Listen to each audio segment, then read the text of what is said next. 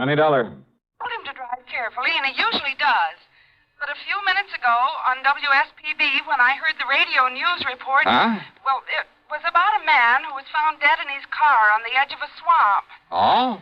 Well, maybe that The explains radio said he was found just off the Tamiami Trail, somewhere south of here. I don't know exactly where. Oh, and you think maybe that's what he went out to see about, huh? No, listen, unidentified, they said. The man, I mean.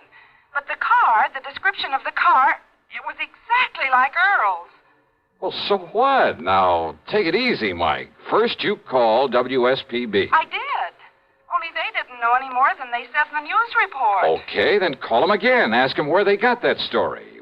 Whatever news service they got it from knows where it came from, what police department.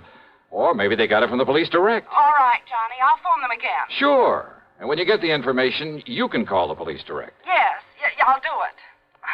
I'm sorry I sounded so upset. Oh, well, just stop worrying. But go ahead and put through that call to the station anyway. Meantime... Yes? Meantime, I'll find out how soon I can get a plane down there.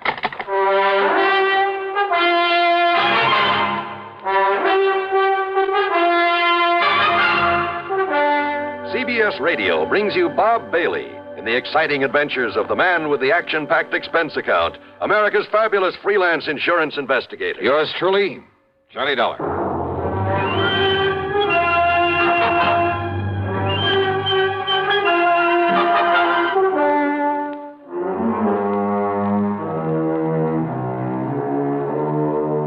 Expense account submitted by Special Investigator Johnny Dollar.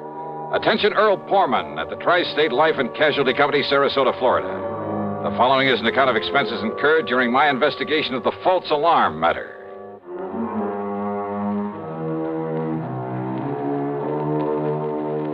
Expense account item 1, $79.60, taxi and a plane out of Hartford. Flight connections were perfect. The trip was easy, and by mid-afternoon I was at the Porman home on St. Armand's Key in Sarasota.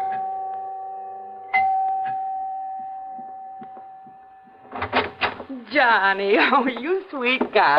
Okay, now, Mike, you better tell me what you learned when you called back to that station. Oh, Johnny, I'm so sorry. I don't know what got into me, being so worried about him. You mean that Earl is okay? But the way he rushed out of here this morning without telling me where he was going or why, and then when I heard that awful report on the radio... You did check back with WSPB? They called me. Oh? Yes, right after I'd finished talking to you. And, Johnny, they were wonderful. How do you mean? Well, they'd realized I was upset because of my having called them before, so they'd checked that news report all the way back to the police who'd found that man dead in his car from a heart attack. And? Well, it was the police in Bonita Springs. That's down below Fort Myers. Yeah? And yes, the car was like Earl's. But the dead man's name was Jensen or Benson or something, so all my worry was for nothing. Oh, well, I'm glad. You kind of had me worried, too, on the way down here. I love that guy, Johnny, like nobody else in the world. Well, I don't blame you a bit. And now you've come all the way down here for nothing. Well, maybe I'll talk him into taking me fishing. Where is he, then? What? Well, after all, if he left early this morning, you still haven't heard from him? No, Johnny, I haven't. And look, it's after 4 o'clock. Ah, easy, and gal. Johnny, this isn't like him. Not to at least call or something. Now, don't start worrying that pretty head of yours again over nothing. But if he'd told me where he was going or why, he was in such a hurry Mike, to get... And with all these crazy drivers on the road this time Mike, of year... behave yourself. But, Johnny, Look, now, I kind of like that guy, too. And if you'd given me just one honest reason to be concerned about him... Oh. You see? That's probably Earl calling you right now. Oh, dear, I hope so. Sure, of course it is. I'll bet on it. Well, go ahead, answer it. But if it isn't? If it's the police or something... Okay, I'll take it. Mike, listen to me. Huh? Who is it, Johnny? Look, listen, I'm sorry not to have called. Oh, it's Earl. But I've been tied up on a pretty serious matter down here. What kind of matter? It could be a murder, one of my policy holders. So put in a call for me to Johnny Dollar up in Hartford. Oh, Johnny. Ask him to get here as fast as he can. You get that, Mike? Tell him not to bother stopping there at the house, but to meet me down here. Down where, Earl? Or maybe you can meet him at the airport and drive in... What? What did you say? Well, I simply asked you down where. Oh, well, down here... What?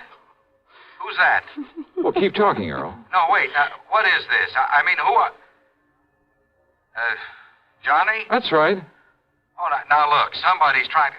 Is this some kind of a gang? Well, just exactly where are you? You haven't been very definite so far. Okay. It's 9727 Sunnyvale Road. It's off the highway below Venice. But now listen... Well, if Michael let me use her car, I'll be down there in jig time, okay? Who are you? I told you. But it isn't possible. Just keep your shirt on. How could it be? Why don't you sit there and patiently try to figure it out, huh? You rascal. But, Johnny, if you really are Johnny... Look, say something more. Talk to me some more. Or else I'll down in Venice. What? Yeah, try figuring that out, too. Well, I know I can. Oh, Well, everything okay now, Mike? am I relieved? Sure. But you rascal, have you ever put Earl into the Department of Utter Confusion? Well, I tried. I'm sure you succeeded. So if I may use your car... Of course you may. Then maybe I better hit the road before Earl has a chance to call back. Yes, you do that.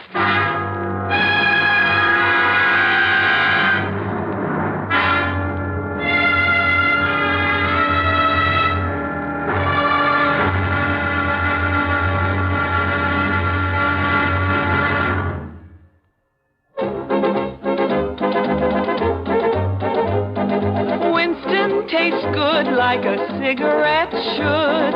Winston tastes good like a cigarette should. Winston gives you real flavorful, rich tobacco flavor. Winston's easy drawing too. The flavor comes right through to you.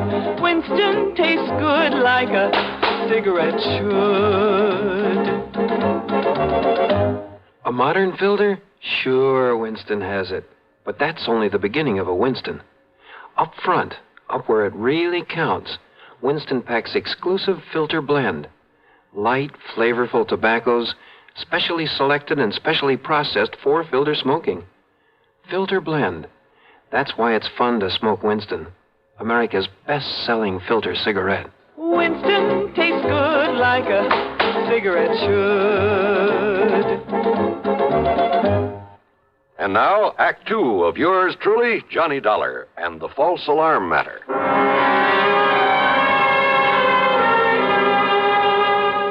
The address Earl had given me on Sunnyvale Road turned out to be a huge, expensive home of white brick and stucco, surrounded by well-kept lawns and gardens with a lot of statuary.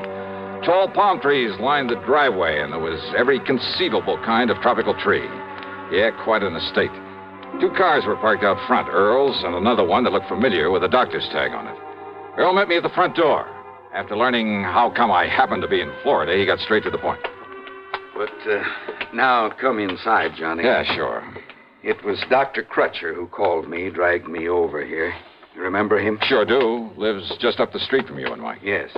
Well, Doc is here now, and he can probably tell you more about this than I can. Well, Earl, you said something about a possible murder. Crutcher has been the family doctor. Has taken care of Linda ever since she was a little girl. Linda? Which is to say, since long before she inherited the family chemical business, made it pay off, then married Frank and built this beautiful home. Frank who, Earl? As wrong a marriage as there could possibly have been. Frank was after Linda's money, that's all. And everybody in the world seemed to realize it but she. Yeah, but who's to argue when love comes along? Love? Don't kid yourself. It was out of pity for Frank that Linda married him, made him president of the plant. Typical of her, though. What do you mean? Harry Forrester, chief chemist and VP. Not because he knows anything about it, but because she felt sorry for him after she turned him down in favor of Frank. Jim Tarker, Bill Price, Art Higbee, sitting there in their fancy offices, collecting big salaries, and only because she'd known them as kids, heard their sob stories, and wanted to help them. And that plant makes money? Only because Linda really ran things herself. Now that she's dead, well, I'm sorry to have got so far away from why I'm glad you're here. It's all right, Earl. The more general background I can get in a case like this, if it is murder. And I'm absolutely certain now that it is. I'm glad to see you, Johnny. How are you, Doc? Glad you could make it, though how you got down here so quickly. Well, maybe Earl will tell you about that later. Yes. Now, look here. Doc led me across the room to the bed. Lying there was the body of Linda. Even in death, she was beautiful. And I must have said something to that effect under my breath. Yes, she was, Johnny. She is now, but not when Earl and I first arrived. Oh? Her body was twisted as though in pain, eyes wide, the pupils dilated. That sounds like cyanide. But look at her now. That's right. So, I decided it must have been something far more subtle, something that would leave no obvious indication after a couple of hours. Possibly potassium theramolysilate. Oh, I'm afraid I never heard of that. Immediate symptoms are much the same as for cyanide, but now, as you see, the body is relaxed, and what color is left? Well, another doctor, not knowing her history, might have come to the same conclusion as the maid when she called me and said that Linda was having a heart attack. That's why Doc had me come along with him, Johnny, in such a hurry. What do you mean? A heart attack, Linda? Oh, I see. So, I immediately made some tests. Well, ever since you got me interested in forensic medicine, Johnny, well... Oh, I told you you'd make the best medical detective in the world, Doc. Well, I carry quite a bit of equipment about in my car. And I'll bet it even includes that ubiquitous microscope of yours. Yes. Anyhow, I found definite indications now of potassium theramolysilate. Well, how was it given to her? I said indications, Johnny, not traces of it. So? I doubt if even an autopsy would show traces of it. But then how are we going to... Well, isn't poison usually given in food? I've checked the silverware, every piece of china, every utensil in the house. No sign of it. And she hadn't been out of the house. But now, don't forget this, Johnny. Yeah? Just one good breath from a PTM crystal could produce death in a matter of minutes. Well, what about the servants? There must be servants in a place like this. There are, and I've questioned all of them. Nothing. Do you mind if I talk to him? By all means, Johnny, do so. Most of all, I wanted to see the servants, see what they were like, and, well, I must admit, they all convinced me they'd been completely devoted to their mistress, that not one of them could possibly have been accessory to this murder. The last one I talked to was Irene, Linda's personal maid, who'd been with her, helping her dress when the end came. And I was at the closet getting her shoes for her. Now, where was she, then? Sitting there at the dressing table. Poor dear. She had fixed up her hair, and she was putting some perfume on herself before getting into the dress that she... Wait a minute, please. And then she clutched at her heart, and she screamed. Yeah, and then Irene, thank you. That'll be all. And she was gasping, and I helped her over to the bed, and so I laid her down and...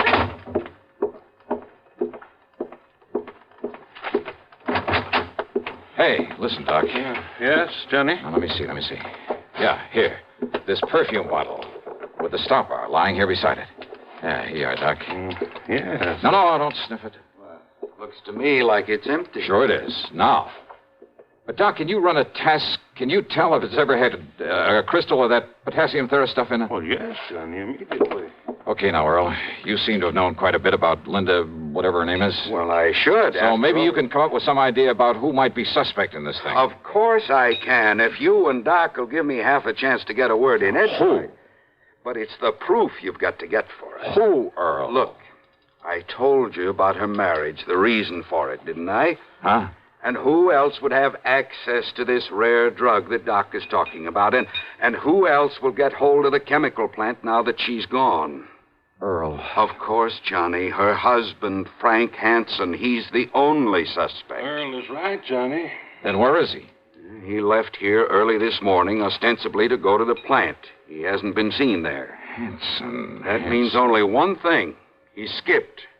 But if you can find him, if you can prove he did this... Johnny, there was potassium theramolysilate in this bottle. Wait a minute. Hansen. What? She said a name like Jensen or Benson or something. Who? What are you talking about? Earl, I'm sorry, but I got a hunch this prime suspect of yours is also very dead.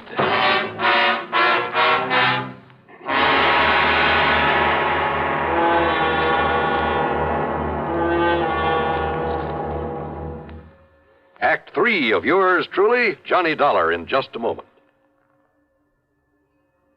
Here's a reminder to you that March is Red Cross Month. There are a lot of facts in print about the effective, broad battle the Red Cross wages to overcome human problems all year around.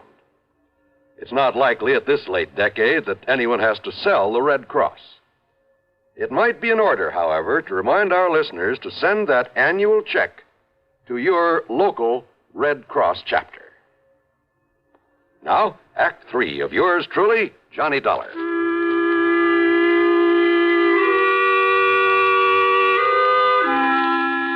I made a phone call to Police Lieutenant Paul Briscoe at Bonita Springs. Yes, it was the body of Frank Hansen they'd found in that car off the Tamiami Trail. Apparently, he'd just been driving along on his way to the plant, smoking a cigarette, when his heart suddenly... Huh? That's right. The cigarette just fell to his lap and burned up to ashes. I told him to run a test on the other cigarettes they'd found with the body, a test for PTM. About an hour later, the lieutenant called me back. You were right, Mr. Dollar. It was no heart attack that killed him. It was that poison.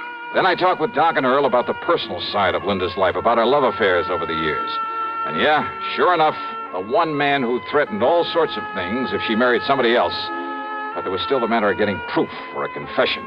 Yes? What is it, Johnny? What are you thinking of? Doc, I'm going to need your help. You know I'll do anything I can. Now, let me think. Let me think for a minute. Yeah. Hey, listen. Can you concoct something out of those chemicals you have there? Something that will, say, make a kind of stain after a few seconds if you put it on your hand? Well, I don't know, John. Yes, maybe there is.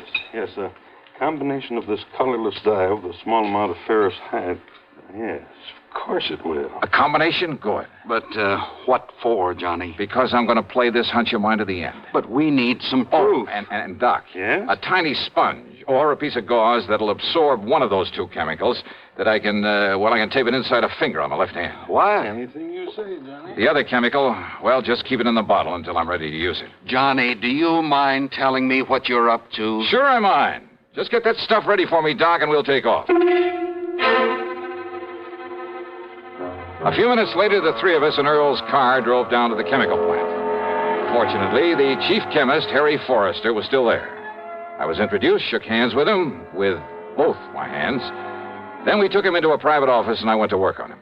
I'm afraid I don't understand what this is all about, Mr. Dollar. Insurance investigator, did you say? Yeah, that's right, Forrester. Now listen to me. Oh, very well. If Linda Hansen were to die... Linda? Die? Heaven forbid. Oh? I was in love with Linda at one time. Very much in love. With Linda or her money? I beg your pardon. You know that's true, Harry. Pullman, I resent that. Just sit down, Forrester, and take it easy. Okay, now.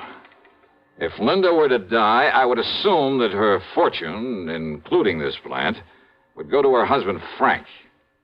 Frank. Well, of course it would. But why do you bring up the thing?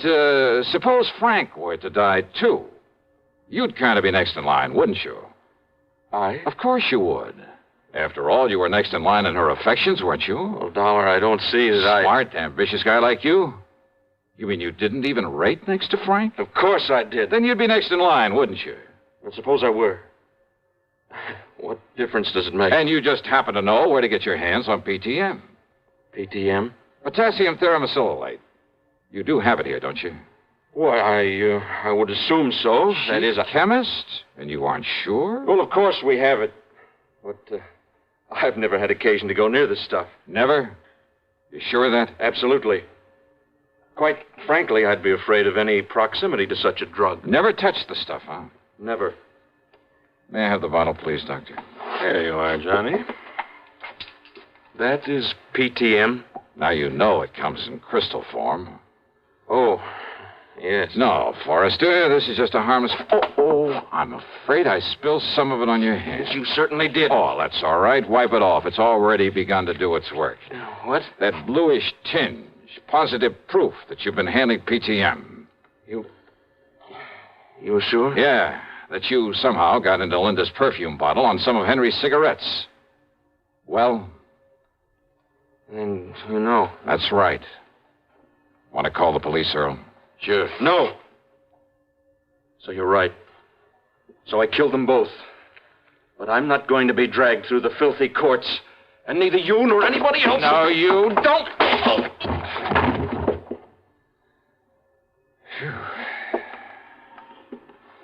Here. Look. This tiny capsule he was about to swallow. Yeah.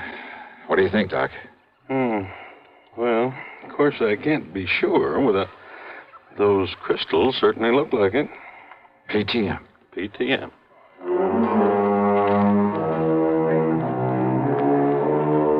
So, it'll be up to the courts whether Harry Forrester likes it or not. And believe me, I'd hate to be in his shoes. Well, I keep wondering, why don't they ever learn? Expense account total, including a gift to the Pormans for putting me up for a few days while Earl and I did some fishing, $161 even. Yours truly, Johnny Dollar.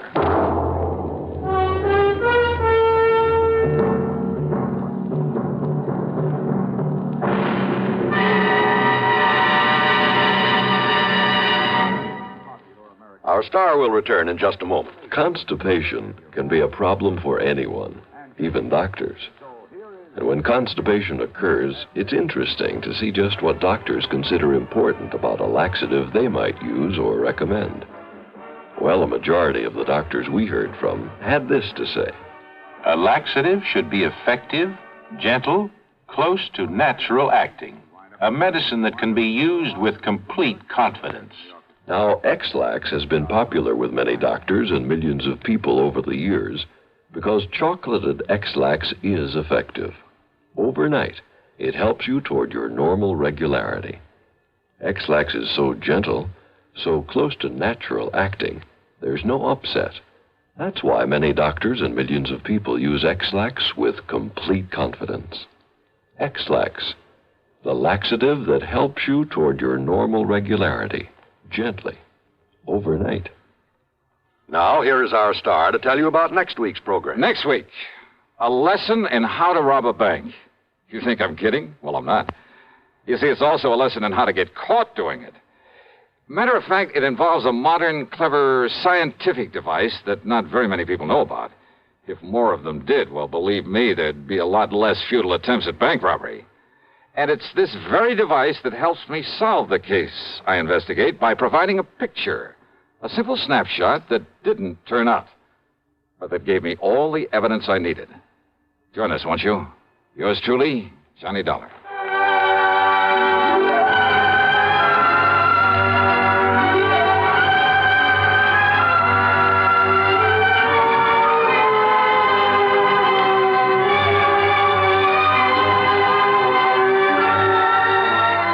Yours truly, Johnny Dollar, starring Bob Bailey. Originates in Hollywood and is written, produced, and directed by Jack Johnstone. Heard in our cast were Shirley Mitchell, Virginia Gregg, Vic Perrin, Lou Merrill, Paula Winslow, Frank Nelson, and Dick Crenna. Be sure to join us next week, same time and station, for another exciting story of yours truly, Johnny Dollar.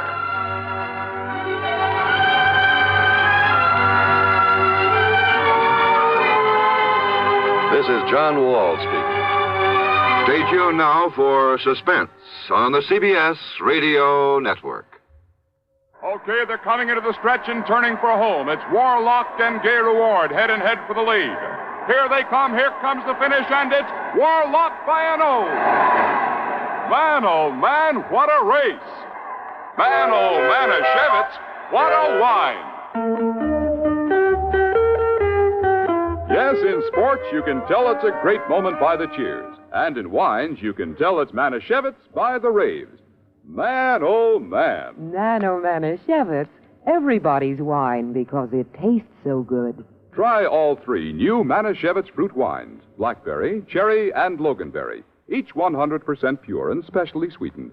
Serve Manischewitz fruit wines anytime and often. In a wine glass, on the rocks, in a highball with your favorite mixer. Man, oh man, Manischewitz, everybody's wine because it tastes so good. Manischewitz Wine Company, New York. WROW, Albany, New York.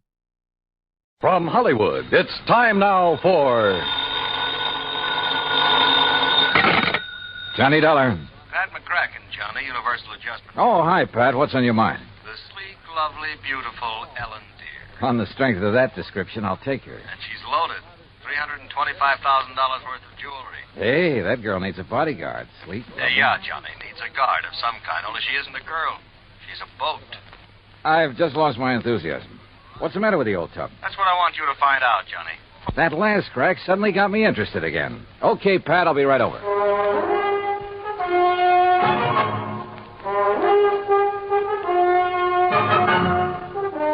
Bob Bailey in the exciting adventures of the man with the action-packed expense account. America's fabulous freelance insurance investigator. Yours truly, Johnny Dollar.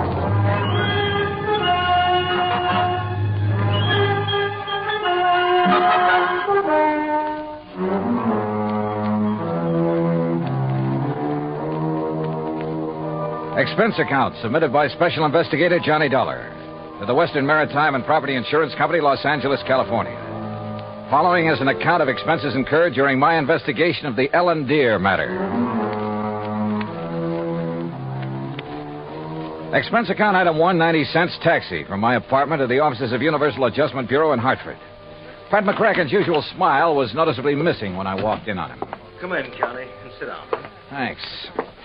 Oh, and you're to bill Western Maritime and Property on this one instead of us. Okay, but how are you involved? We handle all their claims that are of any size. Story. You ever hear of Randolph Berman? I know of a jeweler down in New York. That's the one. And if you know him, Johnny, you've been putting too much gravy in your expense account. I said no of him. Didn't he bring in the Star of Cape Town and the Kamandu Emerald? That's right.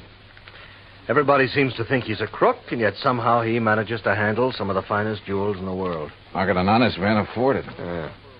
This time it's the Bettenhaus collection. It's out of Hungary. Oh, yeah, I read about that. Only I thought somebody down in Mexico owned it. Yeah, a fellow named Rigo Mariani, down in Guadalajara. He's the one who sold it to Randolph Berman. Okay, now. Is this Ellen Deer you mentioned Berman's wife? No. Former wife. He's on about his fifth. All beautiful, dumb dolls. But more important, it's the name of his 72-foot motor cruiser. And the Bermans have been traveling around in it, down the coast, through the canal, along the coast of Central America, and so on. Anyhow, when he got word that the Bettenhaus collection could be had, he wasted no time in getting to Guadalajara. And that's where Western Maritime and Property comes in. Right. They had already written a policy on the boat for $52,000. Their main office in Los Angeles was close at hand, so he had them write the policy on the jewels. Is that where Berman is now, in Los Angeles? Oh, no. He's still in Mexico. Didn't want to move with those priceless rocks until he was certain of the insurance. And before Western would write it, of course, they wanted the collection appraised. Naturally. But who in Mexico? Jacques Jean-Pierre, the famous gemologist, was right there in Guadalajara, to look over the collection himself. So he made the appraisal. The policy has been issued. $325,000. I still don't see anything wrong with the whole deal, Pat. Well, there isn't anything wrong with it yet. But in spite of Berman's standing in the profession, his reputation, it isn't everything it might be. Yeah, come to think of it, wasn't there a killing or two involved in this acquisition of the Star of Cape Town? There have been several things like that. He's been involved in attempts to smuggle in some valuable pieces. He always managed somehow to come out smelling like a rose. Legally, perfectly clean, you understand? But you still don't trust him? Oh, no. And with his planning to carry that load of stuff around in his yacht. Yeah, I see what you mean. If anything happened to those rocks or the boat, over $300,000 right out the window. Exactly. Now, belatedly, Western is worried about it. And they'll pay good money to have you assuage their worries. You have a Mexican tourist card? Sure, from my last fishing trip down there. And I think you better go down and guard that collection until Berman gets it safely up into the States. He's considered quite the host. He'll probably be perfectly willing to have you aboard. Now, this is the kind of assignment I like. Yachting in the Blue Pacific. But surely he hasn't got his boat parked in Guadalajara. That's over 100 miles inland. No, it's at Mazatlan. And from what I've been able to learn, it's surrounded by armed guards day and night while he has some engine work done. But as soon as that's finished, he'll head north to the States. So he says. Got a branch office in Los Angeles. He'll probably deliver the collection there. I just want to be sure he gets there, Johnny. Okay, Pat. You can wire the boys at Weston that I'm on my way. Item 2, 191.40, plane fare and incidentals, Hartford to Mazatlan via Los Angeles. The first leg of the flight to L.A. was uneventful. Except for a good-looking young blonde from Santa Barbara, whom I promised to look up as soon as his case is... Well, that's not for the expense account. When we arrived at the Los Angeles International Airport, I learned that I'd have a three-quarter-hour wait for my plane to Mazatlan. So I grabbed a magazine, that's item 3, 35 cents, when I heard my name being called on the PA system. Johnny, Dollar. Report to Pan American Airways desk. With the thought in mind that perhaps my little friend from the plane might have decided to stay over in L.A. Her name was Rita, by the way. I lost no time in getting over to the Pan Am desk. Mr. Dollar? Yeah? Johnny Dollar? That's right. I'm Arthur, Western Maritime and Property Insurance Company. Oh, yeah. How do, Mr. Arthur? Planning to go on down to Mazatlan with me? No. But, meet Monsieur Jacques Jean-Pierre. Monsieur Dollar, I am honored. How are you, Mr. Jean-Pierre? This is the gentleman who appraised the Bettenhouse collection for us. Oh, yes. I am an expert. expert. Could issue the policy on it to Mr. Berman. Oh, yes. Yes, he's done this sort of thing for us many times. Oh, I do not have I'm many. afraid that he's brought us rather bad news. Something's already happened to the collection? Well, not exactly. Not for the whole collection. No, not the whole... Please. That is, I'm not quite sure. What I mean is... Yeah, just what do you mean, Mr. Arthur? Perhaps I should explain to Monsieur Dollar, eh? Well, I think somebody better. Yes, you go ahead, John. Yeah, very well. And while you're doing it, I'll cancel the rest of Mr. Dollar's reservation to Mazatlan. Yes, I'll do that. Oh, Claire... Oh, no, wait a minute. First, let me find out what this is all about. Oui. Oh, very well. Jacques here was in Guadalajara when the Bettenhouse collection became available for purchase. Yes, Monsieur Dollar. I had gone there in the hope that some of the pieces might be purchased separately. So? Alas, such was not the case. The Mariani firm decided to dispose of the collection only as a whole. I see. Well, what's this bad news you have? I am getting to that. Yes, you see, it's this way. Please. Well, then go ahead, John. Thank you. Monsieur Dollar, interested as I was, I looked over the collection very carefully, each individual piece. And you must believe me, to an expert like myself, every facet of every gem has a character all its own. A precious stone is like a face to me, always to be remembered. Yeah. Well, go on, please. I simply wish to make it clear to you, monsieur, that every item in the Bettenhouse collection is completely familiar to me. Oh, it is? As are many other important gems throughout the world. You know, each is like a friend. And each stone in them is like a face to you. Precisely. Always to be remembered. Yes. Look, well, the collection is purchased by Monsieur Randolph Berman. Yes, Mr. Berman. Please. He wishes to insure it in Monsieur Arthur's company. Yeah, I know all that. Well, Monsieur Arthur requests by telephone that I appraise it. $325,000. Then you know. I know. So I stay at Guadalajara a few days to wait Monsieur Arthur's check for my service. You want to be sure the check please. I visit some of my old friends among the jewel setters. And then, on the third day, what do you think happens? You tell me. Johnny, this is it. In the shop... No, please, Monsieur I'm sorry. In the shop of my friend Garcia Hernandez, I watch him work on the mount for a beautiful diamond. And suddenly, I see that the stone is an old friend. One from the Bettenhouse collection? Oui. The Calabar diamond that was supposedly in the possession of Monsieur Berman. You're sure of the identity of that stone, Mr. Jean-Pierre? Please. As I told you, monsieur, a precious stone to me. Yeah, it's like a face to you. So what you figure, Arthur, is that you've insured a boatload of $300,000 worth of gems on the way to the USA, and maybe they're not on board. Exactly. Unless, of course... Mr. Jean-Pierre, did you tell Mr. Berman about this one stone? I went immediately to Mazatlan, where I knew he had his boat, the L&D. Well, what did he say? Alas, he had sailed away. Did you learn his destination? Oh, yes. Los Angeles, Johnny, right here. He has a branch office. Well, has he had time to get here yet? I don't think so. Have you tried radioing to his yacht? No, I've done nothing. You see, I didn't learn about this until Mr. Jean-Pierre arrived just a few hours ago. Yes, I came up on the aeroplane, the better to arrive and speak with Monsieur Arthur before Monsieur Berman would arrive. Do you know where Berman plans to dock his boat? Well, probably the port in San Pedro, if he's coming here. But who can be sure? Usually on vacation trips, he docks down the coast of Balboa, the yacht club. Or who knows, he might even... Yeah. He might have no intention of coming up to the States at all. He might not even have the jewels with him. Arthur, do you know where his branch office is? Oh, yes, it's in Los Angeles. Well, actually, it's in Beverly Hills. Got a car? Yeah. Then let's go.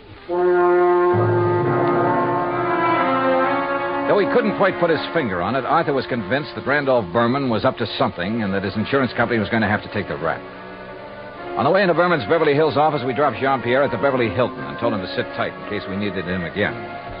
Berman's office was in a nice modern building on South Beverly Drive, tastefully furnished with pictures of various famous jewels on the walls, but with nothing of particular value in evidence. However, I did notice that one wall held a built-in vault big enough for a reasonably sized bank. We were approached by a hand-rubbing, obsequious little character dressed in striped pants and cutaway coat and wearing thick glasses. Good morning, gentlemen. Is there any way I may be of service to you? Yeah, I think there is. Are you the... Mr. Arthur, forgive me. I didn't recognize you for a moment. Mr. Corello, this is Mr. Johnny Dollar. Hi. How do you do? Is there something I may show you, Mr. Dollar? Some little bauble, perhaps, for a charming lady? Well, not at the moment, Mr. Corello. Oh, Mr. Arthur, there's no reason to mail this to you. Let me see now. Oh, yes, here it is. Here is a request for slight revision of the policy on the Bettenhouse collection. Oh? What's this? Well, the wire was sent by Mr. Berman just before he embarked for Massabland. I was going to put it into letter form to be more proper. What's it say? But Well, now here, I'll read this. Please request Arthur revise Bettenhouse policy. Exclude Calabar diamonds. Value $4,000, which I have sold private party in Guadalajara. Oh, well, we kind of guessed wrong, didn't we, Johnny? Mr. Corello. Yes. Has Mr. Berman wired you whether he's coming here? Oh, of course he is, with that collection. When? When is he going to arrive? Well, his lovely yacht, the Ellendeer, should reach San Pedro Harbor late tonight. But that's what he wired me, and I intend to meet him there. Then I'm sure you won't mind if I go with you. Oh? Mr. Dollar is a special investigator. Investigator? Well, actually, I'm here just to help Mr. Berman protect that collection. Oh, excellent. Then you can arrange for the police escort. Yes, and alert the harbor police to guard the Ellendeer, as Mr. Berman requested. Did he request that? Oh, indeed. But apparently he hasn't been worried about anything happening to the collection while he's at sea. At sea?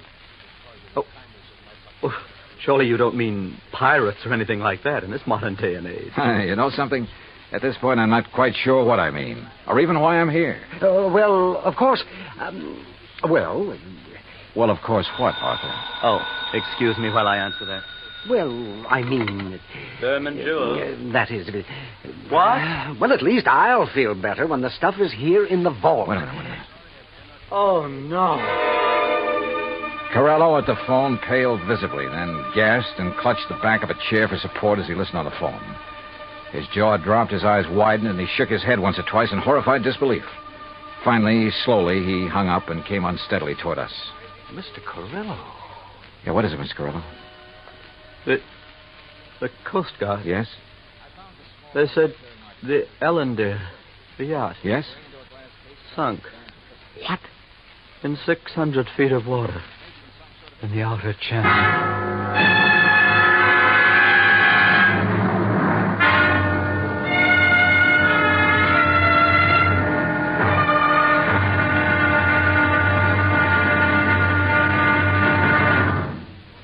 Act Two of yours truly, Johnny Dollar, in just a moment.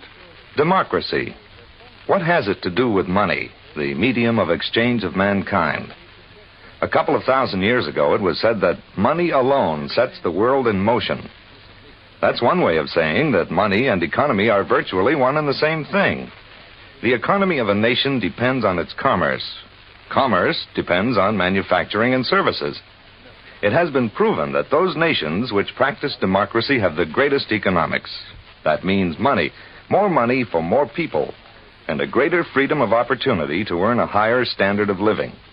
That's why democracy provides mankind with its richest legacy of freedom.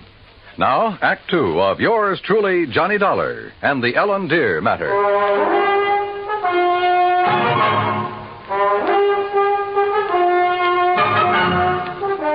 Expense account item 4, $7 even for a fast taxi ride to Coast Guard headquarters in San Pedro, which is really the port of Los Angeles. By dint of elbowing my way in, I got directly to Captain Barney Thorson. Afraid you got only half the story, Mr. Dollar. All I know, Captain, is that the Ellendeer went down in some 600 feet of water in the outer channel. Total loss. That's correct. However, what you don't know is that the passengers, Mr. and Mrs. Berman, and the crew were picked up and brought in here. Oh? Outside of a little soaking and a little scare, they were perfectly all right. You see, the Ellendeer had apparently had some engine trouble before she left Massaplan. Yes, so I understand. Mexican authorities, with whom we fully cooperate, notified us we'd better keep an eye out for her. So when she reached the channel, we weren't surprised to get a radio call from her asking us to stand by that Universal joint was kicking up. Is that what happened? By the time one of our cutters got within hailing distance, she was on the way down. That propeller shaft had whipped loose, torn through the hull, and the Ellendeer was sinking fast. Ask me, that boat was overpowered, Dollar. How do you mean? Well, it must have been because sheer torque tore the whole engine loose from its mountings.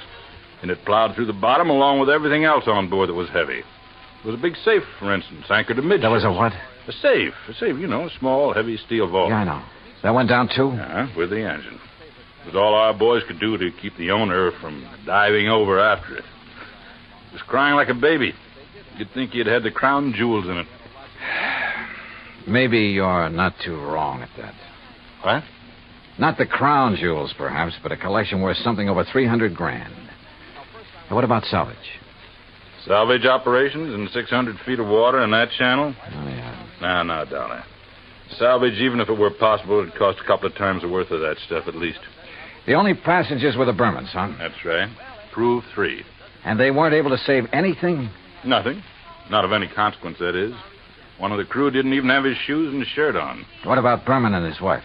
It's funny what people will do in an emergency sometimes. What do you mean? Well, you've heard about the man whose house catches fire. He gets panicky, throws all the china and the glassware out the window, and carries out the mattress. What are you getting at, Captain? The only thing that Berman saved in his excitement was 2 beat-up old hats and a fishing rod. Oh, yeah, I see what you mean. And all his wife brought along was a handful of nylon stockings. She was hanging on to them for dear life. Oh, yeah, a big hat box with an evening dress half hanging out of it. And that's all? That's all. Hey, you know, that Mrs. Berman's quite a dish. Not too bright, but a real looker. Where are they now, Captain? They're headed for Beverly Hills. Beverly, Wilshire was the hotel, I think. In any event, Dollar, I'm afraid your company is going to have a big, fat claim to pay. On the yacht, yes. What's that mean? What do you think? Item 5, 320, long-distance call to the police in Mazatlan. I wanted to be sure that the Benton House collection had been on board the Ellen Deer when she left port down there. Inspector Romulo assured me it had, that he'd checked the safe on the boat himself before allowing it to sail. Furthermore, he had insisted his own maritime service keep tabs on it up to the point where it made contact with the U.S. Coast Guard. In other words, the loot couldn't very well have been passed to someone else at sea. Item 6, 580 cab fare to Beverly Hills, where I dropped in at Berman's office. No, Mr. Dollar. He and Mrs. Berman are at the Beverly Wilshire. I'm sure you understand it's been necessary for them to buy a lot of clothes and things. Yeah, but he will come here. Oh, yes, indeed. From his last phone call, I'd say he'll be here within the hour. All right, then I'll come back. Please ask him to stick around and wait for me if he doesn't mind. Of course, Mr. Dollar, I shall be glad to. Oh, incidentally, he has had me phone Mr. Arthur and ask that claim forms for both the Benton House collection and the loss of the cruiser be brought here to the office just as quickly as possible. Yeah, I'd figured as much.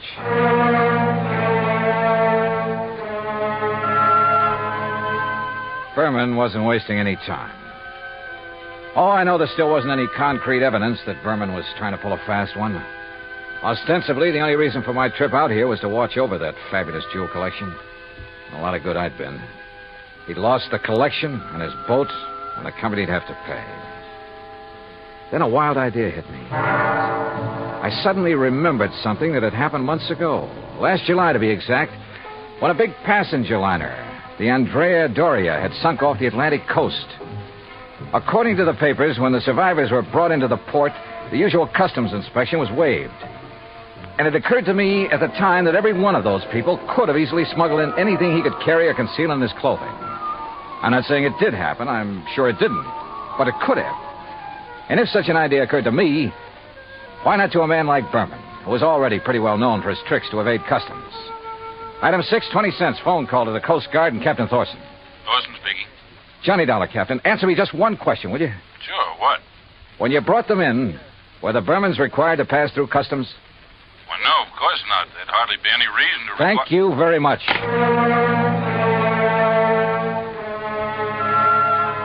Item 7, 10 cents, another call. This time to Arthur at Western Maritime and Property Insurance.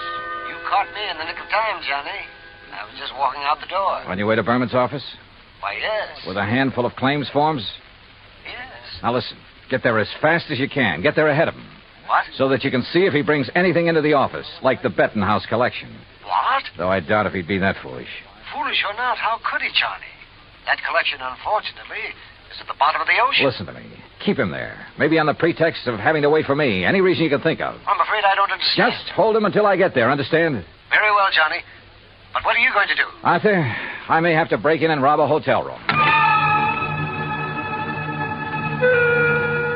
I went out and stationed myself across the street from the Beverly Wilshire. 5 minutes later, I saw Randolph Berman walk out the front door and head east on Wilshire Boulevard in the direction of his office on Beverly Drive. I waited a few minutes to make sure he didn't turn back, then entered the hotel. At the desk, I learned the number of Berman's suite on the 9th floor. Break in, it would have taken a battering ram. So I tried knocking.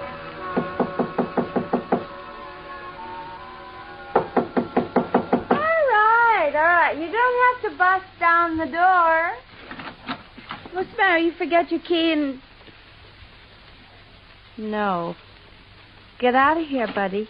Randy said not to let anybody in. He's out buying us clothes. Oh, he'd tell you to let me in, baby. Hey, who are you? Hernandez sent me up here from Guadalajara. Oh, well, then come in. Oh, you are in? Yeah. Well, have a drink then. No, thanks. A girl's entitled to a couple of drinks after that dousing in the ocean, and you might as well... What about Hernandez? Your husband sold him the wrong stone from that collection. Sold? Oh, he gave it to him. Oh, then you know about it. Oh, sure. So he could make a legit-looking change in the insurance and convince everybody he was on the up and... You sure you're from Hernandez? You kidding? How else would I know about the whole deal? I don't know. Hey, Randy said not to let anybody in here or he'd kill me. Dumb blonde, he called me. You? A smart, beautiful girl like you? Oh, hey, you're okay. My name's Vi. Come on, let's have a drink. No, thanks. Listen, Vi. I've got to get the right stone from that collection, the caliber diamond. Then I'll leave this one I've got in my pocket here. Which one you got? Let me see it. Oh, no, only Mr. Berman. And only when he gives me the caliber. Well, which one you got there, huh? Well, never mind. I'll show it to Mr. Berman. I just want to see it. Not until I get the caliber from the collection. So, if he isn't here, if he's taken it to the office, I'll just... You think he's crazy? Let everybody know he... Let me see the one you have, huh? Look, I just told you. Anyway, how do I know I can trust you? I didn't even see you in Guadalajara. Oh, now you sound like Randy. Dumb blonde, he said. Keep the door locked. But I let the bellboy in with the drinks, and I let you in, didn't I? Well, let me see the one you got. Will you, if I get you the other one? From the hat box that didn't have to go through customs? How did you know? Hey, you're a cutie. I bet you read about the Andrew Dorsey, just like Randy did. Come on, now let's have Where's a the look. hat box, Vi? Now, wait a minute. Maybe I am dumb. Who did you say you are? Where's the hat box? No, I won't tell you. You get out of here. Now, without the collection, Vi. No, you can't. Randy would kill me. He'd kill me if he even knew I let you in here. Who are you? Johnny Dollar, insurance investigator. Oh, please, Johnny, get out of here. The stuff in the bedroom? You can't go in there. I mean it. He'd kill me. Sorry, but that's your worry. Oh, no. Stop it or I'll set your eyes out. Now Hey, you can't. pull in those claws, baby. No, you... Well, I hate to do this, but... No, help! Oh, yeah, that's right. Get the manager up here. Get the police up here. Police? Oh, no. Oh, yes. Then you'd really be in trouble. You'd be better off if Berman tried to kill you. Now, where's the stuff? It's in the closet, on the floor, in the hat box. Thanks.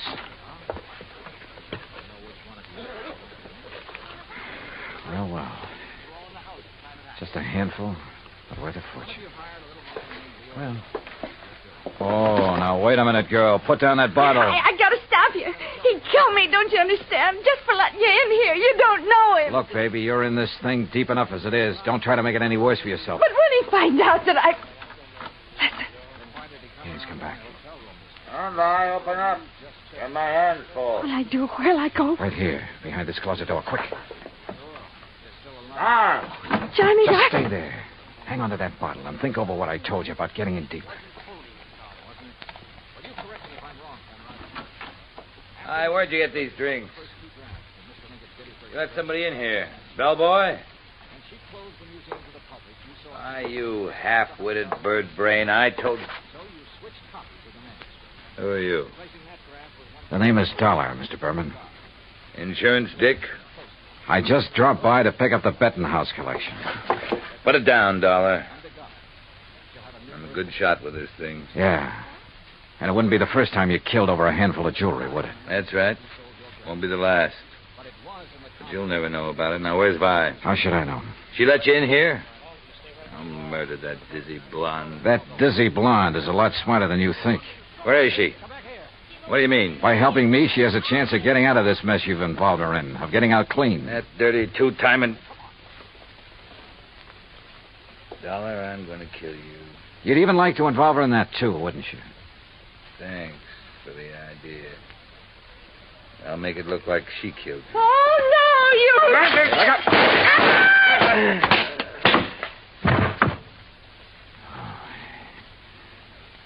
Nice work with that bottle, Vi. But he missed you. Please, you won't let him... No, don't worry, baby. He won't bother anybody. Not for a long, long time.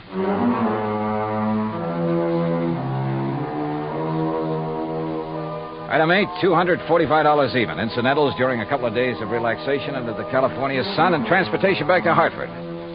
Expense account total, $453.95. Remarks?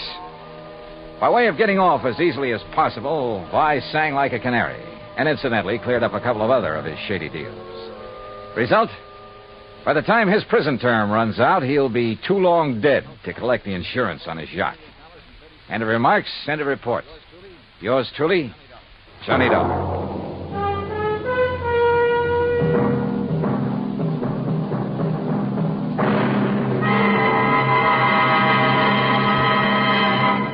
Now, here is our star to tell you about next week's story. Next week, the DeSalle Matter.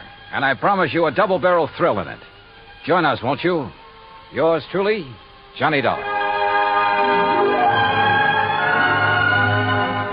Yours truly, Johnny Dollar, starring Bob Bailey, originates in Hollywood.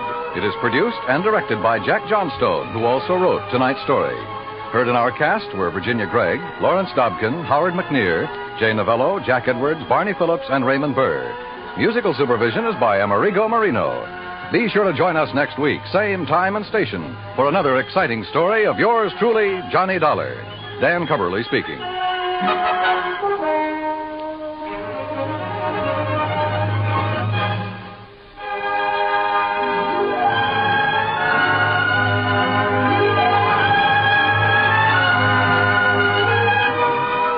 Johnny Dollar has come to you through the worldwide facilities of the United States Armed Forces Radio and Television Service.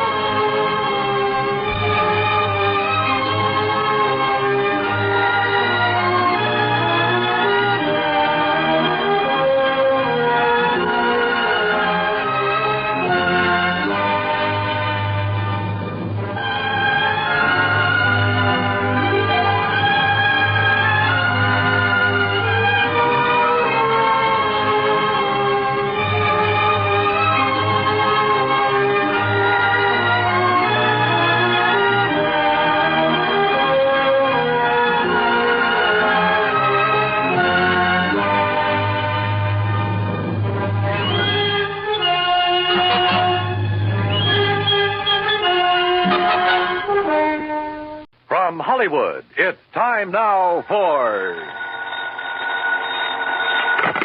Johnny Dollar. Perry Jameson, the Paramount Insurance Adjuster, Johnny. Hi, Perry. It's been a long time. I'd begun to think you're neglecting me. Oh, how you talk. Matter of fact, I've just been waiting for a nasty enough case to come along for you. Yeah, you do have a habit of handing me the dirty ones. What is it this time? 4 states, out in Denver. Oh, yeah, I've heard of them. Well, they're a small outfit. By contract, all their claims are routed through us. Damage appraisals, payment disbursals, and so on. So what's happened? Well, we've had to pay a lot of claims for them recently. Too many. What's more, they've all been big ones and on fairly young policies. Well, Perry, you know as well as I do that things will average out in the long run. Unless... Something's wrong. $60,000 on one policy, $35,000 on another, $70,000, and a cool $150,000 on one just last week. Shoot. And the beneficiary in each case has been the same man. Then no wonder you... Just leave the door open, Perry. I'll be right over.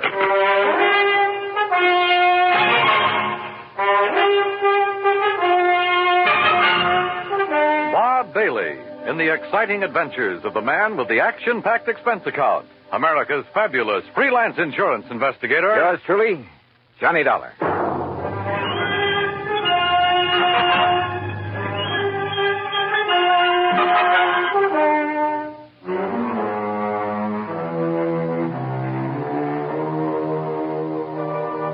Expense account submitted by Special Investigator Johnny Dollar to Paramount Insurance Adjusters, Home Office, Hartford, Connecticut.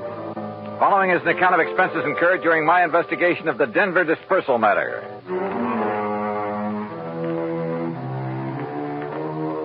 Expense account item 1, $1.10 for the cab that took me over to Perry Jameson's office at Paramount. True to form, the door was wide open for me. I kind of thought this thing might get you down here in a hurry, Johnny. Sit down. Yeah, thanks. And I took the liberty of calling TWA and getting you a seat on the plane to Denver. Good idea. When? Well, there's one leaving New York at 6 p.m. Okay. And I'll get you into Denver about, 10:30 Mountain Time. Uh-huh. Think you can make it? Sure. Charge your expenses to us. That's the deal we have with 4 states. All right. And the man to see you out there, it's almost a one-man outfit, his name is William Whitney. Got it. Now, look, Perry, I've been thinking on the way over here. Woo, wonders will never cease. Thanks, pal, but how well do you know this man, Whitney? Maybe he's in cahoots with this big beneficiary, this Don Ricardo. Is that his name? Yeah. Such things have happened. No, Johnny, you're wrong. Poor old Willie Whitney's a mild, timid milquetoast. His wife, an ex-chorus girl who probably thought he had money. Well, you can be sure she's the one who wears the pants in the family. Well, Willie would cringe at the thought of hurting a fly. Well, it was an idea. I don't blame you, but no, forget it. Well, what makes you so sure something's wrong? Well, I didn't say I was, but $215,000 to one beneficiary in a period of only 3 months. Well, I just want to be sure it's okay. And I called you in because I am willing to pay to make sure. No, don't worry, Perry. You will.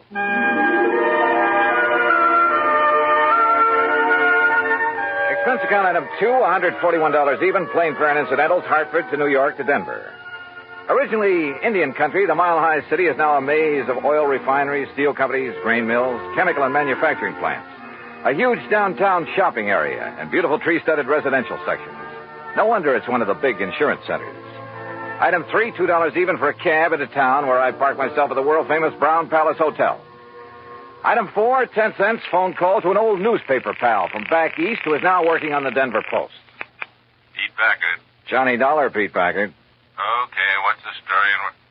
Johnny Dollar, well, hey, how are you, Keith? Great. You gonna be here long? We gotta get together. Where you staying? The Brown Palace. Now, look, you want us to dig up a couple of dates? We'll go out on the town. Remember the last time we tied one on together? Oh, are you kidding? I had such a headache the next morning, it hasn't left me yet. Well, hey, look, listen. Keith, I get away from the desk at 2 a.m. No, you look. Huh? I'm out here on a job, insurance investigation. Did you ever hear of a man named Don Ricardo? You know Don Ricardo? No. What do you know about him? Well, they say, now mind you, I don't know for sure, Keith, but don't forget I did a hitch on the Chicago Sun-Times a few years back. What's that got to do with Don Ricardo? It was back in the days of the Capone mob. Oh. And Don Ricardo, well, mind you, nobody was ever able to pin anything on him. Yeah, I see what you mean. Where does he live, Pete? 20, 30 miles east, the other side of Golden, a little place called Millville. Uh-huh. Now, mind you, Keith, I don't want to really say anything against him. I mean, if I don't seem to be really telling you anything about him... Pete, I think you've told me plenty. Well, now listen, Keith. Thanks, and I'll be talking to you. It was late, and I was tired, but I went downstairs to the cocktail bar, and with the help of a big fat tip for a nightcap, got some more lowdown on Don Ricardo. The bartender talked plenty. Yeah, it seems Ricardo was living the life of Riley in the little town of Millville. Lovely home, expensive cars, threw a lot of big, gaudy parties. And always for people from out of town, mostly Chicago or Miami Beach. Yeah, the bartender talked plenty. Until he spotted a lean, well-dressed, rather too well-dressed man sitting alone at one of the tables watching him. A man who'd somehow forgotten to take off the light gray hat that shaded his features and slightly narrowed eyes. The bartender clammed up. I paid for my drink, that's item 5, and was conscious of being watched closely as I casually sorted out and took the elevator up to my room. First thing in the morning, I looked up the address of 4 State. Instead of the striking new mile-high center as I'd expected, it was a dingy old office building on South Broadway. William Whitney looked a little old and dingy himself. Johnny Dollar, the special investigator? That's right, Mr. Whitney. Oh, well, sit down, won't you? All right, thanks. Just here on a visit? I'm here because the insurance adjusters are concerned about some recent claims they've had to pay on policies issued by you. We've been very unfortunate lately, Mr. Dollar. Yeah. $215,000, unfortunate. On only 4 policies. Yes, and all paid to the same beneficiary by some odd coincidence. You sure it was coincidence? Who were the policyholders?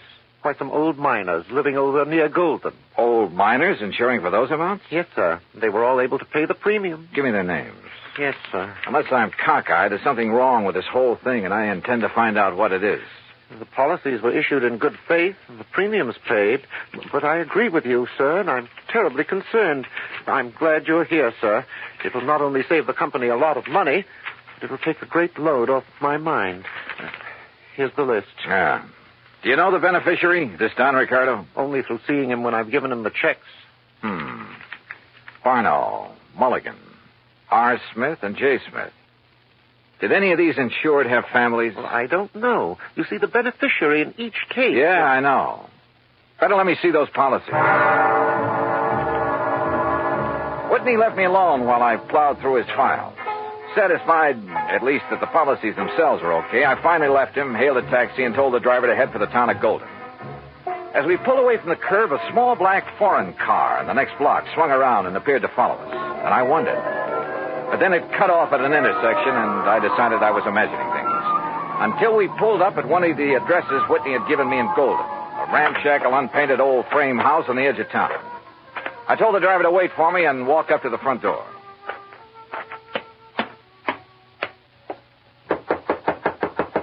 It looks to me like that house is empty, mister. You sure you give me the right address? Yeah, this is the address, all right. But I guess that... Huh? Hey, that door open by itself? I don't know. Hello? Hello? Anybody? No! Mister! Act 2 of yours truly, Johnny Dollar, in a moment. Our flag now numbers 50 stars. And behind each star there stands yet another flag representing one of the 50 states. Vermont's state flag, in its early form, imitated our national flag, uniquely bearing 17 stripes and 17 stars, with only the inscribed word Vermont to distinguish it. The good people of Vermont assumed, as did our national government, that stripes as well as stars would be added as each new state entered the Union. Vermont entered the Union after Tennessee and Ohio, and with Kentucky to join shortly, the Vermonters naturally put 17 stripes on their flag. In 1818, the United States Congress put a stop to this, and since then the stripes have always been at 13, and only stars are added for each new state. Vermont's present flag captures the famous beauty of the Green Mountain State in its coat of arms, and inscribed is the phrase, Vermont, Freedom and Unity. Vermont's state flag, the flag of the 14th state to enter the Union, was adopted on April 26, 1923.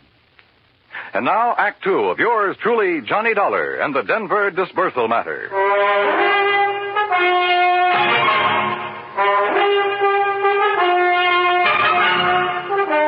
The old house at the edge of Golden, Colorado looked empty, but I knocked anyway.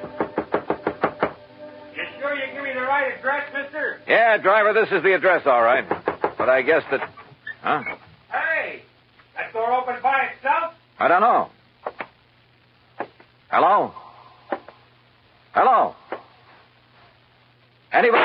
Oh! Mister! Mister. Go back. Get away from this open door. But you're hurt. Your neck, you're bleeding to death. Stay down. Barely nicked me. I'm all right. Holy cow. I thought you was a goner. Here, let me help you. You'll need help if you don't stay out of his line of fire. Well, who was it? You see anybody? Hey, listen.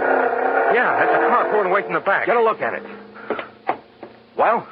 I can't tell. That dusty side road back there. Looks like a little one, though. Foreign car? Too far away now. I can't tell. But it's black. All right, come on. We're getting back into your cab. Yeah, I'll get you to a doctor. No, I'm okay. You know where Millville is? Sure, a few miles east. It's an old mining... Come on. You know where Don Ricardo lives? For sure. You want to go there? Does he own a small black foreign car? Yeah, real expensive job. I've seen him in town. But, mister, Come on, because I'll lay odds he's the one who fired those shots. You mind if I drop you off a few blocks away from his place? The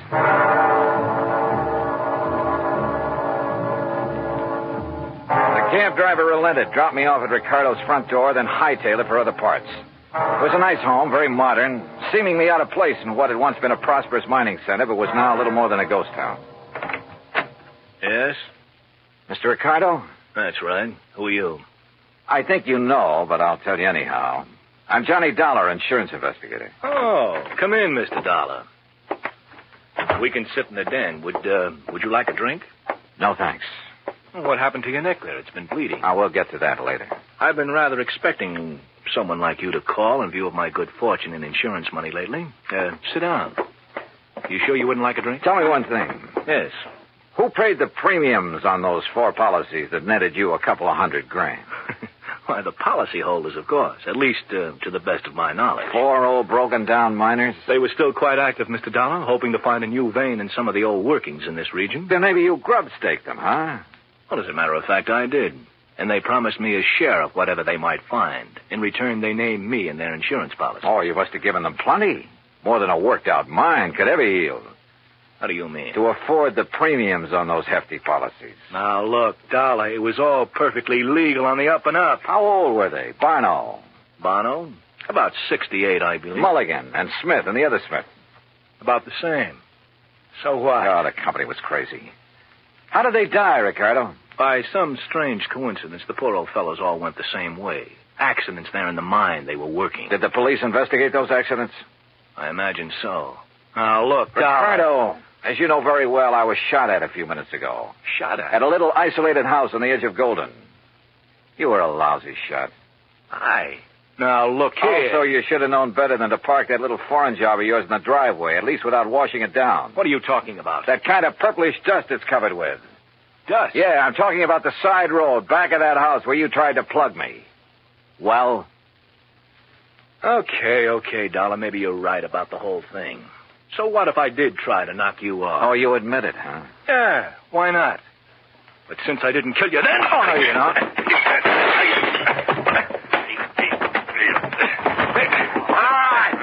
All right. Put him up. Face the wall, Ricardo. Hands off of me. Come on, get your hands Officer, off. I've never seen a prettier uniform in my life. What is this? We've been waiting a long time to nail you, Ricardo. Get him out of here, boys. All right, take it easy. Pete! So help me, Keith, I knew if anybody'd bring Ricardo out in the open, you would. You mean to say that... Yeah, I figured I'd better bring these state police out here. Oh, Pete, you're a doll. Now let's you and me go out and tear the town apart, huh? Later. After I finish this job.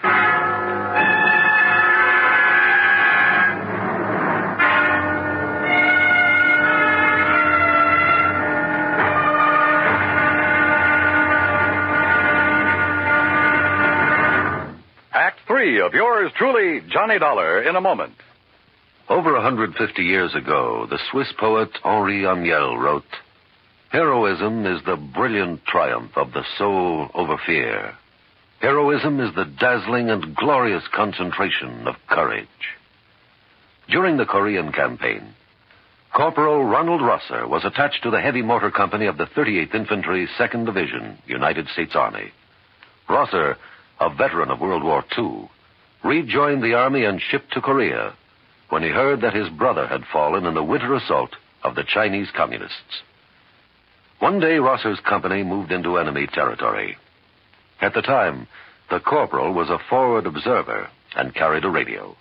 Suddenly, In the midst of an enemy attack, Rosser handed his radio to a buddy, slipped the safety off his carbine, and filled his shirt with hand grenades.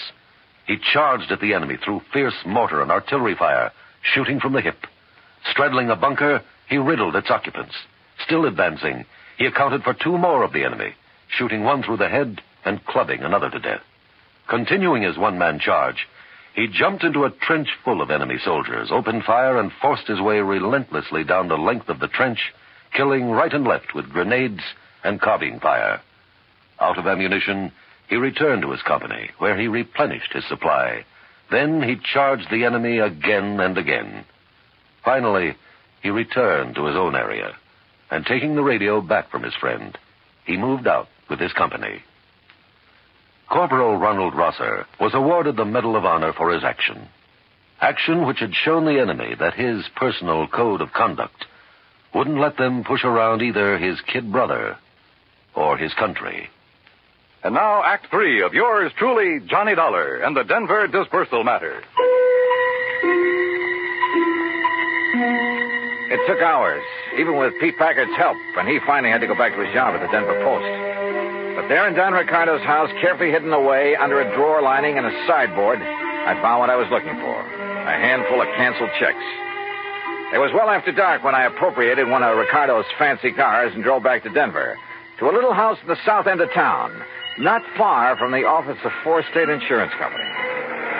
As I pulled to a stop, a big passing truck nearly sideswiped me. Good. It covered the sound of my stopping there. As unobtrusively as possible, I walked up to the front door of the place. Even above the sound of passing traffic, I could hear voices, loud ones, coming from somewhere in the rear of the building. Cautiously, I edged my way around the side to where I could see the lighted window of a bedroom. All right, I hate you. Only why don't you tell me why? Stop asking questions. Get the things back. Make sure it's only enough to put in the car. We're traveling light and fast. All right, Willie, all right already. Boy, you're bossier than Don ever was when you want to be. Forget Don Ricardo and collect your stuff. If it wasn't for me, you'd still be working in one of his nightclubs in Chicago. Lucky you never talked this way down to that insurance office of yours. Stop that. I thought we was going to stay in Denver until you made a lot of dough at the insurance racket, huh? I left this happy domestic scene to walk slowly back to the front door. Yep. My original hunch at the office in Hartford had been right. What's that? Somebody at the front door. Well, why don't you go answer it? Huh? Willie? Oh, Mr. Dollar. That's right. Oh, my, I'm glad you're here, sir. Well, you look upset, Mr. Whitney. I am, sir. I am terribly upset. Handbags? They're in the hall? Yes. Going somewhere? It's that Don Ricardo. Oh? I thought you didn't really know him. I didn't. Oh, if only I'd done it before. I'd never have issued those policies naming him as beneficiary. Done what, Mr. Whitney? Investigated that Ricardo. But I did, after you left me this morning. He's a gangster. An ex-gangster, Mr. Dollar. No. Yes. I suddenly realized that in your investigation, you'd investigate him, and he'd think I'd had you investigate him. He'd think I was trying to make trouble for him. It frightened me terribly. And that's why you decided to leave town, huh? Yes, of course, until this whole thing blows over. He's a dangerous man. He'd stop at nothing. He might even try to kill me. I must leave here immediately. Oh, I wouldn't be too sure of that. Where did you plan to go? Far away, anywhere where he couldn't find me. And where maybe I couldn't find you? Of course. What? Why did you say that? Well, I was just thinking. This morning when I was going through the files at your office, you left me alone for a while. Yes, I recall that I did. Why? To make a phone call, maybe? To Don Ricardo? What? Is that why he just happened to be waiting in his little foreign car a block or so up the street about the time I left your office in a cab? Oh, Mr. Dollar. Pretty good theory, isn't it? Especially when I have these little scraps of paper to back it up. What are those? Some of Don Ricardo's canceled checks. Made out to you. 20% of the take on those big, fat insurance payments. Where did you get those? Funny, too. They're all dated one day after you paid off on each of those big claims. Give me those? You don't. We're going to need these. No, I'll kill you. Mr. Milktoast, huh? You dirty. I'll kill you. Okay, baby. All right. Okay, Willie, get up on your feet. Yes, sir. Anything you say, Mr. Dollar. But please, you must believe me. Oh, I'm cut an it. innocent That man. timid soul pose of yours may have sold insurance to a handful of suckers, wouldn't he? But it hasn't sold me a thing.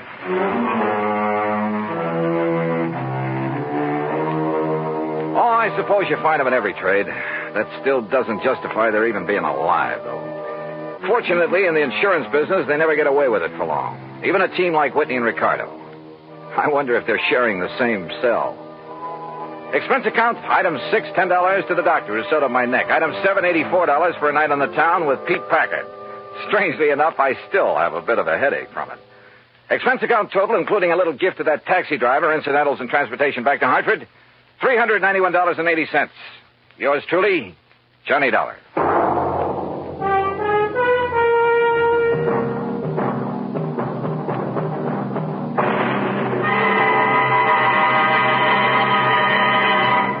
Our star will return in just a moment. Our flag now numbers 50 stars, and behind each star there stands yet another flag representing one of the 50 states. Idaho's state flag depicts the prime industrial pursuit of its citizens, mining. Balanced against this image is a female figure combining the virtues of the goddess of liberty, for she carries the spear and cap of liberty, and the goddess of justice, represented by the scales in her hand. A bright shining star in the heavens is an indication that Idaho has joined the nation. Overall is the motto, Esto Perpetua, may she endure forever. Idaho's state flag, the flag of the 43rd state to enter the Union, was adopted on March 12, 1907. Now, here is our star to tell you about next week's story. Next week, a killer's list. That's right, a list of victims. And guess who's on it? Join us, won't you? Yours truly, Johnny Dollar.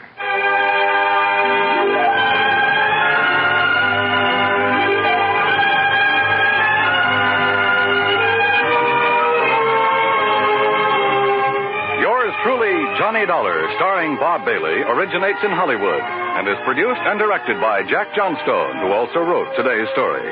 Heard in our cast were Virginia Gregg, Forrest Lewis, Barney Phillips, Edgar Beria, Frank Gerstle, and Peter Leeds. Be sure to join us next week, same time and station, for another exciting story of yours truly, Johnny Dollar. This is Dan Cubberly speaking.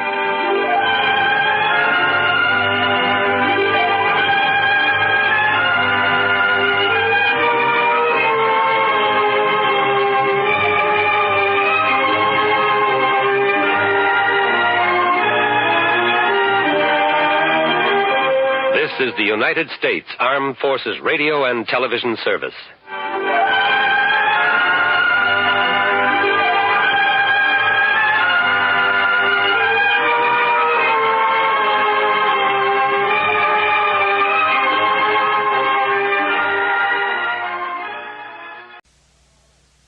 Earl, how are you? Great. Johnny, do you remember the Lucky Fall Ranch? Well, if you're talking about the one out in Green Mountain Falls, Colorado. That's the one I'm talking about. Well, sure. That's where you and I and Ray, what's his name? Ray Smithney. Yeah, Ray Smithney, who owns the Lucky Four. You and he and I investigated the death of that concert pianist. That's right. Also, we had some real fine trout fishing up in 11 Mile Canyon. Do you remember the little private lake up in the mountain back of Ray's ranch? Cherry Lake? Yeah, it's Old Bill Cherry's lake. Only it isn't there anymore. Oh, that's too bad. Old Bill isn't around anymore either. Well, what's happened to him? According to all the information, he was killed when the dam broke and sent his farmhouse crashing down into the valley below. Oh, gee, that's too bad. I have the claim for his insurance right here on my desk. I'll send a copy of the policy to you there at the Lucky Four. Hey, wait a minute. Is something wrong, Earl? That's what I want you to find out.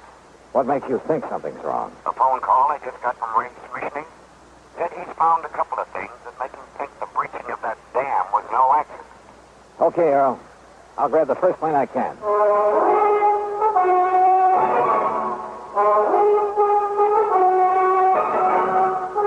Bob Bailey in the exciting adventures of the man with the action-packed expense account, America's fabulous freelance insurance investigator. Yours truly, Johnny Dollar.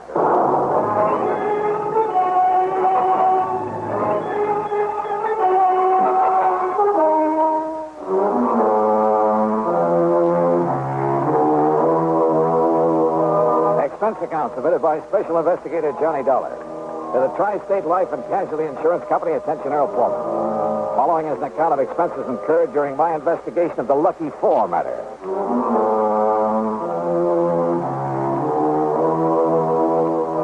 Expense account item 1, $3.25 phone call to Ray Schmishney to tell him I was on my way.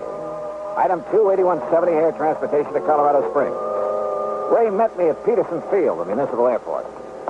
Well, glad you could make it, Johnny. Yeah, it's good to see you again, Ray. How are things with the Lucky Four? Oh, just fine. Our best season ever. Here, we'll shove your bags in the back seat. Okay, good. Go ahead now, hop in. Yeah, sure. All right. Now, what's this about your thinking old Bill Cherry's death was no accident? Johnny, I'd better give you the whole story. You remember Cherry Lake, don't you? Sure. I remember taking a couple of nice trout out of it on a Silver Doctor. Or was it a Royal Coast? Well, you didn't meet old Bill because he was away at the time. Actually, we were kind of poaching when we fished up there. Oh? If he'd suddenly come back and caught us, he'd probably have filled our hides with birdshot. And here I always thought you were on the side of law and order. He was a kind of ornery old cuss, but in spite of it, we got along pretty well. Even after he put in that dam. How'd the dam affect you? 3 Mile Creek used to water some of my property before he put it in. Some of the others down below, too. Oh, I see. But now what happened? Johnny, old Bill's little plot of farmland is up around the 9,000-foot level, you know. Yeah, I know. So the snowpack melts down pretty late. That meant a big summer flow of water into his lake. Yeah. And what about when some of your big summer rains come pouring down? It was during one of the big rains a couple of weeks ago, one night it was, that the dam gave way. Johnny, that thing busted loose like an explosion. And what was left of old Bill's house came tumbling down on the Lucky Four property. And old Bill? Oh, we found his body in the wreckage. Oh, hold on. I'm going to take my favorite shortcut and get away from the highway traffic. Sure. But now, Earl Foreman told me you seem to think that dam didn't give way by itself. Well, I did in the beginning. Everybody did. And why not? Homemade dam, more water in the lake than ever before, more water pouring down out of the sky to fill it up. Big storm. Maybe it was even hit by lightning. But now? Johnny, I went up there and poked around a couple of days ago. First chance I've had since the rains quit. And what did you find? A couple of things I want you to look at. What kind of things, Ray? Now, they may not mean a thing, Johnny, any more than who's the beneficiary of old Bill's insurance. Which reminds me, did Earl send me something in the mail? Oh, yeah, a big envelope, Johnny, and I opened it by mistake. It was supposed to contain a copy of Bill Cherry's policy. It did. And when I looked at it and saw who the beneficiary is... Hey, sounds to me like you need a tune-up, buddy. That's funny. Let's stop and take a look, huh? Yeah, why not?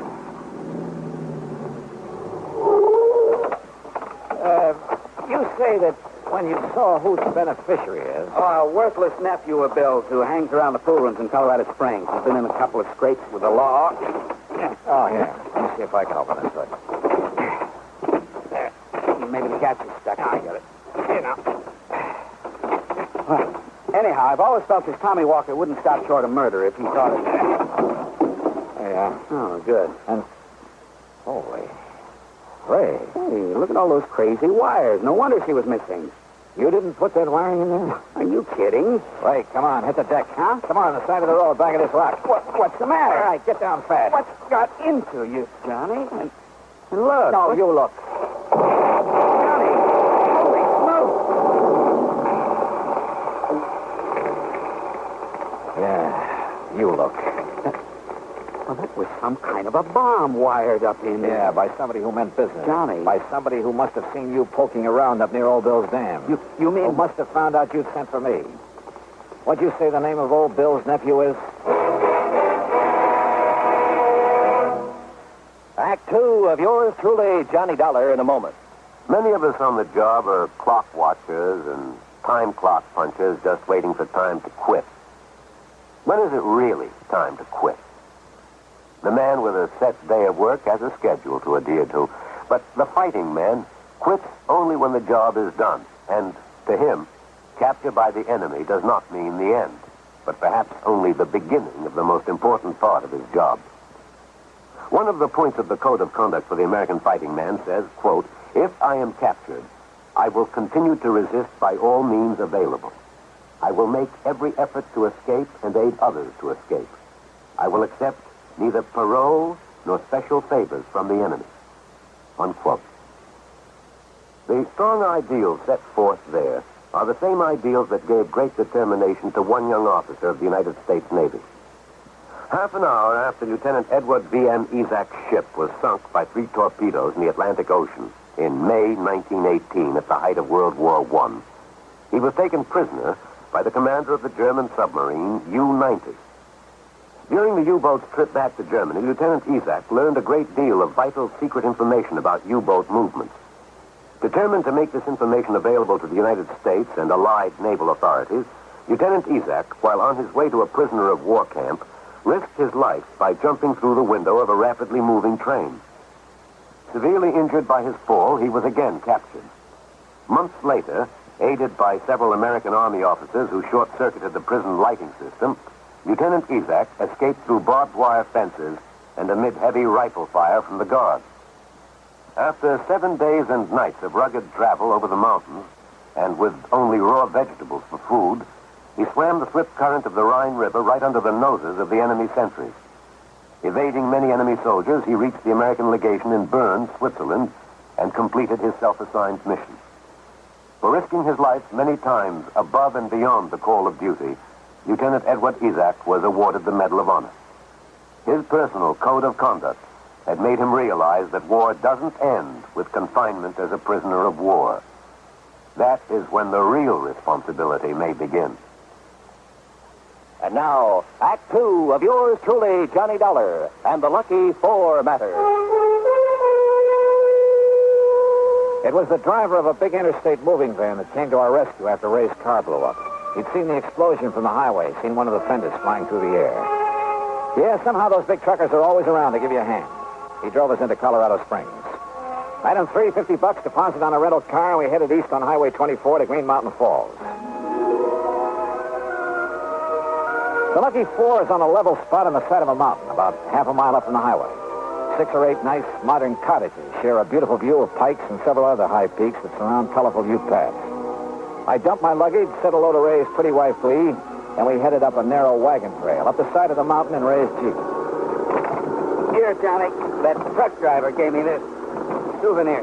Hey, looks like a piece of the wiring we found under the hood before your car blew up. That's what it is. Now, look, you see there where 3 Mile Creek bounces down over the rocks? It's quite a flow there, Ray. And I see that it goes on down through your property again. Just like it did before old Bill put in his dam. Of course, I don't really need the water, not as much as Ralph Kimball, at least. Who's Kimball?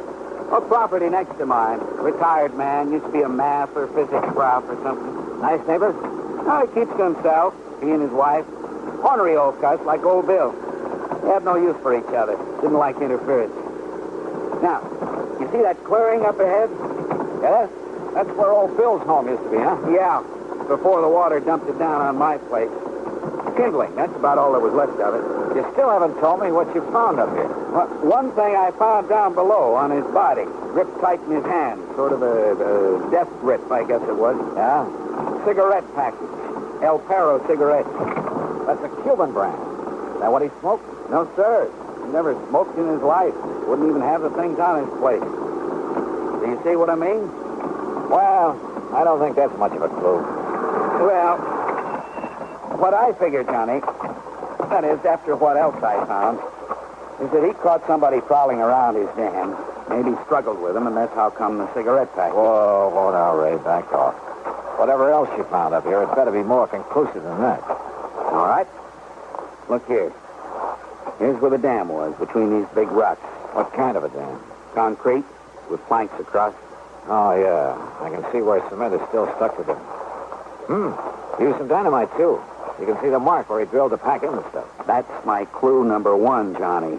He didn't use any dynamite. He was afraid of it. Also, I'd have known. I'd have heard it go off while he was building his dam. But somebody... Yeah, somebody, all right. Look at this. Plastered on this rock. A piece of label? Plastered on the rock by the force of that explosion. Says... Titan Super IXL Dynamite. Johnny, he wouldn't even have the stuff around. Another thing, it's a brand you can only get in one little store in Denver, and he'd never go there. He hated the place. Yeah, you said the dam went like an explosion. Yes, sir. But of course, with all the thunder and lightning that night, who could be sure which was which? Oh, well, chances are lightning wouldn't reach down here, Ray, with all the high peaks around. That's what first hit me, Johnny. Come on. Let's go into Colorado Springs and find this nephew of old Bill's. Tommy Walker. Yes, sir, Johnny. Being the beneficiary and all, who else could it be? Ray, I'm with you.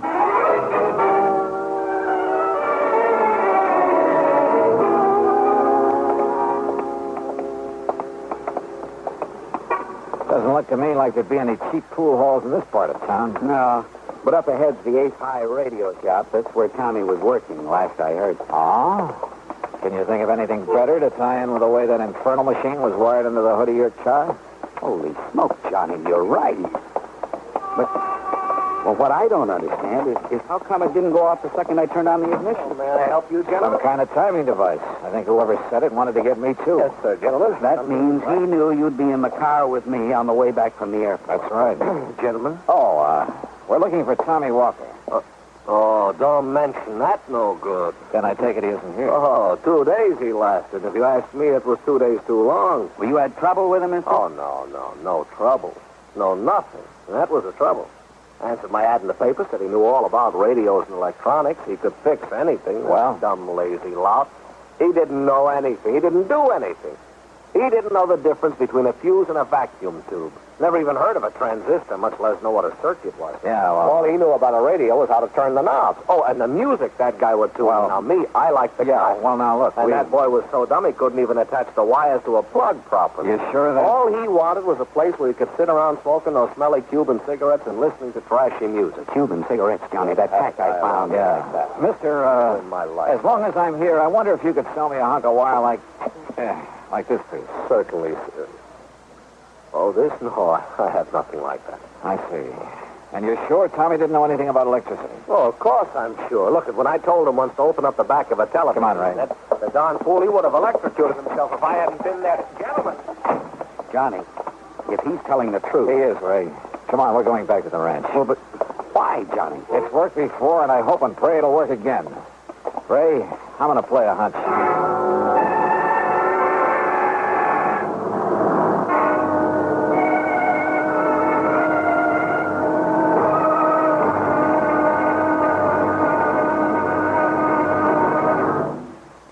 Act 3 of yours truly, Johnny Dollar, in a moment. And now for another episode in the life of Sergeant Donald Bellwether, my husband.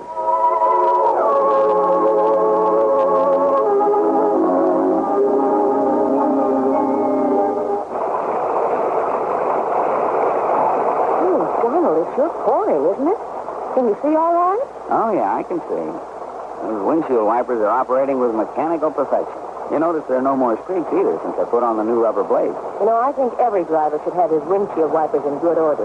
It's much safer. It would be much safer if everyone would slow down during wet weather like my husband is doing right now. Just being cautious, Reba. We don't want an accident in this downpour. We don't want an accident any time. Yeah, that's for sure. Well, the experts say that accidents just don't happen. Something causes accidents, and that cause can be prevented. By the way, dear, in what kind of weather do you think most accidents occur? Oh, I'd say in rain or snowy weather or slippery weather when visibility is impaired. That's the wrong answer, dear. Wrong? Are you serious? Statistics show that 8 out of 10 accidents occur when the weather is clear or with a cloudy overcast. Are you positive? I wonder why. Oh, here's our house bill. Oh, yeah. Now, you sit right here, Reba. I'll get out with the umbrella, and then I'll come around and open your door. All right, honey. I wonder why. Wonder why what? Why 8 out of 10 accidents happen in clear weather? Oh, well, I don't know for sure, Sergeant. But I do know that you drove very carefully tonight in the rain. Thanks. Now, if everyone drove as carefully during clear, dry weather, there'd be less accidents, I'm sure. Hey, that must be it. People automatically get cautious in the rain and snow. Too bad they don't stay that way in good weather. You will, won't you? I mean, drive safely in good weather, too? I promise. Oh, that's my Donald. That's my doll.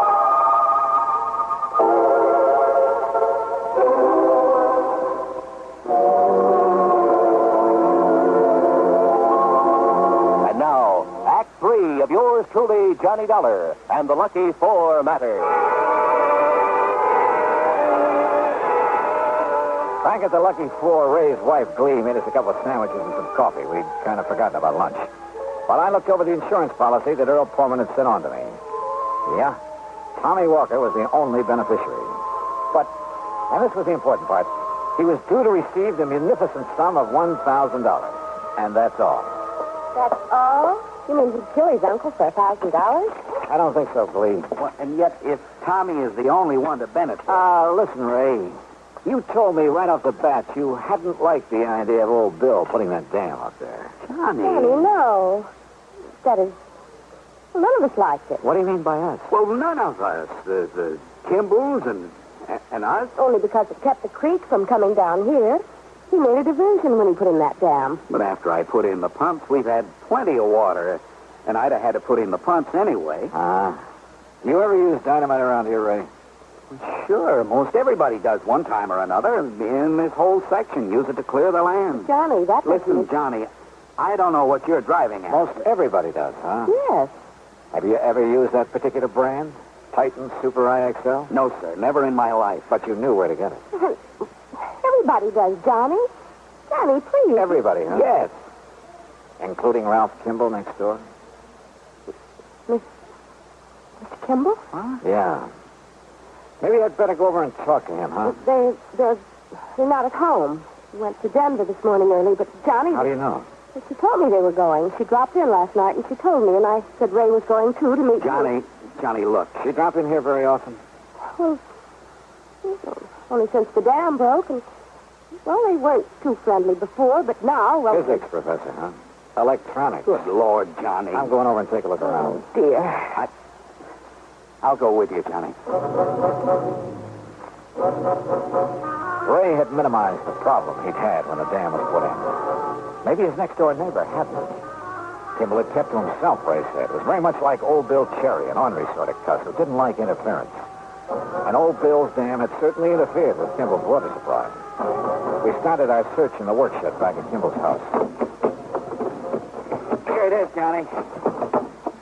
Take a look. Titan Super IXL. Look here, Ray. This rock drill the same size as the one used up on the dam? Sure is, Johnny. And if we can find some of it. Yeah, this is it, all right. Same kind of wire that was on the bomb under the hood of my car. Pretty good evidence, if you ask me. And here. El Perro, the same brand as the cigarette package you found clutched in old Bill's hand. But listen, Johnny. Yeah? This is only what you'd call circumstantial evidence. But if there's enough of it. Listen. Yeah? Maybe you underplayed it. Maybe you were pretty sore about that dam. Well, of course I was. And so was Kimball. He threatened to sue, Johnny. He threatened a lot of things, but that doesn't... All right. Call that the motive. Now, this evidence, this rock drill. But a lot of people use them, maybe even this same size. And this wire, the same kind used to hook up that bomb. But, well, most anybody could get wire like that. I think. The point is, he has it. And the right brand of dynamite. Well, anybody who knows that store up in Denver... As for hooking up that infernal machine, Kimball was a physics professor, electronics. Yeah, that's true. Did he know about your private shortcut to Denver? Yes, Johnny, I told him one time. He also knew when you and I would be on that road. Glee had told his wife. She probably told her why I was coming here. Yes, that's true. Kimball and his wife left for Denver early this morning. And look, Johnny. Huh? The mud on these boots here in the corner. The same gray silk you find only up around Cherry Lake. Yeah. And if that doesn't prove it... But, Johnny, it's all circumstantial. But it'll hold up in court. What? 7 points of similarity, Ray, that'll stand up in any court in the land. But even if... Even if. Because what the law calls 7 points of similarity, as any mathematician can tell you, will occur only once in 38 billion times. That's true? That's true. And that's what's going to hang Mr. Kimball. That, Mr. Dollar, is not true. Kimball. Oh, now, surely you're not going to be foolish enough to use that thing, Kimball. You've left me no alternatives now that you found out. Now look, Mr. Kimball. All right, Bizney. Dollar, if you want to do any praying, do it fast. What? Yes, Mildred? Ray's wife. Ray's wife? Yes, she's coming over here with a shotgun. Shotgun, eh? Well, she's too late. Oh, no, she isn't. Stay right where you are, Mr. Kimball. Move it and help me. I'll pull it. Oh. Stand right That was too close, Johnny. Yeah. Shall we join the ladies?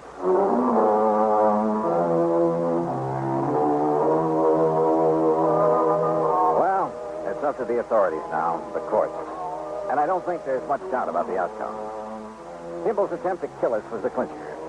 As for Tommy Walker, the heir, well, you'll have to pay him off on old Bill's policy. Expense account total, including the trip back to Hartford, $224.95. Yours truly, Johnny Dollar.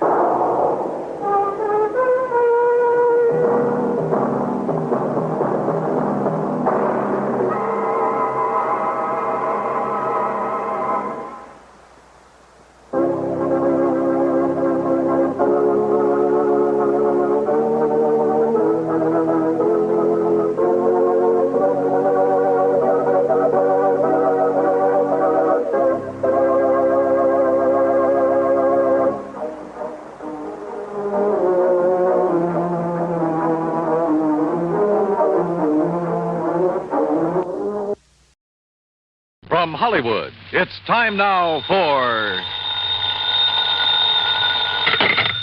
Johnny Dollar. Hi there, Johnny. This is Buster. Buster?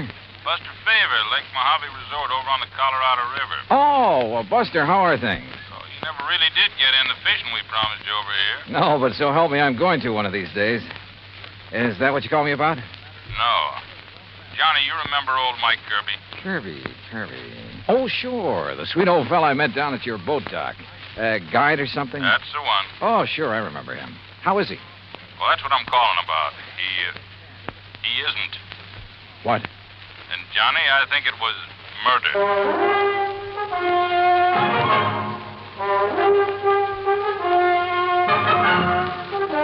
Bob Bailey in the exciting adventures of the man with the action-packed expense account.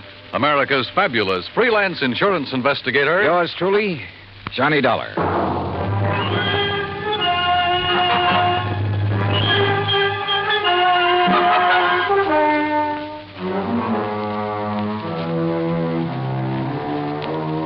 Expense account submitted by Special Investigator Johnny Dollar to the Tri-State Life and Casualty Insurance Company, Home Office, Hartford, Connecticut.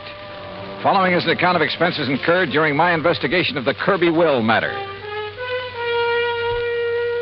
As soon as I hung up on Buster, I lost no time in making the necessary plane reservation to Las Vegas and picking up a handful of American Express traveler's checks.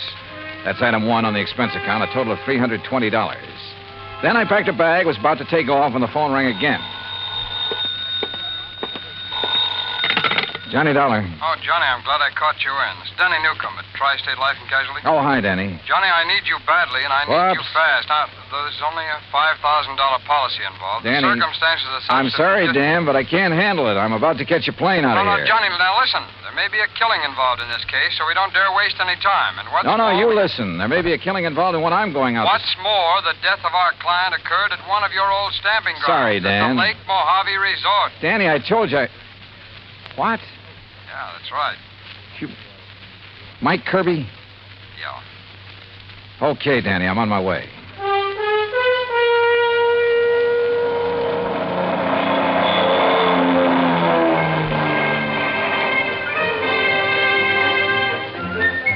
It was 7:30 a.m. when the plane dropped me off in Las Vegas, Nevada, smack in the middle of the Mojave Desert.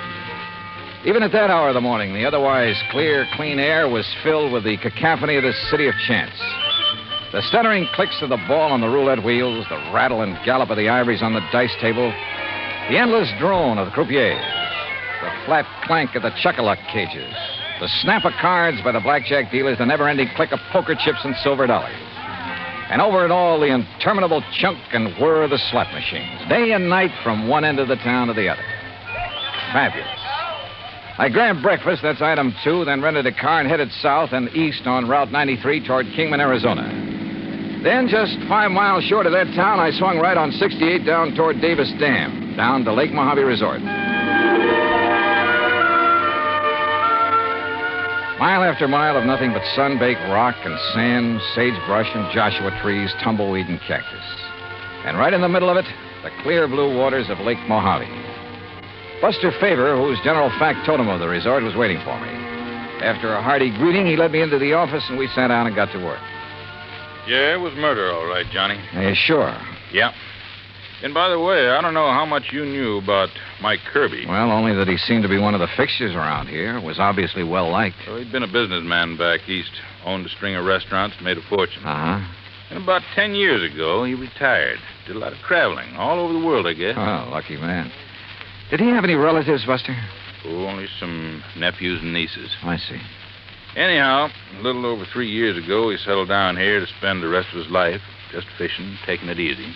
Can't think of a better place or way to retire. How old was he, Buster? 61. Didn't look it, though. No. Well, if I remember right, he was pretty fit. He was.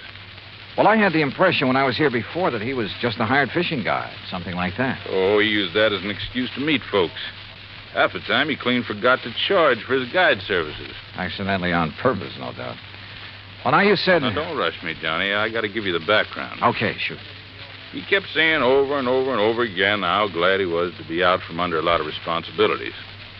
Then one day, about 6 or 7 months ago, he suddenly transferred title to his boat, his motor, his fishing tackle, and his old beat-up Ford to us. Oh? I know. I asked him at the time if he wanted to get him off his personal inventory, why not give him to his relatives? Well, what'd he say to that? Said he didn't like him. Felt they were just waiting around for him to die so they could get their hands on his money. Oh. Said he just wanted to make sure that if anything happened to him, the stuff would end up with us on account of we'd use it and appreciate it. Also, Johnny, he plunked down $10,000 in cash and insisted that we take that, too. $10,000? What for? His rent on his cabin for as long as he lived. Oh. Buster, did he leave a will of any kind? Well, now I'm getting to that. Anyhow, last Friday afternoon, he went out fishing alone like he often did. And just before dark, one of the rental boats came in with 2 young kids. Yeah. They'd seen old Mike's boat up on the beach in that big cove just above the power line crossing. They found Mike laying on the sand beside it, as still as death. Well, they came tearing in to report it, scared half out of their wits. Well, I sure hope you... Oh, sure. I grabbed Ham Pratt and a big flashlight. You remember Ham. Oh, yeah, the manager of the resort. Yeah. Well? Well, we found him there. And he was gone, poor old fella. Go on, Buster. Well, Ham took one look at him, and rattlesnake, he said. A rattlesnake did it. Mm-hmm. You could tell by the way Mike looked, laying there. Fang marks? Yeah, on his right leg, just above the ankle. And a big bruise on his head, like he'd hit a rock when he fell. But on the phone, you said you thought it was murder. And a minute ago, you said you're sure of it. Well, we put him in our boat, hitched his on behind, and brought him back here. We phoned Tad Harding of the Kingman Police Department. Oh, I remember him. Good man. Yeah, well, Chief Harding took one look, and he agreed with Ham. Poison from a rattler. Well, they took him into Kingman, and I telegraphed the relatives. But, Buster, now look, you...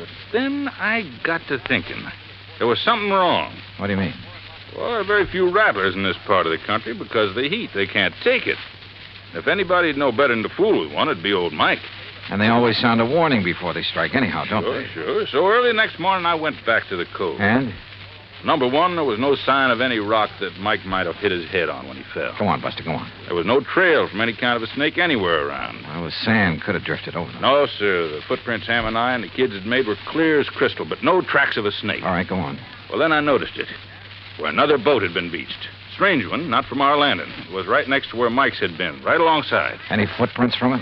Well, if there were, we and the kids had mashed them all out. Then I remembered the way Mike had been laying there, as though he could have been rolled out of his boat or thrown out right on the sand. Then it looks as though somebody met him out on the lake, banged him over the head, made the fang marks, which isn't hard, then lashed the 2 boats together, dumped him off at the cove, and left. It sure does, Johnny. I want to see that place.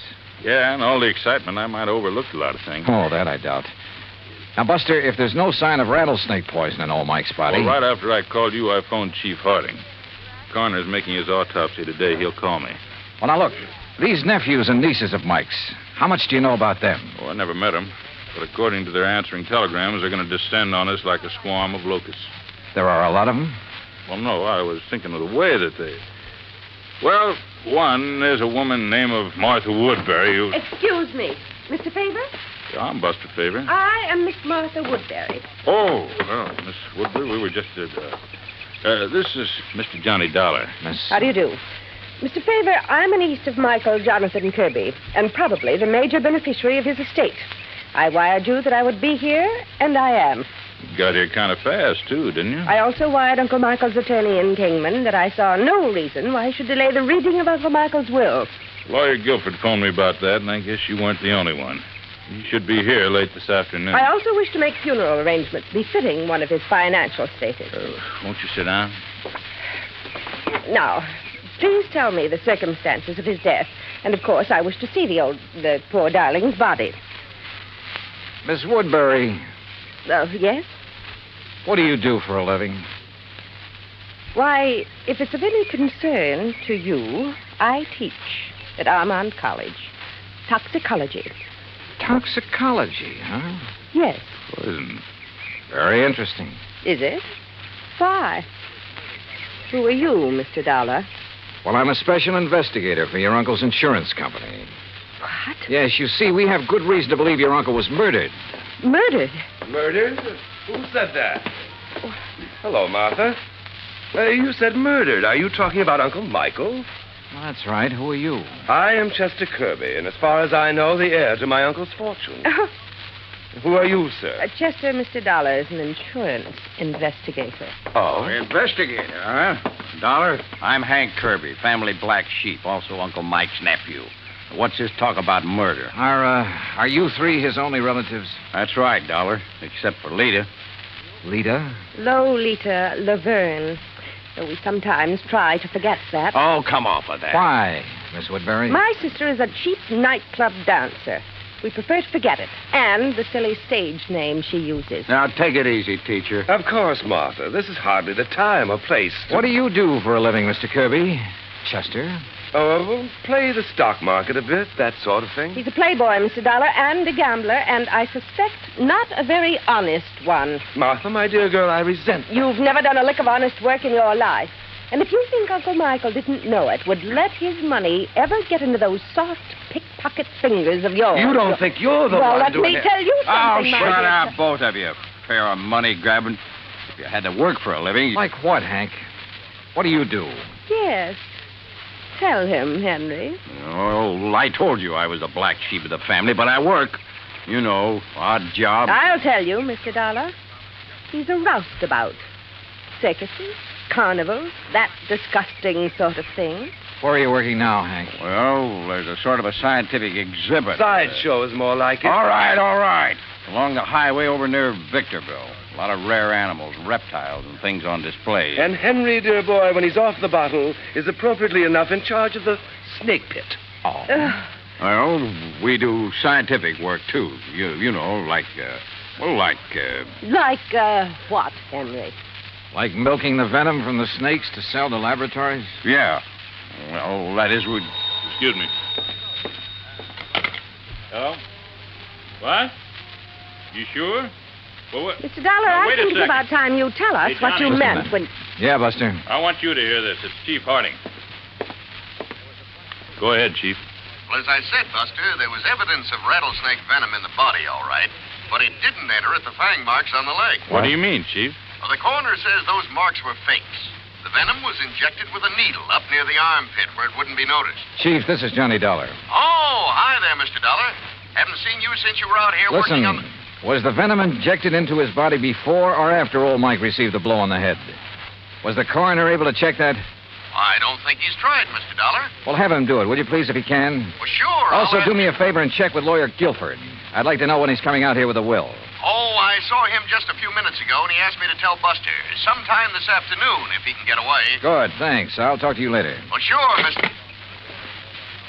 As I started to say, Mr. Look, Dollar, Miss Woodbury, there is nothing that you or any of us can do until we get the complete report from the coroner. Well, you can at least tell us what you meant. And when what you meant... about dear Uncle Michael's will, Mr. Dollar? That will have to wait for the attorney. He expects to be here sometime later today. Now, wait a minute. You said murdered. Incidentally, I suppose the will shouldn't be read until Lolita, or whatever her name is, gets here. According to her telegram, she ought to get here today. Well, she better.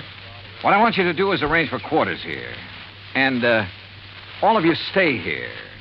If you won't do it of your own free will, I'll have Chief Harding of the Kingman Police Department take whatever... No. Such a humiliation is entirely unnecessary. There's nothing to keep me from sticking around. I want to hear that will, too. Of course. Don't we all? Okay, then. Sit tight. For my money, any one of them could have done it. A toxicologist, a man whose business was handling poisonous reptiles, and a cheap tin horn gambler, and the nightclub dancer who hadn't appeared yet. Yeah, any one of them to latch on to the old man's fortune. I avoided telling the three present about the circumstances of their uncle's death in the hope one of them would slip, would give himself away by saying something to show that he or she already knew. As soon as they were ensconced in their rooms, Buster and I hopped into his outboard and headed up the lake. Remember the last time we rode up here looking for evidence, Johnny? Yeah, I sure do. That was the Midas touch mine. Yeah. And the pretty little lady owned a high-power rifle with a scope sight. Just about here, she started taking pot shots at us from the shore. Wow, that's one thing we won't have to worry about this trip. Now, right around this point is where I found Mike's boat on the beach. And like I told you, I may have overlooked some clue that you'll spot in a second. Buster. Yeah?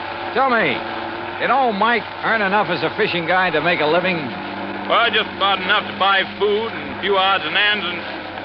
Well, like I told you, most of the time he deliberately forgot to charge, not needing the money and all. Hey, Johnny, there in the cove. What? A boat, right where Mike's was. Whose is it? Do you know? Isn't out of our landing by... Hey, that puff of smoke from behind the bush way up on the sand dune. Swing us around. That's somebody with a gun. And look, we're taking in water, those holes in the bottom. Grab that can, start bailing. Hey, that guy can shoot. Pull us around, Buster. We're like a pair of sitting ducks out here. Right.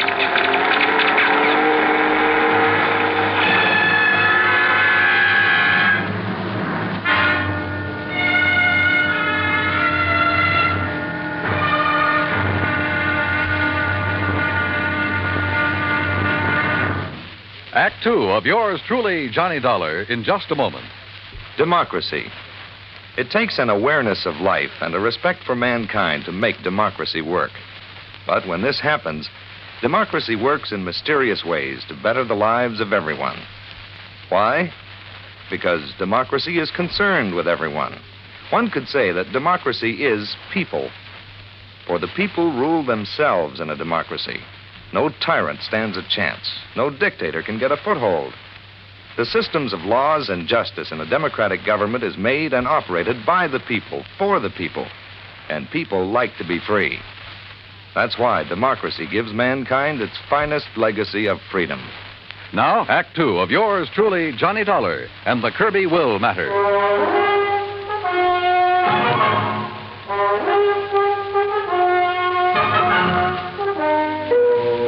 Whoever had been shooting at us from the shore there on Lake Mojave had a good eye. But a 30-mile-an-hour outboard at over 200 yards and swerving like mad can be a pretty tough target. With a hull full of holes, we had no choice but to go back to the landing.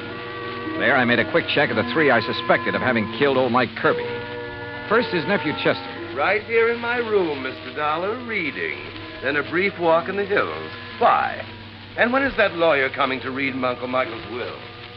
Then the niece, Martha Woodbury. Gathering a few desert plants, as you must know. Hardly racing about on the lake armed with a gun, as you seem to suspect. Why don't you question Henry? If anyone should know how to handle a gun, he should. So I questioned Hank Kirbey. Fishing, that's what. I saw no reason to just sit around waiting for that lawyer to arrive. I was fishing in that first big cove on the right. On the Arizona side? That's right. And I saw you and Buster tearing back here. That's when I come back to see what was up. Now, what is up? Mr. Kirbey? Yeah, Buster? On the payphone, the phone booth next to the cafe. Yeah? Kingman operator just called. Yeah? She still hadn't been able to reach your party on whatever that call was you made. Oh, yeah, thanks. What call, Hank? I've been trying to locate Lita, find out why she hasn't got down here. Maybe she doesn't care about the will. Where is she, Hank? It was to a dive up in Las Vegas that I sent the telegram, Johnny. Yeah, that's where she's been working. Is that where you called earlier, Hank? Earlier? Yeah, didn't I see you in that phone booth when Buster and I pulled out? Oh, yeah, sure. Trying to get Lita then, too. Yeah. Yeah, it reminds me, Johnny. Lawyer Guilford just phoned me from Kingman. He'll be over here in about an hour. Then the will gets read, huh? Perhaps we ought to wait for Lita. What do you think, Hank? She'll be here. Well, did you talk to her? Is she on her way? Yeah, she's on her way. All right. If Buster's willing, we'll use the office when Guilford gets here. Sure. So, Hank, you tell the others to be ready and waiting. Yeah, sure thing. Come on, Buster. Right, Johnny. What's on your mind? Well, maybe it's just a hunch, nothing more. But I want to get on that phone in the office. I called Armand College first. Yes, Miss Martha Woodbury had left there only last night. So she couldn't have been here when Mike Kirbey was killed. A call to Chester's Hangout, a private gambling club in Reno, indicated the same thing. Call number 3 was to the so-called museum where Hank Kirbey worked with the snakes, a place within easy driving distance of Lake Mojave. But the records showed he hadn't left the place in 2 weeks until this present trip to be here. Lolita? Well, the manager of the club in Las Vegas said she hadn't missed a show. Daytimes? Well, who knew? But she was there every night. Then I suddenly remembered something about the geography of Lake Mojave. Yeah, Johnny. Cottonwood Landing is only about 25 miles north on the west, the Nevada side of the lake. Could that boat we saw in the cove? Sure. That's where it came from. I knew there was something familiar about it. Hey, what are you going to do, Johnny? Kingman. Operator, get me Cottonwood Landing, please. Yes, sir. It's one of their rental boats, Johnny. Yes, sir, I'm sure of it. Any number? Any identification on it? All that I didn't see. Anyhow, they rent so many to fishermen every day. Uh-huh. Hey, here comes Lawyer Guilford driving up. Good. Cottonwood. Hello, this is Johnny Dollar, special investigator. Yes, sir. What? I want to know if you rented a boat today to a girl named Lolita Laverne. Laverne? I'll meet him, Johnny, and I'll bring them all in here. Okay. No, sir. Nobody by that name rented today. Well, what about Friday? Friday afternoon. Friday? Yeah, that's right. Well, the only women we rented to on Friday was old lady Newberry, down from Canada for a couple of days. No, this is a young girl. Well, the other was a Miss Hancock. Hancock? Lucy Hancock. Okay. Thanks very much. I've never seen it. Johnny, this is Lawyer Guilford. Lawyer, Mr. Johnny Dollar. Hey, it's a pleasure, Mr. Dollar. How are you, sir? Now, if you'll all please sit down.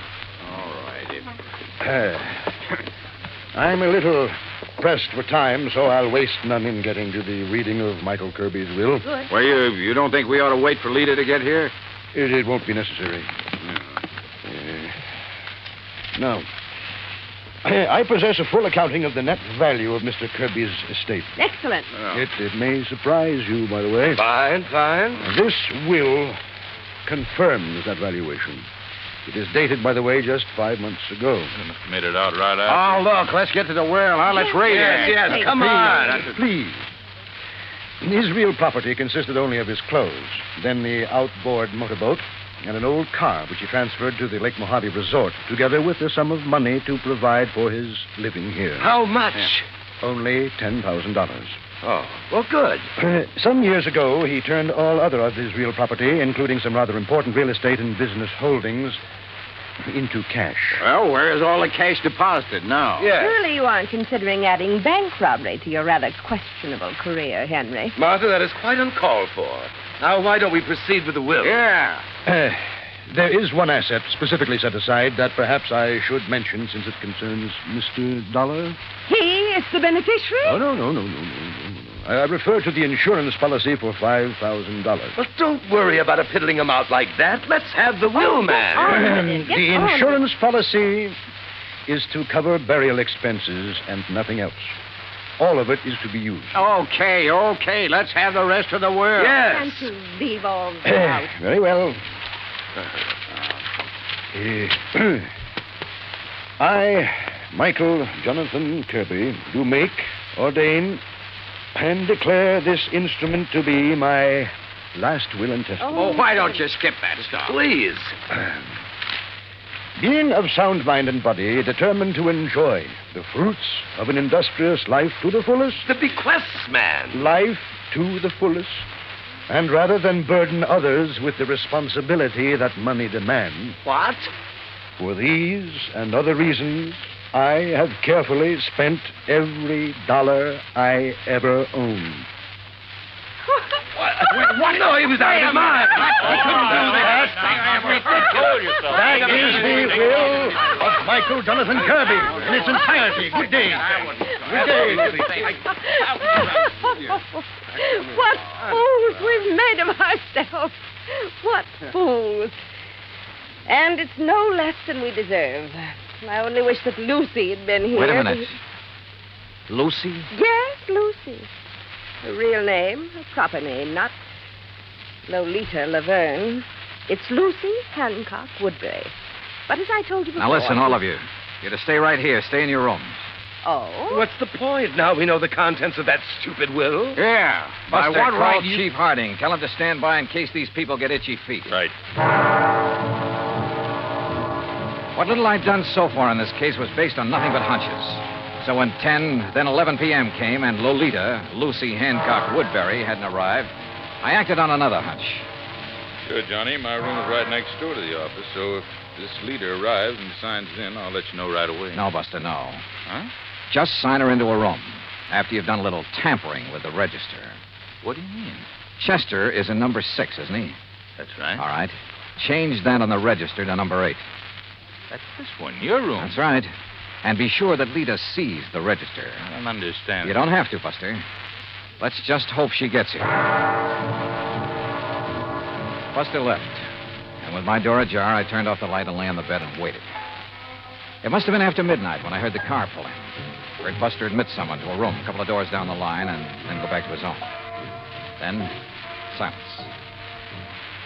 Then the quiet click of feminine footsteps approaching my door. Quickly, in the darkness, I lit a cigarette, held the glowing end away from my face.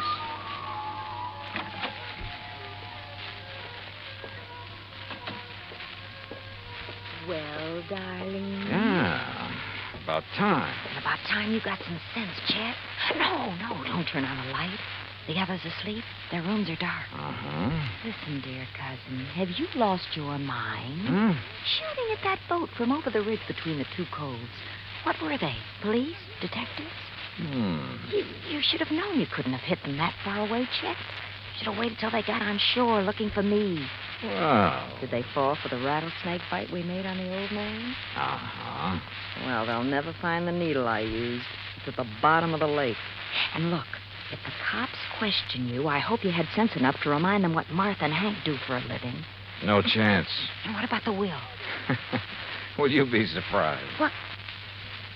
Say that again, Chet. Say anything. You sound like somebody else. Yeah, like Johnny Dollar. Let's have some light. Dollar? That's right, special investigator. Oh, no. Let me out of here! Now, where do you think you're going? No, let me go with me! Come on now.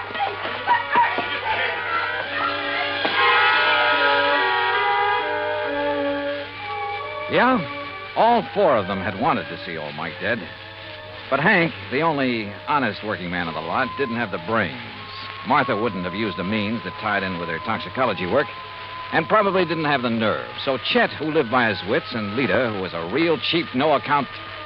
Well, the courts will take good care of them. And I still have to chuckle over poor old Mike's will. Being of sound mind, I have spent all my money. Which reminds me, expense account total, including transportation back to Hartford, $331.25. Yours truly, Johnny Dollar.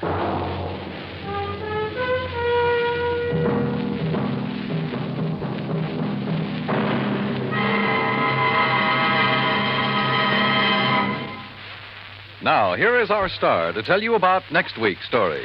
Next week, the most complicated case in years comes up with the simplest, most obvious solution. Join us, won't you? Yours truly, Johnny Dollar.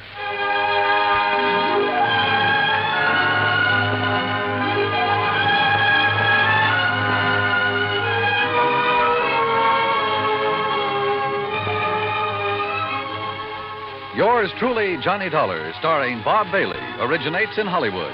It is produced and directed by Jack Johnstone, who also wrote tonight's story. Heard in our cast were Virginia Gregg, Barney Phillips, Shirley Mitchell, Stacey Harris, Carlton Young, Forrest Lewis, Frank Nelson, and John Boehner. Musical supervision is by Amerigo Marino. Be sure to join us next week, same time and station, for another exciting story of yours truly, Johnny Dollar. Johnny Dollar has come to you through the worldwide facilities of the United States Armed Forces Radio and Television Service.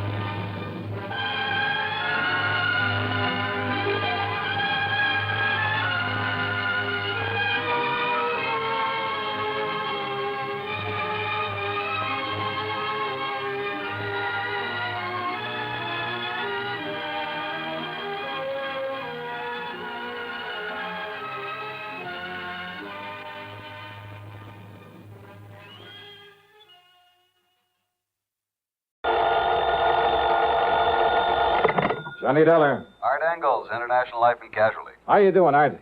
Hey, listen, Johnny, are you free to take something on for us? Arthur, my boy, as long as a nice, big, wealthy company like yours just can't wait to pay my expense account. Now, Johnny... Plus a sizable fee for my superlative services.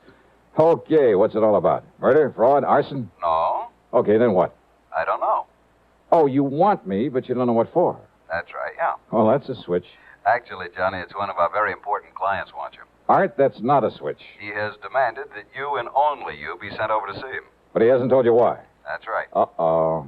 Now, what do you mean by that? Well, I mean, the last time I took on one of those I don't know why matters, I got slugged, shot at, and thrown off a bridge. Well, Johnny... But okay, Art. I'll run on over and see you.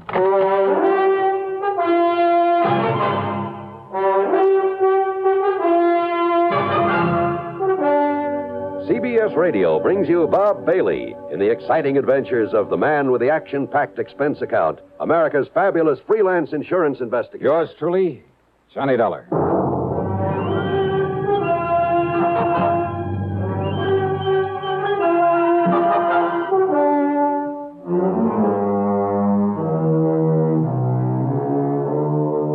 Expense account submitted by Special Investigator Johnny Dollar to the International Life and Casualty Insurance Company, Hartford, Connecticut office. Following is an account of expenses incurred during my investigation of the Phony Phone Matter.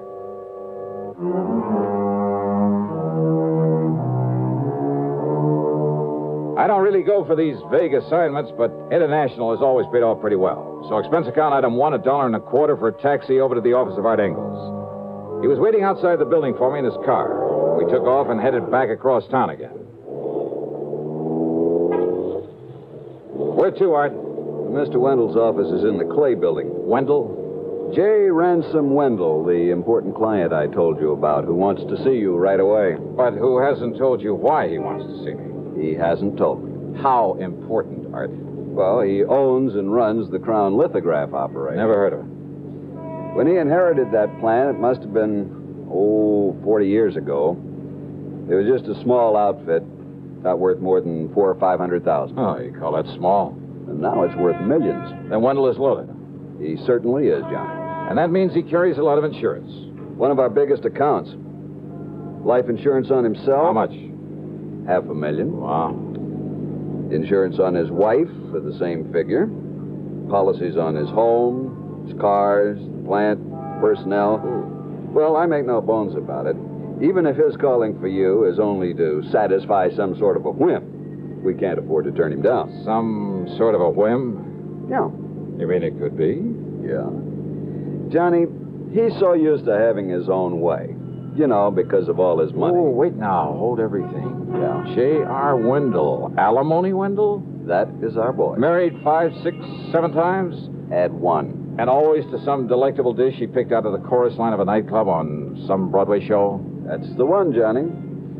Marries them, finds out all they want is his money, pays them off, then goes ahead and does the same thing all over again. Oh, brother. But according to the newspaper stories a couple of years ago, he swore he was through with those gold diggers, that he'd never again pay off another one of them. Mm-hmm. So what happens? What happens? 9, 10 months ago, he puts a ring on that dancer, Lavon Laverne. Yikes. Whereupon she promptly puts a ring in his nose and starts making the usual dent in his bank account. Oh, now you don't think his wanting to see me has anything to do with his trouble with this Lavon Laverne? Oh, now, Art, I want to... We'll soon find out, Johnny, because this is his office building.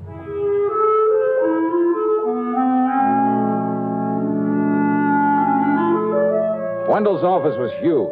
The walls were paneled in rich mahogany hung with fine oil paintings. Wall-to-wall carpeting so thick you sank into it almost up to your ankles. Fine antique furniture, including his tremendous desk. And the man himself really fooled me. He must have been, about 60.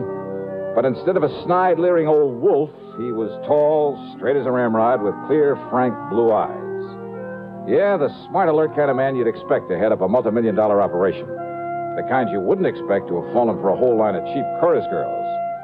But then, of course, you never can tell. Yes, Mr. Engels, Mr. Dollar. It's my wife, Lavon, that I'm concerned about. But since it has nothing whatsoever to do with her insurance at the moment. Well, now, Mr. Wendell... Engels, I'm much obliged to you for bringing Dollar to me. If I need you further, I'll let you know.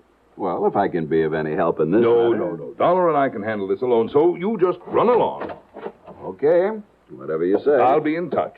Yes, so I heard. All right, Johnny. You let me know just... Goodbye. All right, Dollar. Well, now, look, if there's no insurance involved. Oh, there isn't. I hope there won't be. I'm quite sure there won't be. Nonetheless... You say this concerns your wife? Yes. Yes, it does. Well, far be it from me, Mr. Wendell, but I had a notion you were through with marrying all these pretty young girls. I made some bad mistakes, Dollar. 7 of them, to be exact. Cost me a lot of money, a lot of heartache. Took a lot out of me.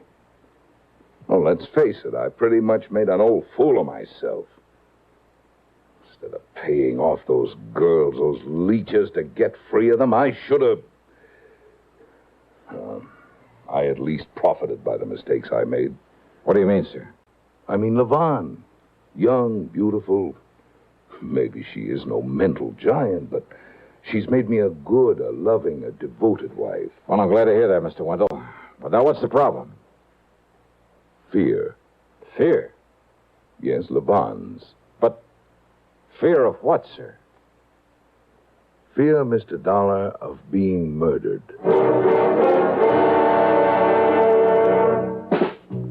Smoking more now, but enjoying it less.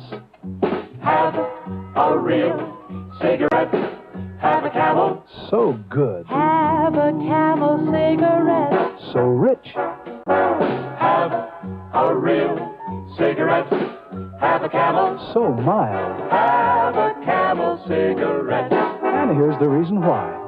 Best tobacco makes the best smoke. Have a Camel cigarette. You can say that again. Best tobacco makes the best smoke. Have a Camel cigarette.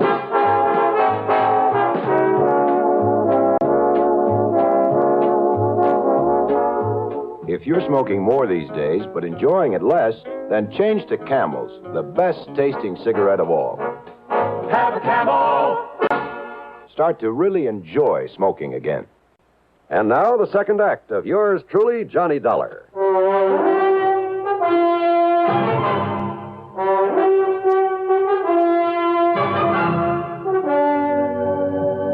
Now, wait, Mr. Wendell. Your wife, Levon, she's been threatened with murder. Threatened? No. I'm afraid I don't understand. But, Dollar, she's fearful that someone is going to kill her. It's been going on for several weeks now. Why? I don't know. All I know is that she's become terribly upset over this idea, this fear. I've called on you to see if you can determine for me if there are grounds for all this apprehension. What if she hasn't received any direct threats? She hasn't, at least none that I know of. Well, she says that she hasn't. Well, no, look, Something wait. has gotten her into this unfortunate state of mind. I don't know what it is. But I hope you can find out for me. You sure you shouldn't have called in a psychiatrist? Have one of those stupid, money-grubbing head shrinkers ask her a lot of silly questions. Oh, no, wait. Some of them are pretty good. Can do a lot of good in a situation like this. Dollar. Because I know Levon. I know what her reaction would be. She's nervous and upset enough about these fears as it is. But you, posing as an old friend, as our guest there at the lodge. Your lodge, Mr. Wendell? Yes, over on the Peekabuck River above Farmington. It's a little place we keep as a sort of retreat, a place to get away from it all. I see. When I left the house here in town a few minutes ago, I told Levon we'd meet her there for lunch and start the weekend a little early. We, huh? I told her you're an old friend. Come east for a bit of a vacation. Oh, from where? Los Angeles, Hollywood. Oh. You are familiar with the West Coast, I hope. Oh, enough to talk about it intelligently. Good. Well, then why don't we leave right away? Mr. Wendell... We'll stop at your apartment so you can pick up some clothes, then we'll head on up to the lodge. Excuse me. But now look here, Yes, sir. Mr. Wendell? Miss Barker, have my car brought around, please. Yes, sir. I'll be gone until Monday. Have a pleasant weekend, Mr. Wendell. Thank you. Well... Well, I still don't quite understand what you expect me to do up there at your lodge. Dollar, I have known about you for years. I have great respect for your talents. Not only as a crime investigator, but because of your ability to deal with people, get very close to them. Ah. People like your charming and beautiful wife, Mr. Wendell? Oh, no. I'm very serious, Dollar. You have a knack of inspiring inspiring confidence, of getting things out of people that... Well, you see, I follow the reports of your cases on the radio very closely. Yeah, well... I'm convinced that you can be of more help than any psychiatrist could possibly. And also, and let's be frank about this. Yes? That is, if your wife's fears are justified. Well? You also think I might be handy to have around as a bodyguard, right? Yes, Dollar, that's right.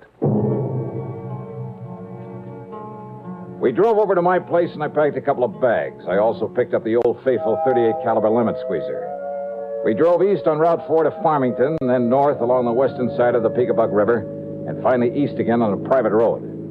Meantime, as we drove along, I questioned Mr. Wendell further. No, Dollar, I can think of no one who might want to harm her, of whom she ought to be worried or afraid. Well, there must be some basis for this fear of hers. Of course, before I met Levon and married her, when she was dancing in nightclubs, and I'm afraid not always the better ones. Well, a lot of those joints are run by racketeers. Yes. Her contacts in those days were not always with the best of people. Something to work on, isn't it? Oh, but now here we are. You like my little place? Oh, you call this little? We like it because it doesn't require any servants, and we can... Now, what's the matter? Well, nothing. Only it's well after noon, and I don't see Levon's car anywhere. Well, maybe she's been here and left to do some shopping or something. Come along, Dollar. Let's go in and see. Well, I suppose 10 rooms is rather small to a man like Mr. Wendell. But I didn't have much chance to look around because of his concern over his wife. He went through the motions of pouring a couple of drinks. I just don't understand this, Dollar. It's almost 1 o'clock. She's always on time. Will you excuse me? I'm going to see if something's held her up at home.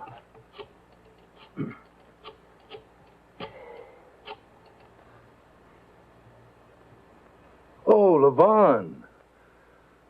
I'm just silly, I suppose, but I'm here at the lodge with Mr. Dollar, and I was beginning to get worried about you. Why, you weren't here when we... Visitor? Anybody I know? Vonnie, you sound worried about something. What is it, dear? Vonnie? Vonnie? Hello? Hello? Hello? What's wrong, Mr. Vonnie, that sound I heard, what was it? Hello? Hello? Vonnie, what is it? What? All right, now, Mr. Wendell, what happened? I don't know, Mr. Dollar. She gave a strange kind of a kind of a gasp. Yeah? I believe she dropped the telephone. There was a thump, a heavy thump. Okay.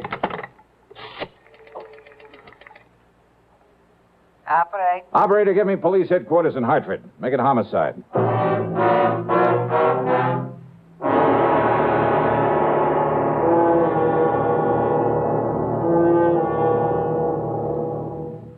We'll continue with yours truly, Johnny Dollar, in exactly 30 seconds.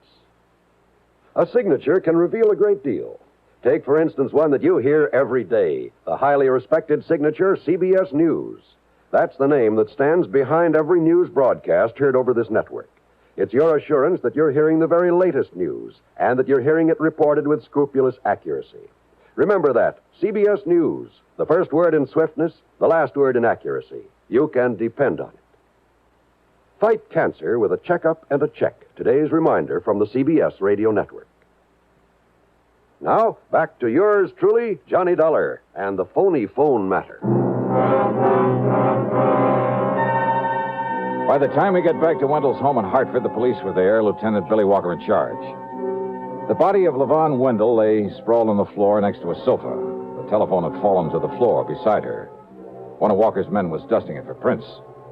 Another, obviously the medic, had removed a rather gruesome-looking knife from the middle of her back. Wendell had slumped into a chair, and he sat there staring as though he couldn't quite believe it. His face was white, and he kept clenching and unclenching his hands with such force I was sure his palms were bleeding. The only sound he made was an occasional half-smothered sob. Must have killed her instantly, Dollar. Doc here says the knife went clear through into her heart. Yeah. Think you can trace that knife, Lieutenant? Oh, I don't have to. Came from that collection up there over the fireplace. Johnny, that could indicate it was done by somebody she knew that she let in here. You mean somebody who came unprepared to kill her? Right. Oh, the back door was left ajar, by the way. Any servants in this place? We're way ahead of you. What? Well, to begin with, they're an old couple. Neither one of them could have had the strength to do this. Oh, where are they?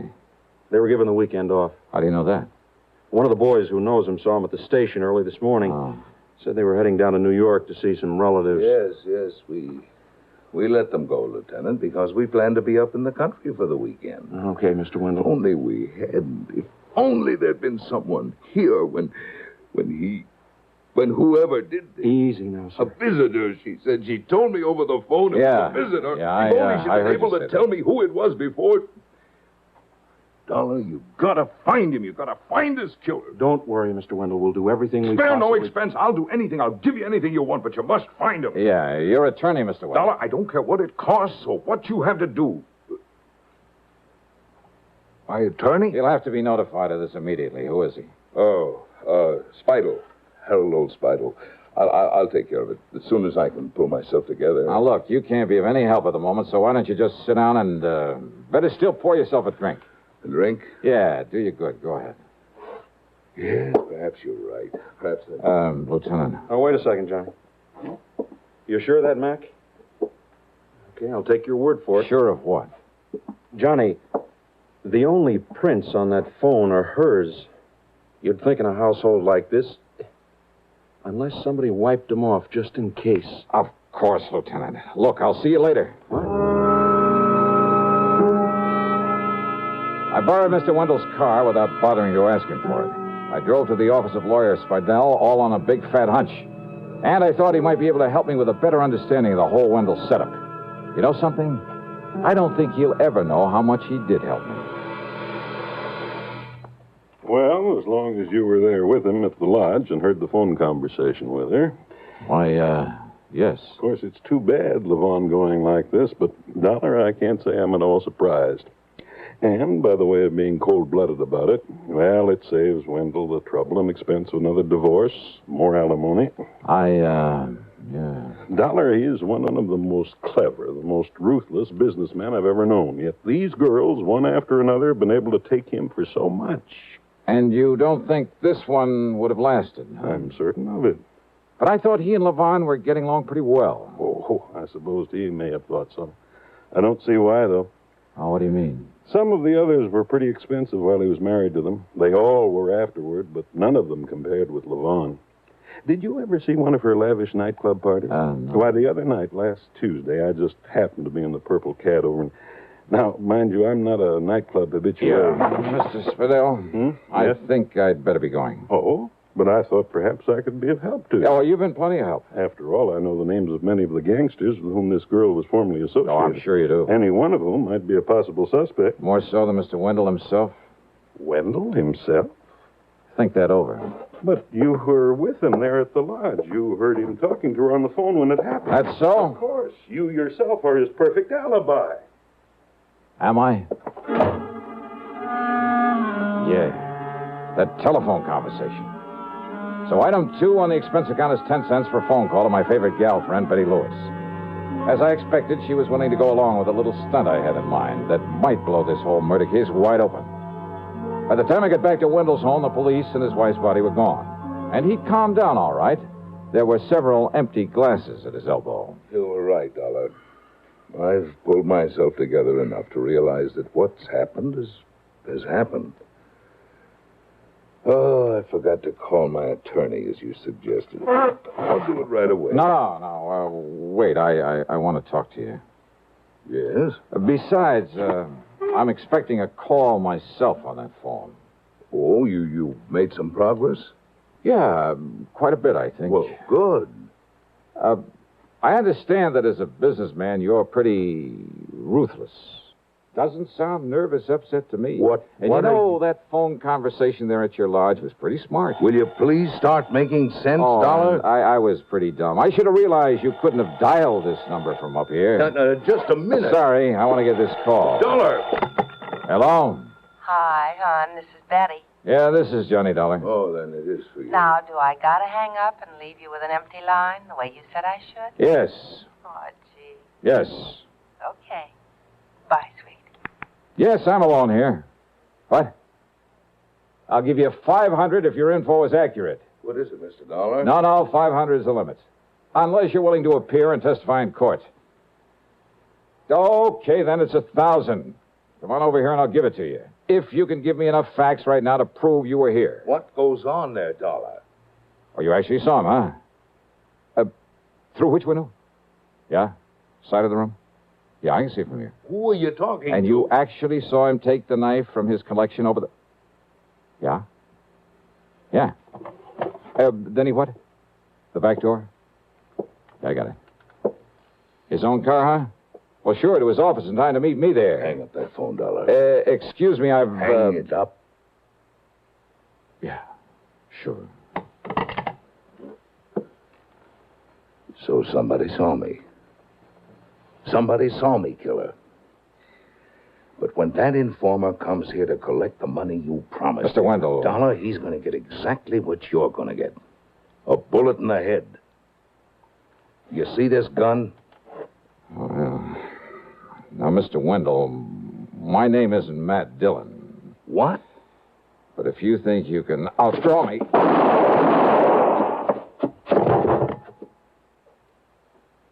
Wow.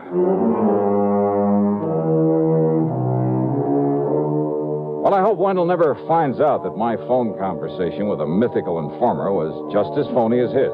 His talk with his wife after he'd killed her had left her there at the telephone at his home. Had set me up for an alibi at the lodge. But then what's the difference where he's going? Expense account total?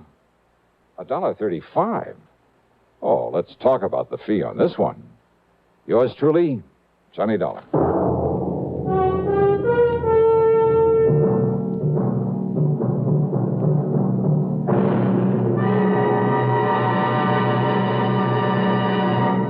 Constipation can be a problem for anyone, even doctors. And when constipation occurs, it's interesting to see just what doctors consider important about a laxative they might use or recommend. Well, a majority of the doctors we heard from had this to say. A laxative should be effective, gentle, close to natural acting. A medicine that can be used with complete confidence. Now, X-Lax has been popular with many doctors and millions of people over the years because chocolated X-Lax is effective. Overnight, it helps you toward your normal regularity. X-Lax is so gentle, so close to natural acting, there's no upset. That's why many doctors and millions of people use X-Lax with complete confidence. X-Lax, the laxative that helps you toward your normal regularity, gently, overnight. Now, here is our star to tell you about next week's program. Next week, one of my ever-loving gals comes into the case. And believe me, things get complicated. Join us, won't you? Yours truly, Johnny Dollar.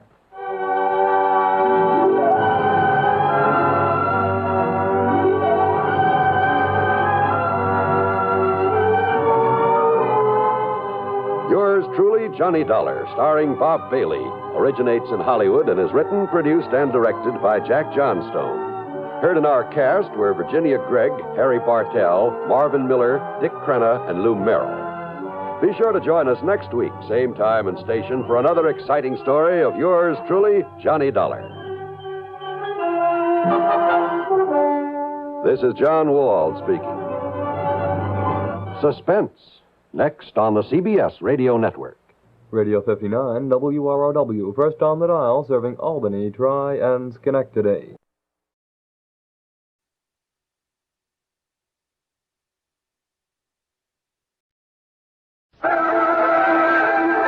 From Hollywood, it's time now for Johnny Dollar. George Reed here. Well, good morning, George. Bad morning, Johnny. What's the matter? You remember Jediah Gillis? Eccentric old man loves animals? Sure. Well, for the second time, he's talked us into issuing a special coverage policy on an item he wanted insured. And for the second time, it's disappeared, huh? Right. I hope it's not another singing mouse. I'm afraid it's something worse. An articulate canine. I take it a what? Dog, Johnny. And I take it a... You mean a talking dog? Yep. Oh, no.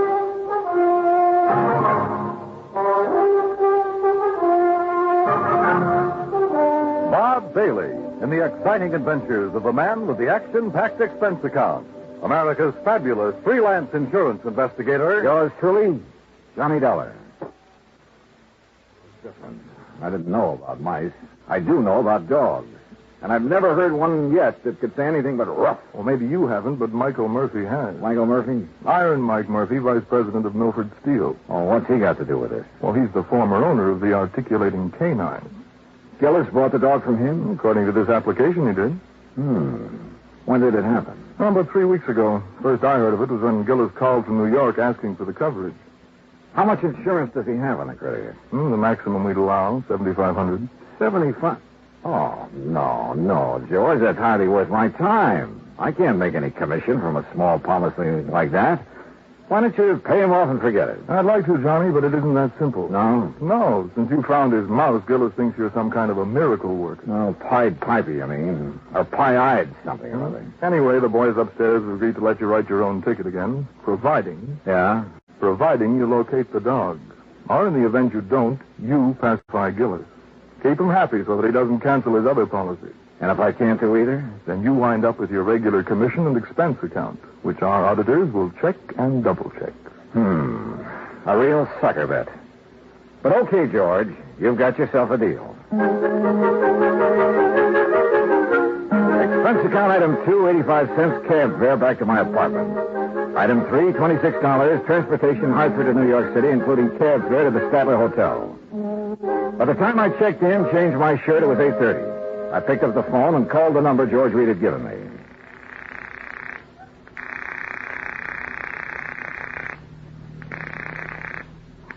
Hello? May I speak to Mr. Gillis, please? Johnny Dollar. Dad told me you were coming. Well, hi. Hi, is that all? I guess this is Marion. Yeah, I know. I had a hunch your father was staying at your place.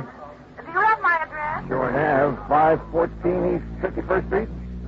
Apartment 4C. Yeah. Now you get right over here before everyone leaves. Everyone? Who all's there?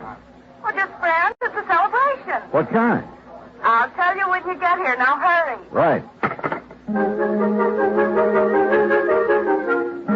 Expense account item 4, $1.70 taxi from the Statler to the East 51st Street address.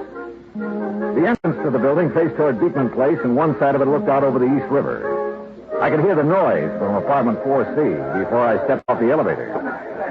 Marion had a good many friends, which figured because of her blonde hair, gray eyes, and a few other... Well, yeah. I pressed the buzzer and waited. I was about to press it again when a door opened further off down the hall. Hi. Oh, Marion. Here, Johnny. I hope you don't mind sneaking in through the kitchen. But Dad made it very clear that he wants to see you now and alone. Alone? Was that mob in there? He's waiting for you in the den. It's this way. How have you been? Oh, fine, just fine. Sounds like quite a party. It is. I sent out the invitations before the pup disappeared. I offered to call it off, but Dad wouldn't let me. Any special kind of celebration? I think so. It's to announce my engagement. Well, what do you know? Who's the lucky man? His name's Bill Fisher. He's an executive with the Powers advertising agent.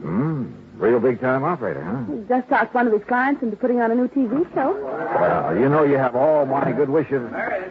Oh, Bill, we were just talking about you. I wondered where you disappeared to. Bill, this is Johnny Dollar. Hi, congratulations. You're getting a fine girl. Yes, I think so. Thunderation, what's all... Oh, it's Dollar, so you finally decided to get here. Hello, Mr. Gillis. Come in.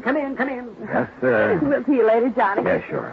Yeah, you ready to go to work? Yes, sir, whenever you are. Whenever I am. You're the one's getting paid to be a detective. Well, I can't do my job without your cooperation, Mr. Gillis. Well, what do you want me to do? Just answer a couple of questions. Well, didn't that sweet pea of an agent tell you all you need to know? Well, he couldn't. He didn't know anything except that a dog you have insured. A dog? A dog, you say? Is that what you call her? Why, you miserable, cold-hearted... A dog. Well, isn't that what you've lost, Mr. Gillis? No! And don't you ever let me hear you calling that... She's a little lady. If you must refer to the type of being she is, well, she's a canine. Okay. Do you mind telling me under what circumstances the canine disappeared? I wouldn't mind at all. And please call her Ming Toy. Beg your pardon? Ming Toy, that's her name. Ming Toy Murphy. What's the matter, you doll? Are you deaf? No, isn't that kind of an unusual name for a dog? A canine? Oh, you think so? Shows how stupid you are. She's a Chinese. Chinese? Yes, a Pekingese. A Pekingese. And being his first owner's name was Murphy, the whole thing, Ming Toy Murphy, just fits her to a T. Yeah. Now, exactly when did you notice Ming Toy was missing? Oh, since we got back from breakfast, you see, I'd left Ming Toy in here, locked up safe and sound, but when we got back, the door was standing open. The front door? No, not to this door. And Ming Toy was gone? Of course she was gone. That's what all this fuss is about. But the front apartment door was closed. It was, and if somebody's come in here and stolen her, they'd have had sense enough to close the front door when they left. You're, for sure somebody did steal. I don't know what to think. All I know is Ming Toy missing. Canine animals like her don't grow on trees. Oh, well, you mean because of her, special talent? Well, now you're getting it, my boy, yes. Because she can talk. Oh, now, Mr. Gillis, can you honestly say you heard her speak? Speak? Why, man, all dogs can speak. But Ming Toy talk. Just like a human being, I suppose. Yeah. I see you don't believe me. Well, you just march yourself over here to this tape recorder. Oh, Mr. Gillis, if she can talk like you say, it's still going to take me a while to kind of get used to this. You and the whole country, providing we get her back. The whole country? TV, boy. What? Television. A new show called The Big Shock. The first one's on tomorrow night. What's the matter? Don't you read the papers? Anyway, they started advertising about 2 weeks ago.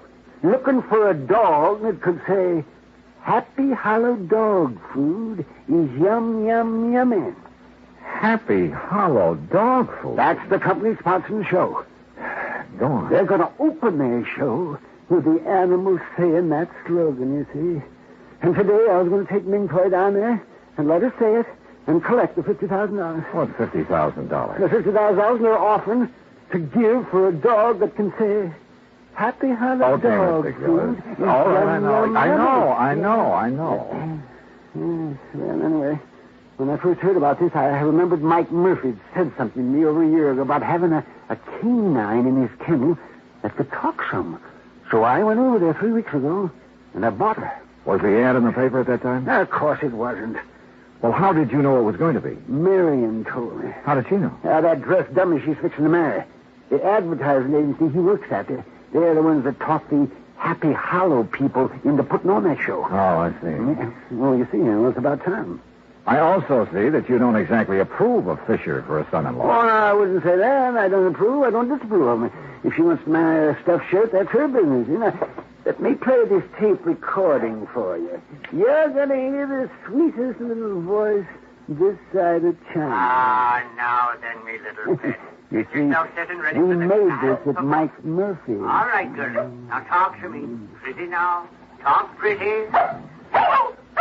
Hello, everybody. See? She said hello. That's a dog? That's canine. Be quiet. Very good, lad.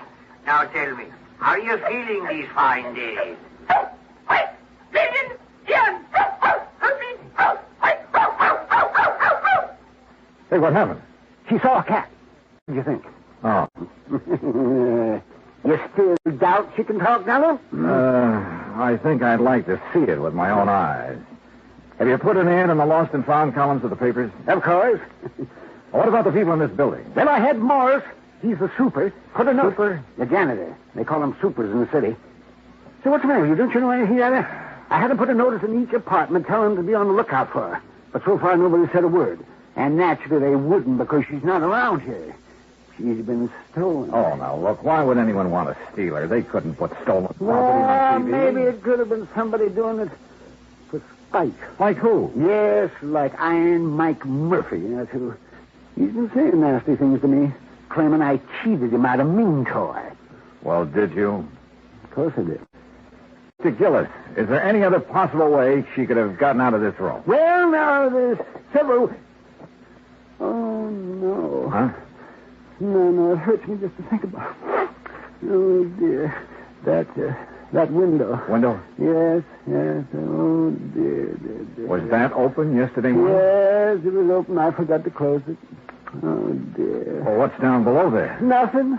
Nothing but the East River. I continued questioning him, making sure he'd given me all the facts. Then, after promising to take him along when I visited Iron Mike Murphy, I said goodnight and left. Expense account item 5, $1.70 for a cab back to my hotel. The next morning, I called Murphy and wangled an invitation to his Long Island home. At exactly 9 o'clock, I was in front of the Gillis apartment. Hey, mister. Yeah? You looking for Mr. Gillis? No, Mr. Gillis. You seen him?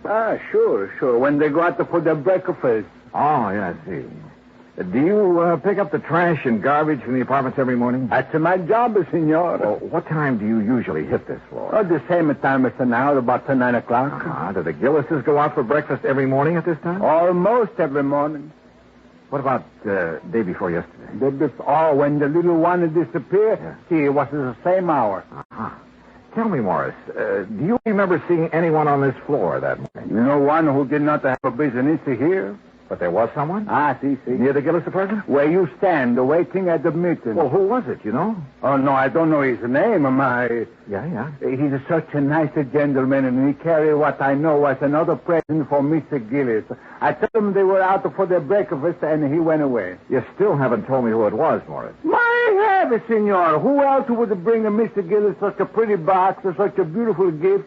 Who else but the gentleman she's soon to marry?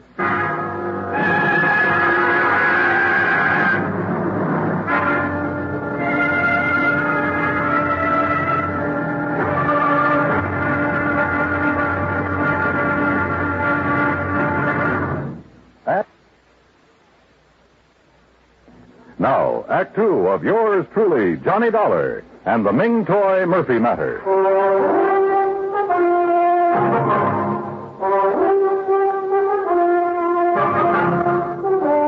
People in love usually keep odd hours, so I wasn't surprised that Morris, the janitor, had seen Miriam Gillis's fiancé outside the apartment the morning the dog, canine, had disappeared.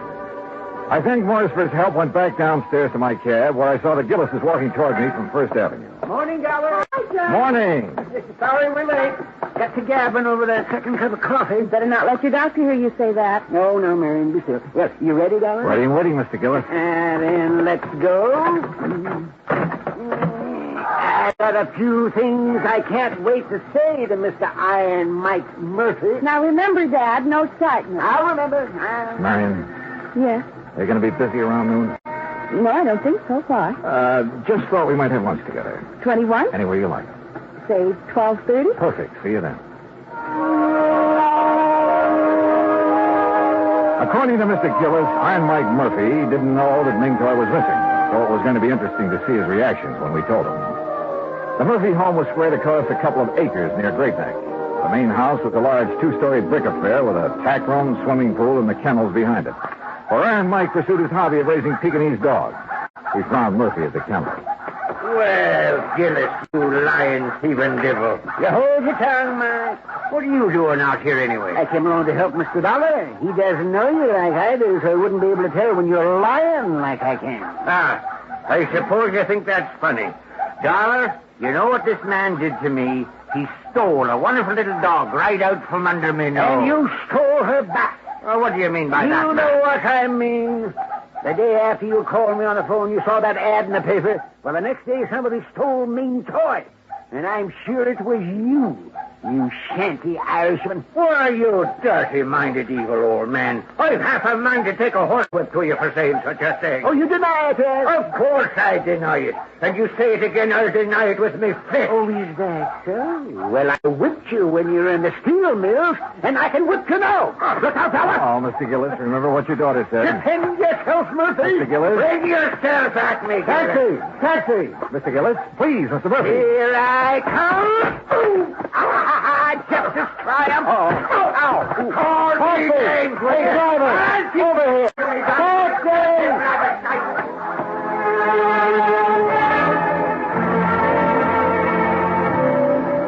When it was over, Mr. Gillis had a black eye and Murphy a bloody nose. Gillis and I went back to town. Paid their $12. That's item 6. After seeing Mr. Gillis safely to his apartment, I went across town to the 21. Marion arrived, we were shown to a table, and I told her as quickly as I could what had happened at the Murphy home.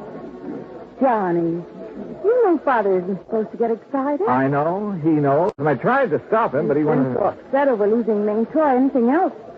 Well, especially something as strenuous as a fight. Well, it might prove to be too much. Oh, he's all right, believe me. Well, I'll call him in a few minutes to be sure. Marion, this morning while I was waiting for you to come back from breakfast, I had a talk with Morris, the super at your apartment. No? Yeah, he... Marion, darling. Oh, darling. well, I told Bill to join us, Johnny. I hope you don't mind. No, of course not. Sit down. No, thanks. Johnny's been out all morning with Dad. Oh? Hunting for the dog, huh? That's right. Any luck? I'm not sure. Excuse us, Bill. But what does Morris have to say, Johnny? Oh, it wasn't important. Don't try lying to me, Johnny Dollar. I know you too well. Now, you tell us, what did Morris have to say? Bill, the morning the dog disappeared, you were at Marion's apartment, weren't you? Of course he wasn't. Bill? Day before yesterday? No. You sure? Positive. I was in my office all morning. What time did you get there? You remember? Yes, we've been very busy lately getting the big shock ready for the air. It was about 8:45. Your secretary will swear to that? Naturally. Johnny, what's this all... Excuse me. Where are you going? I'll make a couple of phone calls. Be right back. I called Bill's office, spoke to his secretary, and of course he had lied. Instead of going back to the table, I took a cab to my hotel, made a couple of more phone calls, and waited. About 40 minutes later, Bill Fisher called and asked me to meet him in a bar near Rockefeller Center. You like a drink, Johnny? No, thanks. Not right now. No? I figured you'd be thirsty. You've been such a busy little boy. What do you mean? You know what I mean. Calling my secretary, then calling the Happy Hollow people to find out whose idea it was to advertise offering $50,000 for a talking dog. Oh, I wouldn't be ashamed of having that idea if I were you. It's a good one. Except for one thing. It was meant strictly for the publicity value. Nobody ever heard of a dog that could really talk, so I guaranteed them their $50,000 would be safe. Go on. See, it was tough enough getting the Happy Hollow people to put a show on TV in the first place. They really don't have that kind of money. And if they'd had to pay out the $50,000 on top of everything else, well, that would be it. We'd lose their account. I'd lose my job. Uh-huh. So what did you do with Ming Toy? Well, naturally, since she could talk, I had to get rid of her. You understand that, don't you? How did you get into the Gillis apartment? That was easy. I'd been there the night before. When I left, I slipped the latch so the door wouldn't lock. When they went out to breakfast the next morning, I went in. I was going to put her in that box and carry her out, but she put up such a fuss, I just tossed her out the window. Into the river? Yes, Dollar, into the East River. But what can I do about it? After all, Ming Toy was only a dog. It wasn't like she was a person. Well, what can I do about it? I'm not sure. But whatever it is, I hope it's plenty. I left him there and walked down 6th Avenue. When I reached the corner of 51st, I called Marion and asked her to meet me in a little park near her apartment building. Somehow I told her, as simply and directly as I could. Well, it's kind of funny, isn't it, Johnny? I don't know. Isn't it? Sure. If I hadn't met Bill, none of this would ever have happened. Dad would still be feeling chipper. I might have been engaged to somebody else. Maybe even a nice guy like you. And why do things like this have to happen? I don't know, Marion. I just don't know. We were about a block away from her apartment when we heard the ambulance. We watched her turn into 51st Street, then stop. Then we were running. Johnny, it's Dad, I know it. No, you don't know any such thing. Oh. All right, folks, all right. Now keep back. Give the men room to work. Johnny, they're not going into the building. No, they're doing something out there in the middle of the street. Officer, what's happened? That sounds like a little girl's cot down there under the street. Under the street? Yeah, lady, in the drain pipe that goes down to the river. Are you sure it's a little girl and not a dog? You kidding? Dogs can't talk like that. Like what? Well, it sounds like she's trying to say something about a dog food being yum, yum, yummy. Get your fire, Marion. Yes, oh, yes. Excuse me. Hey, come back here. I joined the power and water men who had lifted up a manhole cover and put down a ladder. You didn't take us long under the street, just a couple of minutes. Then we climbed back out again. Johnny! Dollar, where is she? Where's my baby? She's still down there, Mr. Gillis. You left her.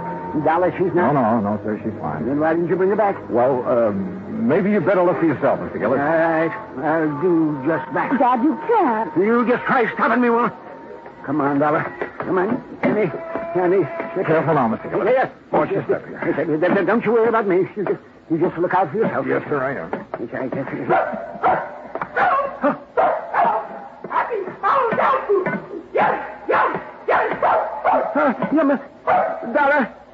Dollar. Do you hear? She's saying happy horrid dog food. Yes, sir. By George, boy. Here, let me down here. Where is she? Where's my little sweetheart? This way, Mr. Gillis. Hello, you little rascal, you. Yummy. Careful now, Mr. Gillis. She's under this water pipe. This one I Yes, sir. You'll have to stoop down to see her.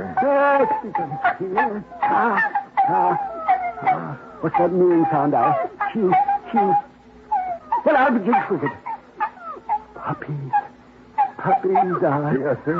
6 of them. Yes, well, that little rascal. Puppies. So that's why she disappeared, huh? To have her family. She called me Papa. Well, you naughty little girl. By golly. Papa. Well, sir, by golly. Well, who'd have thought? I guess Ming Toy did, sir. Yes, he must have. Yes, indeed. Oh, Papa. Look, Johnny. I'm a grandfather.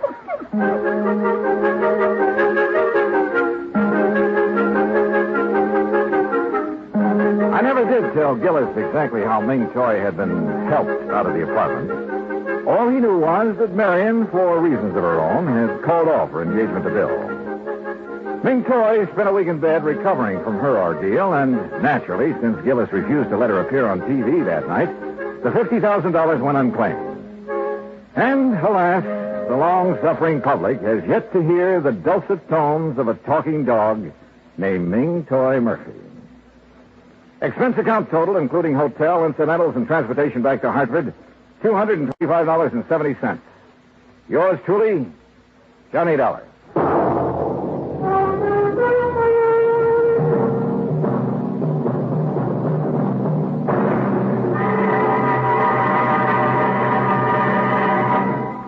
Now, here is our star to tell you about next week's story. Next week, a vessel that was lost at sea suddenly turns up, thanks to the true love of my gay young life. Join us, won't you? Yours truly, Johnny Dollar.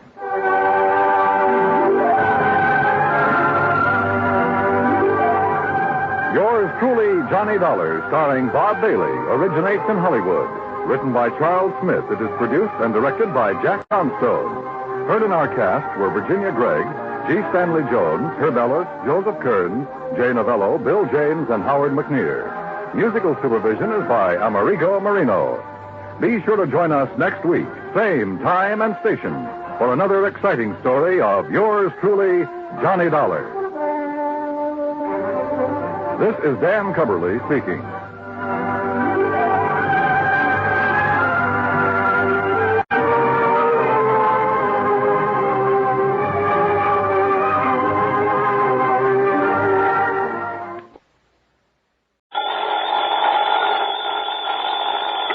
Johnny Dollar.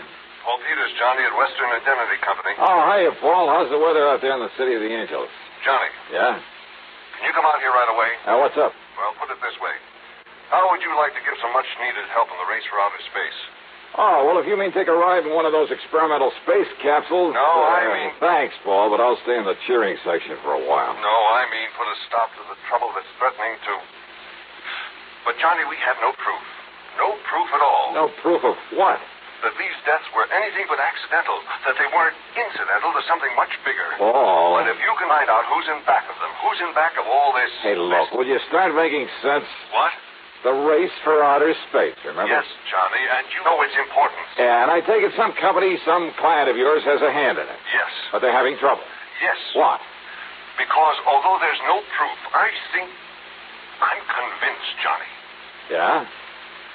Well, come on, Paul. All right. Sabotage. Oh? Yes, Johnny. Sabotage.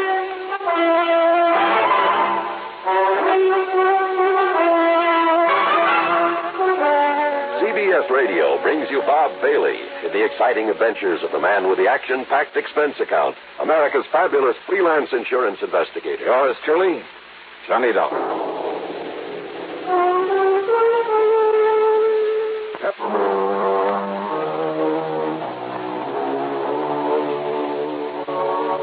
Expense account submitted by Special Investigator Johnny Dollar to the Western Indemnity Company, Los Angeles office. Following is an account of expenses incurred during my investigation of the Flask of Death Matter.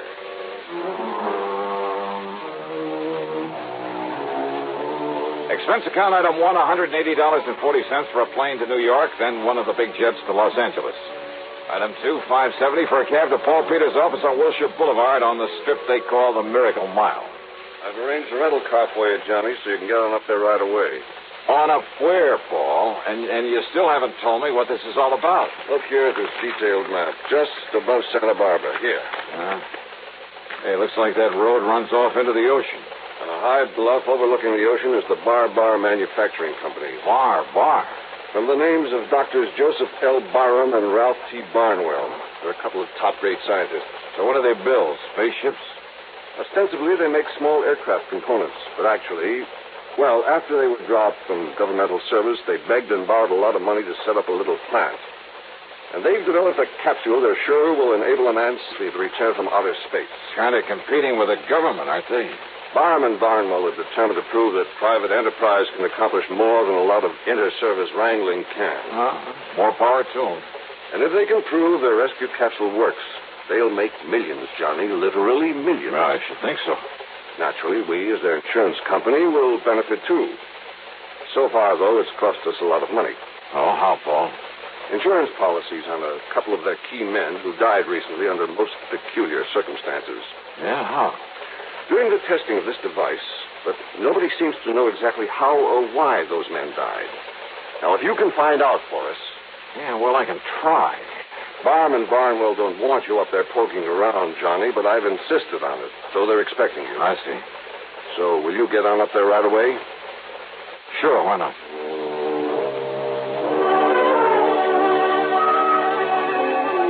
Thanks to a good freeway system, I arrived at the Bar plant shortly after 2 p.m. One of the guards led me onto a long steel platform that stuck far out over a wide cove at the edge of the ocean. At the end of it, surrounded by a lot of complicated machinery, attended by half a dozen men, was Dr. Ralph Barnwell at the controls of a gigantic hoist. A long, heavy steel cable on it was pulling something out of the deep waters of the cove. Much to my surprise, Dr. Barnwell didn't seem to resent my presence at all. Yes, Dollar. Here comes the space capsule. This time the test has to be successful. Say, tell me, Dr. Barnwell. Twice before it was plunged, fired into this deep hole at the edge of the ocean under conditions simulating a return from outer space. Everything within the capsule functioned perfectly. The tests were a complete success, except for one thing. Yeah, what's that? For no apparent reason, for no reason at all. Yeah? The man inside it was dead. I see. Easy now. Lower, Doc. Yes. All right now. Ready on the cradle. And that's why, Mr. Dollar. That's why my partner, Dr. Joseph Barham, insisted on making this test himself. All right, men. Release the pressure so we can open the door of the capsule. All ready? Good. All right, now come along, Dollar.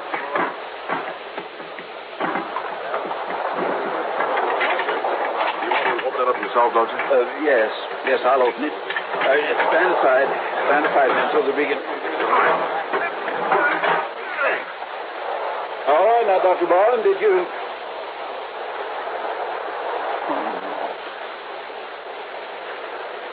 Joseph. Doctor. Like the others, sir. Dr. Barham's dead.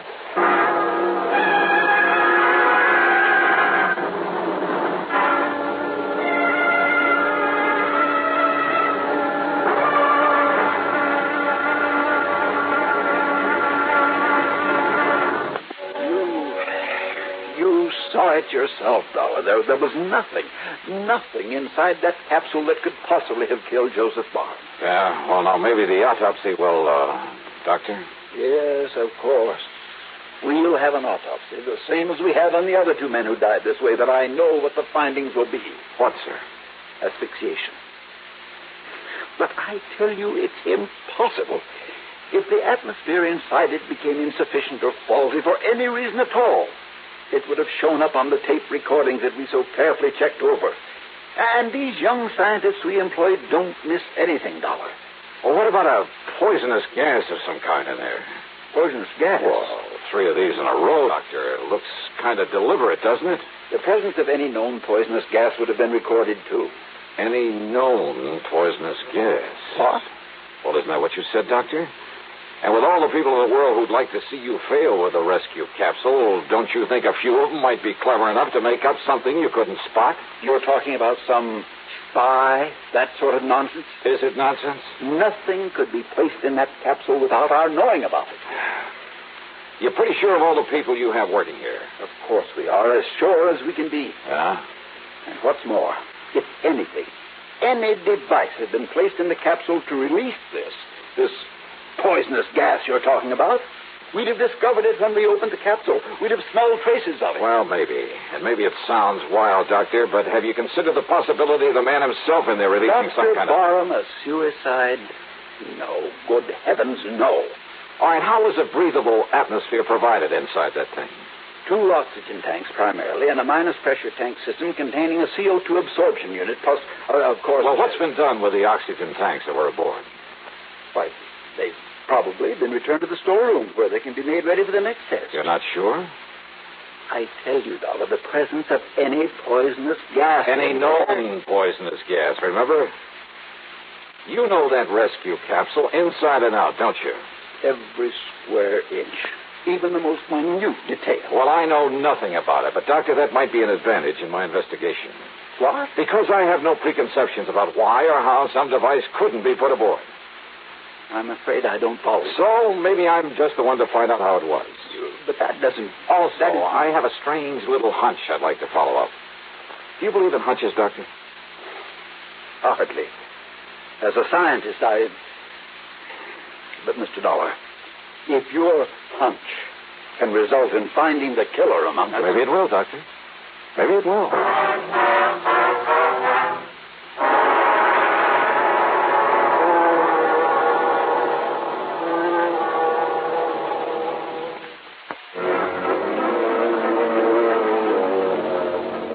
My hunch was a long shot, and I knew it.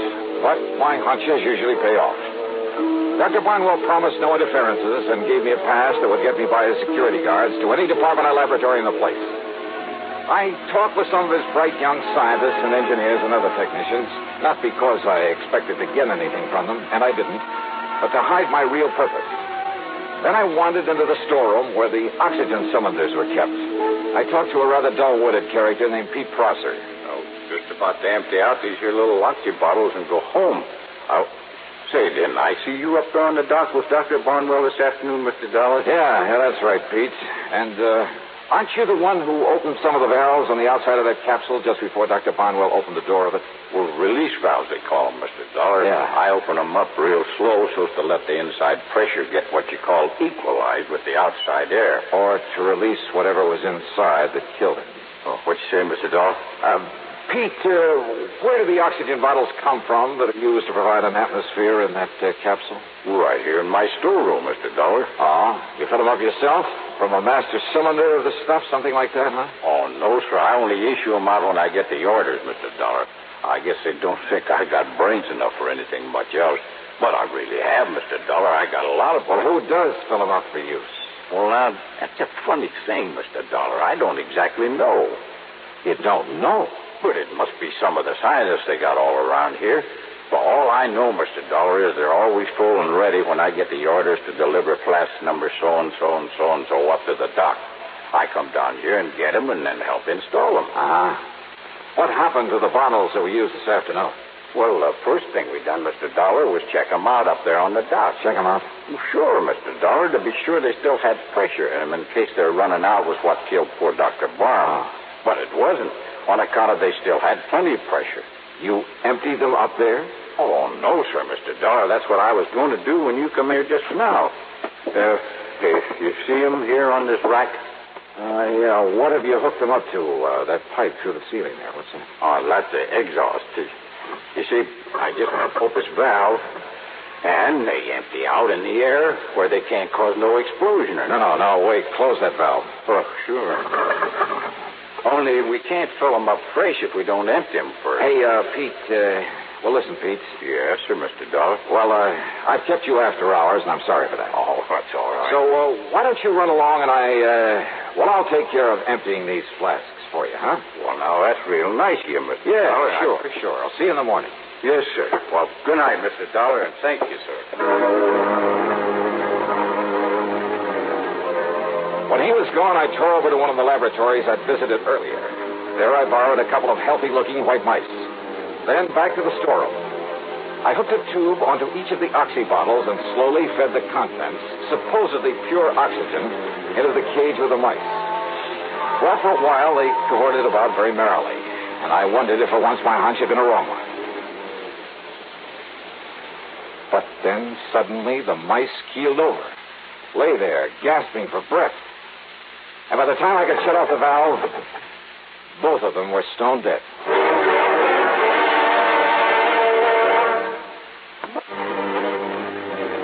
Now I knew how Dr. Barham and the others had been killed inside the space rescue capsule. But by whom? And more important at the moment, why? And then I remember the old Latin phrase, cui bono, who benefits? And the answer came so easily I could have kicked myself. But how to prove all this? Well, maybe if I took the lethal oxygen tanks up to Dr. Barnwell's office and... maybe there was a better way. Yeah, a little less dangerous.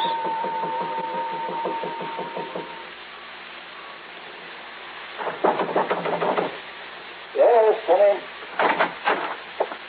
Oh, come in, Mr. Dollar. Hi, Doctor. Well, as long as you're still around, why don't we have dinner together? And what's that you have there? Oh, it's just one of the oxygen bottles that was taken off the rescue capsule this afternoon. Yeah, I'll fit it here by the door. May I ask why?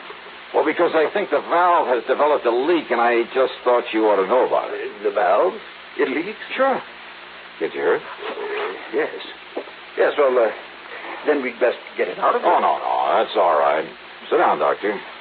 I want to talk with you. Yes, but a lot of additional oxygen in here.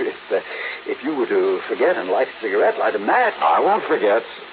Probably wouldn't do a thing anyway. Now, Mr. You know, in spite of your nice reception, I understand you didn't want me to come up here and poke around. Well, I'm sorry if you got that impression. It's probably because Dr. Barham and I thought that... you and Barham got out of government service, didn't you? Why, yes, we did, because the security boys found out some things about you they didn't like? I know, that's ridiculous. Doctor, I'm not going to beat around the bush any longer. I should have known there was something phony about your ordering the pressure released in that capsule before you'd opened it up this afternoon. What? It was really to dissipate the poison gas in it, wasn't it? What poison gas? Mr. Dollar, I told you my opinion of your poison gas theory earlier. But now about this flask of oxygen you... Doctor, now that the capsule works, it's worth millions, isn't it? Works? By killing 3 good men? The first 2, I suspect, were to convince everybody it was accidental. What? Sure. So nobody'd be suspicious when Dr. Barham... Dollar... Yeah. Leaving everything to you. What is this nonsense? And listen, about this leaky bottle of oxygen... Well, now, why get so upset about it? I'm not upset. Then sit down. No, Doctor, I said sit down. What do you mean? Done? Yes, sir, that's right. Now move over so I can call the police to come and pick you up for murder. No, you can't prove it. And listen to me. Well? Listen, we must get out of here quickly. Oh, I'm in no hurry. Dr. Barnwell. Listen, that flask there by the door leaking the gas in here. I thought it was harmless oxygen. It is. Of course it is. Only just... Please, let me out. Doctor, you try to move, and I'll pull this trigger, so help. But that gas... That hydrogen oxygen gas. Oh, is that what you really put in that harmless-looking little flask? Yes. The same slow-acting gas you used to kill your partner and the other two, huh? Yes. Then you admit it, huh? Yes, I killed him. I killed Barron to get the plant for myself. You'll put that in writing? Anything, but let me out before the gas kills me, too. I can feel it now. We're too late, Dollar. We're too late. Oh, stop blubbering and get up on your feet. Too late, we'll die. Wrong, Doctor. The flask isn't one of those out of the capsule. What? No. I pulled this one off the shelf. All it holds is pure oxygen. I hope.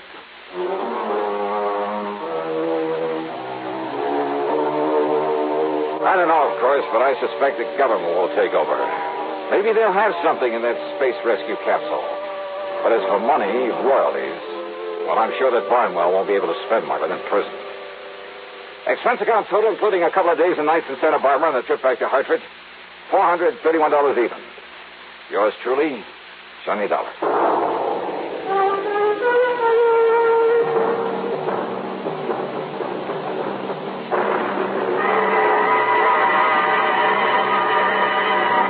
This week, a story that's called The Wholly Unexpected Matter. And believe me, the title fits. Yeah, it involves a wild trip across the country in search of a killer. A killer who just happens to be looking for me. Who apparently knows more about my plans and where I'm going than I do myself.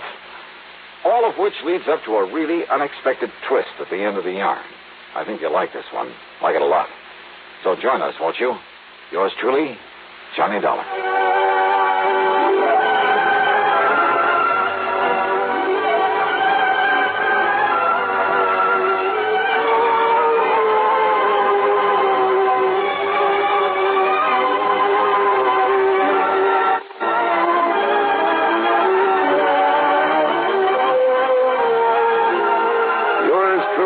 Johnny Dollar, starring Bob Bailey, originates in Hollywood and is written, produced, and directed by Jack Johnstone.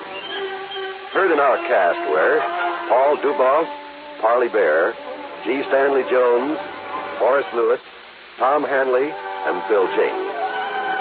Be sure to join us next week, same time and station, for another exciting story of yours truly, Johnny Dollar.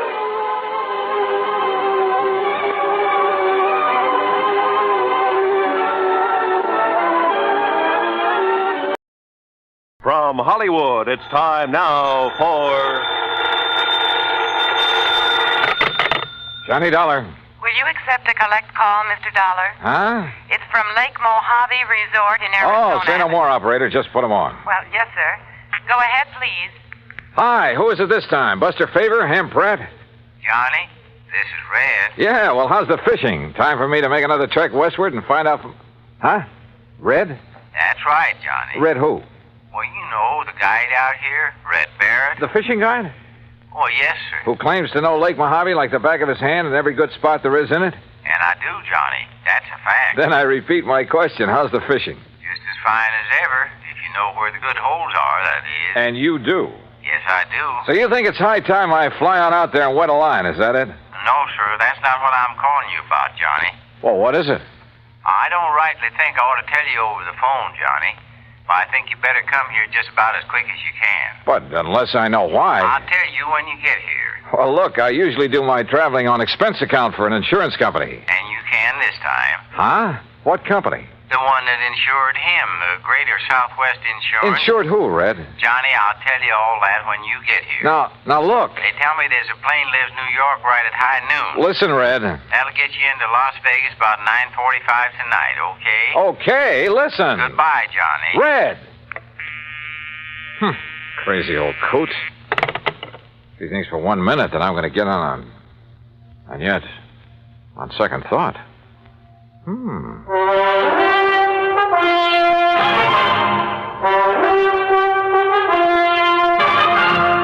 Bob Bailey in the exciting adventures of the man with the action-packed expense account, America's fabulous freelance insurance investigator. Yours truly, Johnny Dollar.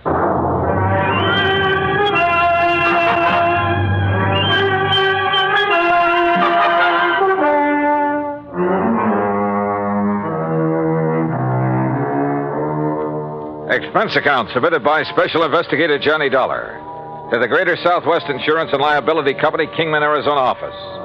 Following is an account of expenses incurred during my investigation of the Mojave Red Matter.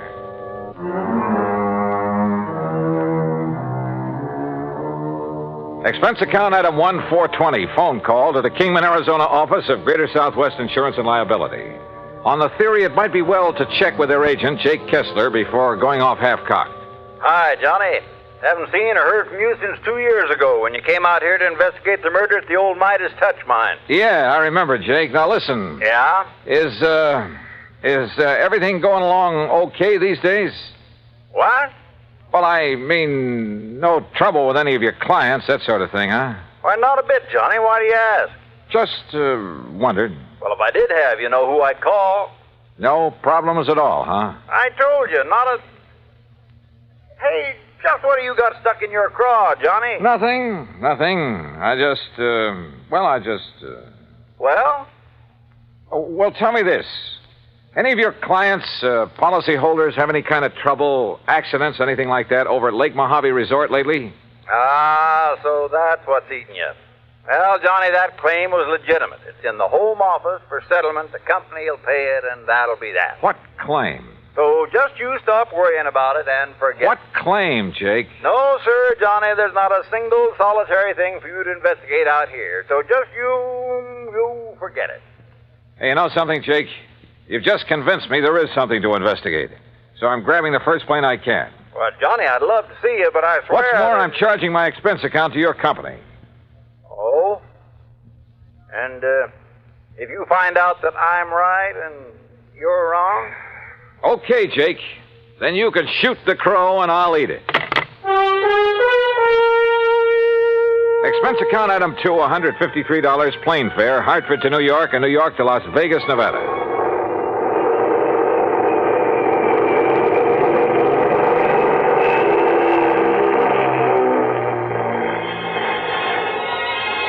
It was 9:45 on the dot as the big mainliner slowly circled down out of the clear starlit sky. Unless you've seen the millions of stars that twinkle brightly through the clean, dry air over the Mojave Desert, you've really missed something. And as we glided down toward the landing strip on the south edge of Las Vegas, the multicolored lights of the fabulous resort town made it sparkle like a vast field of jewels. Beautiful. Yeah, and expensive. That is, if you insist on trying your hand at the gaming tables and the casinos that line the main drag. Believe me, brother, I know. But that's neither here nor there. As I grabbed my luggage and started for the car rental office, a tall, angular man, well-tanned and dressed in blue jeans, high-heeled boots, and 10-gallon hat sauntered over to me. So you wouldn't take my word for it. Oh, Jake. That's right, Jake Kessler in person. And, Johnny, if you're here to investigate the claim on the Hobbs policy, well, there just isn't Hobbs, anything... huh? Well, now I know that much. And suppose you tell me who Hobbs is, or was. I'll tell you all about it, and when I have, you can hop on another plane and go right on back to Hartford. And all at your own expense. I still don't see whatever made you come out here, Johnny. Apparently the Hobbs matter, so start telling me. Well, come on, Jake, come on. All right, Johnny. All right, Elmer P. Hobbs, real estate in Los Angeles. Came over to the Lake Mojave Resort about 2 weeks ago, spent a few days fishing with his old pal, the guide they have there. You mean Red Barrett? Yeah. Well, okay, go on. And on Tuesday, a week ago, he rented one of the boats and went out by himself. Apparently he went up to a place called the Big Basin. Yeah, I know it well. The lake's 3 or 4 miles wide up there. Yeah, well, that afternoon, a big wind came up, regular screamer. All the other boats came back to the landing, and all but Mr. Hobbs. Oh? Next morning, when the wind died down, they found his body washed up on the shore on the Nevada side. That's all? That's all. You say a claim has been filed? That's right, by one of his 2 beneficiaries. Who? His business partner back in L.A., Mr. Stuart Manley. I've passed the claim, and the company will pay it. No investigation of any kind? Oh, of course there was, Johnny. The Kingman Police, the Sheriff's Office, and the County Coroner. Accidental death due to drowning. So that's it, Johnny. Now you just make your reservation back to Hartford at that window right over there, and you are paying the freight. Oh, not so fast, Jake. I'm sticking around. Well, now you can see for yourself there's no reason for you to be here, much less at company expense. Well, after all, now that I am here, it'd be kind of silly not to run down to the lake. Well, you mean just to do some fishing on your own time. You want to drive me down there?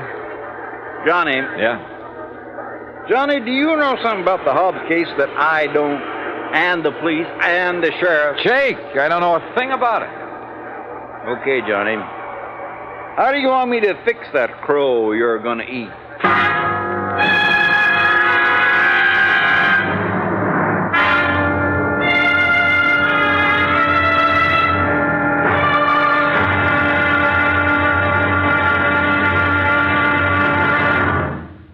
Act two of yours truly, Johnny Dollar, in a moment. Our flag now numbers 50 stars. And behind each star there stands yet another flag representing one of the 50 states. Vermont's state flag, in its early form, imitated our national flag, uniquely bearing 17 stripes and 17 stars, with only the inscribed word Vermont to distinguish it. The good people of Vermont assumed, as did our national government, that stripes as well as stars would be added as each new state entered the Union. Vermont entered the Union after Tennessee and Ohio, and with Kentucky to join shortly, the Vermonters naturally put 17 stripes on their flag. In 1818, the United States Congress put a stop to this, and since then the stripes have always been at 13, and only stars are added for each new state. Vermont's present flag captures the famous beauty of the Green Mountain State in its coat of arms, and inscribed is the phrase, Vermont, freedom and unity. Vermont's state flag, the flag of the 14th state to enter the Union, was adopted on April 26, 1923. And now, Act two of yours truly, Johnny Dollar, and the Mojave Red Matter. Elmer P. Hobbs of Los Angeles had died of drowning when his small boat capsized in a high wind on Lake Mojave. At least that's what Jake Kessler, his insurance agent, told me. Accident pure and simple, he said, and I could hie myself back to Hartford and forget about it. But I didn't. Simply because of the phone call I'd received from old Red Barrett, fishing guide at Lake Mojave Resort. I persuaded Jake to drive me over there on the excuse that as long as I was nearby, I might as well do some fishing. So he dropped me off, and since it was after midnight, went on back to Kingman. I wandered on down to the dock and boathouse. Hello? Who's that? Ham? Huh? Johnny? Johnny Dollar? Yeah. Johnny Dollar? Hi. What are you doing here? Hiya, Ham. Hey. You know darn well what he's doing here, Ham. The fishing has never been better. Only how'd you get the word? And how are you, Johnny? Oh, just great, Buster. Did you stop by the office, let Marilyn fix you up with a room? No, because as I recall, old Red usually sleeps here on the dock. Oh, Red. Well, why do you say it that way, Buster? Because Ham and I are wasting good sleeping time down here, wondering why he hasn't come in yet. You mean he's still out on the lake? Yes, the crazy But it's as black as the ace of spades out there. And no moon tonight. Buster and I were about to take off and about to look for him. He pulled this very same stunt night before last. We finally found him drifting around about 9 miles up. He said he'd run out of gas. Showed his empty tank to prove it. Yeah, but we knew better. What do you mean, Buster? I mean, when he saw us coming after him, he dumped out what gas he had. Oil slick all over the lake. If somebody'd struck a match, why? You know, Red's been doing a lot of crazy things this past week or so. Ever since his old friend, Mr. Hobbs, died, they were pretty close. And that is why he phoned me. Red phoned you? Yeah, early this morning. And if you ask me, it's because he doesn't believe Mr. Hobbs' death was accidental. Johnny? You know something? I didn't quite believe it myself. Well, sure, we have some pretty big winds on the lake now and then, and it was a big one that day. Yeah, and then when the coroner and the other authorities, well, who's to argue with them? Do you know if Red has found out anything? Anything at all? All we know is he's given up taking out fishing parties and spends all his time prowling around the lake every day. And night. Says if he can find the boat Mr. Hobbs used... What kind of a boat was it? One of our regular rentals, an aluminum Arkansas Traveler. Yeah, with a 10-horse Johnson on it. Well, listen. Those boats have flotation tanks. Why, yeah. So even if it did capsize, it wouldn't sink. You're right, Johnny. And there's been no sign of it? None at all. Then let's go up to the lake and find Red.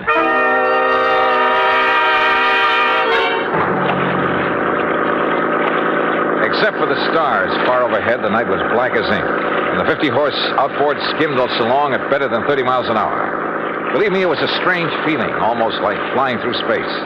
How Buster found his way around the islands, rocky points, and reefs, I'll never know. But he did. Throw your flashlight over to the left, Ham. You ought to be about even with Sculpture Rock. Yep, there it is.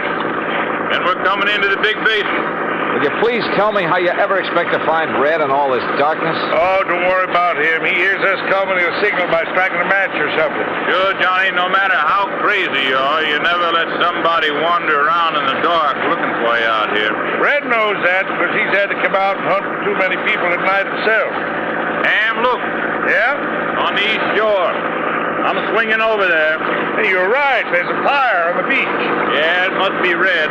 What's he doing out here? We'll soon find out. Hang on.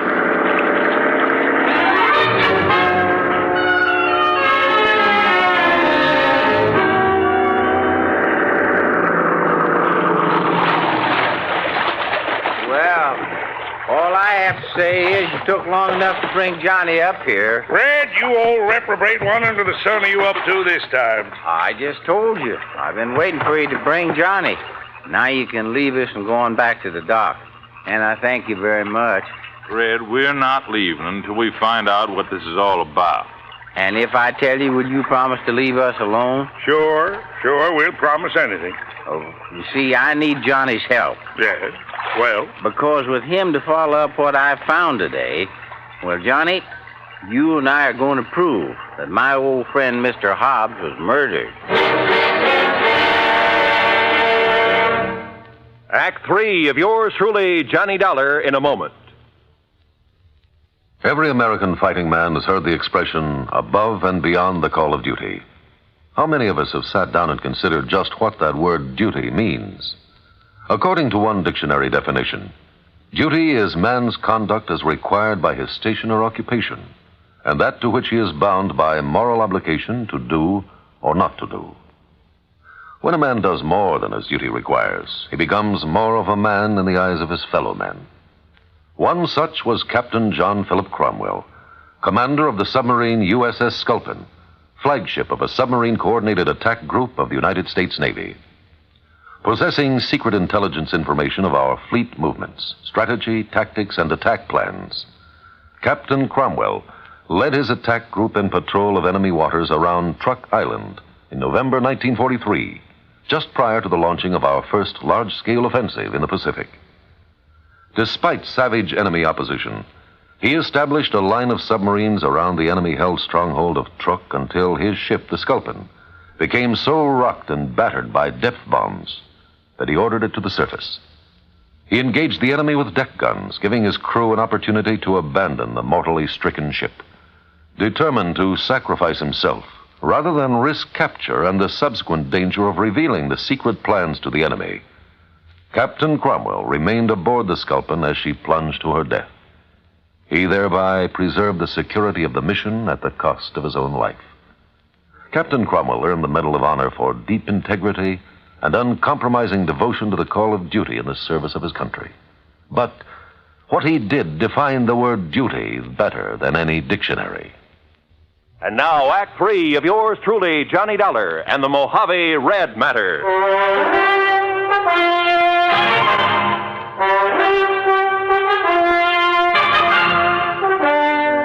I'll tell you this, Johnny. Red here's one of the wildest, most irresponsible old characters I know when he wants to be. But he's okay nonetheless. And if he thinks you and he can find proof that Mr. Hobbs was murdered, well, he must have a good reason for it. Well, Red? Oh, now, Ham, do you think a man like Elmer Hobbs, knowing the lake the way he did, would ever let the big wind catch him off guard up here in the basin? No, I don't, Red. I know that's the way Buster felt about it, too. Well, I said that to you myself, Red. But now, what's this proof you have of murder? Well, Ham and Buster, aren't you going on back now that I've told you why I wanted you to bring Johnny here? Was there any harm in our knowing what you found, Red? After all, we might be able to help you and Johnny. Yeah, I thought about that, but you see, I might just possibly be wrong about... Well, I might just be wrong, and I wouldn't want to be ashamed in front of a lot of people. By a lot, you mean 3.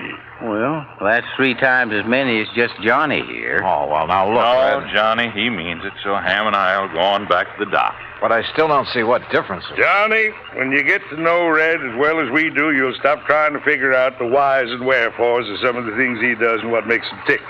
But you'll also learn that in the long run, no matter how unorthodox some of those things are, well, oh, come on, Buster. Right.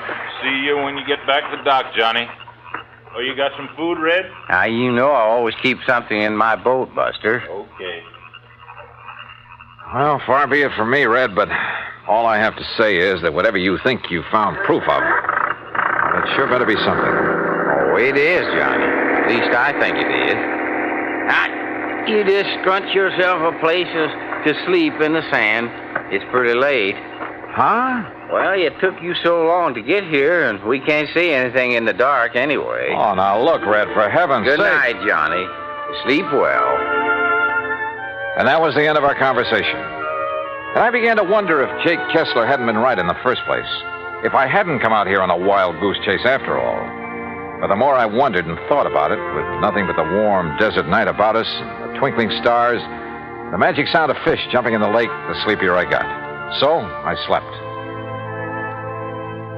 The smell of bacon frying over the campfire awakened me, although the sun still hadn't shone over the mountains that border the eastern side of the lake. Douse your face in the lake, Johnny. Then grab yourself some of this bacon and egg. I did as I was told. Then, squatting in the sand in front of the fire, stuffed away a hearty breakfast of bacon, eggs, and pancakes made from sourdough. And you know, there's something about a meal cooked over a campfire that, well, we had other things to do. So we climbed into Red's old aluminum boat and slowly drove up the lake, staying close to shore. Finally, we reached a small rocky cove. Right here is the spot, Johnny. This little cove. The spot for what, Red? You know, you still haven't told me. You see there? You see where somebody has climbed up the rocks? No, but I'll take your word for it. Well, he couldn't have climbed up off of the water, so he must have climbed out of a boat. So? And there's footprints leading away across the desert. And, Johnny, they aren't Elmer Hobbs' footprints, no, sir. So somebody climbed out of a boat here for one reason or another and took a walk into the desert. The man who killed Elmer Hobbs. What makes you think so? Look down over the side, in the water. Yeah, a boat sunk down there. That's the boat that Elmer had. Can you see it clear? Yes, very. Then you can see it wasn't damaged enough to sink it. Not that boat. You're right, Red. Particularly since it has flotation tanks. But it's down there. It's sunk. So you better strip to your shorts, Johnny. I'll go down and take a look. Me? I already have. But I want you to look, Johnny. And remember, I knew everything that Elmer had in his boat when he left the dock. Remember that. Okay. And you're sure the footprints leading into the desert couldn't possibly have been made by Mr. Hobbs? That I'll swear to, Johnny, by all that's good and holy. Now then. Now, slip in easy so you won't disturb the water too much. I took a deep breath, surface dived, and swam down to the sunken boat. And the water was clear, and I could see plainly. And I saw that Red was right. I bobbed back to the surface. Did you see him? The cut? Yeah, Red. Those flotation tanks were slashed open with an axe or a sharp, heavy tool of some kind. But Elmer had no axe on that boat. So it was somebody else, Johnny. Somebody who murdered him. Yeah. And then sank the boat. Red, I'm afraid you're right. Elmer Hobbs was murdered.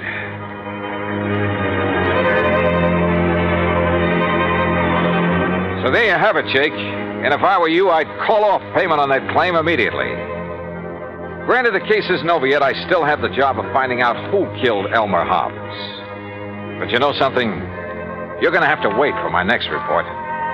Meantime, expense account total to the moment, $159.20, including the cost of shooting and retrieving one crow. Jake, how would you like it cooked? Until the next report, then, yours truly, Johnny Dollar.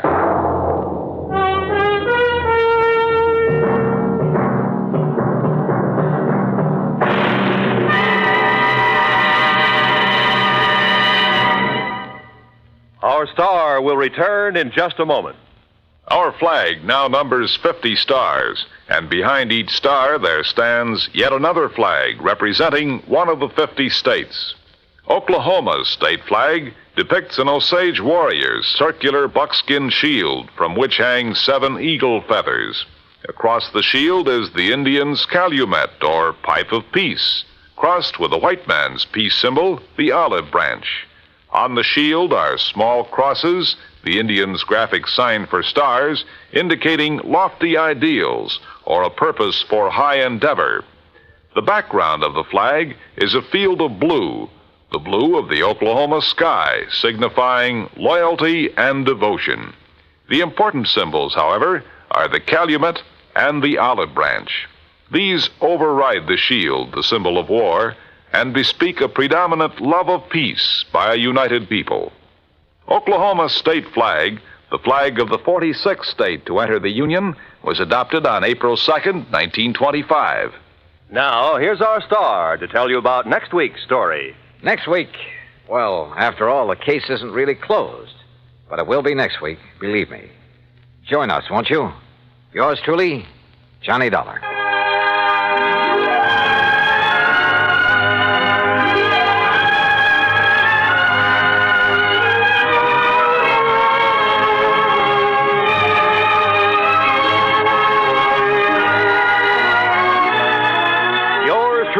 Johnny Dollar, starring Bob Bailey, originates in Hollywood and is produced and directed by Jack Johnstone, who also wrote today's story. Heard in our cast were Lucille Meredith, Horace Lewis, Harley Bear, Alan Reed, and Barney Phillips. Be sure to join us next week, same time and station, for the conclusion of this exciting story of yours truly, Johnny Dollar. This is Roy Rowan speaking.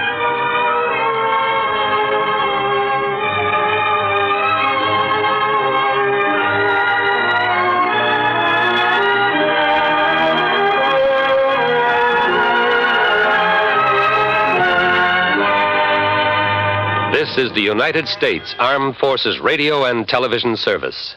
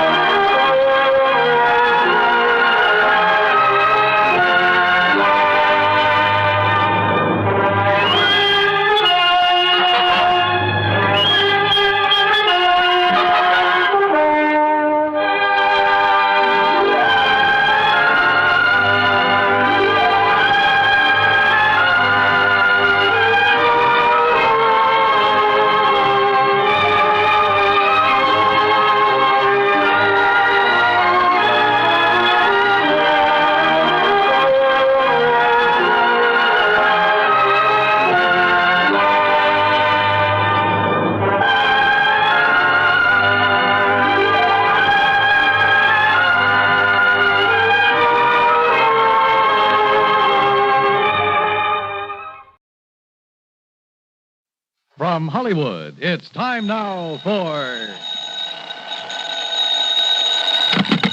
Johnny Dollar. Hi, Johnny. This is Steve Kilmer at Providential Life and Casualty. Steve, it's been a couple of years. Yeah, I know. Listen, Johnny, how'd you like to attend a wedding? Well, why not, as long as it isn't mine? Yeah, I know what you mean. Oh, you're a bachelor, too, huh? Well, I would be if it weren't for a wife, 4 kids, and a couple of grandchildren. Whoops. Johnny, do you by any chance remember Martha Mayfield Merriman? The old gal down in New York who owns Consolidated Tire and Rubber Company? Yeah, and a half a dozen other companies. Well, sure, one of my old sweethearts. Don't you remember back in '57 when I cleared up that false report of her death?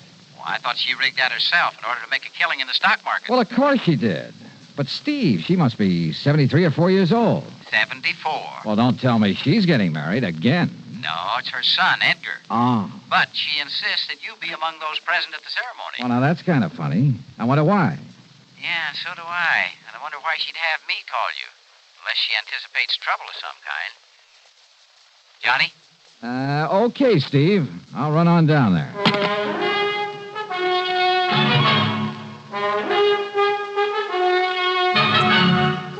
Bob Bailey in the exciting adventures of the man with the action-packed expense account, America's fabulous freelance insurance investigator. Yours truly, Johnny Dollar. And now, Act One of yours truly, Johnny Dollar.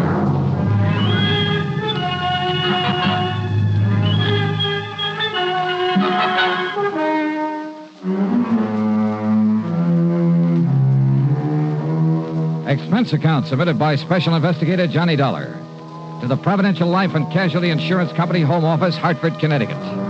Following is an account of expenses incurred during my investigation of the Shankar Diamond Matter. Expense account item 1, $780, train to New York and a cab to the Brownstone house on Sutton Place. Martha Mayfield Merriman, who looks more like somebody's cute little grandmother than a clever stock market operator, but who thinks and sounds like, well, judge for yourself. Can you dig that, Johnny? That sprout of mine is finally taking the leap. The sucker. Well, after all, Martha. Say, how about you, Johnny? How about what about me? You know, marriage. Well? Let's change the subject, huh? Turn me down, huh? Well, then I'll just have to wait a couple of years and try you again. Or has that Betty Lewis been making time with you behind my back? Oh, do you know Betty? No, but I heard the broadcast of that case where she kept you from getting knocked off by that gangster, that Curly Waters. Yeah, Martha, she saved my life. And then didn't have sense enough to get her hooks in you, huh? Johnny, the dames nowadays are really slipping. Just don't you forget, though, that I've got a lead on all of them, because I've already proposed to you. Martha, you are a doll. Sure I am. And if I was a couple of years younger, Johnny, I'd run you ragged. Well, what do you mean if you were a couple of years younger? Have you forgotten our night on the town after I handled that other case for you? Say, we really had a ball, didn't we? Oh, boy, it took me nearly a week to recover. Well, then we'll just have to do it again after this wedding's over with. Speaking of which, how would you like a little snort? Larkin! Well, don't you think maybe we'd better... Oh, of course you would. Larkin! Larkin! You called, madam? Fine thing, snooping around outside the door, eh? Trying to find out what Johnny Dollar's doing here. Oh, certainly not, madam. Of course you were. Now bring us a couple of drinks. Scotch on the rocks okay, Johnny? Sure, anything. Well, hop to it, Larkin. Oh, and crack the wall safe and bring me the ring. The ring. Very good, madam. No, good old Larkin. He's leaving me, you know, and I'm really going to miss him. Hey, wait a minute, Martha. Larkin has the combination to your wall safe? No, why not? What would he ever do with the junk I keep stashed away in it? Well, what kind of junk? Just some odds and ends, and necklaces and brooches and rings, mostly. A couple of bracelets. And what's the ring? A Shankar Diamond. What? Isn't that the one I've read about? Probably. The one supposed to be the opposite of the Hope Diamond that's supposed to have good luck charm about it? No, neither. Why, that thing's worth close to $1 million, isn't it? That's what the insurance company says. And you plan to wear it when your son Edgar gets married? Well, it's silly superstition, I suppose, but maybe it'll bring him and Mary Luann good luck in their marriage. Mary Luann? Mary Luann Melanie Beaufort Exum Culpepper. Sounds like something out of Gone with the Wind. The most gorgeous belle in Greensboro, North Carolina, sir. Oh, is that where the wedding's going to be? And at the old family plantation right outside of town. You're going to escort me to the wedding and the bang-up reception afterward. I understand those Southern folks really know how to throw a wingding. Hey, tell me, Martha, do you expect somebody to make a try for that diamond? Well, sure, I always do. Some of the top jewel thieves in the country have tried to snatch that rock. Uh-huh. Now, who else knows that you've called me in? No, not a soul. Oh, good. Let's keep it that way. I'm with you. Okay, then. I'll run on back to Hartford and get some clothes to fit the occasion.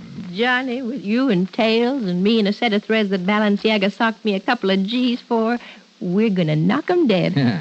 Then I'll come back here, we'll pick up the diamond and go down to Greensboro together. I know. We'll take one of my company planes. Just the two of us, Johnny, with maybe a case of champagne on board. How about that? Martha, we will have us a ball. Quite a gal. And if I have that much get up and go when I'm her age, well, I hope she'll live forever. Yeah, the trip to Greensboro sounded like it would really be a ball. But just before I left her, Larkin brought in the Shankar Diamond. All 34 carats of it. Flawless. Perfect. Beautiful. And it suddenly occurred to me that somebody who wanted that stone, wanted it really bad, might not hesitate to kill for it.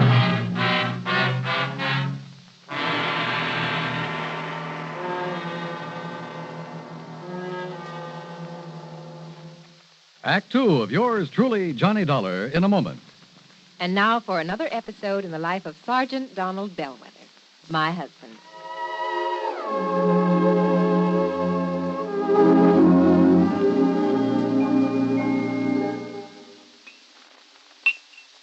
Oh, that's what I call a good dinner, Reba. Oh, that was delicious. Well, I'm glad to hear that, dear. More coffee? Yeah, just about a half a cup, please. All right. There you are. Thank you. Now, tell me all about your safety class. Did the boys enjoy your speech? Oh, yeah, they sure did. Thanks to you, I did quite well. My lieutenant complimented me afterwards. Well, good. Yeah, but that same lieutenant threw me a curve, too. How, dear? Well, after I gave my talk, he asked the men if there were any questions. Well, that did it. But one of the guys stood up and said, look, Sarge, you claim there were over 95,000 deaths and over 9.5 million people injured in accidents in the U.S. last year. Looks to me like all those safety campaigns and slogans are doing no good at all. Well, how did you answer it? I didn't. I couldn't think of an answer. I got out of it by saying I'd have more facts and figures at the next meeting. All right, let's see now. Oh, yeah, here it is. Now, first, Sergeant Bellwether, you start off by telling the boys that since 1913, the accidental death rate has been reduced 35%. Mm-hmm. Or, in other words, if there hadn't been campaigns and safety measures put into effect to reduce accidents, almost 1 million more people would have been killed in the last 46 years. Is that right? It certainly is. I'm reading it right out of the National Safety Council record book. Oh, and another thing. Accidents in the farming areas are much higher than in the cities. Now, do you know why? Why? Because in rural areas, there are fewer policemen enforcing safety laws and less traffic signs and signals to guide the motorists. Mm-hmm. You know, many more cars travel the city streets, and yet the per capita rate of accidents is much higher in the rural areas. Of course, the reason is obvious. In the city, more safety measures are instituted and obeyed. Reba, you are wonderful. That's a good, logical answer. I don't know what I'd do without it. Oh, that's my Donald. That's my doll.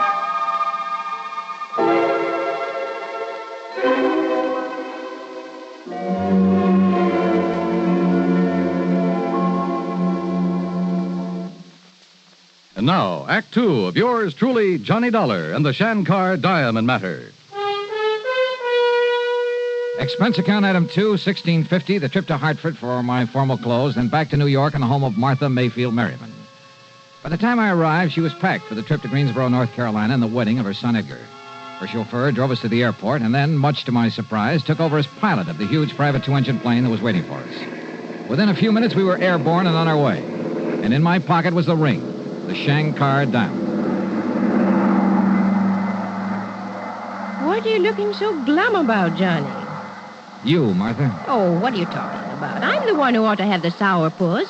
I proposed to you. You turned me down. Martha, I don't think you really level with me. You think I wouldn't marry you? You're good-looking. No. I mean about this diamond. Well, now, Johnny, I don't dig you. Well, if there'd been some real serious attempts to steal it before, I would have been warned by the insurance company. Well, so they forgot to tell you, is all. Is it? Or do you have reason to think that somebody's going to try to get it now, while you're away from your usual police protection? I thought so. Okay, Martha. Who? Did you get a look at my chauffeur, Johnny? The laddie who's steering this crate? Well, I could hardly help it. If you mean to say... Yes. Yes, Johnny, I think the only reason Eric ever took a job with me was to get his hands on that diamond. Eric who? Eric Melvin Chatterley. Chatterley? Yes, he's a distant cousin of Larkin, my butler. And Larkin's leaving you shortly. To spend his last days in his beloved England. Did Larkin recommend him to you? No. Actually, he didn't even know much about Eric, in spite of their being related. Well, how long has Larkin been with you? Oh, years. And this Eric? 5 or 6 months. Martha, why do you suspect him? Well, now, 2 reasons. In checking up on him after I hired him, I found out that his old man, Byron Chatterley, is still serving time in an English prison. What for? He was a jewel thief. Sure. I remember reading about him. He was a real expert, painstaking and patient. Spent over 3 years working on a plan to get hold of the crown jewel. But he didn't plan long enough, and that's when they nabbed him. And if some of the head shrinkers are right, if crime is in Eric's blood, well... What was your second reason?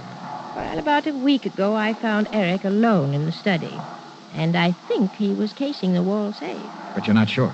He had a dust cloth, and he started flicking it around, muttering something about giving Larkin a hand, which is highly unlikely. You didn't accuse him? No. I just made it known that I was going to take the diamond with me to the wedding, and I sent for you. But if he knows who I am, what my business is... I don't see how he can. I beg your pardon, madam. Wait, Johnny. Is there any way he could have been hearing us up there in the pilot's compartment? No, I don't see how. Yes, Eric? We'll land in Greensboro in about 5 minutes, madam. Thank you, Eric. We'll be ready. Well, Johnny? Martha, the only time you'll have this diamond is at the wedding. And the reception. After all, that's the only chance us old biddies will have to show off our furs and jewelry. Okay, and the reception. The rest of the time, it'll be right here with me. But nobody's to know that. Martha could be wrong, of course. About Eric, I mean. The fact remained that within a few hours, everybody in Greensboro knew about her being there with the Shankar Diamond. The Culpeppers made us comfortable in the old mansion. The suite they gave to Martha was big enough to house a family of 12. During the next 24 hours, the place was, well, I'd call it a kind of dignified madhouse, what with all the preparations for the wedding. There were house guests by the dozens. Some were obviously very wealthy, but some had just as obviously seen better days. And I couldn't help wondering if a couple of them might have designs on that $1 million diamond. I stayed as close to Martha as possible and at the same time kept a constant watch on Eric. The police who'd been hired for the occasion appointed him as a special guard. Darn fools. They didn't know it, but they were playing right into his hands. If, that is, Martha's suspicions were right. Then, late the following afternoon, the wedding went off without a hitch. The blushing bride was beautiful, and the bridegroom looked appropriately happy. After the ceremony, the ladies all retired to bedeck themselves in their most fetching gowns and furs and jewels. And finally, about 8 p.m., the big reception got underway. There must have been a couple of hundred people in that ballroom, and the champagne and bourbon flowed like water. Yeah, and I danced with some of the prettiest, most gorgeous girls I've ever seen, right out of Charles of the Ritz. Then, it must have been well after midnight, I caught a glimpse of a shadowy face outside one of the big French windows. As I looked again, it disappeared, but I was sure that it was Eric. I excused myself from Martha, with whom I'd been talking, and, well, that was a mistake. As I reached the window, all the lights suddenly went out, and behind me I heard a scream. It was Martha, no question of it. By the time I fought my way back through the crowd to where I'd left her, the lights came up again. And yeah, there she lay, unconscious on the floor. The Shankar diamond stripped from her finger. Act 3 of yours truly, Johnny Dollar, in a moment. Do you know who said, absolute freedom of the press to discuss public questions is a foundation stone of American liberty? Those words were said by former President Herbert Hoover. Mr. Hoover was well aware of the important role that freedom of the press had played in the creation and growth of the United States of America. He realized that without freedom of the press, no democratic form of government could exist. One of the first steps in the path toward totalitarianism is the creation of a controlled press. A free press hampers the work of a potential dictator. When the press is free, the people of a country are free. When the press is not free, the people of a country are in danger of slavery. Remember the words of Herbert Hoover. They are part of your American heritage. Freedom of the press is a foundation stone of American liberty. And now, Act 3 of yours truly, Johnny Dollar. Within a few minutes of the time the lights had gone out and Martha had been robbed, we had her upstairs in a suite, a doctor in attendance. Fortunately, she'd only fainted from shock and the pain of having the Shankar diamond forcibly stripped from her finger. I acted fast. I had the special police haul Eric Chatterley into Greensboro. Then, after organizing a methodical search of the old mansion, I checked around outside the window where I'd seen Eric's face. And there, sure enough, was a main fuse box where the lights had been turned off. I checked back with Martha to be sure she was okay, then borrowed a car and drove into Greensboro to police headquarters.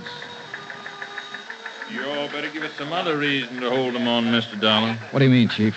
My boys went over every stitch on him, but they've found absolutely no sign of that diamond you're talking about. How about his quarters there at the plantation? Now, you know as well as I do, sir, he had no chance to hide anything, except on his person. Hey. No, sir, unless you can prove me wrong, we got no reason to hold him. Wait. Where's the nearest hospital? Hospital? Yes. And, Chief, I give you odds I can find that diamond on Eric Chatterley. The x-ray of Chatterley's midsection took a few minutes. Development of the film, a few minutes more. Careful examination of it, only a few seconds. Great day, Mr. Dollar. You were right, sir. Yeah? Was I? Look for yourself. He must have taken it out of the ring. But the important thing, the diamond is sitting right there in the middle of his stomach. The outline of that stone is just as clear. And that's just the trouble, Chief. Trouble, sir? Oh, that's the stone that Eric tore off her finger, all right. So go ahead, hold on to him. But if that's it, sir... But, Chief, that's not the Shankar Diamond. All right, Governor, all right. You caught me with the ruddy goods on me, so I'll take the rat for it. And it won't be the first time. But you got to admit it was pretty clever of me. Clever? When you couldn't tell the difference between the real thing and a carefully made imitation? Imitation? That's right. The stone that you swallowed. No. He told me she had the real thing. When he got me the job with her. Who, Eric? At least when he wrote me I should come over from England and apply for the... Who, Eric? I've said enough. Yeah, I think you have it that.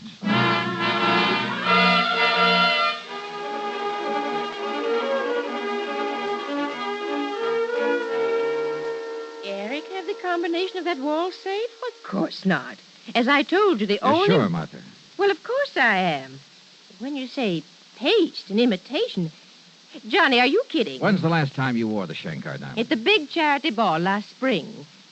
If it was the Shankar, not this imitation you're talking about. You haven't had it cleaned or checked by a jeweler since. No, why should I? Then it probably wasn't the Shankar, and you're sure you didn't know about this imitation. Do you think I'd go around flashing a phony? Now, look here, Johnny. I love you dearly, but don't you cool me with a line like that. Don't rile me, boy. Okay, honey, okay. Keep your head on. Just get ready for a quick trip back to New York. As soon as I can find us another flyboy. During the flight back to New York, Martha asked a lot of questions, but I sidestepped all of them, promised her a real dramatic ending to the case. And I kind of quietly prayed for one myself. When we reached the old brownstone house on Sutton Place, we told Larkin the butler about the robbery. Then, at my insistence, went upstairs to his quarters on the 4th floor. Here you are, sir. I'm afraid I don't understand. You've sure got me bugged, too, Johnny. Larkin, I see you're already packing for your trip back to dear old England. Yes, sir. During my 4 years of service with Madam, I find I've accumulated quite a... I beg your pardon, sir? I'm going through every one of these bags of yours, Larkin. Now, Johnny. Maybe even tear them apart to look for false bottoms, hidden compartments. Sir. I'll do the same thing to your clothes, your shoes, if necessary, until I find the Shankar diamond. Mr. Dollar, Madam. Now, Johnny, what's the gag? Sometimes blood will tell. Isn't what that head shrinker said to you? Well, yes, Yeah. but I... You were thinking only of Eric, of his relationship with the notorious Byron Chatterley, the man who quietly, patiently spent years working on a plan to get hold of a precious stone. You forgot all about Larkin being related Now, to him. just a minute, You trusted Larkin, to the point of letting him have the combination to the safe where you kept the Shankar. So he had an imitation made, a beauty, out of a thing they call strass. Strass? Yeah. It's a highly leaded glass that only an expert can tell from a real diamond when it's cut correctly. That's what you've been wearing the last few times Well, I up. just can't believe it. But Larkin realized that sooner or later the fake would be spotted. So he evolved another scheme. To have the fake one stolen by his distant cousin, Eric. Same blood, remember? If Eric got away with it, okay, and Larkin was clean.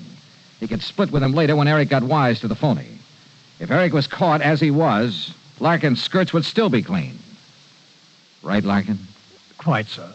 And you won't need to destroy my luggage. I'll fetch you the diamond. Yeah, you may as well. But I must say, if you hadn't discovered the one Eric stole was paste... I'd never have got on to you. May I ask how you did it, sir? Sure. The x-ray of your beloved cousin's belly. Well, I realize, sir, that that's how you located the stone. It also told me it wasn't the real one. Well, so help me, Johnny, I don't dig you. We'd never have seen the real one. What? Genuine diamonds are completely transparent to x-rays.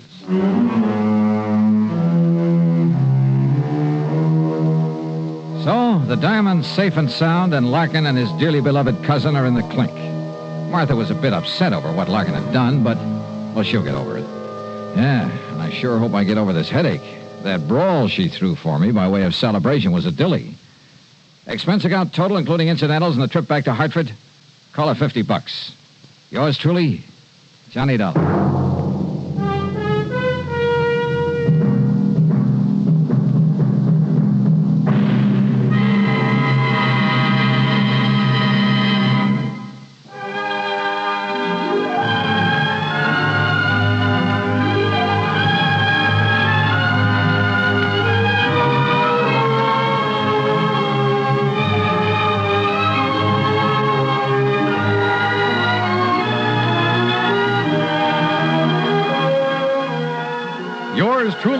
Johnny Dollar, starring Bob Bailey, originates in Hollywood and is written, produced, and directed by Jack Johnstone.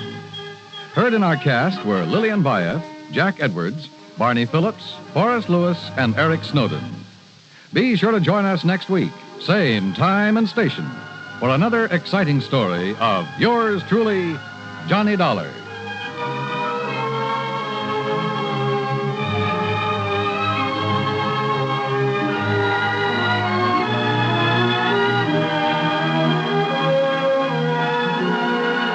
This is Dan Coverly speaking.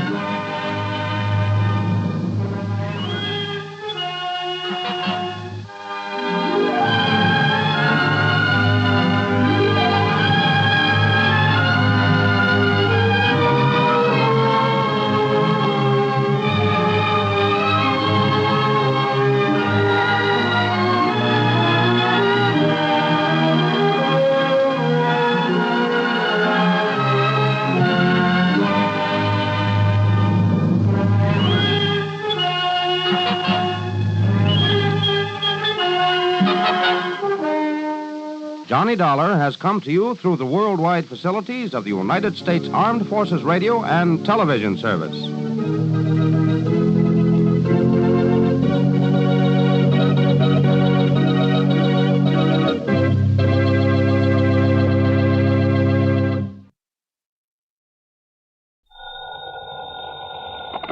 Johnny Dollar. Earl Poorman, Johnny, down here in Sarasota. Earl, so how's the insurance business down in Florida these days, to say nothing of the fishing? Why don't you come down here and find out for yourself? But now listen. I'm listening.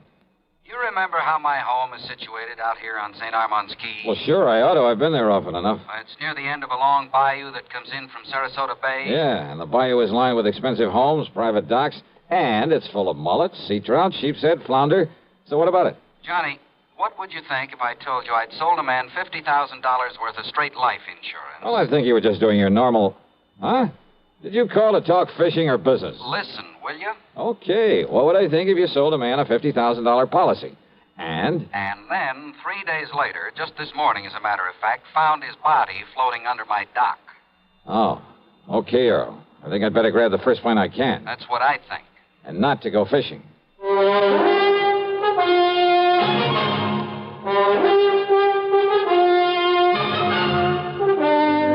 CBS Radio brings you Bob Bailey in the exciting adventures of the man with the action-packed expense account, America's fabulous freelance insurance investigator. Yours truly, Johnny Dollar.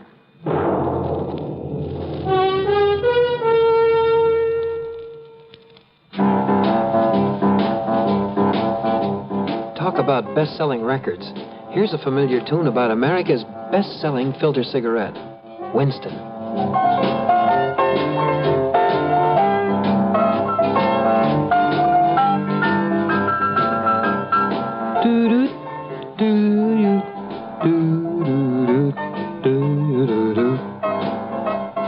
Winston gives you real flavor, full, rich tobacco flavor. And you know, that's because only Winston has filter blend up front. Choice, flavorful tobaccos, specially selected and specially processed for filter smoking. No wonder Winston tastes good, like a cigarette should. Smoke Winston. And now, Act One of yours truly, Johnny Dollar.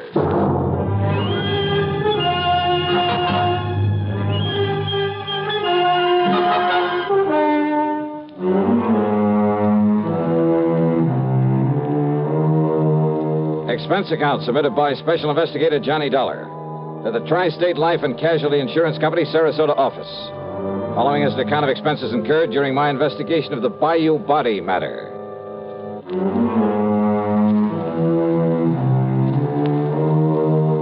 Expense account, item 1, $73.50, plane fare and incidentals, Hartford to Tampa, Florida. There I'd figured on getting a ferry plane to Sarasota, but instead Earl Poorman met me at the international airport with his car. Oh, Johnny, I'm glad you got down here so quickly. You realize I only phoned you about 5 hours ago? Yeah, Earl, I just finished my breakfast. Matter of fact, I called you before I even contacted the police. Then you probably aren't sure whether it was natural death or suicide or what, huh? we'll find out what the police have found out when we get to Sarasota. You ask me, though, I think the old man simply went out on his dock this morning, had a heart attack, keeled over, and by the time he floated down to my place, he was dead. Who was he? Well, his name, Johnny, is Ralph P. Carter. He lived in the fourth home up the bayou from mine. That new place that was just being built the last time I was down here? That's the one. He was a man of 64. Used to live in New York, where he had a business of some kind. But he had some heart trouble, so he quit and came down here to live and take it easy. Pretty well to do? Considering the house he put up, the way he and his wife lived, I'd say he was loaded. Matter of fact, I happen to know he was. Fancy car, private dock, Has nice a wife, speedboat. you say? Yes. Uh-huh. How old is she, Earl? About 50. You know what I was thinking, of course. What? Oh, if he'd been married to some much younger gal and having money and some insurance, but you know. Huh? You were thinking his wife had knocked him over to collect on this policy I sold him? Such things have happened, Earl. Well, it didn't this time for several reasons. One. He already owned a couple of other policies issued by some company up north. Big ones, totaling over $200,000. Two. Both he and his wife have so much in blue chip stock, so much in the bank that, well, that $200,000 won't mean a thing to her. Funny, then, that he should buy $50,000 more from you. Third, Carter's wife never knew about this policy I sold him. Oh? No. Nor is she named as beneficiary of it. Who is? Hold your hat, Johnny. This is right out of the pulp magazines. What do you mean? The beneficiary happens to be a former stripper. Stripper? You mean from burlesque? That's exactly what I mean. Her name is Mitzi Taylor. She lives up in New York. I see. You know the connection, Earl? Well, from what he told me when he bought the policy, well, I guess he'd known her pretty well in the old days, before he and his present wife got married. They were only married about 3 years ago, incidentally. Incidentally, huh? Well, what's that mean? Earl, I got a kind of funny idea cooking in the back of my head. About his wife, I mean. About his wife? Yeah, let's get on down to Sarasota and find out what the police have learned.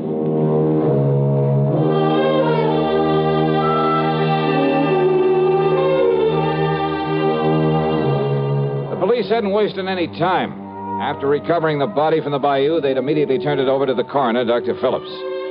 Sergeant Edwards, who was in charge of the case, made us cool our heels until the coroner could finish his preliminary examinations. But why an autopsy, Sergeant? You mean you suspect foul play, something like that? He was alone. He was unattended when he died, Mr. Pullman. That means an autopsy is mandatory. Oh. Hey, tell me this, Sergeant. Do you yourself have any reason to be suspicious of how Mr. Carter may have died? You don't mind, sir. I'd rather wait until Dr. Phillips is through before we talk about it. Which means you did find something suspicious. I didn't say that, sir. Well, you might just as well have. Did you talk to Mrs. Carter? No, sir. What? It happens she isn't home. Then she doesn't know her husband is dead? Looks that way, doesn't it? Oh, come on. Now, wait a minute. Sergeant, that's a pretty evasive answer. Truth is, Mr. Dollar, it was meant to be. Oh, great, great. Then I can expect a lot of cooperation from this department. All we can possibly give you, sir. When we find out what we have to go on. Yeah. Earl, do you know if Carter had a regular physician? Yeah, Dr. Theo Foote, Johnny. We've checked with him, Mr. Dollar. And? Mr. Carter's heart condition was such that he was ready to go at any moment, and without warning. But if you're suspicious of something else... Have I given you any real reason to be suspicious? Now, look, Sergeant, let's not be... Dr. Phillips. Johnny Dollar. Hiya, Doc. I might have known you'd be called in on this, Johnny. You certainly got down here in a hurry. Mr. Pullman. Hello, Coroner. Did you find out anything, Doctor? You were right, Sergeant. I've got a lot more work to do, of course, before making out my report on this case, but there's no question about it. Mr. Carter died neither from a heart attack nor from drowning. Oh? What did kill him, Doc? He was struck so hard at the base of the skull that death must have been instantaneous. Murder, Johnny. And without question, the murder weapon was the wrought iron poker that you found there in his home. No reason for suspicion, Sergeant? Thanks, Doctor. I'll get out an APB on Mrs. Carter right away. I think you'd better. And, Mr. Dollar, I'm afraid you'll just have to wait around until we pick her up. You, want to bet on that?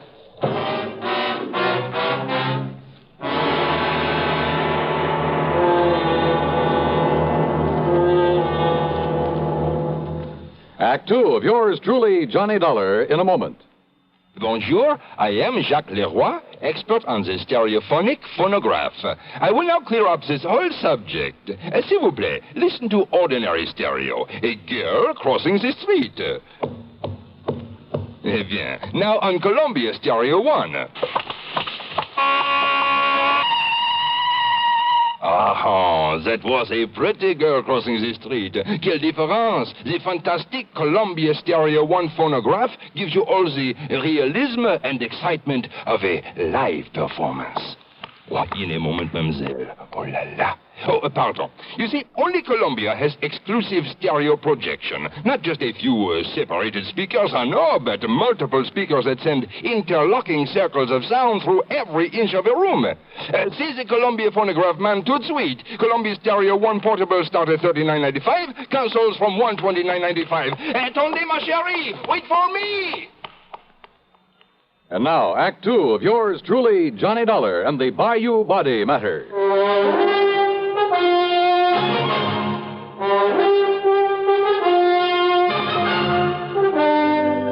The machinery is in operation, Mr. Dollar, and as soon as we get any word as to the whereabouts of Mrs. Carter, we'll let you know. Yeah, thanks a lot. Earl, just how much did you know about Carter and his wife? Well, you know how it is, Johnny. There was some talk about their not getting along too well, but... I've thoroughly investigated, Mr. Dollar. They fought like cats and dogs. Well, now, I wouldn't go so far as to say that. At times, that is. At times. According to the people next door, they had quite an argument just last night. Oh? At one time, according to these people, she hollered at him, "I could kill you, Ralph. I could kill you." Yeah, well, that's not proof that she did. No? Then why would she Well, say it? haven't you ever told somebody you'd like to kill him? Well, saying I'd like to, or saying I could or would are two different things. And look here, sir. If she didn't do it, then why would she hightail it out of town early this morning? All those neighbors reported that she did? Yes, sir. She drove away from their place at approximately the same time as the coroner says he was killed. Well, let's face it, Johnny. The sergeant must be right. She must have done it. No question about it, Mr. Dollar. But why? What could her motive have been? Who knows? Could have been most anything. Now that we know there was friction between them... And what about his money? She stands to be worth an awful lot with him out of the way. And don't you forget for 1 minute she's much younger than he was. Not only that, but she's a nice, healthy, attractive woman, too. And he, with his heart condition, well, he was probably just a millstone around her neck. Makes sense, Johnny. Sure it does. Did you or the coroner find any fingerprints on that poker that was used on him? No, sir. But there was some lint from a pair of cotton gloves on it. All right, then. Johnny. All right. I've seen Mrs. Carter many times. She prides herself on her dress. She can afford to. And I've never seen her outside that house without a hat and without a pair of gloves. And, of course, a lot of people wear gloves when they drive a car. Okay. Now, don't you worry, Mr. Dollar. The APB is out, and every highway north of Bradenton, south of Venice, and east of Arcadia is being watched for her. When we get her, I'll let you know. Yeah, you do that. Come on, Earl, let's have some lunch. Sure. Nothing more we can do here. Reach you at Mr. Pullman's house, I take it. Don't bank on it, Sergeant. So Earl drove me to his home on St. Armand's Key, and by then I was beginning to wish I'd made the trip to Florida solely for purposes of fishing the blue waters of the Gulf with him. But then, after saying hello to his charming wife and having a drink and a good lunch with them, I walked over to the Carter place, 100 yards or so up the bayou. Much to my surprise, there was no policeman there to keep an eye on things in case Mrs. Carter should return. I was even more surprised to find a side door standing wide open.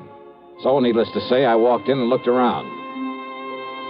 One of the first things that caught my eye in a den off the living room was a desk. It was locked, but I managed to pry it open without too much difficulty. And there, among other things, kind of half hidden away in a folder, I found some canceled checks, a whole series of them, written twice a year for a period of over 3 years. They were made out to Mitzi Taylor, the ex-Burley Queen. Pretty sizable checks, too, all for the same amount of money. No wonder he kept this desk locked. But during one period of time, well, 3 checks that should have been there were missing. And it gave me an idea. Out in the living room was another desk, a tambour, obviously Mrs. Carter's. Hidden away in the bottom of one of the drawers of that desk were the 3 missing checks. Huh? I beg your pardon. Mrs. Carter? That's right. Who are you? Johnny Dollar, special investigator for one of your husband's insurance companies. Special investigator? Yeah, here. My credentials. I see. And has my husband sent for you? Your husband? Of course. Where is he? You mind telling me where you've been since early this morning, Mrs. Carter? I don't know why not. I was somewhat upset this morning, and, well, being a woman, I chose to do something a man probably wouldn't understand. I've been at a beauty parlor, Where? just this side of Bradenton. All right, now, Mrs. And Carter. if this is some kind of inquisition, I had a shampoo, a set, and a manicure. Tell me just one thing. Did you leave this house before or after your husband died? I don't believe Ralph was even up at the time. Ralph, dead. His body was found in the bayou this morning. Or did you know that? Oh, I am shocked, Mr. Dollar. Terribly shocked. I am not sorry. Go on, Mrs. Carter. I married Ralph 3 years ago. It was my second marriage. My first husband, though very wealthy, was a... I don't know why I'm telling you this. Go on, please. I thought that Ralph, because he was older than I, would... Well, I thought that with my money, he'd be content to settle down to the quiet sort of home life I'd owe... Don't you see? It was only for my money that he married me. The only woman he ever cared about, whom he continued to support with my money, was a horrible... See, you've been through my desk. Yes. I'd known about her for some time, Mr. Dollar. But yesterday, when I found those checks in his desk... Would you call them motive for murder, Mrs. Carter? I told him I would divorce him. I told him last night. I'm afraid it was quite a scene, but I... Good heavens. All right, now listen carefully. I want you to answer my questions carefully, regardless of how absurd you may think they are. Well, all right. You always wear gloves, don't you? What? Well, of course. This kind of gloves, like you're wearing now? Only this kind. I have them made for me in France and sent to me on special order. Even when you're working in the garden, say? Of course. I save the old ones for that kind of thing. Any other kind of cotton or wool or domestic leather I'm allergic to. But, Mr. Dollar, I don't understand why... Such a little thing, and yet... What? And yet murder cases have been solved on a whole lot less. Murder? Did you say murder? So you found her for us, Dollar. Oh, Sergeant Edwards. So maybe you private dicks do have some value after all. All right, Mrs. Carter. Yes, Sergeant. I'm arresting you on suspicion of murdering your husband. You what? Now, just a minute, May as young well man. go along with him, Mrs. Carter. But, Mr. Dollar, But I'm glad you threw that word suspicion in there, Sergeant. What's that? Yeah, it may save you from being sued for a lot of money. Huh? Yeah. For false arrest. Act 3 of yours truly, Johnny Dollar, in a moment. Welcome, recording star Mel Torme. It's terrible trying to sing with a bad cold. So I always take 4-way cold tablets to relieve cold miseries fast. Good idea. Tests of all the leading cold tablets proved 4-way fastest acting. 4-way starts in minutes to relieve muscular pains, headache, reduce fever, calm upset stomach, also overcomes irregularity. When you catch cold, try my way. Take 4-way cold tablets. The fast way to relieve cold distress and feel better quickly. 4-way, only 29 cents. Now, here's a word about another fine product of Grove Laboratories. Had dandruff for years? Now get rid of it in 3 minutes with Fitch Dandruff Remover Shampoo. 3 minutes with Fitch regularly is guaranteed to keep unsightly dandruff away forever. Apply Fitch before wetting hair, rub in 1 minute. Add water, lather 1 minute. Then rinse 1 minute. Every trace of dandruff goes down the drain. 3 minutes with Fitch, embarrassing dandruff's gone. Fitch can also leave hair up to 35% brighter. Get Fitch Dandruff Remover Shampoo today. And now, Act 3 of yours truly, Johnny Dollar. After getting the address of Missy Taylor from him, I persuaded Earl Palmer to drive me in a hurry to the airport up at Tampa. Item 2, $67.95, plane fare to New York. It was very late by the time I arrived there, but item 3, $6 for a taxi to the neighborhood of Mitzi's apartment. Item 4, 10 cents for a phone call. And then I crossed my fingers. This was hardly the scientific approach to the solution of a murder case. I wouldn't get to first base if I had to identify myself over the phone. But she gave me a break. Hello? Mitzi? Yeah, that's right. This is... Louis? Yeah, Louis. What's the matter with you? Why are you talking like that? Gotta keep my voice down. Listen, didn't I tell you not to call me from down there in Florida? Come right back here. Louis, are you back here in New York already? Took a plane. Did you take care of Ralph Carter? Don't worry, baby. It'll be in all the papers. Okay. And come on over here and I'll pay you off. Sure. But then you're to clear out. You're to get out of this town as far away from me as you can. Sure. Okay. Come on over. Yeah, a real break. Now it was up to me to take the fullest possible advantage of it. Item 5, another dime for another phone call, this time to Lieutenant Randy Singer at the 18th Precinct. No question about it, Johnny. Old man Carter must have known that sooner or later his wife would catch on to all the money he's been giving his dame. Right. And maybe he was getting tired of sending out those checks. Right. So to get off the hook and still provide for Mitzi, he named her as beneficiary to a $50,000 insurance policy. Sure, his wife would know about it after he died, but she wouldn't be able to do anything about it. Yeah, but little Mitzi just couldn't wait, huh? Now, look, I don't anticipate any trouble with her, Randy, but if you're going to be around for a while, well, after I've wrapped it all up, I'll call you to come over and make the arrest, huh? Seems to me you have got it all wrapped up. Sit tight, Randy, and I'll call you.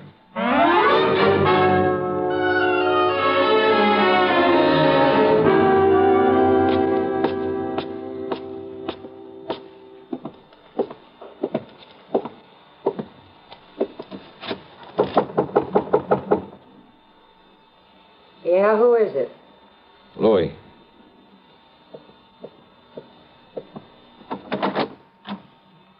Louis, huh? Do you mind if I come in, Mitzi? Now, who are you? Johnny Dollar, special investigator. Yeah? For who? The company that issued that $50,000 policy you are not going to collect on. You know something, Johnny? That's where you're wrong. Oh, you think so? Did you see Ralph Carter's body floating around in that bayou down there in Florida? I'm afraid I didn't. Well, you should have, Johnny. Because then you'd know what you're going to look like floating down the dirty East River. Sorry, Mitzi, but, hey, wait a minute. How did you know Carter's body was thrown into the bayou? You took too long getting over here, Johnny, after that phony phone call. Come on in, Louis. Take care of him. What? One move for a gun and I blow your head off, mister. Go ahead, Mitzi. Take his gun away. Okay, I've got it. Now keep it on him while I take him apart so we can feed the fish out in that river. No, wait a minute. Huh? Wait till I close the door to the corridor so that... What? That's right, Mitzi. Don't bother. Cops! The cops! Drop it, Louis!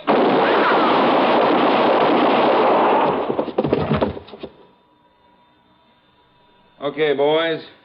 Take what's left of them out of here. Right, Lieutenant. Maybe you better put some cuffs on the dame. Right. Come on, baby. Hiya, Johnny. Fancy meeting you here. Very funny. And, hey, what happened? I thought you were going to call me back. Oh, stop hamming it up, will you, Randy? But, thanks. Think nothing of it.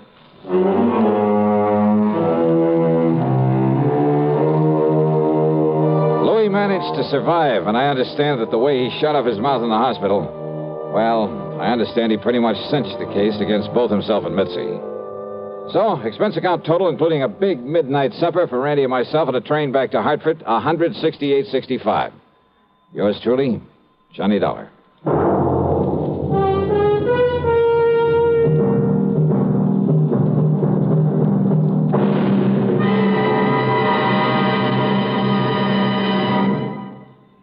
Our star will return in just a moment. This is the cold season. What do medical authorities say about the common cold? Doctors tell us there is no known drug which will cure a cold. There are effective medications for treating complications, accompanying or following a cold. If you've been taking sensible precautions and still have one cold after another, it's best to see your doctor. And here's more good advice. When you have a cold and need a laxative, that's the time to rely on gentle X-Lax. Pleasant-tasting, chocolated X-Lax helps you toward your normal regularity gently overnight. X-Lax gets along with any cold remedies you may be taking, and X-Lax works where nature wants, in the lower tract, not the stomach. Taken at bedtime, X-Lax won't disturb sleep, gives you the closest thing to natural action the next morning. You're well on your way toward your normal regularity, without upset or discomfort. So when you have a cold and need a laxative, take X-Lax, the laxative you can use with complete confidence. X-Lax helps you toward your normal regularity gently overnight. X-Lax. Now, here's our star to tell you about next week's story. Well, next week I take another trip to Florida, and I still don't get a chance to go fishing. Instead, a lesson in how not to commit a murder. Join us, won't you? Yours truly, Johnny Dollar.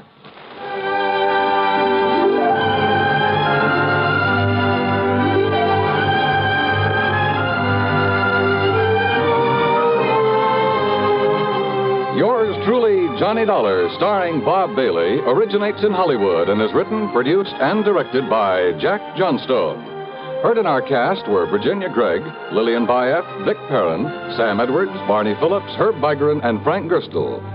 Be sure to join us next week, same time and station, for another exciting story of yours truly, Johnny Dollar. This is Dan Cubberly speaking.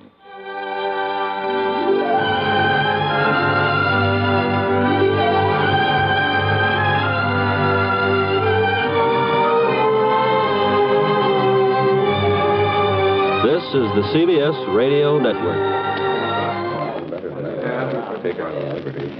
Gentlemen, your attention, please. Now, here's the problem. Your pilot is flying a 400,000-pound, 650-mile-per-hour B-52D Stratofortress. Now, with the weather, wind, and bomb load information provided on your test sheet, I want you to figure your estimated time of arrival at point X on the map, 2,109 miles away. Quite a knotty problem, isn't it? But not for the fledgling navigators in U.S. Air Force aviation cadet training. You see, these men have a firm background in astronavigation, electronics, engineering, and allied fields. They are eminently prepared to cope with the most intricate navigational situations. College men between 19 and 26 and a half. Find out today if you can qualify as an Air Force navigator. If so, you're in for a prestige position with a brilliant future. See your local Air Force recruiter today for complete details. WROW, Radio 59.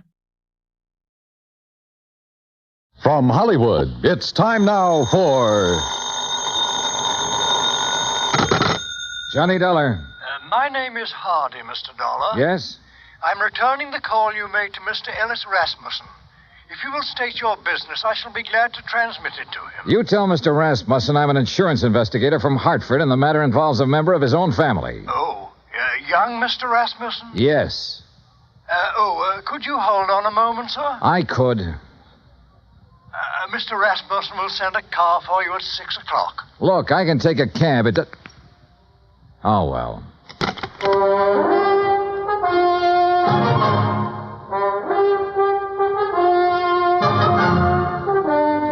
Bob Bailey in the exciting adventures of the man with the action-packed expense account. America's fabulous freelance insurance investigator. Yours truly, Johnny Dollar.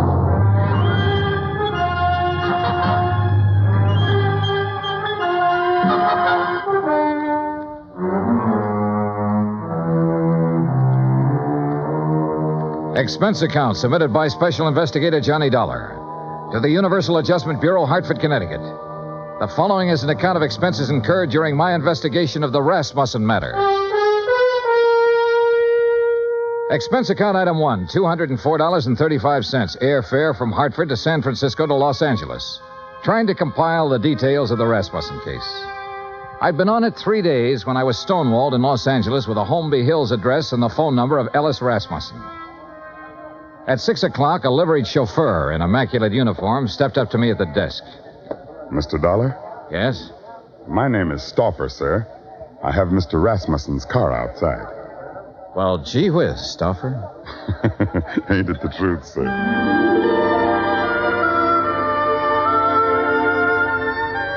A few minutes later, when we turned into the lush green Holmby Hills section, I had a suspicion I was about to deal with a bona fide millionaire. When we parked in front of the big two-story colonial home and a man with graying hair and swallowtail coat stepped out of the door, well, I knew I was going to meet the real article. I'm Hardy, sir. Hello, Hardy. Mr. Rasmussen is waiting for you. This way, please. We stopped in front of a huge paneled door. Hardy tapped on it once, then pulled on the knob. As we entered, a tall man with a shock of pure white hair rose from his chair and turned toward us. This is Mr. Dollar, Mr. Rasmussen. I want about 4 fingers of sour mash. What do you want? You took the words right out of my mouth, Mr. Rasmussen. Very good, sir. He's a pretty nice fellow. We're all pretty nice fellows around here, Mr. Dollar. Sit down. Thanks. Could you hand me that lighter? Oh, sure. Here. Thank you.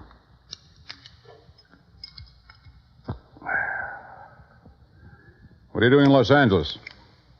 Why, federal underwriters of Hartford wrote a blanket policy for all Imperial Rubber Company employees. Your son was an executive with Imperial when he was killed in Malaya last spring. Federal owes his widow $25,000. I don't know where she is, Mr. Dollar. I see. I doubt if you do. Let me put it this way. I never met the young lady. Fred married her one night in Elko, Nevada. 2 days later, they were on their way to Malaya. 6 months there, and the development station was raided by guerrillas one night. And I suddenly no longer have a son. Have you eaten your dinner, Mr. Dollar? Oh, I wouldn't want to trouble you. Hardy, set a place for Mr. Dollar. Very good, sir. Well? Well, I thought she might phone me when she got back to the States. She never did. Never a letter, nothing. I'm old and sick, but I still want to see the girl my son married. It's not an easy thing to lose a son, Mr. Dollar. And I lost a good one. I lost the best son a man ever had. I'm sure you did, sir. To your son. To Fred. During dinner and afterward, over coffee and liqueurs, I listened to the story of Ellis Rasmussen's life. It came from the lips of an old man who was dying, but in whose eyes I could see reflected the memories of a brawling, bustling life that started in an Oklahoma oil field and moved to Alaska and Arabia and Africa. More and more during the talk, I began to know his lost son. For in everything the old man had to say about himself, I could sense an unmistakable reflection of his son. Finally, I thanked him and left. If I may say so, I do hope you'll call soon again, sir. Mr. Rasmussen enjoyed your visit very much. I haven't seen him so much like his own self since we received the terrible news of young Mr. Rasmussen's death. He must have been quite a man, Hardy. Young Fred Rasmussen. He was, sir. All of us miss him dreadfully. None of us ever met Mrs. Rasmussen, and we were most anxious to receive her, especially after young Mr. Fred's death. I imagine so. The car's all ready, Mr. Dollar. Good night, sir. Good night, Hardy.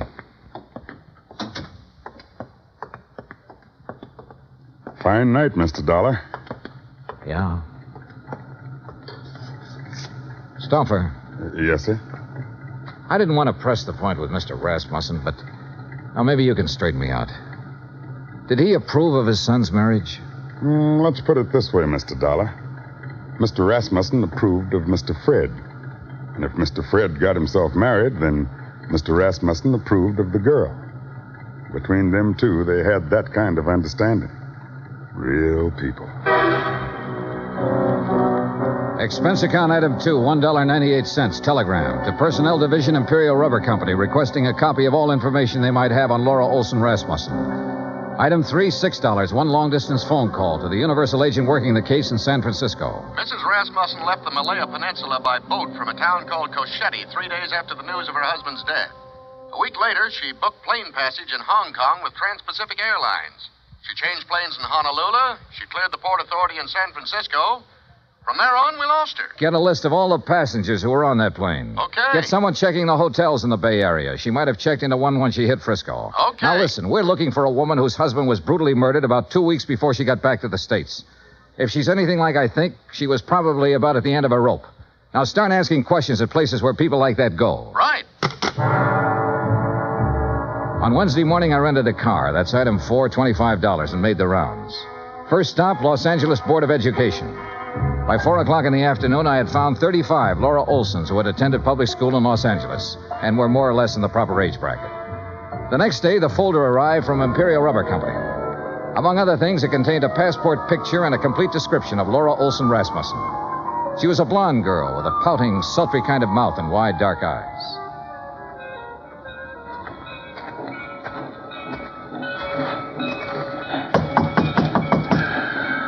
You down there. Yes? What do you want? I'm looking for Mrs. Frances Olson. Are you Mrs. Olson? I don't want to buy nothing. Do you have a daughter named Laura Olson? Are you a policeman? No, I'm an insurance investigator. I'm trying to locate Laura Olson Rasmussen. Well, how'd you get this address? What's that? A picture of her. Let's see. That's my Laura. What about her? I've been trying to locate her for some time. Is she here? No, she ain't here. She ain't been here for 5 years. Do you have any idea where I can find her? Friends, maybe? Other relatives? You say her name's Rasmussen now? Yes, she married a man named Fred Rasmussen. Married? Well, ain't that just something? You didn't know your daughter had been married, Mrs. Olson? How would I know? How would I know anything about her?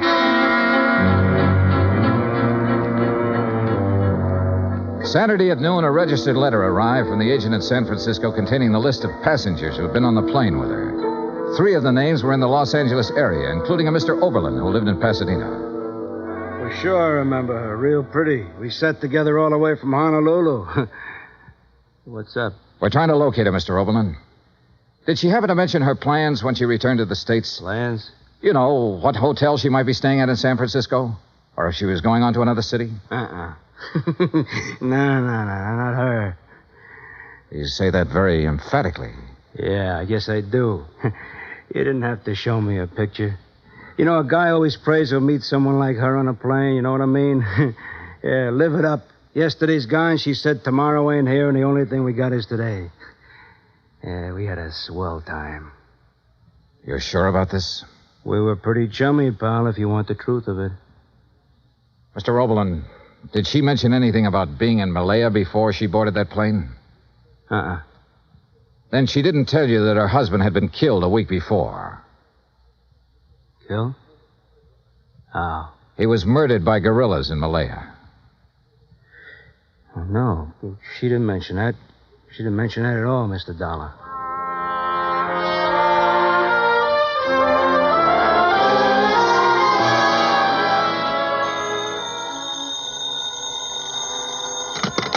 Johnny Dollar. This is Hardy, Mr. Dollar. How are you, Hardy? How's Mr. Rasmussen? He's not so well, sir. That's why I called. Could you possibly find time to visit him? Tonight? May I send a car right away? Is it serious? He's dying, sir.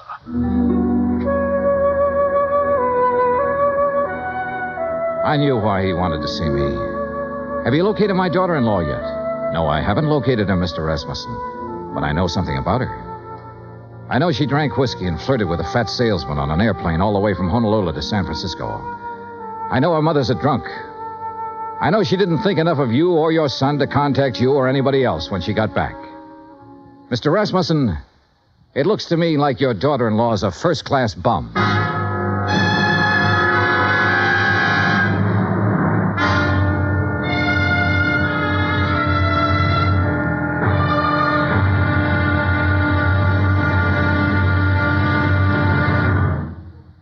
Act 2 of yours truly, Johnny Dollar, in just a moment. Our daily lives are sharply affected by world news. And for a complete roundup of the news every single weekday evening, just keep your dial on CBS Radio for the news broadcasts of our famous CBS newsmen, Edward R. Murrow and Lowell Thomas. Hear up-to-the-minute news with Edward R. Murrow and Lowell Thomas on CBS Radio. Now, Act 2 of yours truly, Johnny Dollar, and the Rasmussen Matter.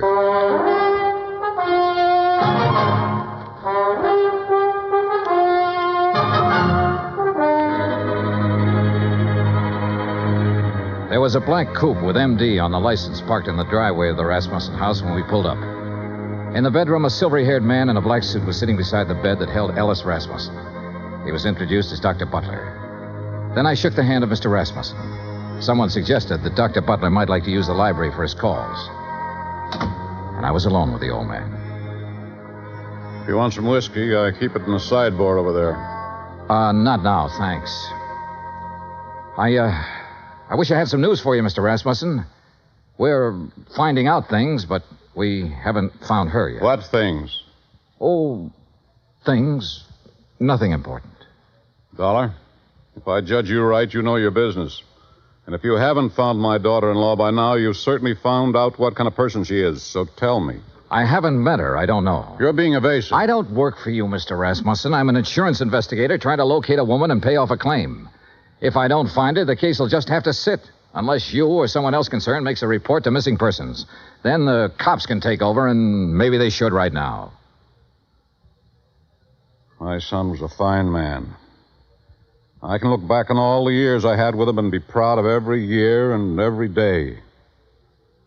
He married a girl named Laura Olson. I don't know where she came from or who she was, but I know my son wouldn't have married her unless he loved her, unless she loved him in return and was worthy of his love. You know a lot, Mr. Rasmussen.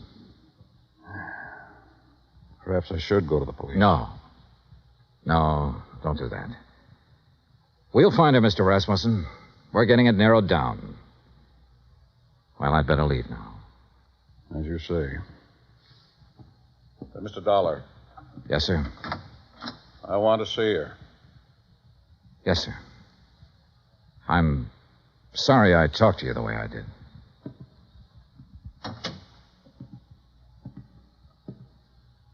Phone call for you, Mr. Dollar. Would you like to take it in there? Oh, yeah, sure. Keep an eye on him, Hardy. Trust me, sir.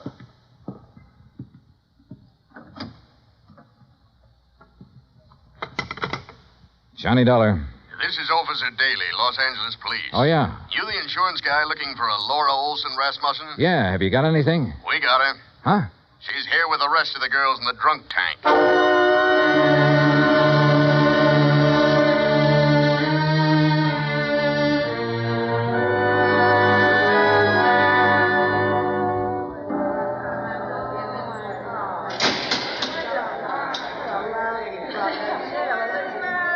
A drunk tank will always smell of disinfectant. This one was no different. There are no bunks, no chairs, no blankets, no nothing. So you stand or sit on a concrete floor and wait for something to happen. The legal period is 24 hours. You get rebooked or you get released. It all depends. What's the story on her, Dollar? I've got a check for $25,000 for her. Gee, insurance money? Yeah. Quiet! Quiet in there! All right, quiet down! You girls better learn to get along. Which one? Back there, sitting on the floor. Oh, brother. What's the situation? If somebody comes up with bail, they can have her. Expense account item 7, $100 bail. While I was waiting around, Officer Daly broke open a file on her. A dozen aliases, a dozen charges, and one conviction for shoplifting. A career of petty thievery that began at the age of 16 and ran up into a 22nd year. Expense account item 8, $35 telegrams. I sent wires to all parties concerned, all parties except Ellis Rasmussen, ordering a stop on their activities since Laura Olson Rasmussen had been found.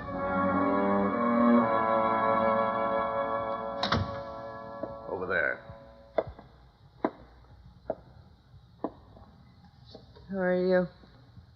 My name's Johnny Dollar. Thanks for getting me out.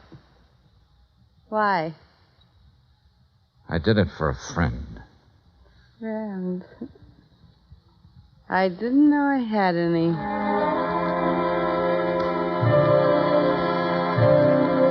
Expense account item 9, 20 cents, 2 cups of coffee. We had it in a diner across from the women's section of the main jail. I looked at Laura Olson Rasmussen while she drank the coffee. Looked at the blonde hair and the wide eyes and the pouting mouth. Looked at the woman who had once been the wife of Fred Rasmussen. What's the catch, mister? No catch. You put up $100 for me. I don't know you from a load of coal. No, you don't. Where do you live?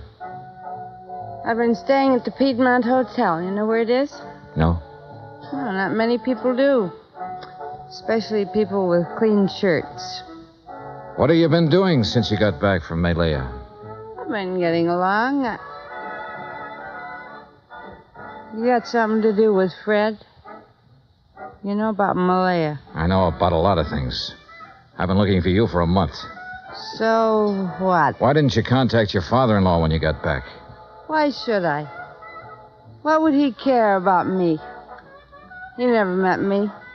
What do I mean to him? Right now, since he no longer has a son, you mean everything to him. You're kidding me, mister. I wish I was kidding you. I wish to heaven I was kidding you. Well, what now? Oh, I want you to come over to my hotel with me. Oh, now look. Just sign some papers. I have a check for $25,000 for you. What was that? Your husband was insured. You're his beneficiary. All you have to do is fill out an application. I'll give you the check. I don't believe it. It's true. Come on. Expense account item 10, $2, cab fare to my hotel. I took her upstairs with me, stood over her while she filled out the necessary papers. Outside of that, we didn't say a word. Johnny Dollar. This is Stauffer, Mr. Dollar. Hardy asked me to phone you to see if there's any word. Oh, yes. Well, what'll I tell him, Mr. Dollar? Tell him no luck yet, Stauffer. How's the old man? About the same, sir. Counting on you, I think. I'll talk to you later. Yes, sir. Here you are. Okay. Thanks. Here's your check. Anything else? Nope. That's it. Okay. See you around sometime. Sure. Fred told me about a man named Stauffer who worked for his old man for years. Was that him on the phone just now? Yeah. Yeah. I didn't know what I was going to say to the old man, but I did know I was hoping that if Rasmussen had to die, that he'd die before anybody told him the kind of daughter-in-law I'd turned up. I didn't want to be in on that. Expense account item 11, $83, hotel bill. I checked out at 5:30, picked up my airline tickets at the desk, that's item 12, then sat around the lobby for 5 minutes. Item 13, 2 drinks for myself. Mr. Dollar, Yeah? Oh. I read in the paper that Ellis Rasmussen is dying. Is that true? That's true. Mind if I sit down? Suit yourself. What are you drinking? Nothing. I know why you didn't tell them you found me, and I don't blame you. If Fred's dad is anything like Fred was, then I know how you felt. Finding me the way you did. Let's forget it, Mrs. Rasmussen, shall we? I'd like to meet Fred's father. So you want to meet him, huh? The human thing would have been to see him when you came back. But not a line, not a word. That old man in that house knows his son was really a man. And on that basis, he believes, without seeing you, that his son married a real woman. He had love and sympathy and help and devotion and all the things you don't seem to have any use for waiting for you in that house. Oh, never mind. I loved Fred. Loved him from the first minute I saw him. You know what I was doing when I saw him? Was serving cocktails in a place like this. He didn't ask me what kind of a family I came from, whether I was good or bad. He just put one of those big arms around me one night and said, "You're mine." He said that to me. He said it because he loved me. No one ever loved me. No one. But he did. I told him who I was and where I came from, and all he said was, "You're with me now."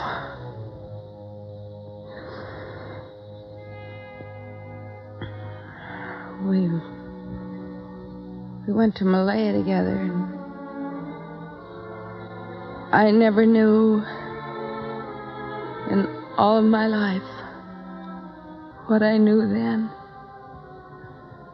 How it was to be wanted by someone who was decent, kind. And then he was killed. He told me one afternoon when I was in Cocheti.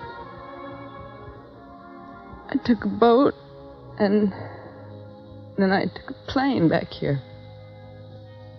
Go on. I want to see Fred's father. I took a car to the house, and I saw what kind of a house and what kind of people his family were. I didn't go in. Couldn't you see me, cheap, rotten, dirty little me? Couldn't you see me walking in there and saying, "I'm me"? Couldn't you see that mother of mine moving in? What would that have done to the old man? It would have crushed out his whole memory of Fred.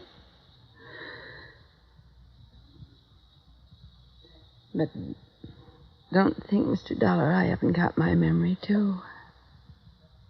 I didn't drink that away. I was loved by a man. And I loved him back. I've still got that. I'm going out there pretty soon. Would you like to meet him? Do you think I can? I think so. I think so very much. Oh, Mr. Dollar, I've been waiting in the lobby. I thought you might be here. How do you do, miss? Stuffer, I'd like you to meet Mrs. Rasmussen. Well, my. I'm mighty pleased to meet you. The boss will be mighty happy. She dried her eyes in the car. I didn't say much. She didn't say much. But in the half hour it took to get out to Holmby Hills, something happened to her again. The something that must have happened when the big arm went around her shoulders the first time. Good evening. Mrs. Rasmussen, Hardy. How do you do, Mrs. Rasmussen? We're very happy to see you. Thank you, Hardy. Fred spoke of you often. That was kind of Fred. This way, please.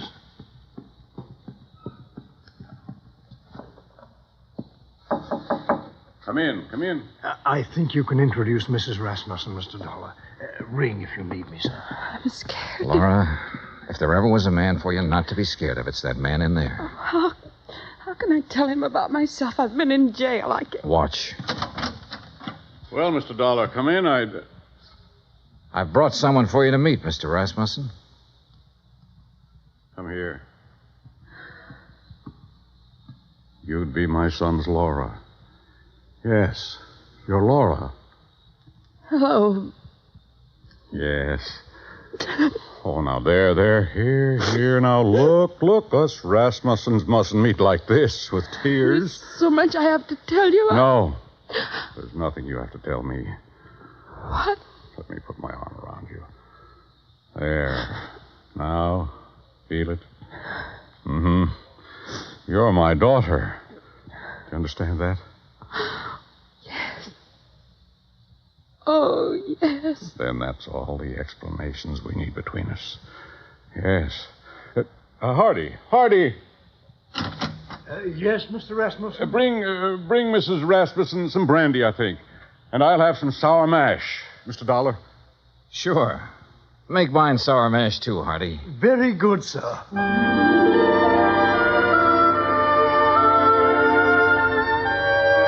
Expense account item 14, $40. Miscellaneous. Item 15, $35, stenographic. Expense account total $1,965. Remarks?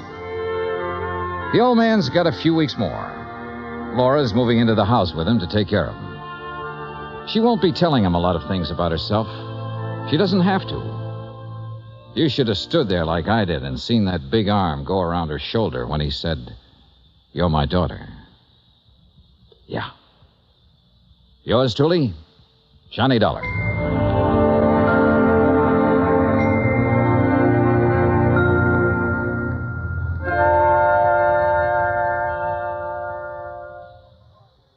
Our star will return in just a moment.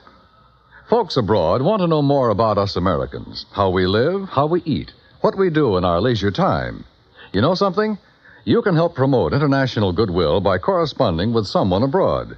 For the name of a correspondent, write to Letters Abroad, 45 East 65th Street, New York. That's Letters Abroad, 45 East 65th Street, New York. Stay tuned for 5 minutes of CBS News to be followed over most of these same stations by the FBI in Peace and War.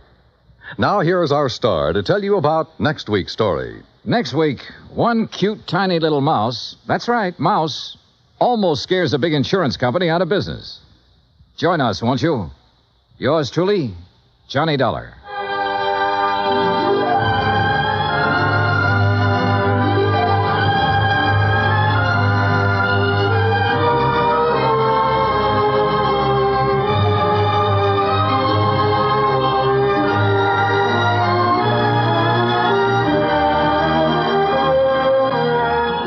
Yours Truly, Johnny Dollar, starring Bob Bailey, originates in Hollywood.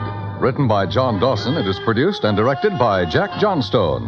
Heard in tonight's cast were Virginia Gregg, Gene Tatum, Eric Snowden, Roy Glenn, Will Wright, Frank Nelson, and Jack Crucian.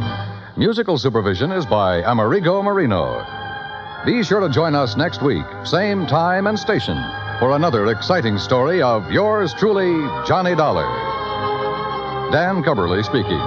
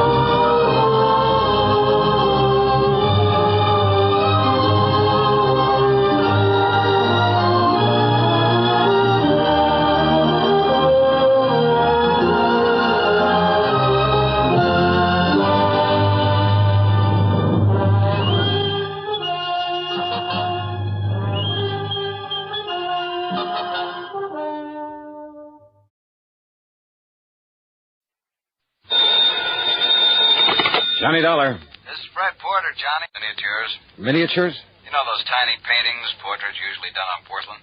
Oh, yeah, I know what you mean. But I don't think I ever heard of any Reimer collection. There are half a dozen of them stolen from the Reimer galleries in Philadelphia. Cost us something over $20,000 insurance. Never found them, huh? Well, here's the thing. I just got a phone call from Wilbert Reimer. He wants to see you just as quickly as possible. About those miniatures. He wouldn't say, Johnny, but I'll bet on it. And he insisted that you and only you be brought in. Huh. Funny, since I had nothing whatsoever to do with the case. Why not, with your reputation? But I thought you usually had a staff man Plus that took the care of... fact that our company investigator at that time was Jerry Pitcher. Jerry Pitcher? Yep. The one who was suspected of complicity in some of the cases he was supposed to be investigating? That's the one. Well, wasn't he suspect in that robbery? Yeah, but neither we nor the police could ever pin anything on him. All we could do was fire him and warn the other insurance companies to look out for him. Fred. Yeah? Any idea where Jerry Pitcher's operating now? Not the least. After the Reimer episode, he simply disappeared. There was talk of his having skipped the country, but nobody was sure of it. I wonder if Reimer's suddenly got a lead on him. There's one way to find out. Okay, Freddie, I'll grab the first train.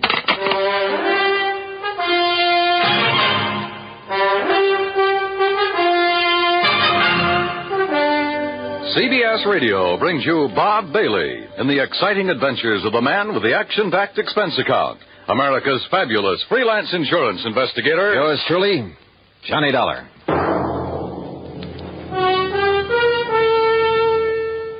And now, Act One of yours truly, Johnny Dollar.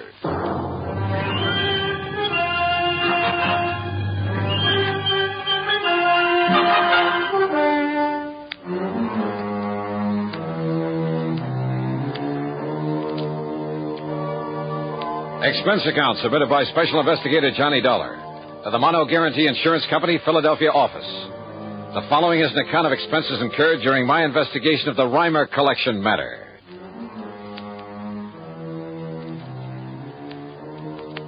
Expense account item 1, $8.25 train fare and incidentals, Hartford to Philadelphia, PA. Item 2, 70 cents for a taxi to the Reimer Galleries over on Walnut Street.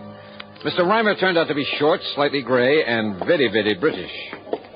Let's go into my office, Mr. Dollar, where we can talk undisturbed. Yeah, sure, Mr. Reimer. Well, the art business must be pretty good with a crowd like this in the store. Pardon me, miss. In here, please. Hey, thanks. Well, the gallery is rather well patronized this morning, isn't it? Will sit down, please. Thank you.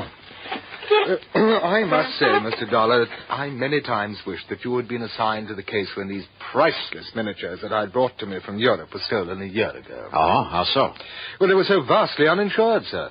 A man of your capabilities would have been able to find them for me. Yeah, maybe. You, instead of that Jerry Pitcher. I understand that, although nobody could prove anything, you suspected him of somehow being involved in that loss. Oh, yes. If only because of his failure to investigate it properly. But now look here, son. This check has a direct relationship with the unusual number of people visiting the gallery this morning. Uh-huh. This check was made out by you. Yes. I intend to put it in the mails before the day is over. To the Mono Guarantee Insurance Company. $4,050? The exact amount I received for the loss of one of the miniatures, a genuine Pellegrini. But you collected something like $20,000 in all. On the 6th it was stolen, yes. But now, suddenly, and most mysteriously, the Pellegrini has been returned to me. What? And, of course, the people out there in the gallery, most of them connoisseurs, would be interested in seeing it again, wouldn't they? Yeah, I should think so. As a matter of fact, I've already found a buyer for it. Who? Mr. Charles Cunningham, one of my regular clients. Well, just how did you happen to get this one back? 2 days ago, when I opened the place, I found it lying inside the door, on the floor, under the letter slot for the morning mail. Just lying there? But it was wrapped in a bit of coarse wrapping paper, the sort a greengrocer might use, and it was tied up with a piece of dirty string. No note or anything with it? Nothing. They're very mysterious. But why was it returned? Who knows? Would you call it a pretty well-known piece, one that might easily be recognized? Oh, definitely. And of course, there were pictures of it in the papers and of the others at the time that they were stolen. In other words, anybody having it stood a pretty good chance of being caught if he tried to sell it. But that does seem to be a logical conclusion, doesn't it? Yet there's always the black market. I mean, abroad, in Paris. A lot of fine art that was stolen during the war has suddenly shown up over there. Yes, and I understand that otherwise perfectly honest collectors haven't hesitated to purchase it. Things taken from the Louvre, from various museums in Germany, and... Hello, but Mr. Dollar, if the thief were caught smuggling the miniatures out of this country... Yeah, I know what you mean. But now, why return these to you? One of them, Mr. Dollar. Okay, one of them, but why? Well, there is, of course, one possibility. Yeah? Like what? If the thief himself were a connoisseur, one who would fully appreciate the value of the miniatures, well, I'm certain that he would never bring himself to simply destroy them. That is, after realizing that he couldn't very well dispose of them without being caught. So rather than destroy them, he decided to give up and return them to you? Well, it is a possibility, isn't it? But he returned only one of them. And, of course, this theory of yours rules out Jerry Pitcher. Well, yes. But it's puzzling, isn't it? Yeah. Wait now, the paper and the string you found wrapped around it. What? Where are they? I'd like to see them. Well? Oh, how utterly stupid of me. What do you mean? I'm afraid I threw them out with the trash, Mr. Dollar. It was taken away yesterday. Oh, great. You might have found fingerprints on them, mightn't you? Yeah, and they might have given us a lead on whoever sold those things in the first place. I'm terribly sorry. It was terribly stupid of me. My reason for sending them for you, I hoped that by finding who returned this one, you might find the rest of them. Sure. In which case, your insurance company, well, needless to say, I would gladly return all of the money they paid to me. Make them pretty happy, wouldn't it? But no. Yeah, they might even feel like handing me a nice big fat commission. Now I've destroyed one possible clue. Well, there must be others, if I can dig them up. Oh, I hope so, Mr. Dollar. Or, of course, we could just sit here and wait for the other 5 to be returned to you. I presume you're jesting, sir. Yeah, I'm afraid so. Yes. So how will you proceed? Well, I'll tell you something, Mr. Reimer. Yes? Yes, Mr. Dollar? I haven't the least idea.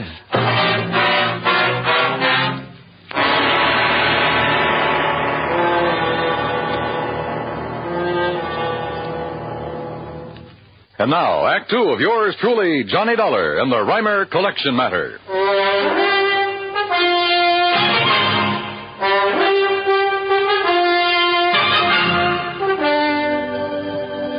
Expense account item 2, 60 cents per cab to Fred Porter's office at Mono Guarantee Insurance.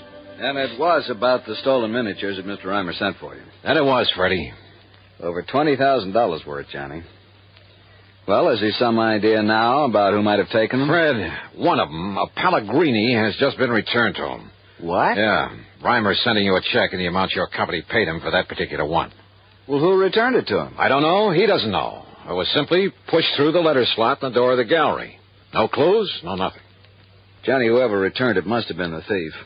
Or someone who knows the thief has contact with him. So if you can find this person, whoever brought it back, we may be able to recover the other miniatures. Yeah. Did the police really do a job when they were stolen a year ago? Yes, and the only suspect was that so-called investigator we'd mistakenly assigned to Reimer because he seemed to know something about art. He was familiar with Reimer's place. That was Jerry Pitcher. That's right. But they couldn't prove a thing against him. And after all, it was only Reimer's theory that Jerry might have been mixed up in it. Why? I don't know. It may have been because of the sloppy way he handled his end of the investigation. And don't forget, it was about that time we learned that Pitcher's reputation wasn't all that it might have been. Have you got any idea where Jerry might be now? As I told you over the phone, Johnny, there was talk that he'd skipped the country. Reason in itself to be suspicious of him, if you ask me. I'll tell you this, Fred. If he did skip, and if he had those miniatures with him, the one place he might have gone to... Listen, mind if I use your phone? It's right beside you. Help yourself. Okay, thanks.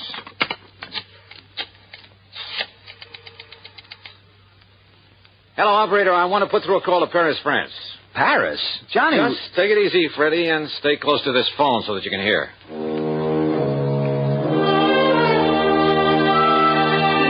My call was to a strange little character whose name is de Marsac, but who calls himself a Chagris, the gray cat. His knowledge of the Paris underworld and everything that goes on in it is nothing short of fabulous. Yeah, because he himself is very much a part of it, of what goes on there. Not a single important work of art could ever hit the black market without his knowing about it. Oh, oui, Monsieur Darlin. This is your oldest, your dearest friend, Le Chagris. Oldest and dearest friend, huh? But of course. Oh, sure. Now listen to Marsac. I want some information. Maybe you can give it to me. For a small fee, perhaps? Perhaps. See, $1,000 American. $1,000? You're out of your mind. Oh, 500? Maybe a couple of hundred, if it's worth anything. Now, take it easy, Johnny. Let me handle this. Now, listen to Marsac. Well, speak, monsieur. Well, I'm looking for a man named Jerry Pitcher. Ever see or hear of him? Jerry Pitcher? Oh, no, monsieur. You're sure? Yes, I'm sure.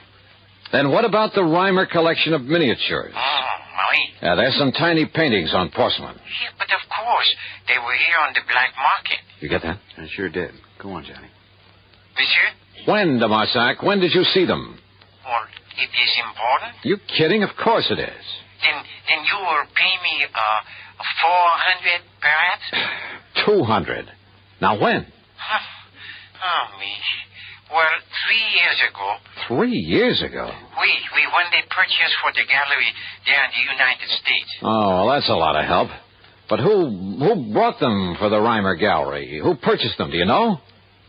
Well? Uh-huh. So that is the question. That's right. Well, then 300, perhaps? Oh, it's worth it, monsieur. Okay, 250. Now, tell me who. Well, it was Monsieur Reimer himself. What? Reimer himself bought them there in the black market? Oui, monsieur. Ah, I see. Well, so perhaps it is really worth 400, monsieur? No, on second thought, de Marsac, I'm afraid it doesn't mean a thing. I'll mail you a check. Well, of course, the last time I saw it... What? What's that? Well? Okay, 400. Bien. It was 6 months ago, June. In June? Oui, June. At the shop of my very dear friend... Oh, that scoundrel, that terrible crook, Francois Dubesson, defense. But not for long. What do you mean? Because he could not sell them. They were what you call too hot. Huh? Because they were known to have been so recently stolen from the gallery there in America. Too hot, huh? So whoever had them brought them back here. You see, monsieur? All right, de Marsac. Who was that fence, that Dubesson? Who was he trying to sell them for? This man Pitcher? Oh, no, monsieur. I told you I never heard of him. Well, who then? Well, alas, I do not know. And with a clever man like Dubesson, well, perhaps for you, my oldest, my dearest friend, and it might take some time and expense. Then no bother, yet. Well, monsieur... Forget it. I'll send you a check. Only you can send it to him, Fred. Save putting it on my expense account. Oh, wait a minute, Johnny. If he can find out who was trying to peddle the miniatures over there... Oh, you underestimate Le Chagris. What? If he's seen them, he knows what they're worth. So what? By the time he got that information, you'd have to pay him 1,000, maybe 2. Well, even so, Johnny, if it leads us to the thief and the other miniatures that were stolen... Leads us to him or merely tells us who he is? What's the difference? And I thought you were convinced it's Jerry Pitcher. Well, who else? Why? I don't know. Ask the police. Ask Reimer. Maybe I will. Or maybe I got a better idea. Item 4, $1.50 for a taxi out to the Museum of Art, where I finally ran down one of the curators, a man by the name of Kingman. Well, of course I know the Reimer miniatures, Mr. Dollar. Priceless. And such a shame that they've been lost to the world of art. Stolen. Yeah. Stolen by a fool. How do you mean, sir? Well, I mean, the thief would never dare to try to sell them, but such well-known pieces, anyone, anywhere would recognize them, would see that he was brought to justice. Maybe. How much would you say those 6 little paintings are worth? About? 2 or 3 years ago, not very much. But now that their history is known, well, this often happens with works of art, Mr. Dollar. How much, Mr. Kingman? Well, somewhere, I would say, that is, if they're ever found. Yes? Somewhere in the neighborhood of $200,000. You're serious? Well, among them is a body, for instance, and a genuine Pellegrini, yes. A Pellegrini? Pellegrini the Elder. And one of our wealthy collectors, Mr. Charles Cunningham, would pay almost... Listen, do you know where I can find him? I believe I have his address and phone number in my office. Good. Come on. But why all this interest, Mr. Dollar? I'll tell you about it on the way to your office, Mr. Kingman. Item 5, 10 cents for a phone call, only to learn that Mr. Charles Cunningham was out of town for the day. So item 6, $14 even, is for a dinner, a room, and some breakfast at the Bellevue Stratford. Then early the next morning, item 7, another dime for another phone call. Insurance investigator, did you say? That's right, Mr. Cunningham. Well, what can I do for you, Mr. Dollar? Just answer one question, please. How much are you paying the Reimer Galleries for a Pellegrini miniature? You mean the one that was stolen a year ago that has been recently recovered? That's the one I mean. What's the price? Oh, well, now, I'm afraid that's something. How much, sir? It was a private sale, Mr. Dollar, a confidential transaction, and, Well? I don't know whether you realize it or not, but only recently has the value of those miniatures become... Yeah, I know all about that. How much, Mr. Cunningham? Now, look here. Would you rather be hauled in as accessory to a fraud? You mean the Pellegrini isn't genuine? Oh, it probably is. But you said I might be involved in a fraud. How much? I'm giving Reimer $20,500 for it. Maybe you'd better call your bank and have them stop the check. Stop the Thank you, Mr. check? Cunningham. It looks as though my hunch was right. What? Goodbye, sir.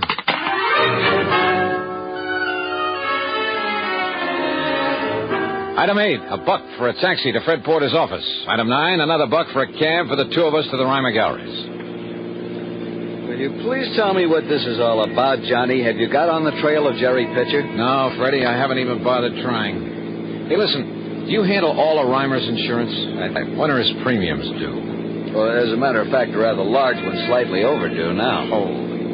Why didn't you tell me that? What difference does it make? Well, if business were good for a man like that, wouldn't he keep up his insurance payments? Wonder how much else he owes. What are you getting at? Plenty. Looks like we've arrived, though. You know, you still haven't told me why we've come here to the gallery at the crack of dawn. Yeah, buddy. Now keep the change. Yeah. See, Mr. Reimer's already opened shop. Johnny? Come on, Fred.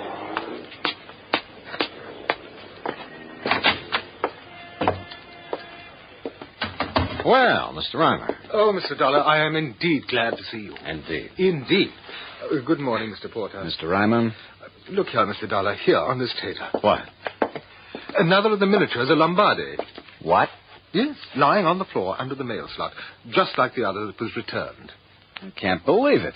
Here, let me see. No, don't touch it. And you see, Mr. Dollar, this time I saved the string and wrapper for you. Oh? Why? Fingerprints? Yes, of course. Only I doubt if we'll find any. But you were most explicit. Matter of fact, if you didn't wear gloves in wrapping it up, you were pretty stupid.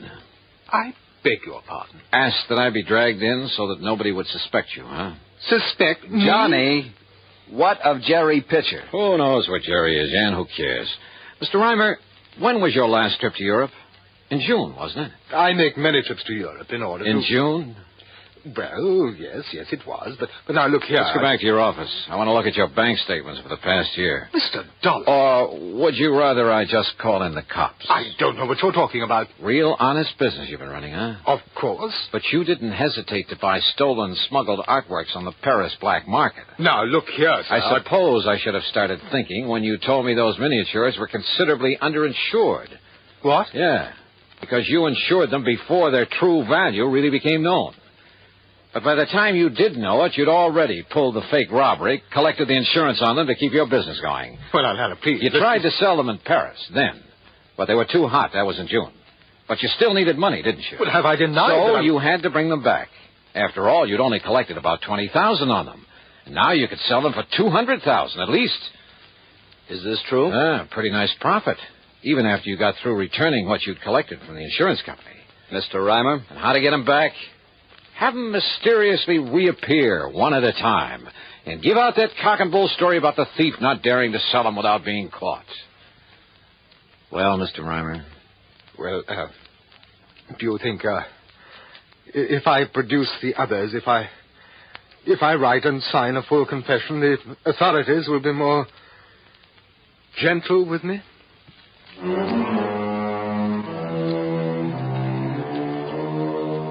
Son of a gun, why do they do it? Won't they ever learn? What's the matter with people, anyhow? Some people, that is. Oh, well, expense account total, including the trip back to Hartford, $35.50. And Freddie, don't forget, a nice fee on this one, as well as a check to Le Chagris over there in Paris. Yours truly, Johnny Dollar.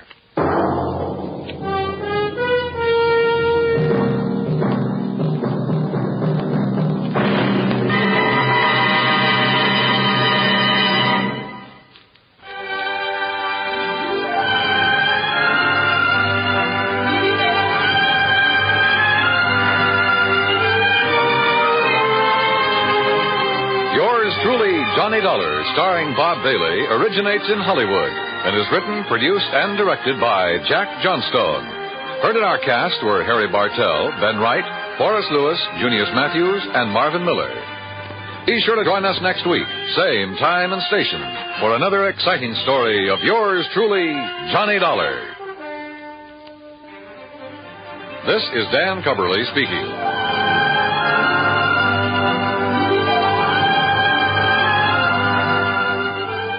Johnny Dollar has come to you through the worldwide facilities of the United States Armed Forces Radio and Television Service.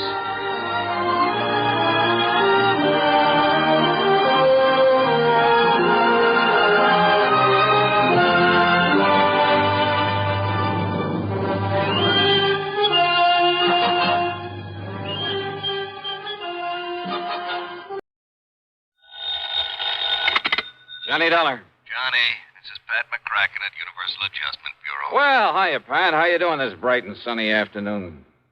Pat?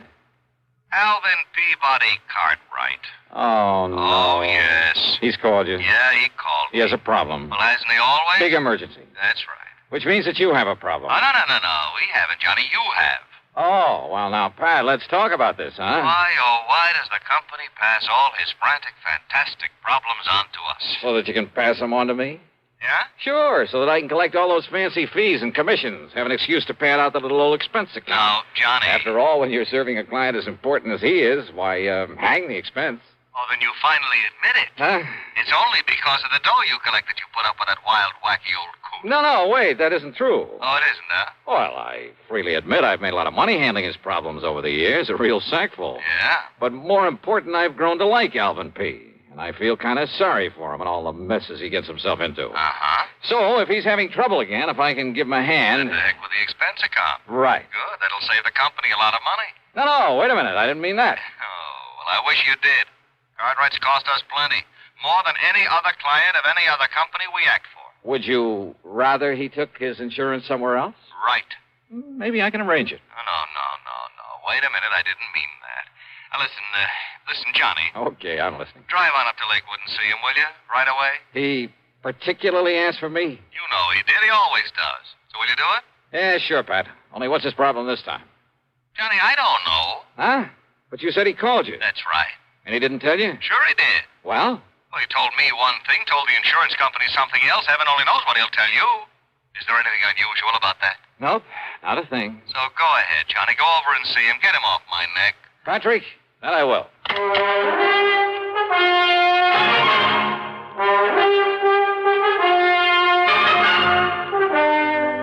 CBS Radio brings you Bob Bailey in the intriguing adventures of the man with the action-packed expense account, America's fabulous freelance insurance investigator. Yours truly, Johnny Dollar.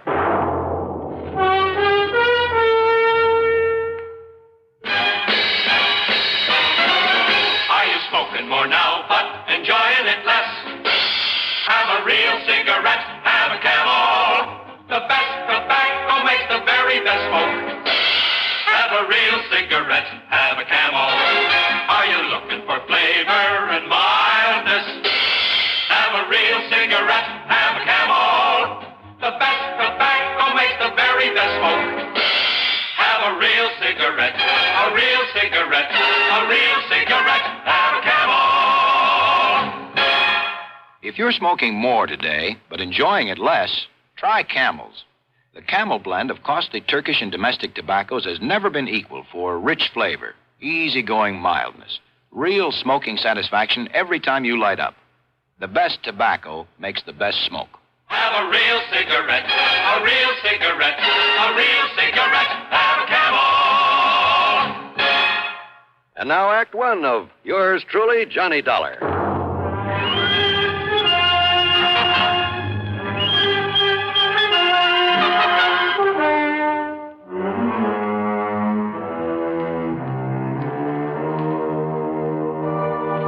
Expense account submitted by Special Investigator Johnny Dollar to the Universal Adjustment Bureau, Home Office, Hartford, Connecticut. The following is an account of expenses incurred during my investigation of the merry-go-round matter. Doing a job for Alvin Peabody Cartwright was like riding a merry-go-round, a shoot-the-chutes, a roller coaster, and a razzle-dazzle all in one. Anyhow, expense account item 1, $4 for a tank full of gas, and hoping the snowplows had cleared off the highway, I headed north to Lakewood.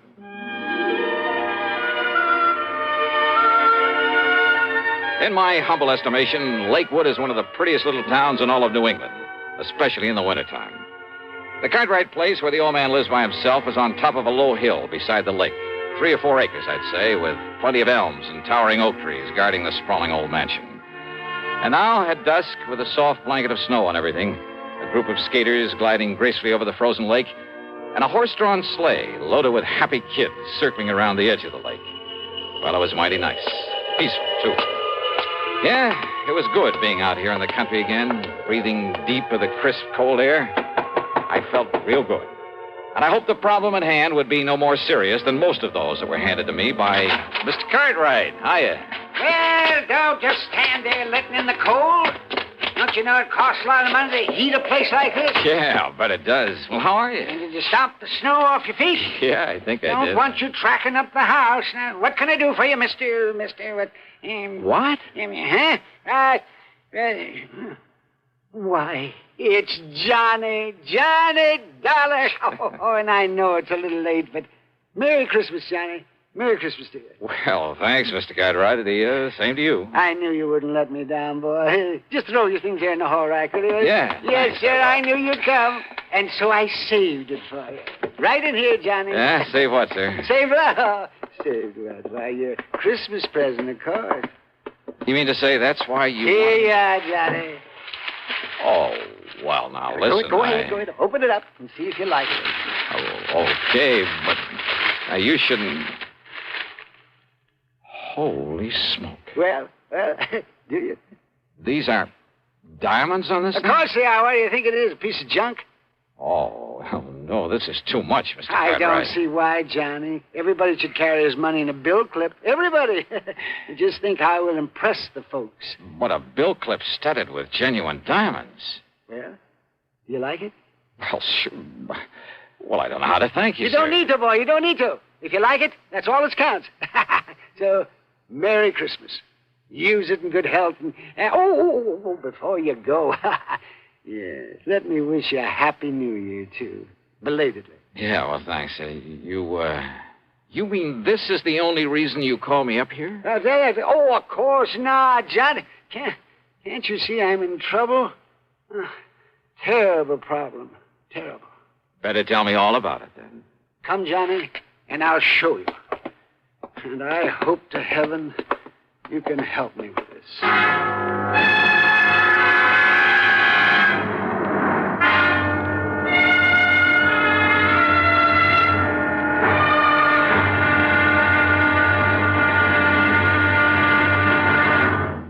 Act Two of yours truly, Johnny Dollar, in a moment. Welcome, recording star Mel Torme. It's terrible trying to sing with a bad cold. So I always take 4-way cold tablets to relieve cold miseries fast. Good idea. Tests of all the leading cold tablets proved 4-way fastest acting. 4-way starts in minutes to relieve muscular pains, headache, reduce fever, calm upset stomach, also overcomes irregularity. When you catch cold, try my way. Take 4-way cold tablets. A fast way to relieve cold distress and feel better quickly. 4-way, only 29 cents. Now, here's a word about another fine product of Grove Laboratories. Had dandruff for years? Now get rid of it in 3 minutes with Fitch Dandruff Remover Shampoo. 3 minutes with Fitch regularly is guaranteed to keep unsightly dandruff away forever. Apply Fitch before wetting hair. Rub in 1 minute. Add water, lather 1 minute. Then rinse 1 minute. Every trace of dandruff goes down the drain. 3 minutes with Fitch. Embarrassing dandruff's gone. Fitch can also leave hair up to 35% brighter. Get Fitch Dandruff Remover Shampoo today. And now, Act 2 of yours truly, Johnny Dollar, and the Merry-Go-Round Matter.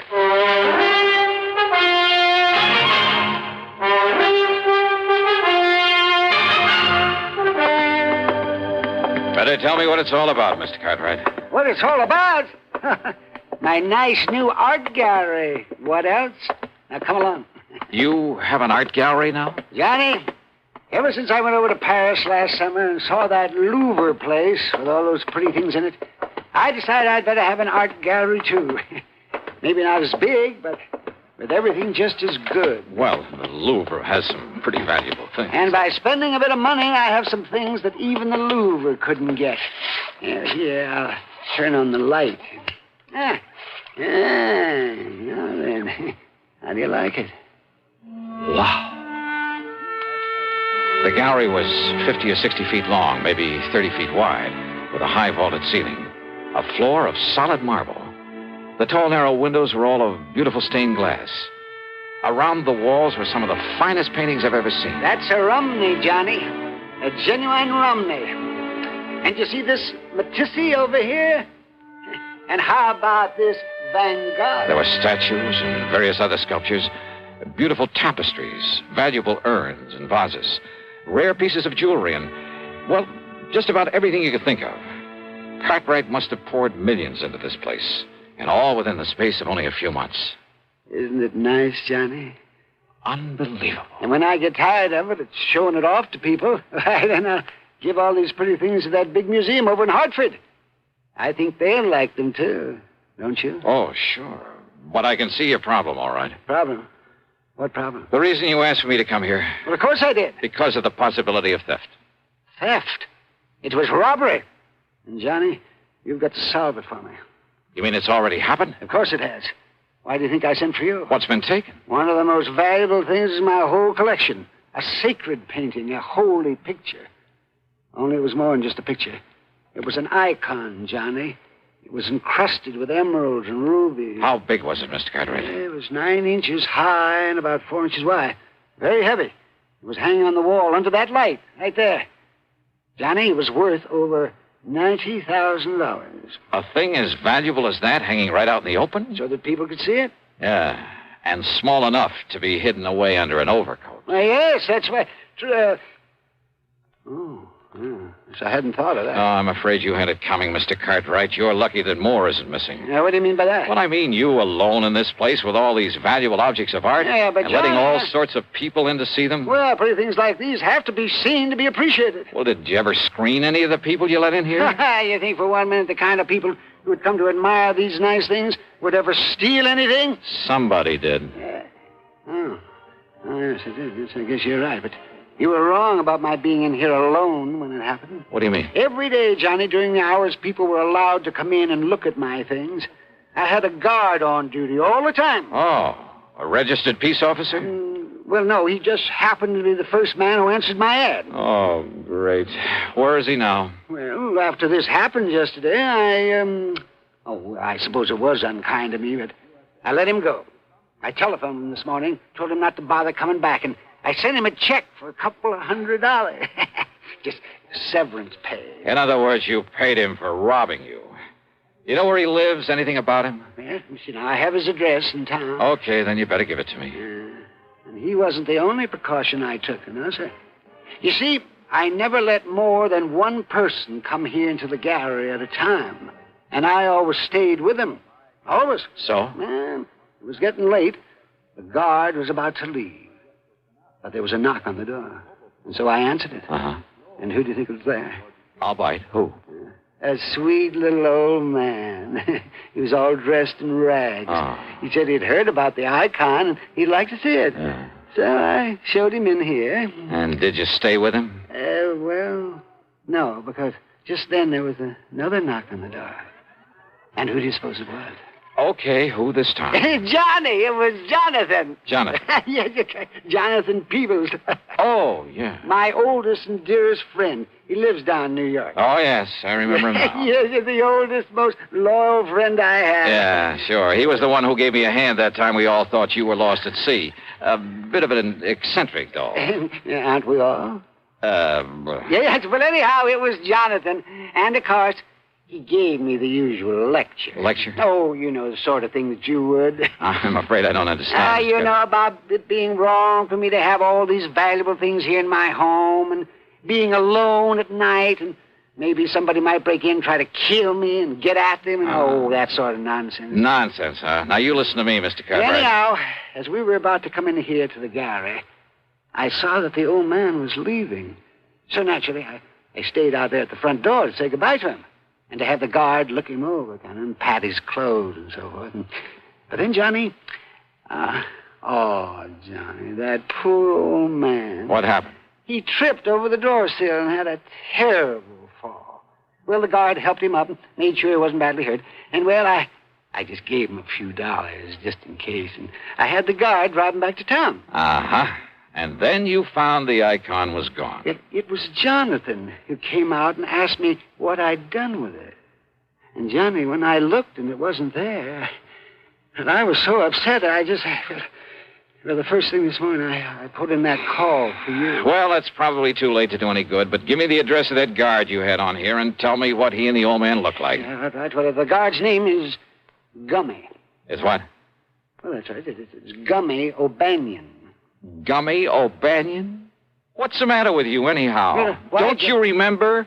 Gummy O'Banion was mixed up in more rackets down in New York in the old days. Of course I remember. Then why under the sun would you... He assured me that he's through with all that he's gone straight and he's retired. And he's the one you picked for a guard? Oh, brother. Surely you don't think that Gummy... No. You want to bet?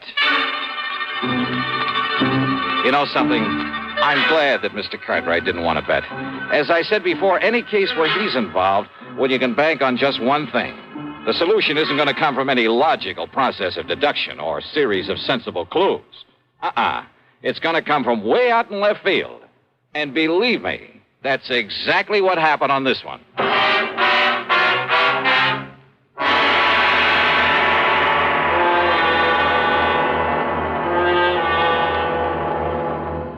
Constipation is something people don't talk much about, but it can be a problem for anyone, even doctors. And when constipation occurs, it's interesting to see just what doctors consider important about a laxative they might use or recommend. Now, a majority of the doctors we heard from had this to say.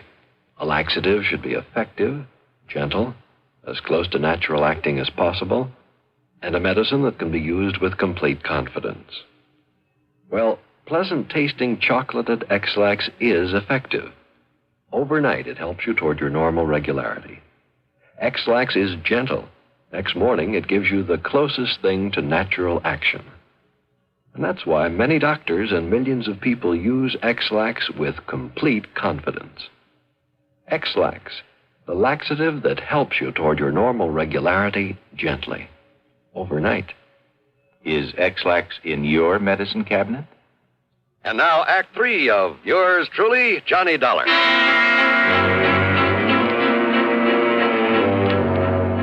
The address of Gummy O'Banion turned out to be little more than the shack at the south end of town. But there was a light inside, so I parked well on down the street, then pulled a peeping Tom act at the window the light was coming from. The window was slightly ajar. Inside, sitting at a bare wooden table, guzzling beer, were O'Banion and a ragged-looking little old man. On the table between them was a stack of bills. Not only 10s and 20s, but I spotted several 50s among them as they pawed them over. If I'd known I could pick up easy money like this, I would have went legit long before I did. Yeah, Gummy? And you know what? What, Gummy? Old Cartwright says he's sending me 200 severance, too. What do you think of that, Doc? 200? That's right. So, with that and all this dough the other guy gives us for that act we pulled at the front door... Other guy? Why, Doc, you and me won't have to work for months. That's pretty good, huh, Gummy? Yeah, Doc, that's pretty good. Well, then open me up another bottle of that beer, huh? Sure. There. But, Doc, I still don't get it. Why that other guy wanted us to make all that fuss for him there at the front door. You falling down and me helping you up and all. A diversion, they call it, whatever that means. Diversion. Diversion? Yeah, and what'd you say his name is, the one that'll give us the dough, huh? Oh, crazy kind of name. Reminds me of a church like Steeple, only it wasn't. I didn't wait to hear that name. I didn't need to. Because things had suddenly begun to add up the wrong way. Instead of disturbing the two lucky gentlemen, I got back into my car and drove hard. And I didn't stop until I got all the way down to New York, to a fancy apartment building on East 52nd Street. It was well after midnight, and the uniformed doorman was half asleep and a little grumpy about it all. Look, what do you think I am, your brother's keeper or whatever it is they say? And that crazy old man. And you have no idea at all where he might be, huh? Your name ain't Dollar, is it? What'd you say? I asked, is your name Dollars, all? Yeah, that's right, Johnny Dollar. Why? Well, why don't you say so? Ed, old Coot left this note for you. He what? Here you are. Dear Johnny, I have tried all day to reach you by phone. But with no success. Knowing you, I'm sure that sooner or later you will come to look for me here at my apartment. I can only ask your indulgence. My indulgence? And beg that when you return to Alvin Cartwright's home, you speak with me before you talk further with him. What? The icon, incidentally, is safely ensconced in the bottom of one of the large Roman urns there in the gallery. Sincerely, Jonathan W. Peoples. But now, will somebody please tell me? Huh? What's the matter, mister? Here's a 5-spot for your trouble. Well, thanks, Johnny. You're okay.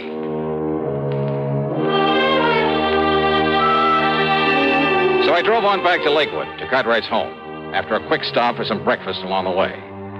Not only was there no guard at the front door, but the door was unlocked. And I wondered, had Jonathan Peoples deliberately left it that way for me? Anyhow, I sneaked inside, and there, sure enough, in the breakfast room, their backs toward me, were the two wild old characters. Or maybe just one such, and his really good friend. You listen to me. Oh, fool, huh? That's right, I'm convinced of it. Oh, you are. Unless you'll solemnly promise me two things. Promise? Promise? Oh, what are you talking about? That you'll immediately, mind you, that you'll turn this whole collection over to a museum, the way you plan to do sooner or later anyway. But, Jonathan, I haven't got tired of it yet. No? Well, by the time you do, somebody will come here and bash in that silly head of yours, or at least come here and steal some of those things. Oh, with me around there? I'd just like to see anybody try to... Yes, that's right, the icon. Oh, it was such a lovely thing, too. And you'd like it back, wouldn't you? Are you crazy? Of course I'd like it back. Well, you'd also have to promise to have some honest, legitimate guards around here now, immediately, 24 hours a day. You and your ex-gangster. Yes, I guess I was wrong about him. Of course you were. He might have killed you. Unless you make those promises, Alvin, somebody will, you stupid, incompetent old... Don't you talk like that. But it's true, isn't it? Of course it is. Oh, dear, of course it is. This whole thing was silly right from the beginning, and losing that beautiful icon, it just... Would you, like it back? Yeah, I'd do anything to have it back. Anything? Yes, anything. You can hear, can't you? I can give it to you, Alvin. No, I don't care what you can do. All I care about is that... You? That's right. I have it. I'll be glad to give it to you. Jonathan. Jonathan If you keep your word. You're a crook. That's what you are. I am not a crook. But if you have the icon, it's because you stole it. I did not. You're a thief. That's what you are, a thief. I am not. There's only one way you could have gotten it. No. By stealing. No, you silly old fool. Don't you see? Don't I see what? All I did was to hide it away from you in the hopes of knocking some sense into that thick skull of yours. Well, has it? Has it made you realize that you have no business keeping a valuable thing like that around here? All right, Jonathan. I'll admit you did the right thing. You brought me to my senses. But now give it to me. Oh, come on, give it to me. Only on condition you make those promises to me. Didn't I say I would? Then do so. I do. Cross your heart? Yes, I cross my heart and I hope to die from there now. Now, give me back the icon. Well, I said I would, didn't I? Well, then do so. Well, I will. Well, now. All right. And if you think for a minute that was the end of it, you're wrong. Those two wild old men sat there for the better part of an hour, squabbling, shaking their fists at each other, and a half dozen times they almost came to blows. But finally they ran out of breath, put their arms around each other, shed some tears of repentance, And then, as they've done so many times before, quietly, solemnly swore undying friendship for each other. What a pair. The expense account? Why bother? After all, by now, Alvin Peabody Cartwright has probably forgotten he even sent for me. So, yours truly, Johnny Dollar.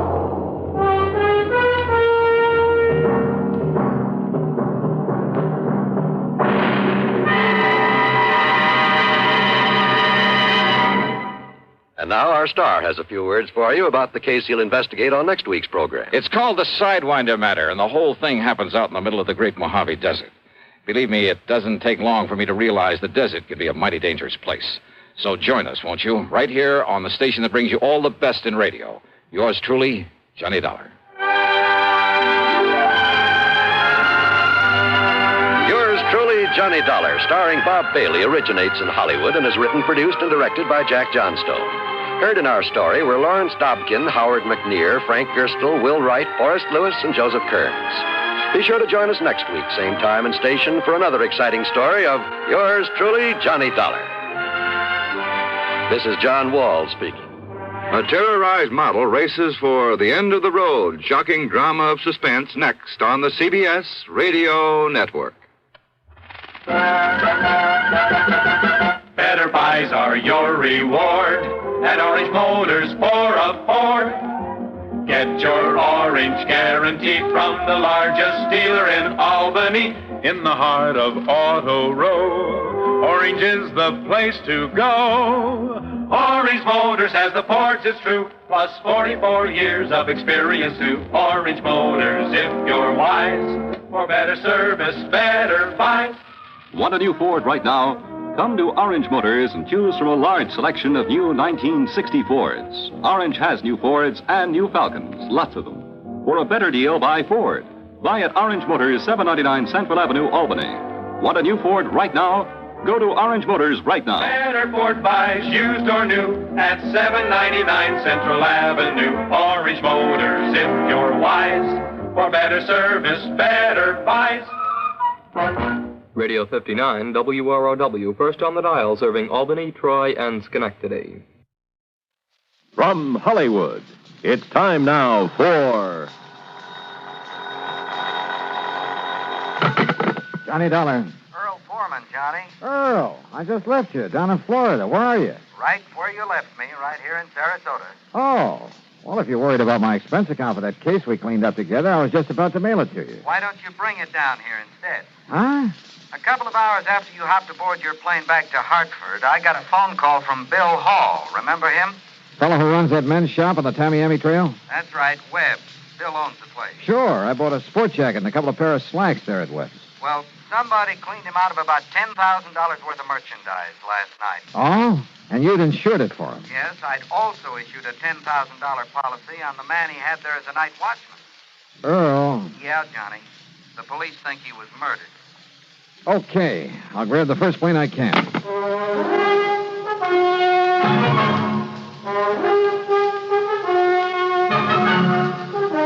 Bob Bailey in the exciting adventures of the man with the action-packed expense account. America's fabulous freelance insurance investigator. Yours truly, Johnny Dollar.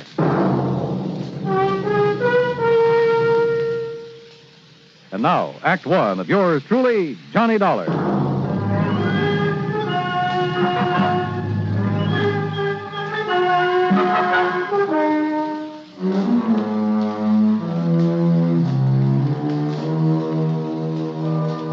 Expense account submitted by Special Investigator Johnny Dollar to the Tri-State Life and Casualty Company, Sarasota office.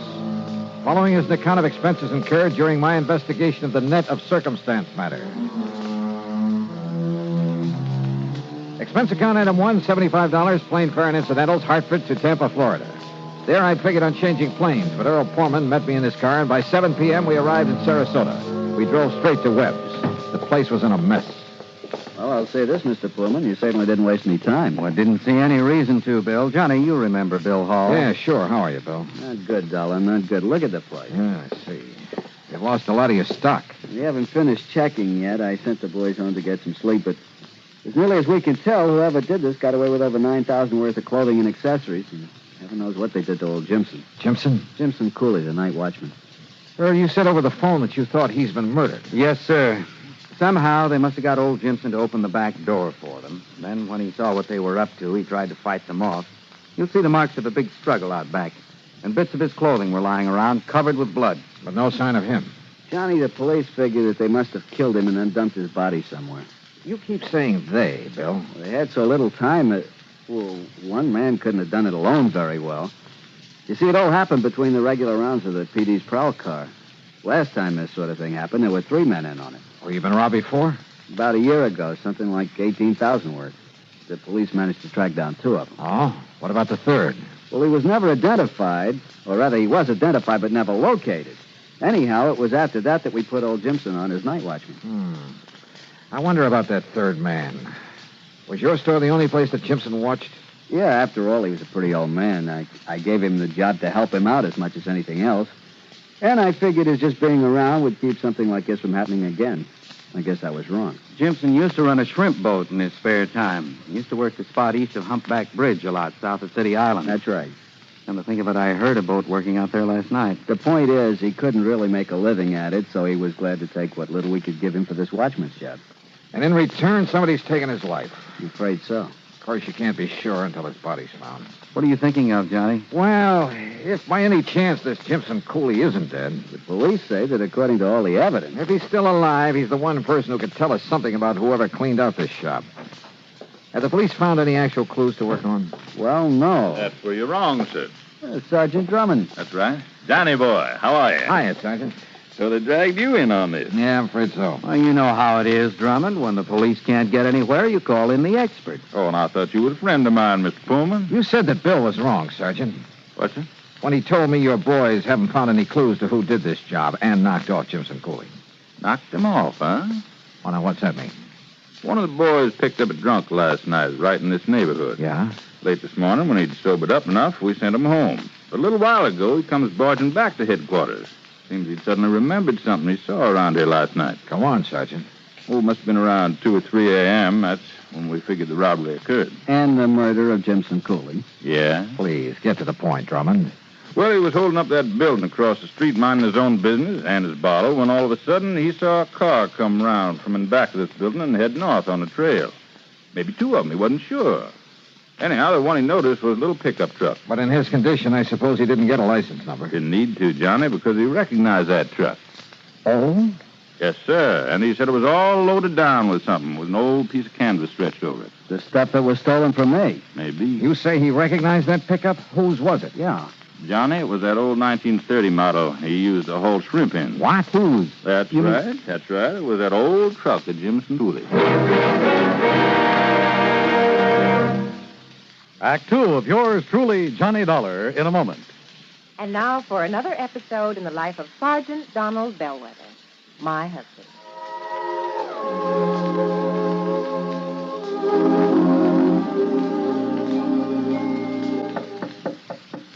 Good morning, Mrs. Bellwether.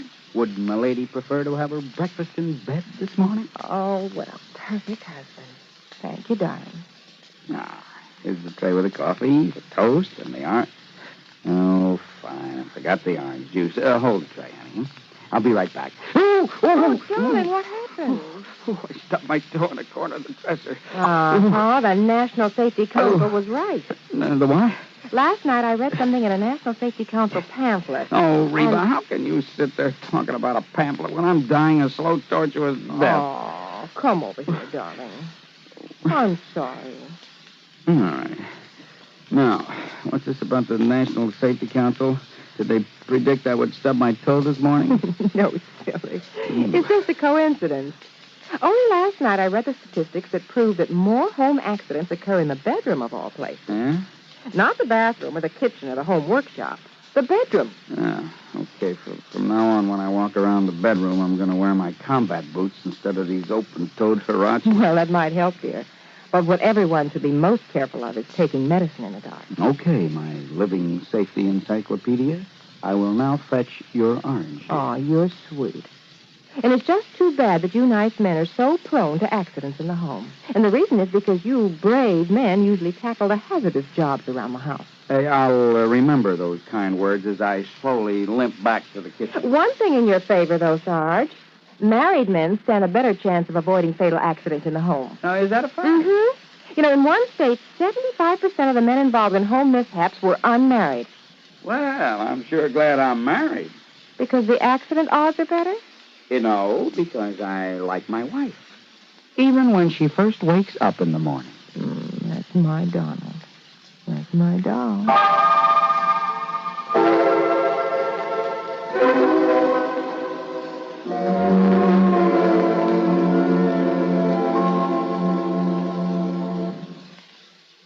And now, Act Two of yours truly, Johnny Dollar and the Net of Circumstance Matter.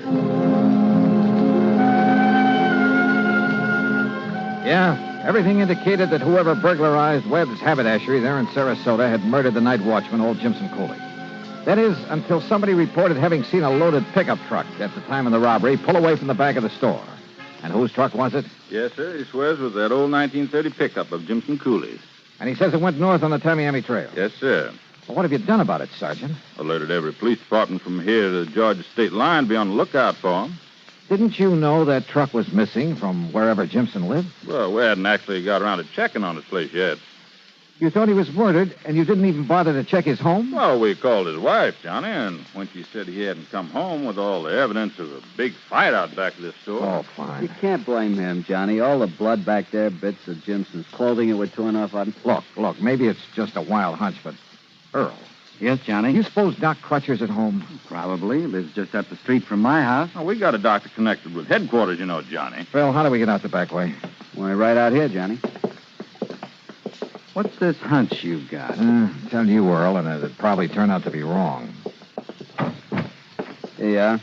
Now, you can see for yourself, Dollar, why we figured him a dead one. Old Jimson, I mean. Yeah. This busted railing, blood spattered around, and look there, where somebody hit the dirt. A pool of blood there, too. He must have lost plenty. And also, we picked up a short length of lead pipe with blood on it. Is this the piece of cloth on the shirt he was wearing? Yeah, Johnny, it's from a shirt I gave him. Torn off in a fight. Oh, well, I guess we must have overlooked that little piece. Yeah. And maybe that isn't all. Mind if I keep it? Oh, sure. Go ahead. Well, what do you mean? Come on, Earl. If you feel like driving me around a bit, there are a couple of people I'd like to see. Sure. No, wait a minute. We'll see you later. Yeah, it was a hunch. Nothing else. But I learned a long time ago that sometimes it pays to play a hunch for all it's worth. Particularly when you haven't anything real solid to work on. Ignoring Earl's questions, I had him drive me to Doc Crutcher's home out on St. Armand's Key. Fortunately, he was at home. Even better, we found him in his study, poring over a microscope. Oh, sure, Johnny. I'd be glad to, just as soon as I finish making this hemoglobin count. Well, there's no hurry, Doc. I'll drop by and check with you later. Jimson Cooley, huh? We'll see. Look, Johnny, do you mind telling me what this is all about? Not until I'm sure myself, Earl.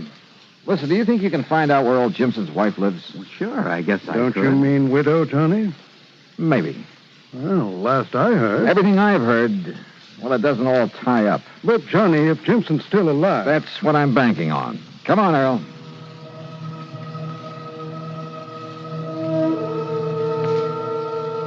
The Cooley place, far out on the edge of town, was a shack and nothing more. In the darkness, it didn't look much better than the beat-up chicken house at the back of it. As for the chickens, well, half of them were asleep out in the yard until we got there. Yes, I'm coming. Yes, what... Oh, Mr. Pullman. Mrs. Cooley, this is Mr. Johnny Dollar. Listen now, Mr. Pullman. They found Jimson's body yet? Well, no. As a matter of fact... Well, I sure hope they do. That's all I got to say. Because if they don't, at least what Miss Canterwell told me today, if they don't, I might have to wait 5-6 years before I can collect that insurance that Webb's bought on him. Yeah. Well, got any news about him or not? Johnny? You don't seem to care much whether your husband's alive or not, Mrs. Cooley. Now, why should I? You lazy bum. It wasn't for me raising these here... I said scat! When he was shrimping and selling them for bait to them Yankees that come down to fish around the other winter, he done pretty good. We had meat on the table now and then, besides chicken. But ever since they gotten that soft job sitting around that store every night. Did you notify the police when he failed to come home this morning? I did not.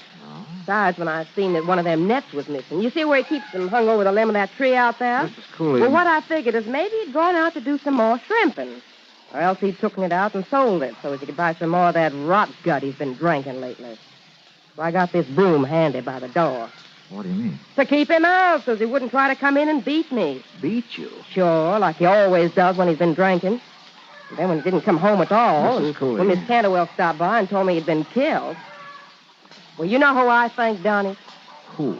One of that gang that tried to rob Webb's last year. Now, why do you think that? Because Jimson told me one of them was around town. That's why. Jimson knew who he was and didn't report it to the police?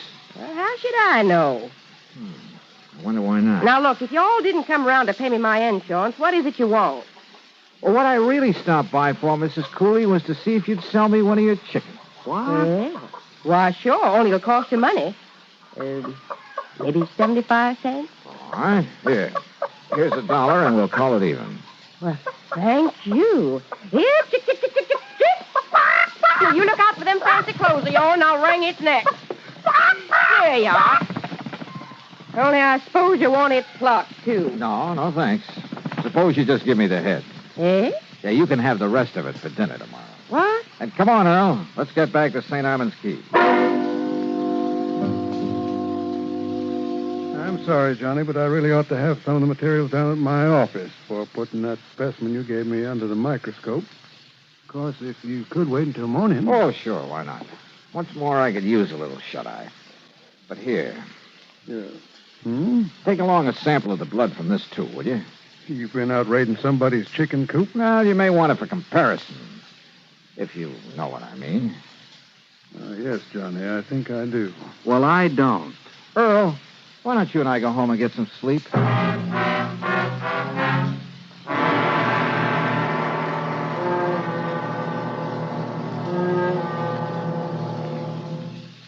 Act 3 of yours truly, Johnny Dollar, in a moment. Do you know who said, "That man is free who is protected from injury"?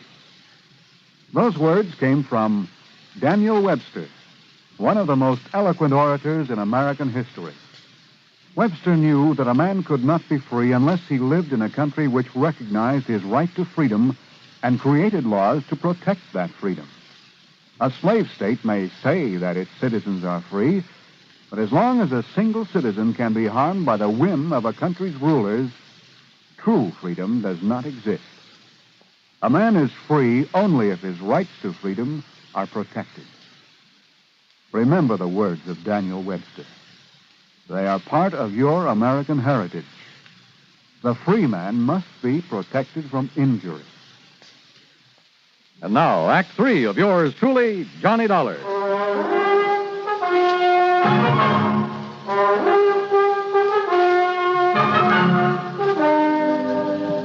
Early the next morning, I got a phone call from Sergeant Drummond down at headquarters. Yes, sir, Johnny. Some of the boys found him laying in his car on a little wagon trail just off Bee Ridge Road. Jimson Cooley? Jimson Cooley.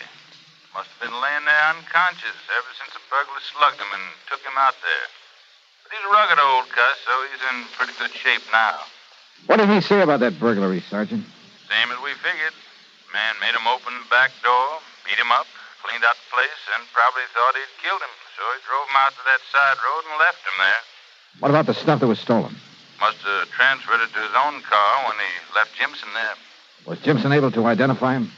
Said he claimed to be the man we never did get for robbing that store the first time. You want to talk to Jimson? Yes, Sergeant. I'll be right over.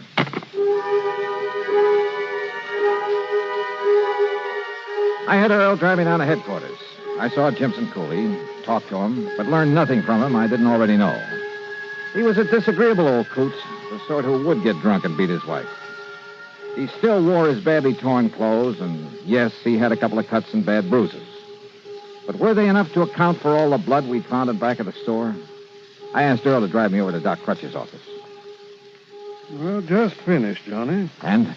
I'm sorry, but the blood that was spilled out in back of that store was not chicken blood. But... Well, now I see what you were driving at, Johnny. You figured maybe Jimson had done the robbery himself. Wait, Earl. Then he'd covered the place with chicken blood to back up that story of a fight with some burglar. Oh, I think he was in a fight, all right. Huh? But I don't think he lost. Doc? As I started to say, I wanted to check the blood on that piece of his shirt you brought me here in the office where I have a record of Jimson's blood type. I got it when I made his insurance examination. Or was it his? On the shirt? It was human blood, all right. but not Jimson Cooley's. All right, then. I guess his story of having been forced to open the store, then beat up and knocked out and left out there in his car by the burglar is true. Wrong, Earl. Well, what do you mean? Why not? Didn't you say you heard a shrimp boat out on the bay last night? Sure, but what's that got Cooley's wife said one of those heavy-weighted shrimp nets was missing, didn't she? Well, yes, I And remember this. Bill Hall said that one man wouldn't have had time to take all that stuff out of his store alone. So maybe there were two burglars, and I still don't Jimson said there was only one, so I think he was helping him. And, Earl, do you think for a minute that Jimson lost all the blood we saw out in back of that store? You saw him there at headquarters. Well, he didn't exactly look as though he Of course could. he didn't. But then, Johnny... First, we wanted to find Jimson's body, but then he turned up alive. Now we'd better find the body of this other man, whoever he is. You're right, Johnny.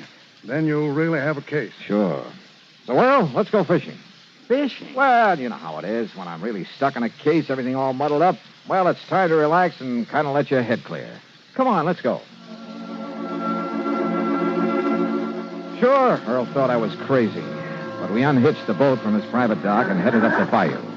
Then passed under Humpback Bridge and into the outer end of Sarasota Bay, out toward City Island, where WSPB has its radio tower. I tied on a heavy trolling rig and tossed the line overboard.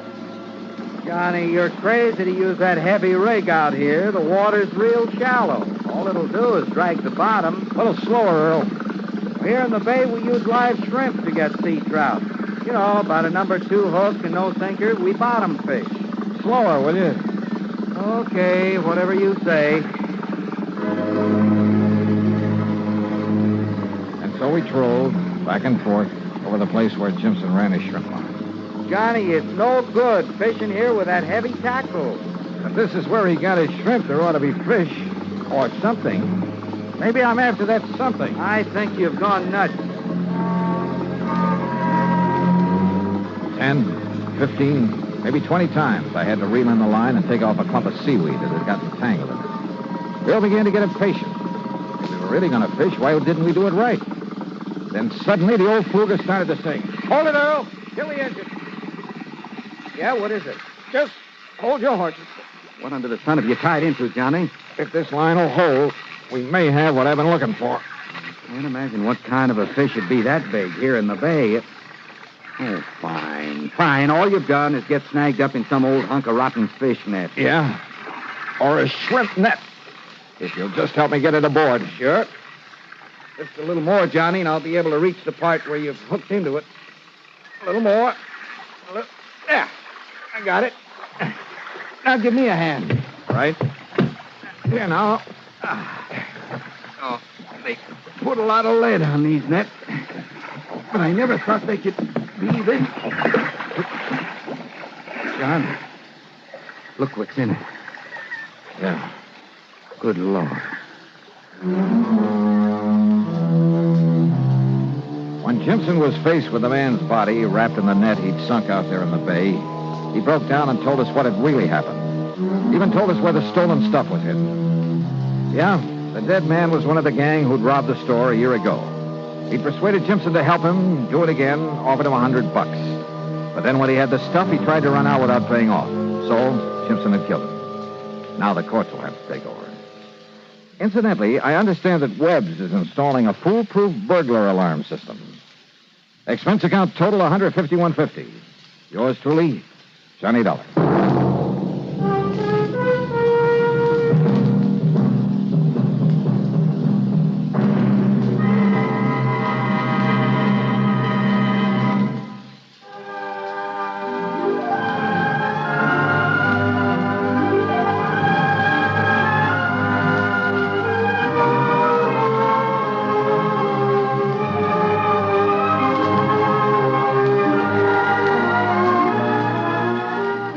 Yours truly, Johnny Dollar, starring Bob Bailey, originates in Hollywood and is written, produced, and directed by Jack Johnstone. Heard in our cast were Lillian Baeff, Vic Perlin, Harry Bartell, Barney Phillips, Bartlett Robinson, and Bill James. Be sure to join us next week, same time and station, for another exciting story of yours truly, Johnny Dollar. This is Dan Cubberly speaking.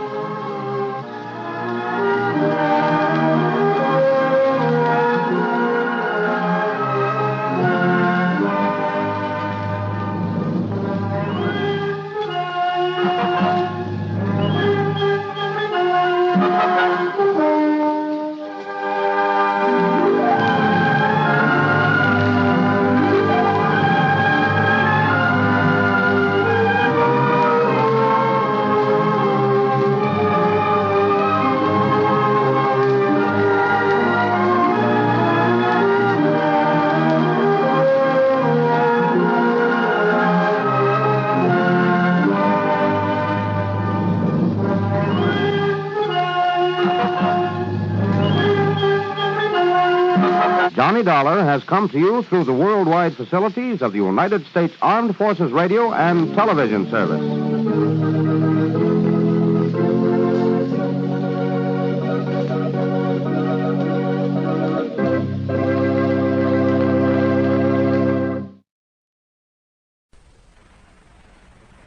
It's time now for Johnny Dollar. Hi. Well, hiya, George. I've been wondering when you were going to come up with another wild one for me. That is not the case this time, John. John? Tell me, how is your, have you had a security clearance lately? Well, sure, in connection with that rocket fuel case I handled. Good.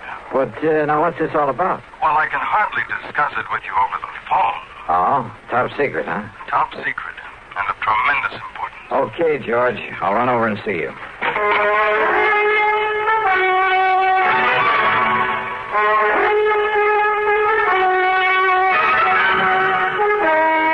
CBS Radio brings you Bob Bailey in the exciting adventures of the man with the action-packed expense account, America's fabulous freelance insurance investigator. Yours truly, Johnny Dollar.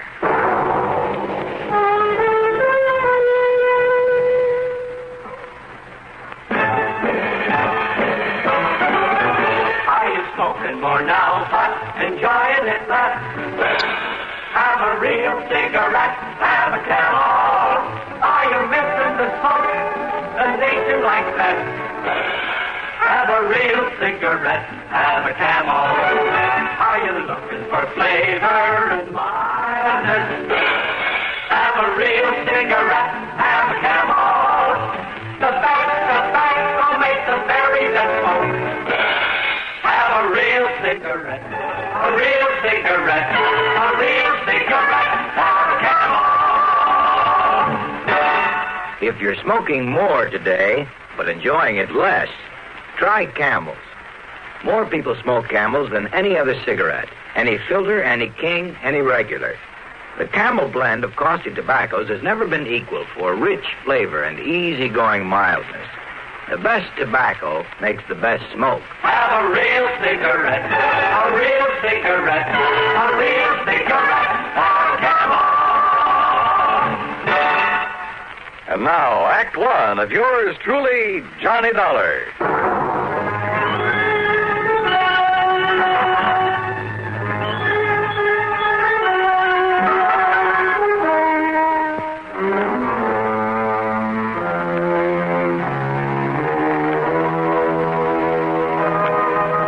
Expense account submitted by Special Investigator Johnny Dollar to Floyd's of England, North American Office, Hartford, Connecticut.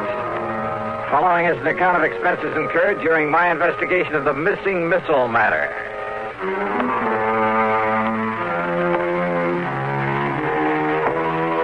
When George Reed starts calling me John, well, it must be pretty important. So expense account item 1, $1.25 for a taxi over to the square on the office of Floyd's of England. We'll use this rather isolated office in the back so as not to be disturbed. Yeah, okay. Or overheard. Now, if I seem to be somewhat vague about this whole thing, I assure you it's only because of my own rather limited knowledge of...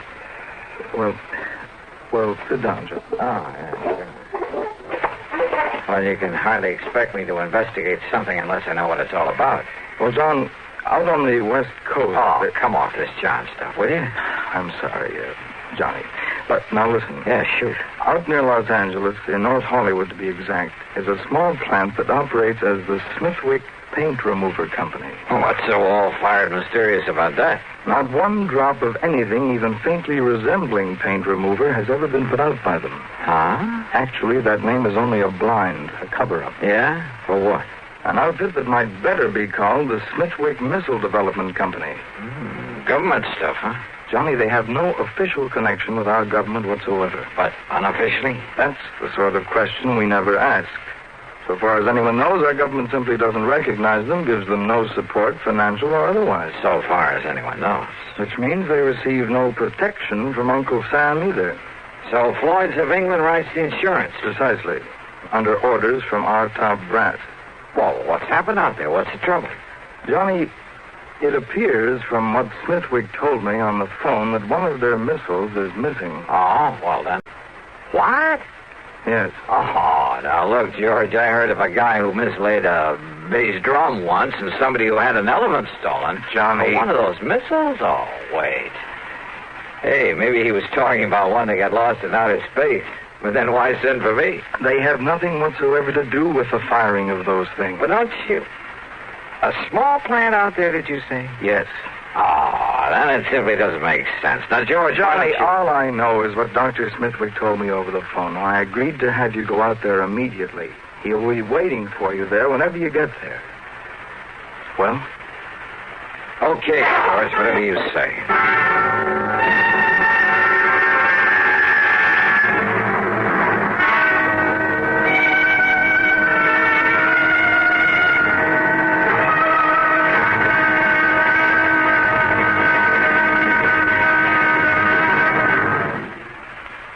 Hola, amigo.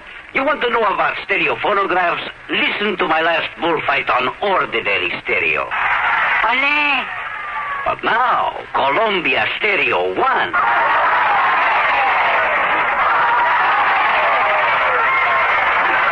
There is a corrida de toros. Real lifelike, magnifica. There is such a big difference in stereo phonographs. With most, all you get is a couple of speakers shooting in different directions. But with Columbia, hombre, you get fantastic stereo projection. What it does is to send circles of sound sweeping through every inch of a room. You are surrounded with live sound, live feeling, live passion. Ole! Ole! How they cheered me. Ask your Columbia phonograph dealer to demonstrate Stereo 1 by Columbia. Prices start as low as $39.95 for portables, $129.95 for consoles.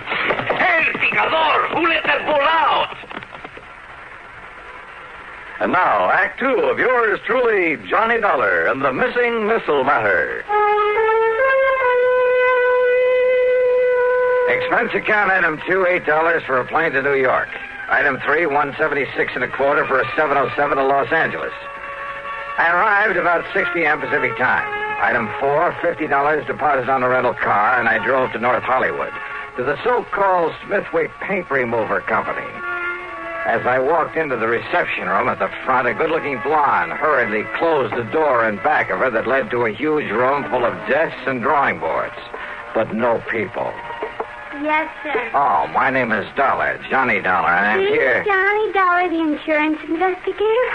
Gee. My name's Gloria, Johnny. Gloria Snowden. Snowden? Will you just call me Gloria, huh? Why not? But look, I've come to see Dr. Smithwick. Oh, that's too bad, Johnny. He isn't here. Is what? Well, he left very suddenly late this morning for Washington or someplace, I guess. Oh, now that's funny. After asking He for me asked to me be to sent. be sure and stay here until you came, and... Gee, I didn't think it was really going to be you, Johnny. He just said Mr. Dollar would be arriving. But anyhow, when he makes these sudden trips, he's always back here first thing in the morning, and I'm sure he wants to see you. So my. Funny, though. What? What, Johnny?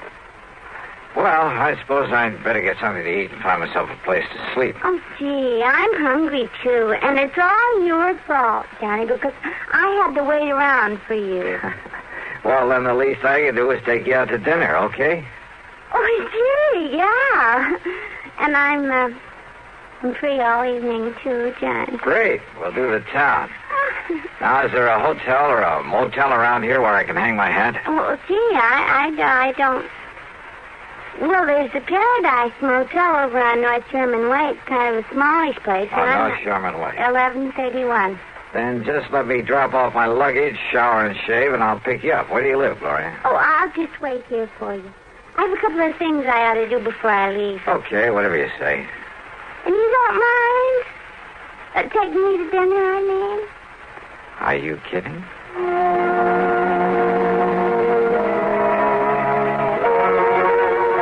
Funny. All this big emergency, all this hurry. The man who'd sent for me was off somewhere else. I should have asked for directions because it was over half an hour before I finally found the Paradise Motel. It was hardly the place I would have picked, but oh well.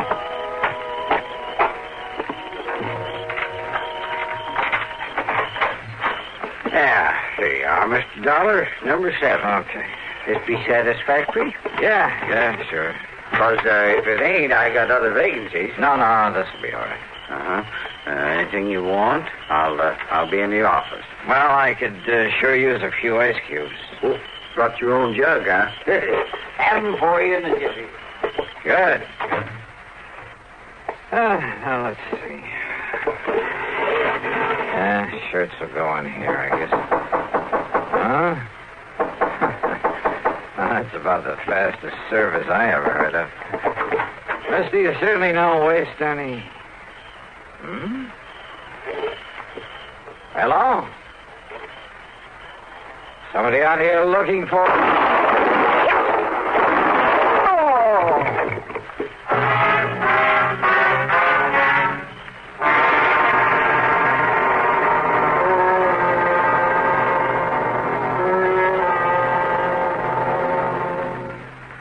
Act 3 of yours truly, Johnny Dollar, in a moment.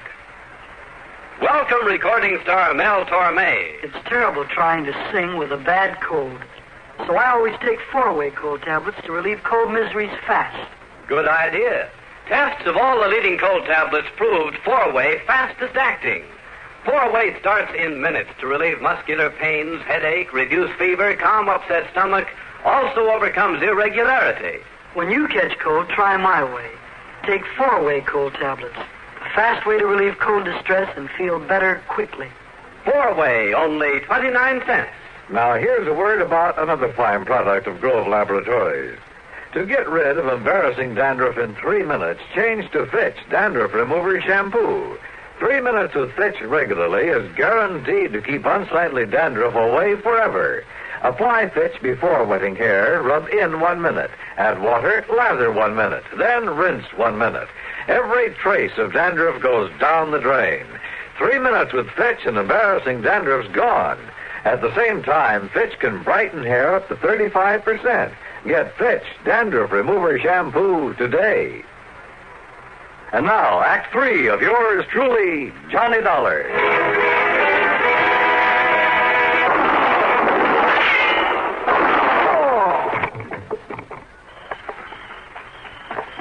Mr. Dollar, what was that noise I... Well, you been hurt? Then that was shots I heard. Mr. Dollar, whoever fired him was a pretty lousy shot, thank heaven. Oh, then you're okay? You mean he missed you? Oh, how do you know that wasn't just a backfire you heard? Backfire? Yeah, from some passing car. Well, don't you tell me that is any backfire. Wait a minute. He, did you say? Well, yeah. Well, did you see him? Get a look at him. Oh, no. I was in back at the ice machine. So he could have gone into the office to look up my room number. I heard the noise and that car pulling away, and I just come running. Yeah, that car must have been waiting around the other side of this motel. Now, look, mister, what'd you say your name is? Barnwell. Jed Barnwell. And, Mr. Dollar, I'm going to call the police. No, don't. Huh? Well, now, I realize you're a special investigator, some kind of... That's right. And I don't want you to call the police in on this, not yet. But now, look... That's an order. You got the authority? Not only that, but, look, I want to rent another room from you. Oh, you mean you'll pay for both of them? That's right. You have another vacancy? Well, if you want the truth, you're the only guest I got tonight. I can understand that. So you take whichever unit you want, and I'll sign you into it. No, just let my name appear on the register for this one. Then you toddle off to bed and forget about me. Well, and here. Here's a 5 spot for getting me the key to the one next door, number 8. Oh, yes, sir. Yes, sir. Whatever you say, Mr. Dollar. And you still want them ice cubes? Brother, I sure do. I left one handbag and its contents in number 7. Then I sat quietly in the darkness of my own room and waited. But I suddenly remembered my dinner date with Gloria Snowden, so I jumped into my car and drove back to the missile development plant. The place was dark. I drove to a corner drugstore to a phone booth and looked for Gloria's name in the directory. It wasn't. So, back to the motel. In number 7, the room registered to my name. The door was still locked. I went back to number 8 and sat there trying to think this thing out. Huh? I doused the light, pulled my gun out of the holster, and sneaked quietly to one side of the doorframe. Mr. Dollar? Mr. Dollar, I saw your lights go out. I hate to disturb you at this time of night. Yeah? Who is it? My name's Bob McKinney. McKinney? That's right. Sounds familiar. Well, I used to work for CBS Radio, and, I used to handle that program dramatizing your insurance case. Oh. I want to talk to you. It's important. All right, come in, Bob. Hey, what's in that box? It's a tape recorder, kind of a special one. When old Jed Barnwell, he's a kind of a gabby old guy. Yeah, he sure is. Well, when he told me you were staying here, well, Johnny, I figured I'd better get to you and tell you about... About what, Bob? About some code signals I have here on tape. I picked them up about an hour ago. Morse code signals? Yeah, international code. It's like this, Johnny. I have my own amateur license, W6VFG, and I fool around with a lot of high-frequency experiments. So? Well, I got a couple of wires crossed on my receiver. It took me to a frequency that isn't even supposed to be on the air anywhere. Yeah? I started hearing what I thought was a high whistle. It was so high it was barely audible, like an oscillator note, a continuous squeal. Only it broke off now and then. Well, now, Bob, in spite of finding a key myself a long time ago, I'm afraid this is a little outside Wait, Johnny. my... I've also been experimenting with this tape recorder, running the tape and recording at about 5 feet a second instead of 7.5 inches a second. Yeah, well, excuse me, but listen, please. Okay, I'm listening. I recorded that squeak, running the tape real fast, and then I played it back slowly. You know what it was, Johnny? All right. It was ultra-high-speed transmission, code transmission. Oh? And when I played it back as slowly as I could, so I could read it, will you listen to it? I've got a variable speed on this. Can you read international code? Go ahead, Bob. Turn it on. Yeah.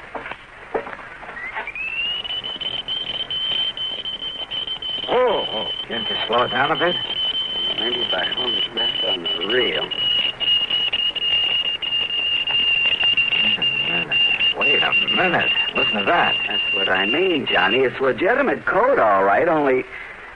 Well, have you any idea what language that is? I certainly have. Well, what? Whatever that message is, well, it wasn't intended for anybody this side of the Iron Curtain. And did you understand just, maybe a couple of words? Yeah. Now, look, have you any way of telling where that signal comes from? Well, it was mighty powerful, like it was real nearby. Ultra-high-speed transmission. And on a frequency that nobody in the world's supposed to be using. Bob, if there was some way to spot that transmitter, if we could only... Kenny McManus. What? If I can rig that direction finder at Kenny's to my receiver, when it's rigged to catch a signal... Then do it. Get hold of McManus and his direction finder and trace down the source of that signal. Meantime, leave this tape recorder with me. I'm going to round me up an interpreter. Then you caught those 2 familiar words in that message. My name. That's right, they were. Johnny Dollar.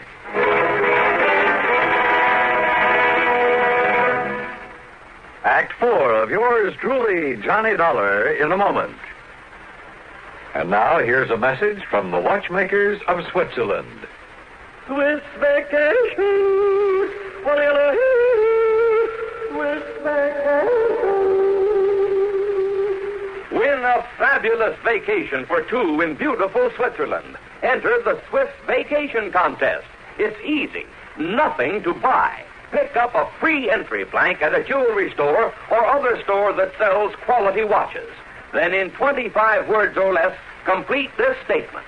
A quality watch is the best value because there are 1,000 prizes. First prize, a 21-day vacation for 2 in Switzerland. You fly deluxe Swiss Air both ways. Visit many colorful places.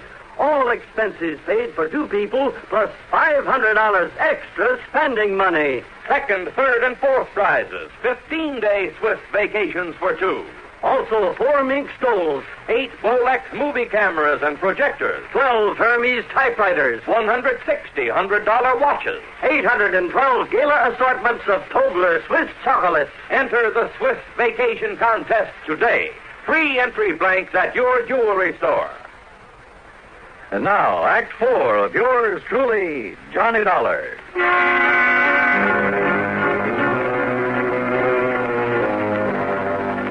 Two familiar words and that high-speed code message that Bob McKinney had intercepted. So high-speed it sounded like a continuous squeal until we played back the recording slowly and recognized it for what it really was. A secret message in that foreign language. Those 2 words were my own name, Johnny Dollar. My one good police contact there on the West Coast was Lieutenant Harry Golden of the Homicide Squad. Sure, it was out of his line. It was the middle of the night. But he rounded up Alan Orloff, an interpreter, sent him over to see me. It was nearly 8 a.m. by the time I transcribed the code message. And then when Orloff finished translating it. Mr. Dollar, do you see what this means? I certainly do, Orloff. But not only the threat against you, sir, because you are working on this very case. I know. But the sender of this message has somehow got hold of secret plans for a missile, a space rocket. Orloff has copied those plans, is holding them for an agent of this other government to pick them up later on today. Which means that somehow I've got to locate the sender of that message. But how? And it must be done immediately before the contact with this other agent. I know. Then don't you see, Mr. Wait. Yeah? Who was it? Bob McKinney. Oh, Bob. What'd you find out? Johnny, that secret transmitter's right here in North Hollywood. It's been working ever since I talked with you, up until just about an hour ago. Here's the address and the name of the person who owns the house. Good. Only the antenna must be set up in the attic or something. What do you mean? There's no outside antenna to show there's a transmitter working there. And, of course, using that frequency that nobody would ordinarily be able to pick up. If it hadn't been for my dumb luck in receiving an ultra-high-speed transmission. Did you record any further messages? I got them right here on tape, on this recorder. Good. Then while you transcribe them so Mr. Orloff can translate them, I'm going to the address you have on this... Huh? Kind of figured the name of that sender might surprise you. Surprise, huh? That is the understatement of the week. I'm going over to that missile development outfit. And I hope and pray Dr. Smithwick is there now.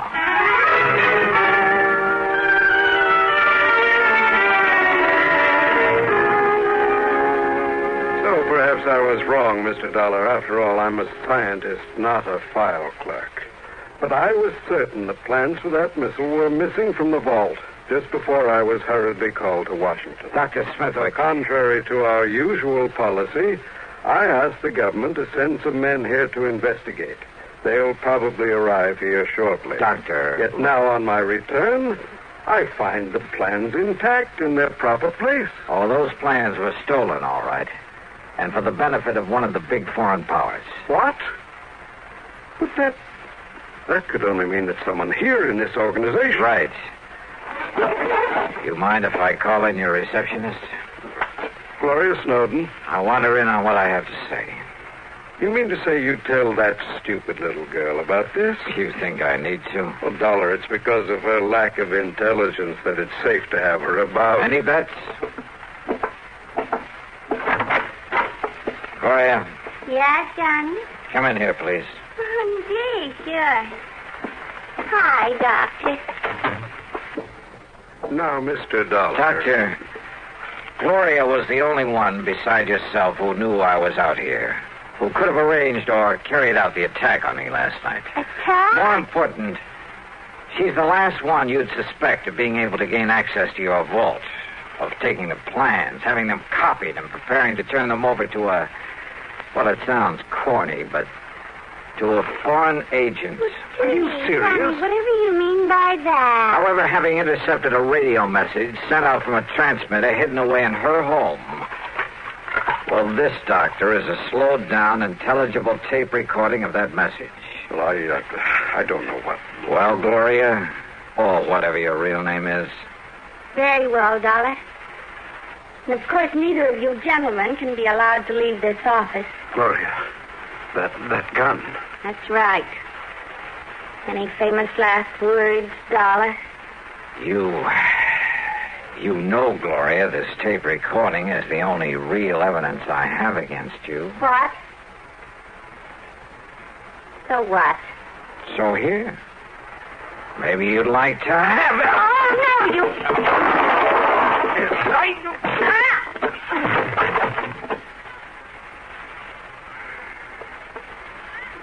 Mr. Dollar. Yeah, Doctor. And maybe those G-men you sent for will keep the date she made with her contact. The one supposed to pick up those plans from her.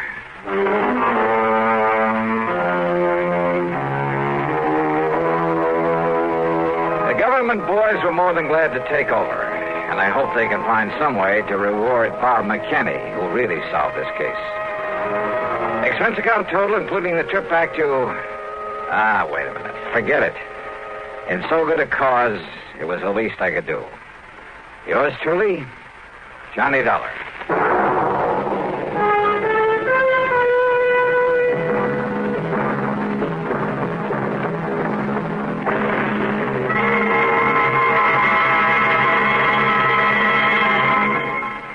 Our star will return in just a moment. Constipation is something people don't talk about much, but it can be a problem for anyone, even doctors. And when constipation occurs, it's interesting to see just what doctors consider important about a laxative they might use or recommend. Well, a majority of the doctors we heard from had this to say. A laxative should be effective, gentle, as close to natural acting as possible, and a medicine that can be used with complete confidence. Now, X-Lax has been popular with many doctors and millions of people over the years because pleasant-tasting chocolated X-Lax is effective. Overnight, it helps you toward your normal regularity. X-Lax is gentle. Next morning, it gives you the closest thing to natural action. And that's why many doctors and millions of people use X-Lax with complete confidence. X-Lax, the laxative that helps you toward your normal regularity gently, overnight. Is X-Lax in your medicine cabinet? Now, here is our star to tell you about next week's story. Next week, the most beautiful and dangerous girl I've ever known. Join us, won't you? Yours truly, Johnny Dollar.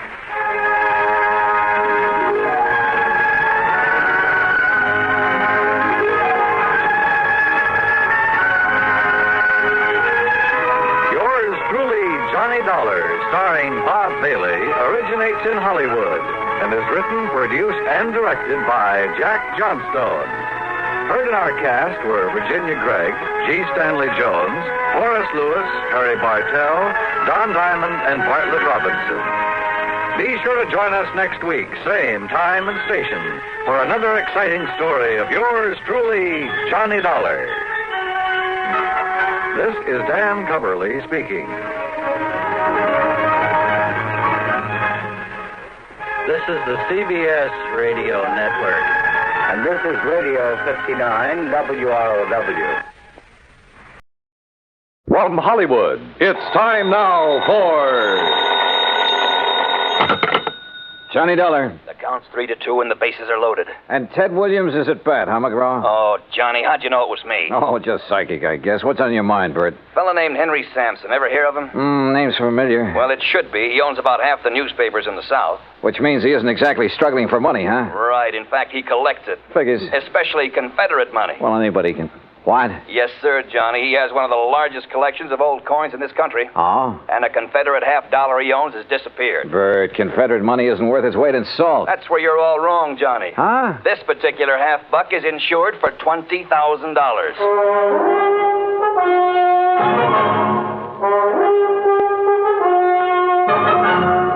Bob Bob Bailey in the exciting adventures of the man with the action-packed expense account, America's fabulous freelance insurance investigator. Yours truly, Johnny Dollar.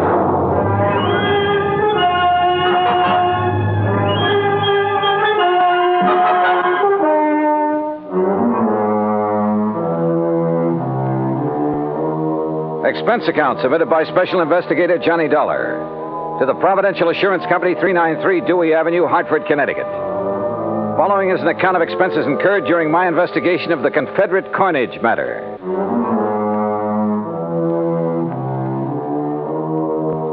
Expense account item 1, $1.20 taxi from my apartment to Bert McGraw's office. He was seated behind a haze of cigar smoke, reading a magazine. Oh, Johnny, come in.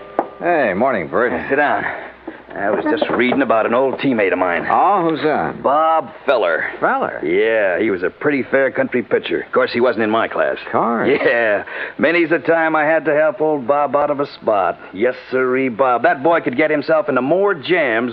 Well, I remember... I didn't know you played with the Cleveland Indians, Bert. What? Well, I... Blasted cigar!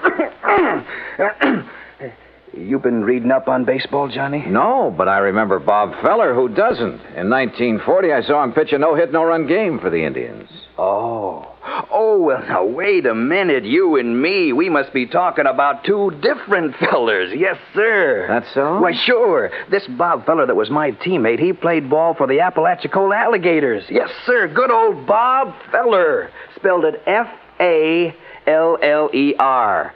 Fowler. Yeah. Yeah. Now, Johnny, about this Henry Sampson thing. His secretary called here just before I talked to you. Told me the coin had been stolen. Well, now, what makes that particular coin worth $20,000, Bert? Well, like I said, it's Confederate money, a silver $50, and where it was minted or something. That's what does it, I guess. Where was it minted? New Orleans.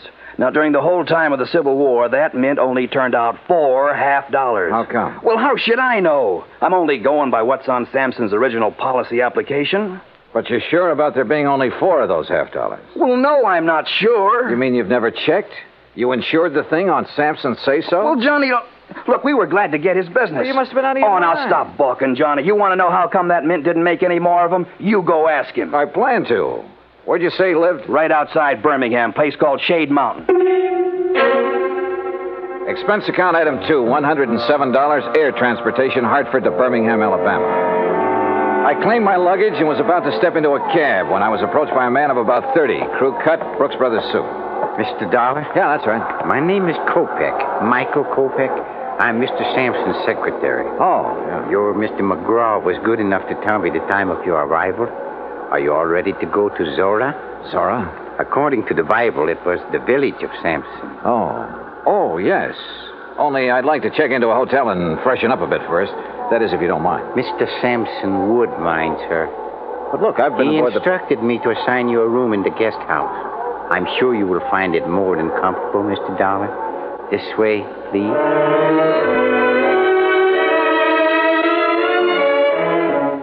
Just outside, standing in a no-parking zone, was the Sampson limousine. A uniformed chauffeur took my bag, and about 40 minutes later, we passed through the gates of Zora, Sampson's private domain. Beside the main house, there were 2 guest houses, 2 swimming pools, a private zoo, stock farm, turkey ranch, and a number of cottages for the servants and maintenance people. Inside the main house, Kopek led me down a long hall lined with statues and oil paintings and other art objects. Finally, he stopped and opened a heavy door. Henry Sampson was seated behind a large desk, and standing near him was the most beautiful woman I had ever seen. Mr. Dollar, sir. Thank you, Michael. I'll call when I need you. Yes, sir. Well, Johnny, come in. Come in, sir. You had a pleasant journey down, I hope? Yes, fine, thanks. Good. Would you like a sample of our southern hospitality, Mr. Dollar? Well, forgive me, my dear. Johnny, this is Mrs. Sampson. Delilah, Mr. Dollar. Mrs. Sampson. In case my question confused you, Johnny, I meant, would you like a drink? No, thanks. Not just now. Let the man catch his breath, Delilah. Now, Johnny, let me get on my feet. I can't give you more than 10 minutes of my time. So, let's get right down to business. This here's a display case that was broke into. Mm-hmm. None of your other coins were taken, huh? No. Whoever did it knew what they wanted. They got the most valuable one. What about this lock? Was it tampered with? Wouldn't have done them no good to tamper with it. It's the biggest and strongest that Yale makes. Reckon he knew that. That's why he broke the glass. Then you think someone familiar with this room and your collection took the coin? If you want to know the truth, he suspects me. Delilah. Mr. Sampson, did anything unusual happen that evening? Did you have any visitors? None. Delilah and I ate our supper. I worked for a couple of hours, same as always. Then we played casino till 10:30. We always play casino until 10:30, John. It's the only thing that relaxes my husband. I see. There were only 4 people besides myself in the house. Mrs. Sampson, Mary, her maid, Digger, my manservant, and Michael, my secretary. Good old Michael, the trusty troubleshooter. Mr. Sampson, according to your policy application, only 4 of those Confederate $half were ever made. Is that right? Yes, 'tis. Confederate states didn't have any silver bullion to make more. Dirty Yankee blockade. Yeah. Could you give me a description of the coin, sir? Sure. Originally, it was a regular Union 1861 piece. At the New Orleans Mint, they ground off the reverse side and stamped on the shield of the glorious Confederacy and the words Confederate States of America. Hallelujah. May the South rise again. Now, that's not funny, Delilah. I think it is. Don't you, Johnny? Well, I'm just... You just give me your answer later. Right now, I'm going to have another drink. You ready? Not yet, thanks. No, you don't know what you're missing. You'll have to forgive my wife, Johnny. She isn't herself this evening. I haven't been myself in several years. Not since I married this... You shut up, woman. Michael. Yes, sir? Mrs. Sampson is tired. Very tired. She wants you to take her to her room. Yes, sir. Well, see you at supper, Johnny. I'll have your supper sent up to you. Don't do me any favors, fat man. Get her out of here, Michael. Get her out before Sorry. But she... Sometimes... It's all right, sir. I understand. Do you? Good. Good man. Now then. Oh, that's better. Now, about the coin. President Jefferson Davis gave it to my great-grandpappy for his service to the cause. Are you sure of its value? Sure it's worth $20,000? Why, shoot, boy. My grandpappy turned down 10,000 for it back in 1879. Way things are now. It's got to be worth 4 times that. Well, what's the matter? Don't you believe me? I didn't say that. Well, then what are you looking at me so suspicious for? Well, Mr. Sampson, I have a hunch you're holding out on me. Johnny, you're getting paid money to find the person that took it. Now, you earn your pay. I'll try to. Only I'd appreciate some help. I'll give you help. In fact, I already have. Like how? Like the gates to Zora. I've kept them locked ever since it happened. And until you find that coin, nobody leaves here. Those gates stay closed.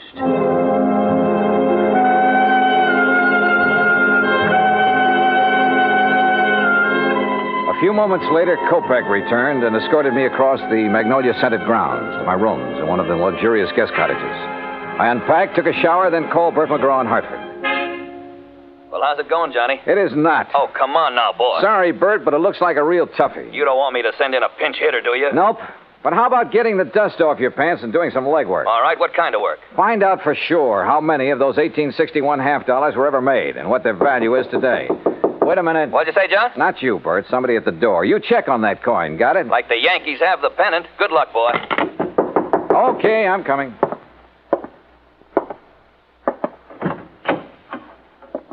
Yeah?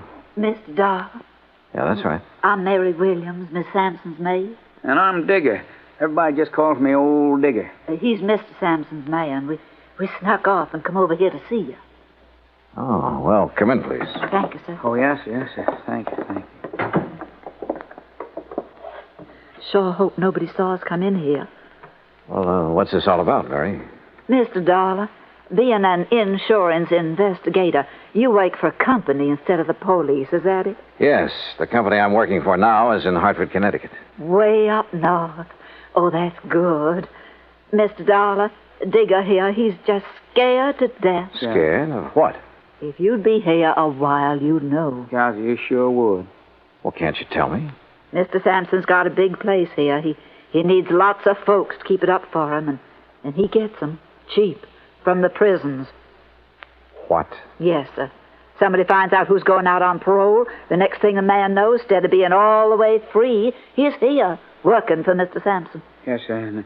And if he don't like it, Mr. Sampson has him sent back. Oh, come on now. Look, this is 1957. Things like that just don't happen anymore. Tell him, Digger. Well, Mr. Dollar, sir, I don't want to go back to that place. No, sir. I don't ever want to go back. Oh, it's all right, Digger. Mr. Dollar, we wouldn't have bothered you at all, except that Digger and me, that is, we want to get married. That's right, yes. But if he's sent back to prison, well, he's already spent 15 years there. And you're afraid that Mr. Sampson is going to send him back? Yes, sir. Mr. Sampson or somebody else around here. But why? Well, come on. One of you say something. Well, sir, I ain't going to tell you. Nobody else, Mr. Dollar. No, sir.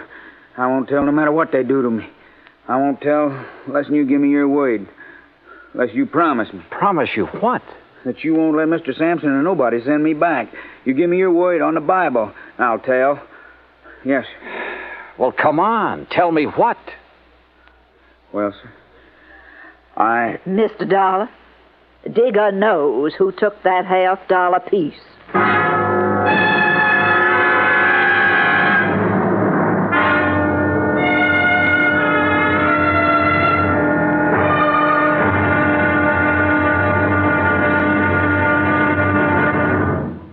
Act Two of yours truly, Johnny Dollar, in a moment. The American writer Christopher Morley once wrote, "When you sell a man a book, you don't sell him just 12 ounces of paper, ink, and glue. You sell him a whole new way of life," unquote. Now that goes double when you give, not sell, a book. But the gift of 550 books to little children increases the legacy tenfold. Near the end of 1960, the employees of the Chase Manhattan Bank started a people-to-people program with such a gift to school children of a town in Tanganyika. That's on the southeast coast of Africa. And to give you an idea how the books were received by the children, let me first quote from Francis Bacon. He's an English writer of a few centuries back. He said, "Some books are to be tasted, others to be swallowed, and some few to be chewed and digested." In the past, children in Tanganyika may have done a little tasting and chewing and a little swallowing and digesting. But there's one certain thing. They wound up devouring the books they received from the United States. And they did so much of it that they, the ones in high school anyway, were able to reach the level of English children their age and pass the exams at the same time. That takes a lot of book learning, as they say. Now, the gift of these books from the United States of America may have seemed a small thing to the senders, but the boys in Tanganyika who received them know that they've opened a whole new way of life. They've greatly increased understanding in the classroom of freedom, the right of all men everywhere. And now, Act Two of yours truly, Johnny Dollar, and the Confederate Coinage Matter. I wanted to help Digger, the Sampson servant who claimed to have information concerning the missing Confederate $50. But I couldn't promise him anything without first knowing more about the part he had played, if any, in the theft of the coin. I did promise to think over his offer and let him know if I was interested by the next afternoon. Anyway, at 8 that evening, I joined Mr. Sampson and Kopek for dinner in the large dining room. After we'd finished our coffee, Sampson rose and excused himself. When you're ready, we got work to do, Michael. Yes, sir. Huh? See you in the morning, Johnny. Well, how is the investigation coming, Mr. Dollar? Have you found any valuable clues? Nope, not a thing. Oh, that's too bad. But you haven't given up. Kopek, I haven't started. Well, would you care for something else? If not... No, I'm fine. Then shall we... Yeah, sure. Say, tell me something, Kopek. Anything I can. What about the servants who were in the house the night of the theft? Digger and Mary? Yeah. What do you know about them? Everything that there is to know. I have a file containing the record on every one of Mr. Sampson's employees. If you like, I shall have the information on these two sent to your rooms. I'd appreciate it. Now, if you will excuse me, Mr. Sampson is waiting in the den. You can find your way back to the guest house? Hmm? Sure. Good night. Good night, Mr. Dollar. Johnny. Oh, Delilah. Oh, where are you? Up here, on the stairs. No, don't come up. Oh. Johnny, do you like to ride? Well, sure, only it's been a long time since I've had a chance to, and I didn't bring any riding clothes. Well, that doesn't matter. Meet me at the stables before breakfast. You will, won't you, Johnny? What do you think? I went back to the guest house, and about half an hour later, Kopek delivered the files on Mary Williams and Digger. Everything Digger had told me was true. He had spent 15 years in prison on a manslaughter charge. So early the next morning, I crossed the green lawns of Zora and met Delilah at the stables. And a few minutes later, we were riding our horses away from the main house. Where shall we ride, Johnny? You want the cook's tour? Oh, I don't know. What's it include? Oh, the turkey farm, dairy, and zoo. Or would you rather go down to the river? Hey, you know, it's a funny thing, Delilah. What is? I've never seen a river. You fool. Come on, I'll race. Come on, boy. Come on.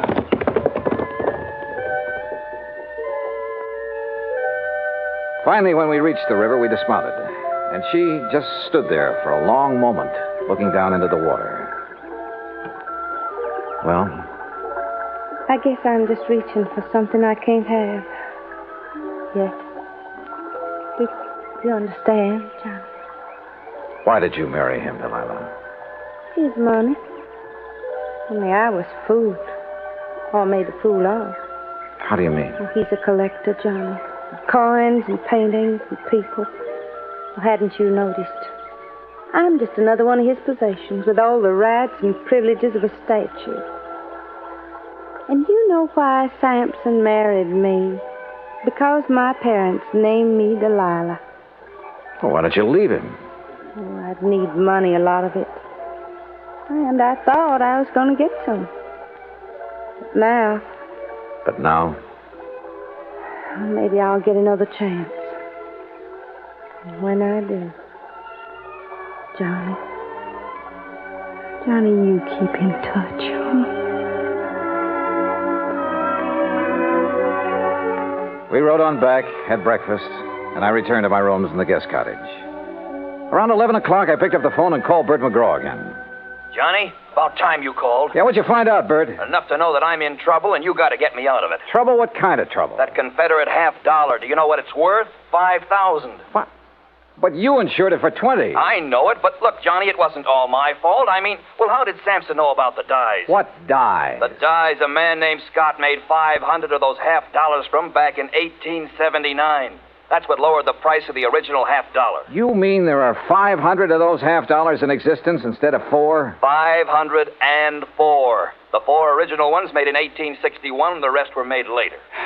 Well, looks like you're out 20 grand, Bert. Oh, don't say that. Unless. Yeah? Unless you're willing to let me try something down here. Anything, Johnny boy, anything. Even if it costs $5 grand? Well, you know what'll happen to me if the company has to take a loss of $20,000 for something worth only $5. Johnny, please, go ahead. Thanks, pal. I'll call you later.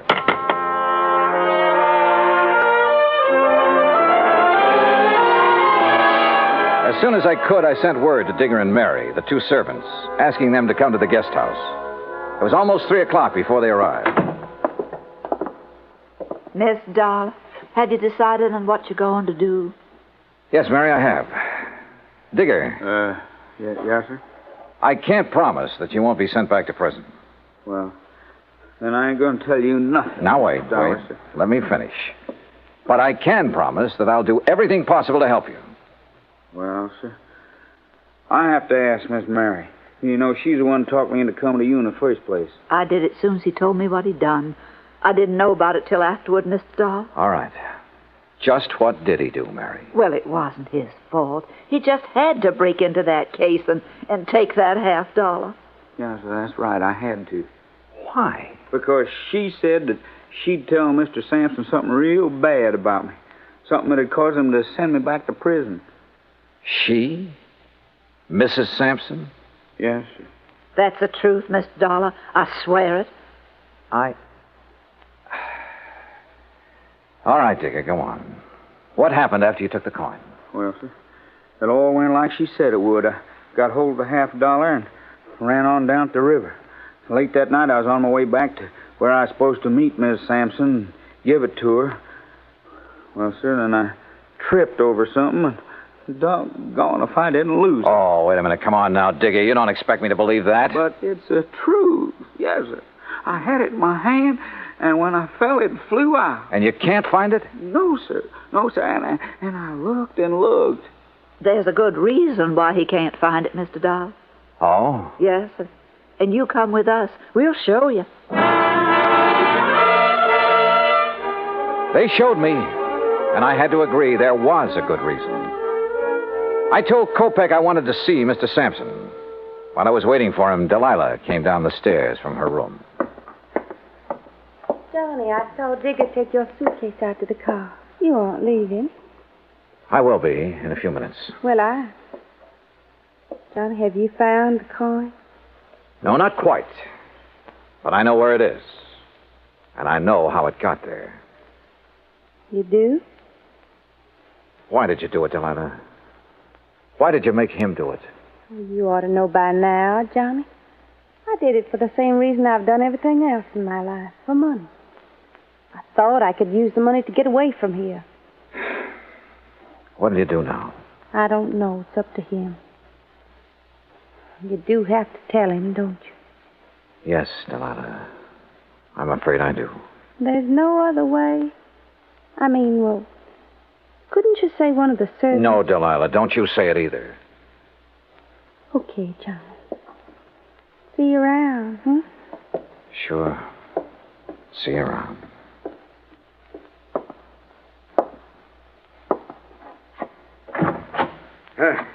Come in, Johnny. Come in. I hear you have news for me. Well, boy, start in. Tell me. I told him as simply as I could. When it was over, he got to his feet and stared out the window for several minutes. When he turned back, he ordered Kopek to find Digger and take him to the place where the coin had been lost. A few minutes later, we joined him there.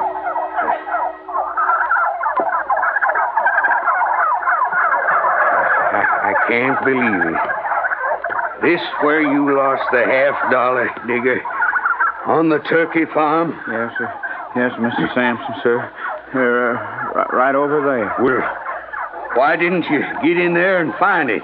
Well, I told Mr. Dollar. How come I couldn't, sir? Well, Dollar? He couldn't find it because when he dropped the coin, one of those turkeys swallowed it. Dollar, what do you mean, one of those turkeys swallowed it? Well, sir, just what I said. Turkeys will eat anything that glistens or shines that's dropped near them. And since Digger was cutting across this field when he dropped the coin... But, boy, do you realize there are 2,000 turkeys in there, and any one of them could have my $50? The $50 Jefferson Davis, president of the glorious Confederacy, gave my grandpappy. Any one of them could have it stuck in his skinny redneck? Yes, sir, it certainly could. Well, good. Now, you just tell me, how do you propose to get me my $50 back? You can't do it. You'll have to give me my insurance money. Yes, we know. That's why we're willing to buy the turkeys from you. What? Yes, sir. I'll give you $5,000 for the turkeys and guarantee to return the coin within 90 days, providing. Go on. Providing you allow Mary Williams and Digger to leave here and be responsible for the recovery of the coin. You mean you're going to let them tend the turkeys? I'm going to give them the turkey. What? Oh, Mr. Dollar, you're a good man. Digger, you miserable. You hush up. Well, Dollar, you sly fox. Doggone, boy. You just got yourself 2,000 turkeys.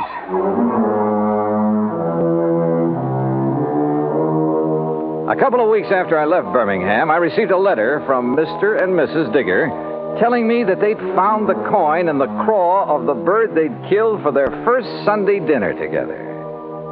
Which proves once again, miracles do happen.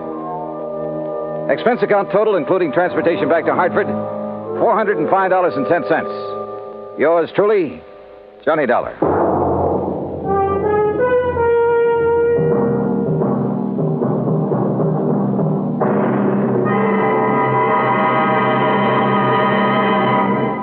Now, here's our star to tell you about next week's story. Next week, the story of a tragedy that befell a sweet old widow and the very surprising results. Join us, won't you? Yours truly, Johnny Dollar.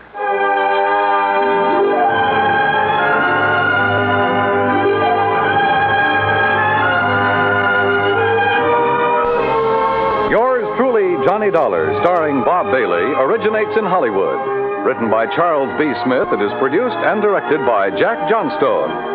Heard in our cast were Virginia Gregg, Eleanor Audley, Herb Ellis, Herb Vigran, Horace Lewis, and Vic Perrin. Be sure to join us next week, same time and station, for another exciting story of yours truly, Johnny Dollar.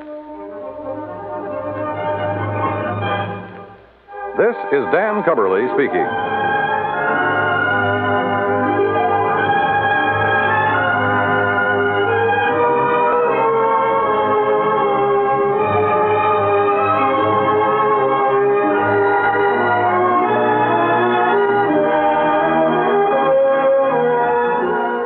This is the United States Armed Forces Radio and Television Service.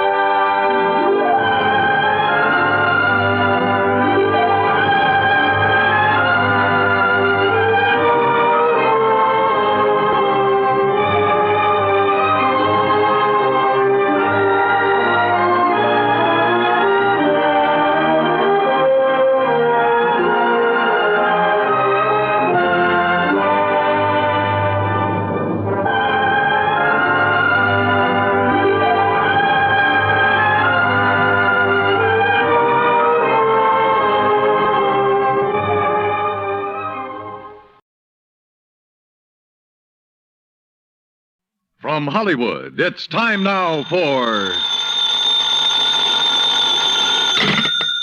Johnny Dollar. Earl Poorman here. Poorman? Tri-State Life and Casualty. I'm the branch office manager down here. Oh, sorry, Mr. Poorman, but the answer is no. Well, this is an arson case, caller, and we're already having to make one payoff on I'm sorry, but it'll have to wait. I'm going to get as far away from this New England winter as I can. Well, for that, I don't blame you, but there's no reason you shouldn't come Look, down. I've had a rough year of it. I'm tired, and I'm cold. And unless I can get down to where the warm, balmy breezes waft in... Dollar, I have got to have you on this case. There's a lot at stake. Now, my office is down here No, sir, I'm sorry. You down see... here in Sarasota. I just can't do it, Mr. Poorman. I've already made a plane reservation for Sarasota, Florida. And this is one time I'm going to... Where did you say your branch office is?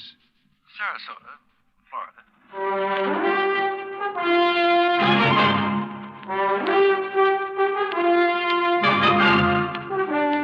Bob Bailey, in the exciting adventures of the man with the action-packed expense account, America's fabulous freelance insurance investigator. Yours truly, Johnny Dollar.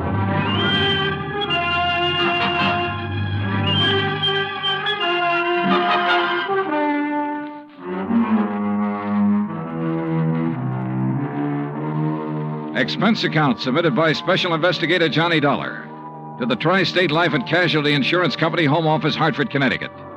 Following is an account of expenses incurred during my investigation of the Burning Carr Matter.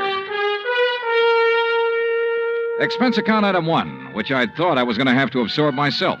$129, transportation and incidentals to Sarasota, Florida. It was nearly 5 p.m. when I got there, so instead of checking into a hotel, I taxied, that's item 2, $1 even. I taxied to Earl Poorman's office in the Conroy building. He turned out to be a tall, lanky, easygoing fellow with clear blue eyes and a ready smile. Sit in an office and talk business this time of day? You're in Florida now, Johnny. Well, I thought from your call this was a pretty urgent matter, Mr. Poorman. It is. Arson, you said. Yeah, probably, but here's no reason we can't go out to my little shack on the quay and be comfortable while we talk about it. Besides, Michael wants you for dinner. Mike? My wife, Gertrude. Oh. Come on, my jalopy's right out at the curb. Come on, Johnny. Poor man was a misnomer for this man because his jalopy turned out to be a spanking new Cadillac, complete with air conditioning and all the fixings. And the shack, anything but. It was on St. Armand's Key across Sarasota Bay from the mainland, a beautiful 2-story concrete and stucco job. The big yard backed on a quiet bayou, and there, tied up at a private dock, was a 24-foot lap-strake speedboat, ideal for fishing the Gulf of Mexico. After all, as long as you're down here on expense account. Yeah, but it's charged to your company, remember? Oh. Hey, there she is at the door. Huh? The big, fat, overbearing broad I'm married to. This was another switch. For Earl's wife, standing in the doorway, was the cutest little trick I'd seen in a long time. Petite, pretty, and blonde, and with eyes that you noticed right away because they were almost green. Eyes that suddenly narrowed as she looked at me. And I wondered why. Johnny? Dollar, did you say? That's right. Insurance investigator down here to look into those fires. Oh. Any objections? No. Oh, of course not. Just set your bags here in the hall, Johnny. All right, thanks. And wouldn't you like a drink after your long trip? Yeah, and you can get me one, too. Scotch, Johnny? Martin's VVO. Oh, great. With soda, please. Sit down. Thanks. I take it Mike isn't too interested in the insurance business, huh? You know, she used to be a singer, dancer. Oh, well, this is a little different. But now, tell me all. Well, actually, I guess we ought to wait until Arnold Carr gets back. Carr? Carr Brothers, Lumber Enterprises. Arnold runs the business, and his brother Edward... Well, Ed just shares the profits. Real black sheep of the family, from what I've been able to learn. Oh? Anyway, they have yards all over the state. There's one here in Sarasota, one up the coast a ways at Fort Pierce, and still another at Arcadia. That's about 40 miles inland, just east of here. And there was one up in Orlando. Was? Completely destroyed by fire a couple of weeks ago. And a $120,000 claim has been filed. Wow. That's where Arnold Carr is then, in Orlando, trying to clear things up. Here's your drink. Oh, thanks. Here, Earl. Yeah. Well, to the gods and goddesses and us. But shouldn't I be up in Orlando then? Arnold's on his way back here now. He lives here. He just went up there to arrange for clearing off and selling the property. You mean he's planning to just pocket the money? If Tri-State pays off, I mean. Looks like it. But I take it you suspect arson. Yes, Earl suspects arson, Johnny, and so does Arnold Carr. At least he says he does, but they have no reason. No? How about the other fires? Or attempted fires? Oh, where? At Arcadia, for one, but they got it out in time. At least that's the way Arnold Carr reported it. The way he Let tells me tell it, Mike. Oh. There was another at the yard here in Sarasota. Arnold himself discovered it one night when he was just driving around. But nothing to indicate it was attempted arson. No, and the authorities up in Orlando found no indication of it there. Mike, you know as well as I do that a lumberyard fire will obliterate signs of arson better than any other kind of fire in the world. Yeah, but she has a point, though, Earl. Unless there's some evidence of arson. Of course. Yeah, why send for me? Well, mostly because... Actually, because Arnold Carr suspects it. But he's given you no real reason. None at all. I think he has a real reason, but he just won't tell us. Wait till you see him. He's going to call when he gets in. We'll run over to his place on Longboat Key. What about his brother? Edward, did you say? I've never met him. He's always stayed in Orlando. I was wondering if he might tell things that Arnold is holding back. He had Edward Carr. Wouldn't know anything. You can never be too sure. Look, why can't you agree with me for a... that must be Arnie now. Excuse me. Hello? This is Arnold Carr. Oh, hi, Arnie. Johnny Dollar arrived, so we'll be... Well, here, I'll let you talk to him. Here, Johnny. No. Okay. No, Earl, listen. What? I told you before it was arson. It was arson again tonight. Tonight? What's that? Arcadia just went up in flames. The whole yard. Good Lord. Did you hear that, Johnny? Yeah, I heard. Well, can you prove it was arson tonight in Arcadia and before in Orlando? I have proof. Well, Arnie, we'll be over just as fast as... What? No. Wait for me there at your home. Well, but look now. You mustn't come here. And I mustn't stay here because I... Now, listen, man. You... Arnie? Well, I guess he's ready to tell us now. A suspicion began to grow in my mind. A suspicion that Mike apparently shared with me. That Arnold Carr himself might be responsible for the fires. After all, he was the only one who had seemed to know about the 2 unsuccessful attempts. He himself had planted the idea of arson. He'd lost no time in filing claim for the Orlando burnout. But Earl said I was wrong. Arnold was too honest a man. Earl had also said we were only 15 minutes from Carr's home. So when half an hour passed, we called him back. Got a busy signal. After the 4th try, the 3 of us took off in Earl's cab. As we pulled into Carr's driveway, we could see him through the picture window, sitting at his desk, telephone in hand, apparently engrossed in a call. Then, as we walked up to the door, I noticed something else. Arnold Carr looked enough like me to be my brother. Maybe that explained Mike's reaction when she first saw me. Hey, Arnie. Can't you see he's on the phone in there? Well, the least he can do is hear his own doorbell. Earl, wait. Good Lord. What's the matter? Through the window. Oh, no. Earl? Stand back. Earl, for heaven's sake, what is it? Couldn't you see from out there? No, what's wrong? Oh, Well, Johnny? Right through the forehead, Earl. Looks like a .38. Before I could stop him, Earl took the phone out of the dead man's hand and called headquarters. Mike turned pale and slumped into a chair. And I gave the place a quick rundown, checked doors, windows, etc. A few minutes later, an officious young sergeant named Larkin arrived and took over. 38 caliber straight through the middle of the forehead. Were all 3 of you here when it happened? Mr. Foreman, Mrs. Foreman, and who are you? The answer to your first question, Sergeant, no, none of us was here. And this is Johnny Dollar, insurance investigator. Hiya. You insurance guys work pretty fast. You related to Mr. Carr? No, why? Look a little like him. Who busted in the front door? The killer? I did. When we drove up, we saw Mr. Carr sitting there at his desk. We rang the doorbell and knocked, but... And when he didn't move, you took things in your own hands and busted in, huh? That's right. You haven't moved anything, have you? No. Except I took the phone out of his hand to call you. Dollar, if you're any kind of investigator, you should have known better than let him touch anything. Now, let's see. The shot must have come from somewhere near this window by the fire. Ah, sure, here we are. Bullet hole right through the pane. Bullet was fired from outside. You're sure, Sergeant? Sure, I'm sure. Look for yourself. You call yourself an investigator? Hey, Cummings, Woolway, check the area around that window beside the chimney out there for footprints. Maybe an empty cartridge case. Now, you folks get out of here so I can call Doc Hanley over and get on with my investigation. And no, Dollar, I don't need any of your help. Well, thank you, Sergeant. Your job is fires, not... Hey, where did Mrs. Foreman go? Out to the car. Why? Who told her she could leave? Who told her she had to sit here looking at a corpse? All right, Dollar, all right. Just be sure the 3 of you stick around town in case I decide to question you further. Oh, of course, Sergeant. Yeah.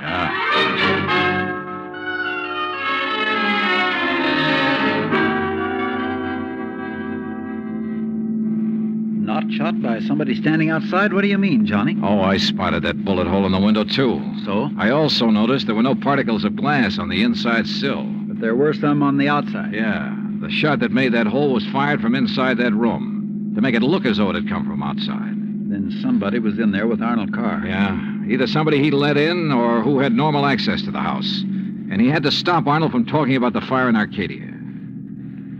Hey, how much do you know about his brother, Edward? Well, nothing really, outside of what Arnold told me. Was either of them married? Family of any sort? Arnie wasn't, but Arnold's death means Edward will own the business then. Well, yes. And he lives up in Orlando, scene of the first big fire. Yes, very good heavens. Johnny, you don't think his own brother... Where can I rent a car? Take Mike's Chevy. It's in the carport at the house. But what are you going to do? Drive up to Orlando by way of Arcadia.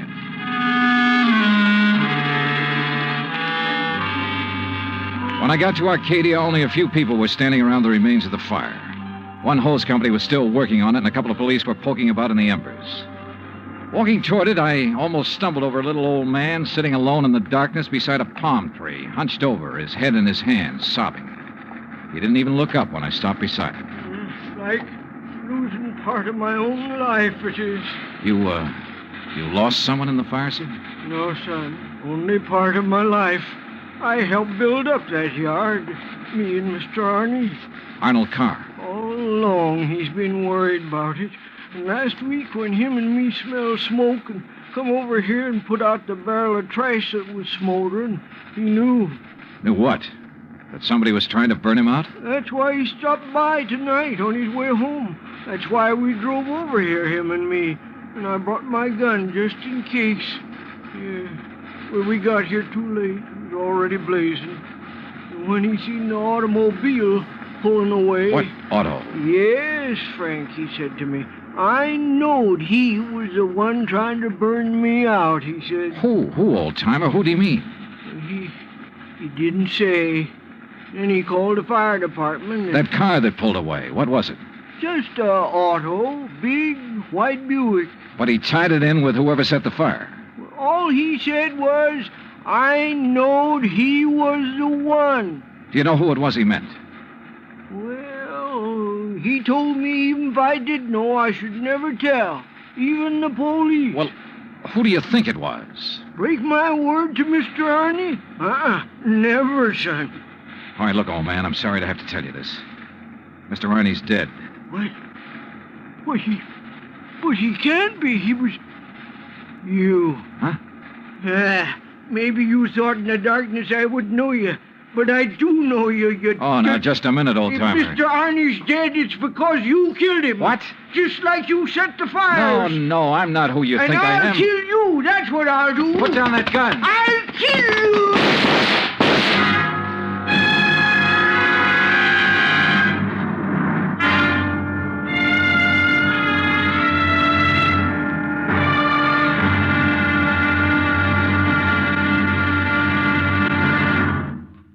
Act 2 of yours truly, Johnny Dollar, in just a moment.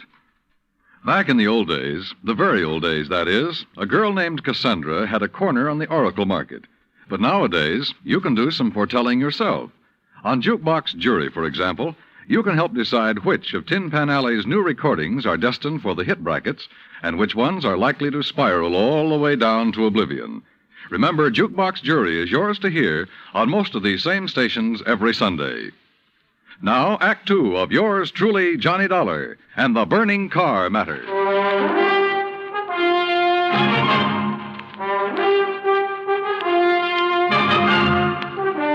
Expense account, item 3, $5.15, gas for the borrowed Chevy to keep me going to Orlando. Either the old man's eyesight was bad or he was just a lousy shot. Either way, it was okay by me. I hated to slap him down, but there was no point hanging around Arcadia trying to explain things to the local authorities. So after making sure I hadn't really hurt him, I appropriated his gun and took off fast. He'd thought I was someone else. Even I had noticed a family-type resemblance to myself and Arnold Carr. Sergeant Larkin had asked me if I was related to him. And now the old man at the fire had apparently thought I was the one who... Oh, well, I'm afraid I made the rest of the trip to Orlando in somewhat less than legal time. And at police headquarters, I barged into the office of Lieutenant Cal Hudson without bothering to be announced. Early in the morning? Sit down while I finish up a report, Mr. Carr. Thanks. I was trying to reach you, but we got no answer to the phone at your house. Well, that's very interesting, Lieutenant. I'm afraid I have the painful duty of notifying you that your brother Arnold down in Sarasota last night... Why did you say very interesting, Mr. Carr? Or had you already learned... I'll be doggone. Yeah. You're not the first one. Who are you? Johnny Dollar, insurance investigator. I can't believe it. Dollar, you look enough like Edward Carr to be his twin. You even sound a lot like him. I take it you haven't located Edward yet? Well, no. Lieutenant, I think Edward Carr is the firebug we're after. And the killer. Wait a minute. Briefly as possible, I told him of Arnold Carr's phone call to Earl Poorman. His emotional upset just before he was killed. I told him Arnold had been murdered by someone inside the house, someone close to him, and that everything indicated that someone could very well be Edward Carr. That's still all just theory, Dollar, without any proof. Well, I will admit that Edward is a pretty worthless playboy living off the profits of the lumberyard. In any event, the lieutenant promised to put out an APB on Edward Carr. That was at breakfast for the two of us, item 4, $3.25. Before I left him, he gave me Ed Carr's address, 1726 Allen Place. As I expected, there was no answer to the doorbell at 1726, so I tried visiting up the street. It quickly became clear that Ed Carr wasn't very popular in this otherwise quiet, well-ordered neighborhood. Those big, noisy parties at all hours of the night, cars parked up and down the street, blocking respectable people's driveways. Yes, ma'am. You know, well... once in a while you expect a person to have callers and such. Me, I have the ladies' bridge club every third Wednesday, for instance. Well, that's nice. But these are all ladies, not like some of the trash that man and his friends have, dancing and drinking and carrying on at all hours. Yes, you mentioned cars, Mrs. You Harper. know, people like Mrs. Hereford Robbins. She's awfully nice. And Janet Osterworthy. Now, she's a widow. Well... And, you know, she could have her pick of anybody she liked. But does she ever look at another man? No, sir. And then there's Mrs. Harper. Yes? You mentioned cars. Do you know what kind Mr. Carr drove? Why, yes. It was a big white one. And the make? Well, no. My husband, when he was alive, always drove a Maxwell, and I guess that's the only kind I ever got to know by name. But Mr. Carr's is white. Only I guess that isn't much help to you, is it? All the white cars here in Florida, I mean. Look. Now, even that blonde hussy who's around him all the time drives a white car. Oh, I really shouldn't use a word like that, though, should I? But it fits. Wait a minute. What blonde, Mrs. Harper? Mr. Dollar, I don't pay any attention to people like that. Why, you'd think she owned that house of his, the way she keeps popping in and out all hours as if she belonged there. Mrs. Harper. And drives all the way up from Sarasota, too. Do you know who she is? I do not. I refuse to pay any attention to people like... And the way she dresses, too, like a newly rich chorus girl with all her fancy clothes and furs and things. How do you know she comes from Sarasota? By the license on her car, of course. Every city has its own number. You know that very well. And hers is 12WW something. And you don't know her name? Of course not. Flaunting all those expensive furs as though she bought and paid for them herself. And if there's anything I hate to see, it's a little shrimp loaded down with furs. Now, a tall person like me... And well, her thanks. eyes... Oh, if there's anyone I don't trust, it's a person with green eyes. Why, Thank you, Mrs. Harper. Her description of Carr's girlfriend stopped me in my tracks. That description could fit Mike Poorman to the letter. Petite, blonde, green eyes, and she came from Sarasota. And then I remembered Mike's reaction when she first saw me. Her dismissal of Edward as a possible suspect. There was obvious friction between Earl and Mike, too. I figured it was just normal in a couple who'd been married for a while. But now... Item 5, $1.30 phone call from the nearest booth I could find to Earl Poorman at his office in Sarasota. No, she isn't, Johnny. Why?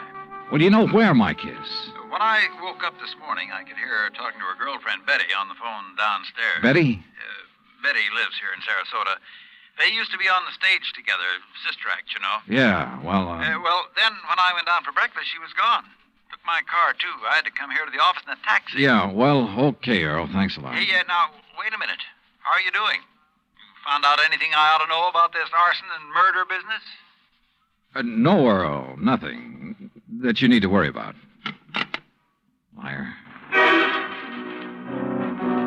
I sat down at a corner drugstore. That's item 5, 80 cents, over a sandwich and a Coke to try to think things out.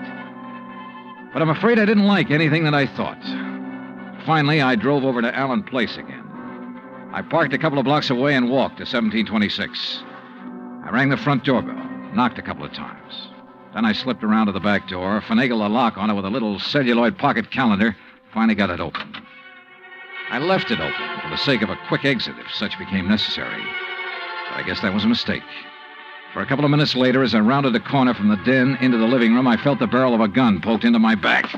Out of town, huh, Ed? Now, wait a minute. Don't move, Eddie boy. Trying to stall off pay me the $5,000 by saying you're going to be out of town, huh? Okay, so you think I'm Edward Carr?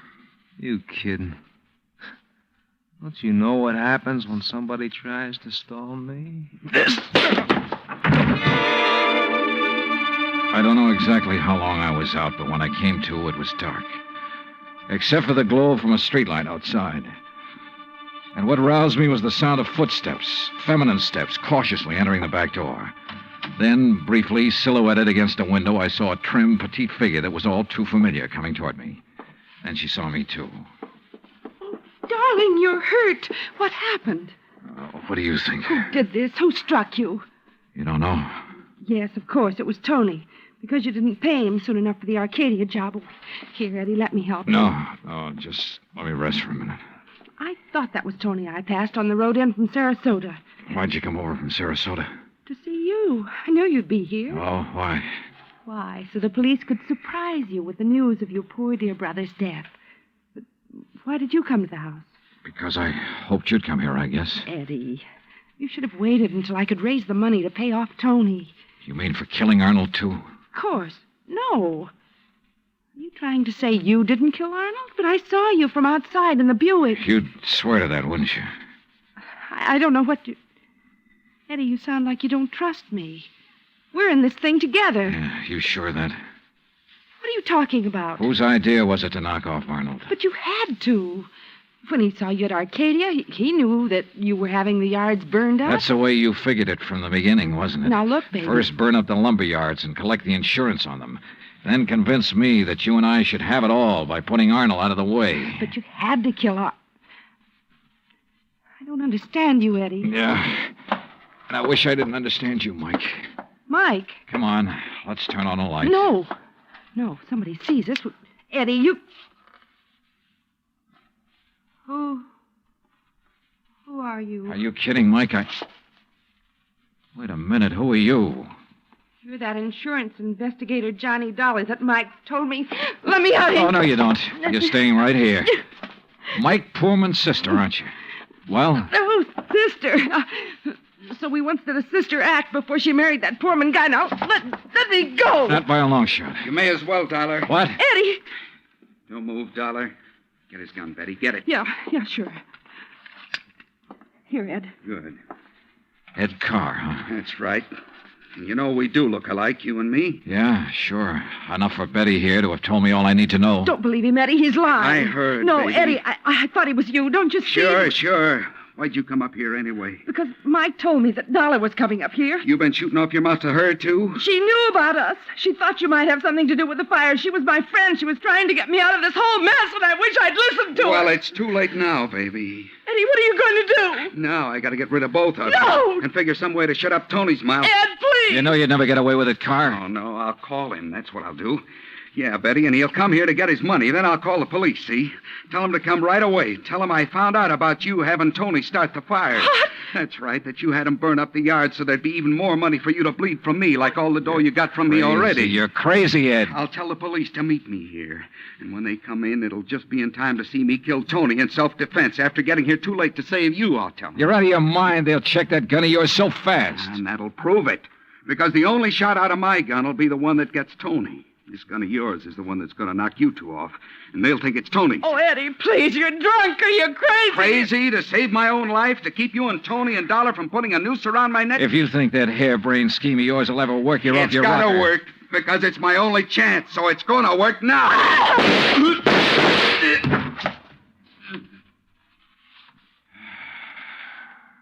Thanks, Lieutenant. I'm afraid I was too late to save her, Johnny. Mm-hmm. Yeah. But Eddie Carr will live to face a jury. What brought you here, anyhow? I did, Johnny. Mike, stay there.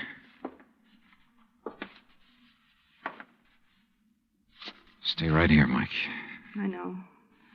I don't want to see it. She was my friend. Where's Earl? I came alone. When I talked to Betty this morning, I knew your suspicions about Ed were right because, you see, I knew Betty and Ed were going together. Earl didn't know. Yeah. Maybe you better call him.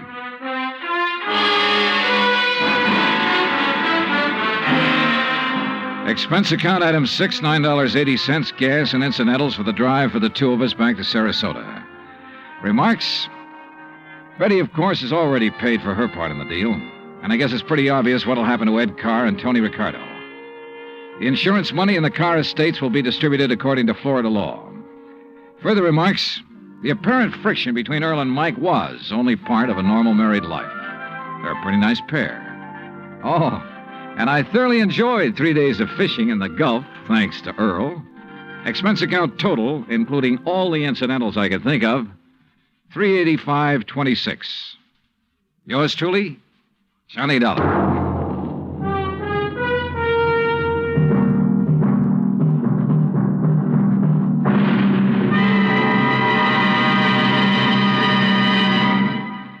Our star will return in just a moment. You don't have to be an efficiency expert to figure out that it's easier to lend your support to several worthwhile fundraising campaigns all at once than it would be helping one campaign at a time. That kind of efficiency is yours to enjoy through the United Community Campaigns.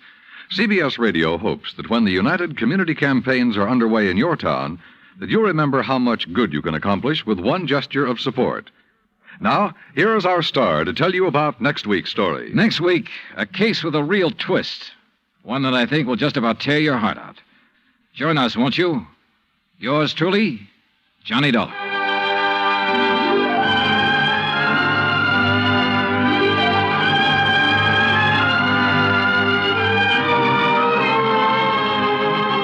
Yours truly, Johnny Dollar, starring Bob Bailey, originates in Hollywood. It is produced and directed by Jack Johnstone, who also wrote tonight's story. Heard in our cast were Virginia Gregg, Harley Bear, Victor Perrin, Bob Bruce, Harry Bartell, Vivi Janis, Tony Barrett, and Junius Matthews. Musical supervision is by Amerigo Marino. Be sure to join us next week, same time and station, for another exciting story of yours truly, Johnny Dollar. Dan Cubberly speaking.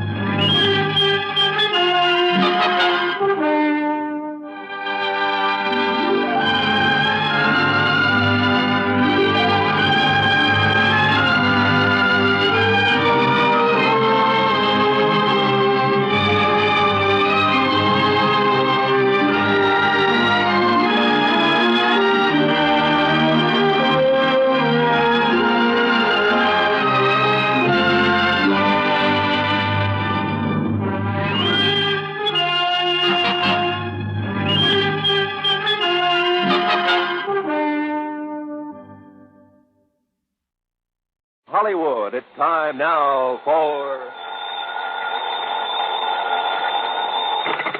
Johnny Dollar. Dick Walters, Johnny. Northeastern Fidelity and Bonding. Oh, hi, Nick. How's with you? Good and bad, Johnny. Good and bad. Well, I'm sure it's nothing good you've called me about. What's the problem? $58,000. Lost, straight, or stolen? As if I didn't know. Yeah, probably stolen. Ever hear of the Old Lang Syne Furniture Company? I have not. Sounds like a gag. It's no gag. Some of the finest traditional furniture in the world comes out of that plant. Really? It's up in northern Massachusetts in a little town north of Fitchburg, and it's run by a bunch of real characters. Oh, how do you mean? Well, I suggest that when you go up there, you wear a dark blue suit, white shirt, and black four-in-hand tie. Huh? Oh, and suspenders. Be sure you wear suspenders. Are you kidding? Why? Why don't you come over here at the office and let me tell you about it? Yeah, Nick, I think I'd better.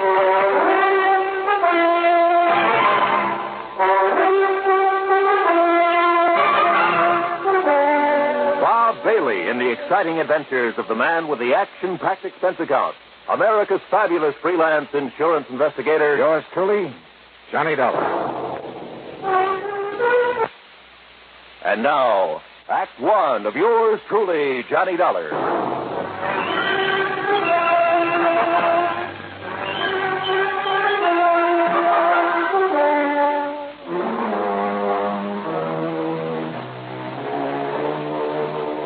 Expense account submitted by Special Investigator Johnny Dollar to the Northeastern Fidelity and Bonding Company, Home Office, Hartford, Connecticut.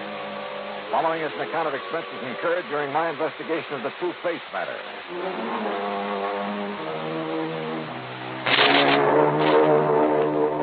Expense account item 1, after shaving, showering, and donning the most funereal clothes I could find. Item 1, $1.10, taxi to Nick Weldon's office at Northeastern Fidelity and Bonding. Just remember what I told you, Johnny. The old Lang Syne Furniture Company is run by a bunch of characters. Yeah, that's what intrigues me. That's why I came over here. Oh, they're craftsmen, all right. The old school. May take them a couple of years to make an ordinary straight-back chair, but when it's done, it's the most beautiful thing you ever saw. And the finish they get on the pieces they turn out. Beautiful. And expensive, too, huh? Oh, sure, but worth it.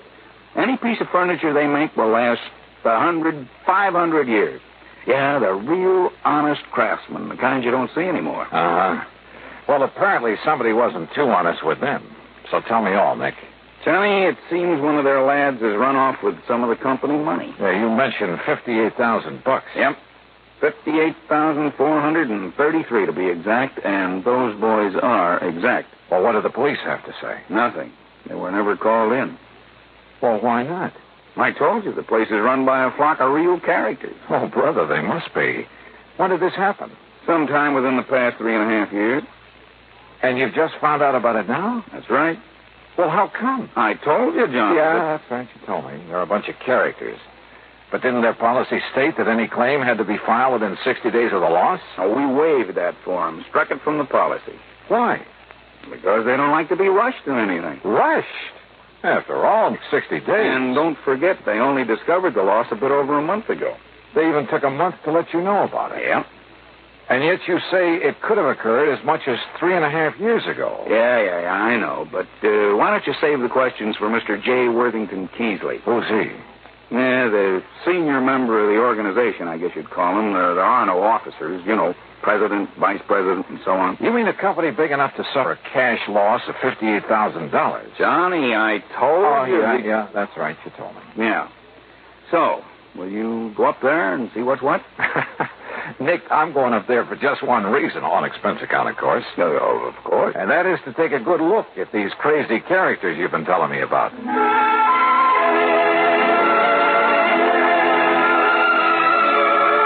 Item 2, $3.25 for a bus to Fitchburg, Massachusetts, where at the terminal I picked up a local to North Weldon, home of the old Lang Syne Furniture Company.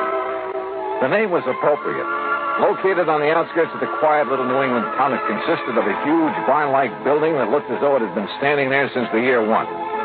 Surrounded by stately elm trees and a couple of gnarled ancient oaks, it looked, well, very picturesque. A large wrought iron weathercock raced one end of the high-peaked shingle roof and looked down on broad lawns and well-kept flower beds. The road leading up to it was just an old-fashioned dirt road, and I kicked the dust as I plodded along. Then suddenly I stopped. For there at the side, instead of automobiles, were, believe it or not, horses. Horses and carriages and a bicycle or 2 or 3. It was almost as though a picture of 50 or 60 years ago had suddenly come to life. And then inside, when I found Mr. J. Worthington Keesley, well, he looked like one of the Smith brothers, and sitting in front of a fine but ancient roll-top desk. Of course we do, Mr. Dollar. Our fathers and their fathers before them all wore full beards. Therefore, we do, too. Would you like a bit of snuff, sir? No. No, thanks. Yes, it's one of the traditions, sir. The traditions to which we adhere in order that we may continue to fabricate the superlative furniture for which we've become famous over the past 107 years. And I take it, Mr. Keesley, that the same thing applies to the horses and carriages out there at the side? Yes, they were good enough for our grandparents, so they're good enough for us. I suppose that's why I should have suspected Mr. Twiller. Mr. Twiller? Roscoe James Twiller, Mr. Dollar. Here, sir. There's a picture of him. in this group photograph taken on the occasion of our 100th anniversary. I feel like I ought to yell beaver. I'm afraid his mighty shock of hair and magnificent beard misled me back in 1941 when I hired him. Yes, and I suppose I should have known when he gave up horse and Surrey to drive one of those newfangled motor cars. Should have known what, Mr. Keasley? But he was no longer a man suited to our fine establishment. Is he the one who took off with your $58,000? $58,433.41. Are you sure? I mean, sure it was he? Beyond a shadow of a doubt, sir. He was the only one beside myself who had a key to the vault in which we kept our building fund. And when he suddenly left us 3 years, 5 months, and 16 days ago, yes, I should have known. But you didn't discover the loss until recently. It was June 21st at 4 minutes after 10 that I went down to the vault. For the first time in 4 years, we had something extra to put aside. And you discovered the money was missing? The vault was empty. Except for this note. Huh? Goodbye, suckers. Horrid word. Signed Twiller. So, you see, Mr. Dollar? Yes, I do. It looks like he's our man. No question about it. And you've no idea where he might have gone? None whatsoever. Well, surely there must be some clue. None whatsoever. But you must find him. But that was 3.5 years ago. Exactly 3 years, 5 months, and 16... Yeah. So where do I start? Unless your company decides simply to reimburse us for our loss, that, Mr. Dollar, is up to you.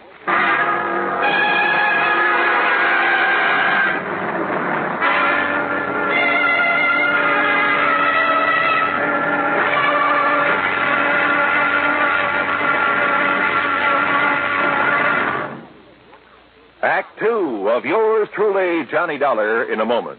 Sometimes we may wonder why a football team doesn't quit playing and walk off the field when it finds itself 50 points behind with only a few minutes of play to go. What is that indomitable spirit that fills men with hope and keeps them going in spite of terrific odds, keeps them going just to play the game according to the rules, just to get the job done as well as they know how? This kind of spirit pervaded the feelings of heavy bomber crews of the 9th Air Force on that day of glory, August 1st, 1943, the day of one of the most secretly planned surprise bombing missions of World War II. The day of the low-level attack on the Romanian oil refineries at Ploiești. More than 170 B-24 heavily loaded bombers took off in a swirl of red dust from Benghazi, Libya, to bomb a highly defended priority target. The element of surprise in the low-level attack was to be one of their greatest weapons. But things went wrong from the start. 3 planes exploded during takeoff operations. 11 more aborted due to engine trouble. Of those that reached the target area, less than 1/3 returned to home base. The leaders of the mission encountered navigation difficulties and difficulty in identifying specific targets. And due to the loss of that elemental hope, surprise, they also encountered devastating enemy firepower from flak and fighters. The mission was partially successful, but a horrifying experience. 5 medals of honor were awarded to the heroes of the Ploiești raid for valorous action above and beyond the call of duty.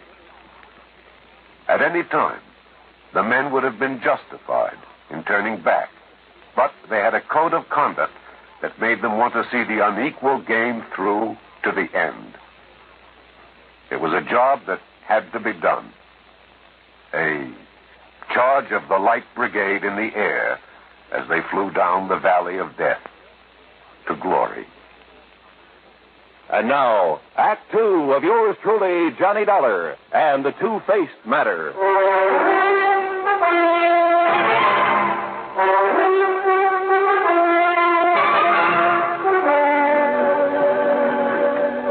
Okay, Mr. Keasley, it looks like this man Twiller is the one who walked off with the money in your safe when he left your employ. No question about it. And unless you can find him, your company will have to pay the full amount of the loss. Yeah, well, even if I do find him, the chances are he'll have spent that money. After all, 3 years and a half. Exactly 3 years, 5 months, and 16... You say you have no idea whatsoever as to where he might have gone. With that much money, he could be anywhere in the world. Uh-huh. Where did he live? I don't know, sir. What? After all, it was none of my affair. But if he worked for you a number of years... I make it a rule never to pry into the affairs of others. Except, of course, where the manufacture of fine furniture is concerned.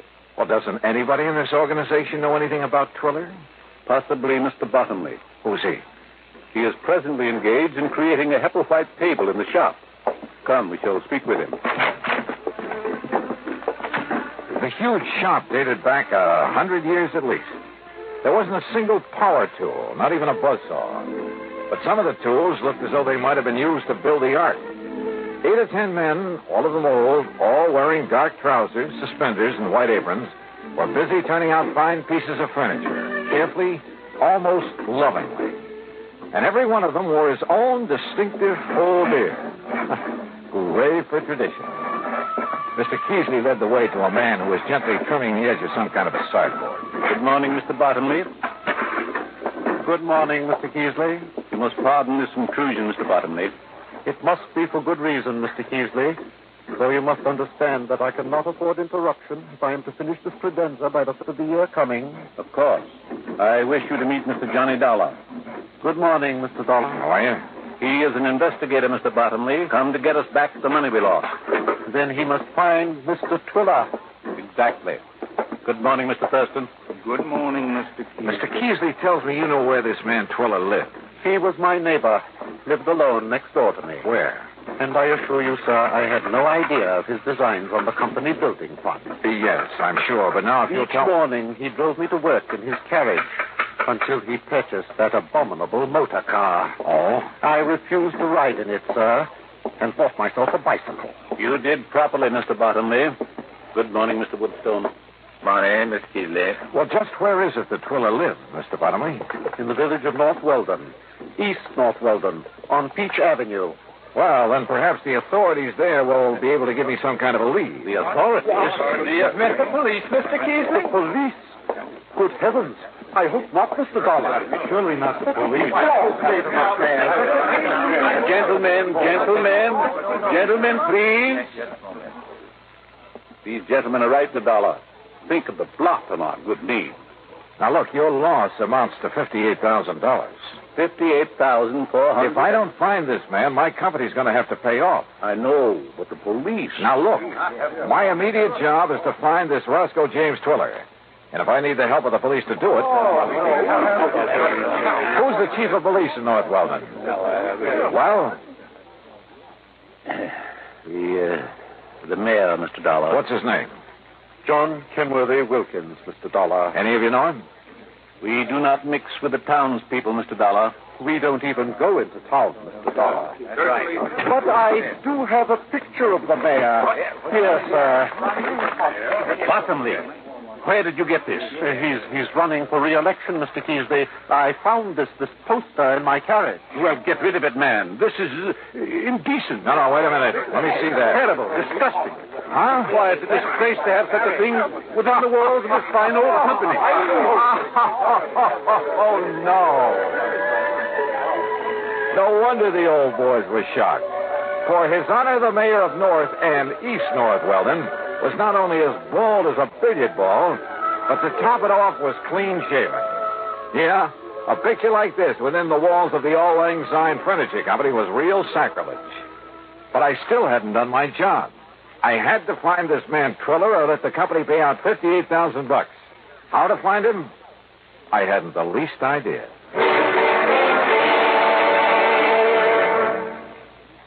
Act 3 of yours truly, Johnny Dollar, in a moment. Times have changed, and so has the man. During the 18th and 19th centuries, warfare with its musket fire and cavalry charges and cannonades was a simple, direct, easily understood type of conflict. The undisciplined but sharp-eyed revolutionaries hid behind trees and hedgerows to pick off the advancing British troops. The wild, dashing, hell-for-leather cavalry charges of the Civil War and Custer's encounter with Sitting Bull and the Sioux Indians were, though courageous, simple and direct.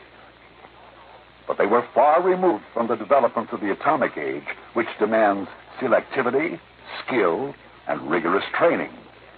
Until recently, the soldier's general level of knowledge determined his job suitability. Today, however, with more and more complex weapons and equipment being used, the military needs large numbers of skilled technicians. To that end, tests have been developed to find men with intelligence and technical aptitude, and to develop in these men the needs of the future. Yes, times have changed, and so has the man. And now, Act 3 of yours truly, Johnny Dollar and the Two-Faced Matter.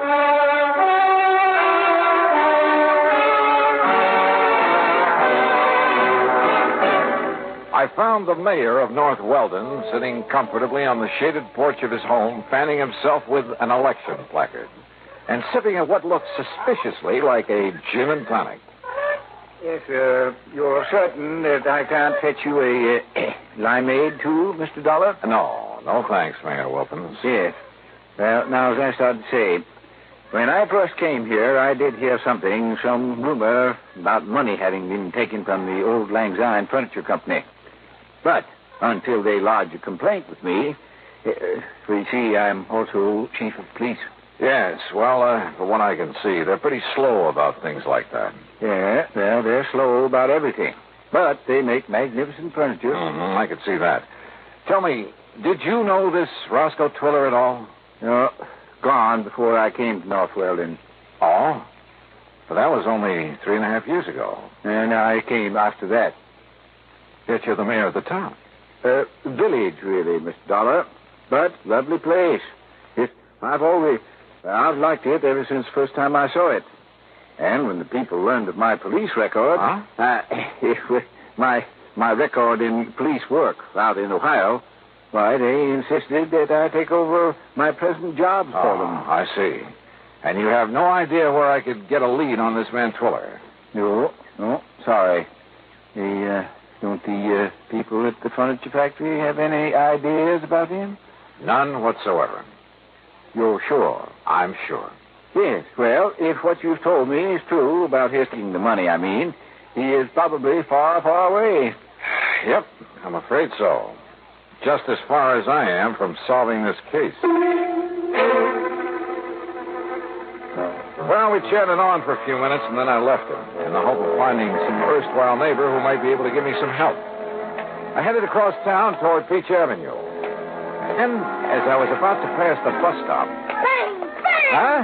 Bang! Bang! You're dead! Oh. And another redskin bit the dust. Well, hi there, fella. Cowboy, huh? Sure, I'm a cowboy and a policeman and an artist and everything. Sure. My name's Jimmy Carter. What's yours?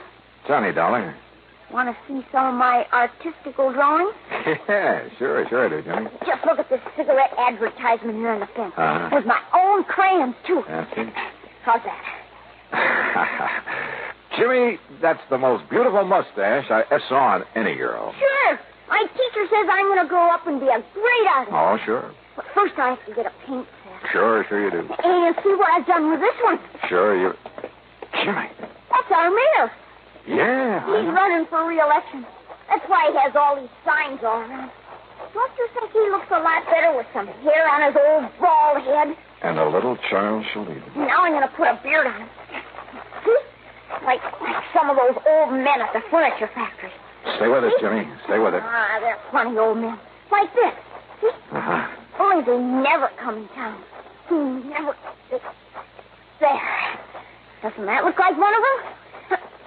There. Jimmy, that's so good I'm going to save it.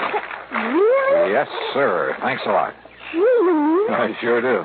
I didn't know I was that good. Jimmy, you'll never know how good you are.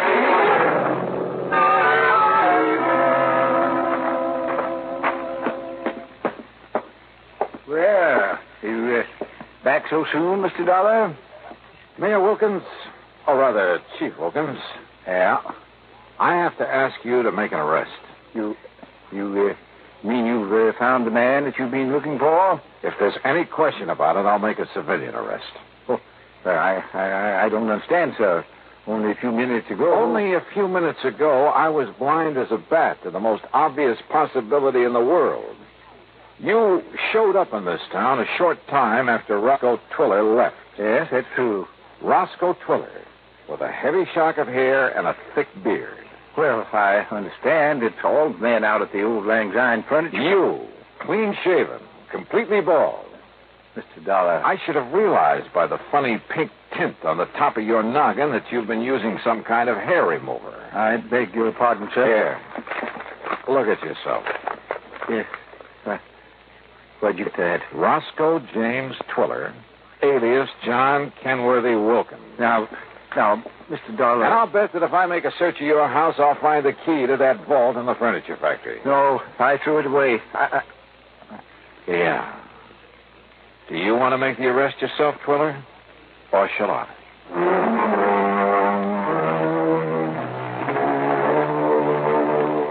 I don't know why Twiller gave up so easily.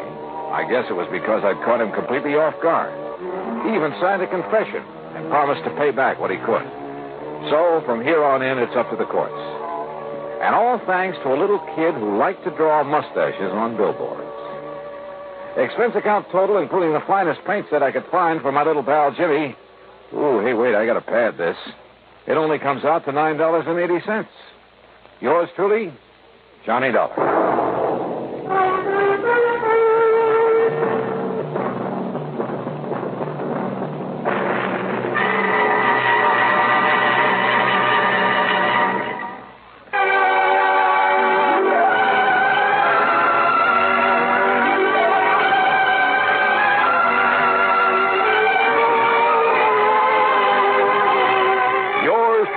Johnny Dollar, starring Bob Bailey, originates in Hollywood and is written, produced, and directed by Jack Johnstone. Heard in our cast were Will White, Herb Vigran, Forrest Lewis, Edgar Barrier, Richard Beals, Bill James, and Gus Bays. Be sure to join us, same time and station, for another exciting story of yours truly, Johnny Dollar. This is Roy Rowan speaking.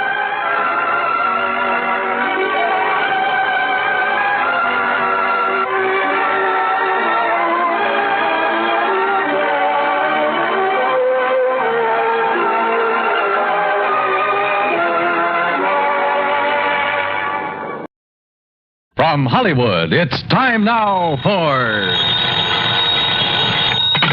Johnny Dollar. Pat McCracken, Johnny, Universal Adjustment Bureau. Oh, hi, Pat. Johnny, you've handled a lot of difficult cases for the companies we represent. You've done a magnificent job, saved some of them a lot of money. Huh? Sometimes nipped things in the bud even before they've happened. Pat. And there have been times when you've given up personal plans to take them on at a moment's notice and without question. Listen, that bush you're beating around is getting pretty big. All right, then I'll get to the point.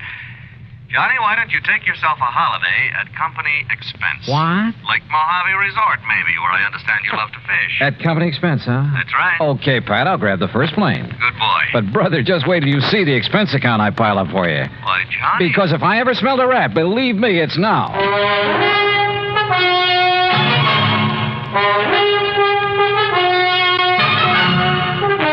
Bob Bailey in the exciting adventures of the man with the action-packed expense account, America's fabulous freelance insurance investigator. Yours truly, Johnny Dollar.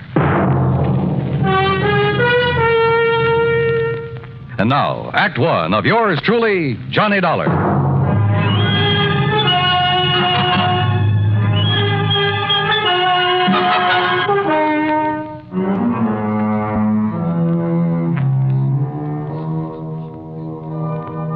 Expense account submitted by Special Investigator Johnny Dollar to the Universal Adjustment Bureau, Home Office, Hartford, Connecticut.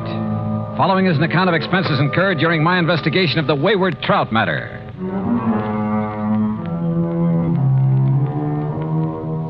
Expense account item 1, $174.50 plane fare, Hartford to Los Angeles and Los Angeles to Las Vegas. Item 2, $50 deposit on a rental car. I headed south on Route 95. The Mojave Desert. Thousands of square miles of sand, sun-bleached gravel and rock, of cactus, sage, and Joshua trees. High flat mesas, towering crags. Countless trails leading off from the highway.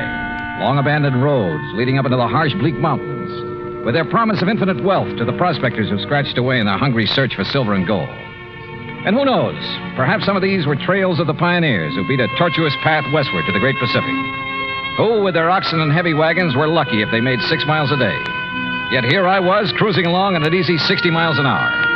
And above me, a jet plane, lazily tearing off 600 miles an hour. Yeah, it made me think about the men who lived and struggled here, the men who died of hunger and thirst following the same path I was taking, never knowing that only a few miles away beyond the mountains was the mighty Colorado.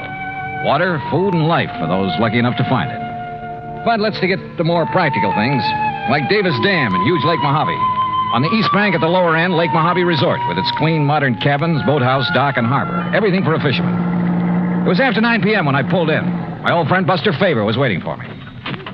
By golly, Johnny, I'm glad to see you. Yeah, same here, Buster. How are you? Before you start on why I'm here, how's the fishing? You remember Ham Pratt, the general manager? Sure do. How is he? Went out 3 days in a row, got 3 limits, 5, 6, 7 pounders. Oh, and I have to come here on business. Yeah, but as soon as you clear it up, you and I are going to do some fishing. Believe me, we'd better.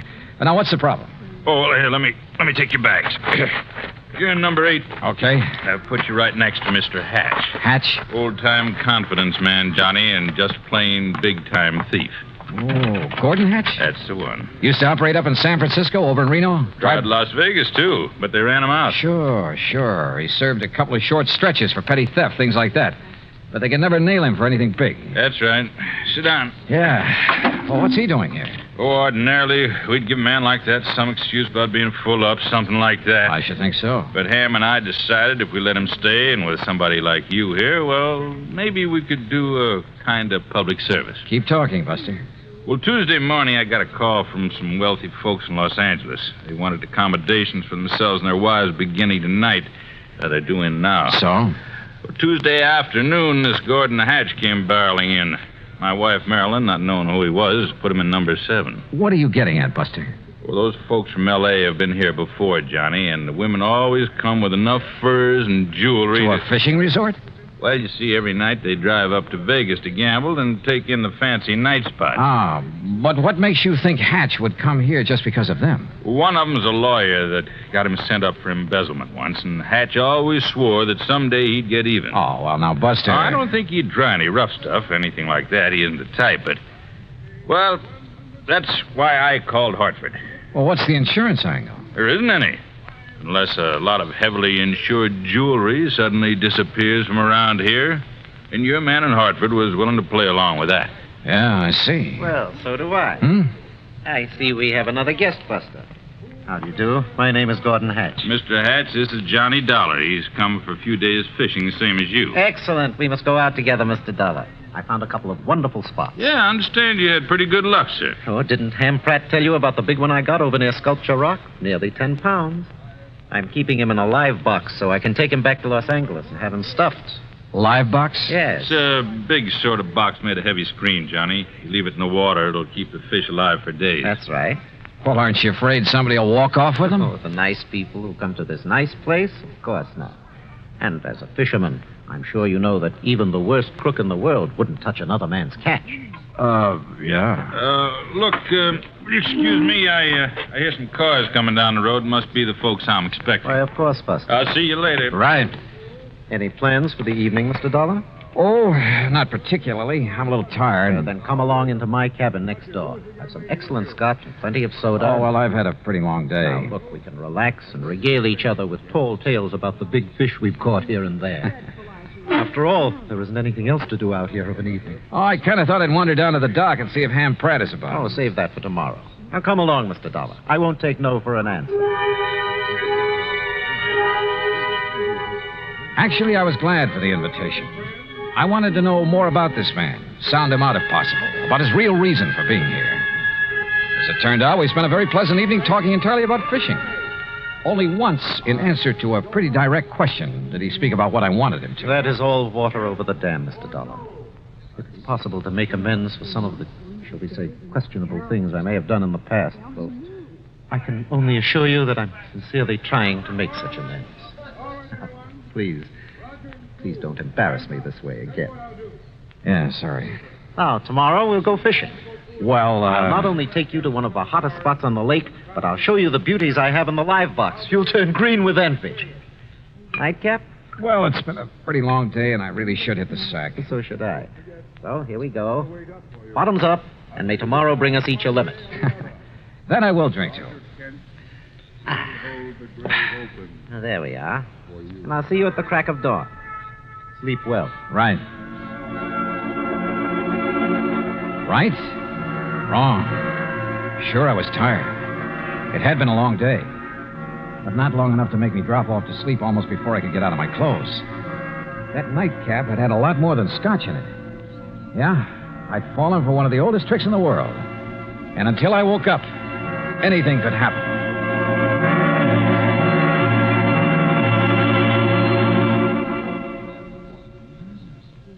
Act two of yours truly, Johnny Dollar, in a moment. And now for another episode in the life of Sergeant Donald Bellwether, my husband.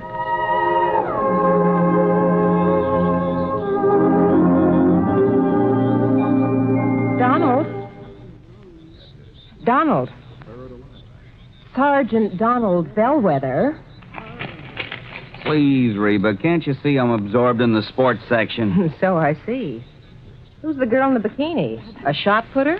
Look, what's the difference if she's an athlete or a Hollywood celebrity? Why do you insist on disturbing me while I'm reading? Did you drop off the laundry this morning? Yes, dear. Did you mail my letters? Yes, I mailed the letter.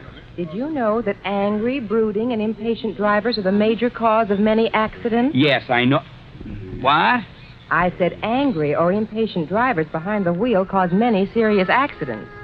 And when a driver is emotionally upset, he's more apt to make an irrational decision or take unnecessary chances. My dear wife, you ought to know by this time that I am a well-adjusted individual. I have complete control over my emotions. You didn't have this morning. Now, just because I burned the toast, you stormed out of the house in a fit of rage. You didn't even kiss me goodbye. Mm-hmm. You're determined to pick a quarrel with me, is that it? No, I just want you to drive safely. I don't want you to be under any emotional strain when you drive a car. I want you to return home safely. I love you. Come here, woman. Yes, Donald. You sit right here on my lap, and I'll give you that kiss you missed this morning. And you promise you'll never again drive the car when you're angry? I promise. Oh, that's my Donald. That's my doll.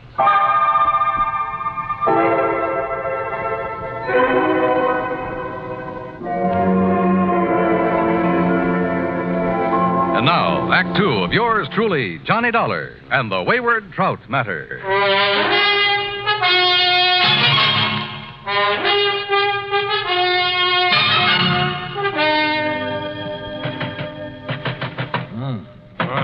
What is it? Hey, Johnny. Huh? Oh, it's Buster. You all right in there, Johnny? Oh, sure, I'm all right. Here, look. Holy, what time is it anyway? Almost 9 o'clock. Oh, look at those big red eyes. You aren't kidding. I feel as though Where's Gordon Hatch? Went out fishing at the crack of dawn. Said you'd promised to go with him, but he pounded on your door and finally gave up. Johnny, you look like you... Hey, Buster, the folks you were expecting in from Los Angeles. Yeah, they came right after I left you and Mr. Hatch last night. 6 of them.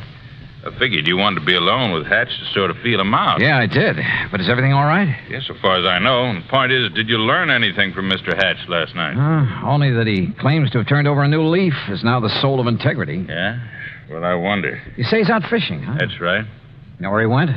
Well, one of his favorite holes, the one I told him about, is in the big basin about 10 miles up the lake. What about the folks from L.A.? They're still asleep in their cabins. Look, Johnny, like I told you, Hatch isn't the kind of trying any rough stuff, even against Mr. Fellows, the lawyer who sent him up one time. And he's here with that party? He's the one that organized it, made the reservations. Now, listen, Johnny, I may be all wrong about Hatch. In spite of his threat to get even with Fellows? Well, I mean, maybe he's gone straight. He certainly acts like a nice enough guy. Yeah. Well, the only thing I can do is keep an eye on him. If he makes a play, I'll nab him. If he doesn't, well, my trip out here will have been wasted. Wasted? I thought you and I were going to do some fishing. Oh, well, now that's different. Ooh. Hey, I better get some breakfast in me. Yeah, sure. I'll tell Mary over at the cafe to have it ready for you. Yeah, okay, Buster. Sunny side up and with plenty of strong, dark black coffee.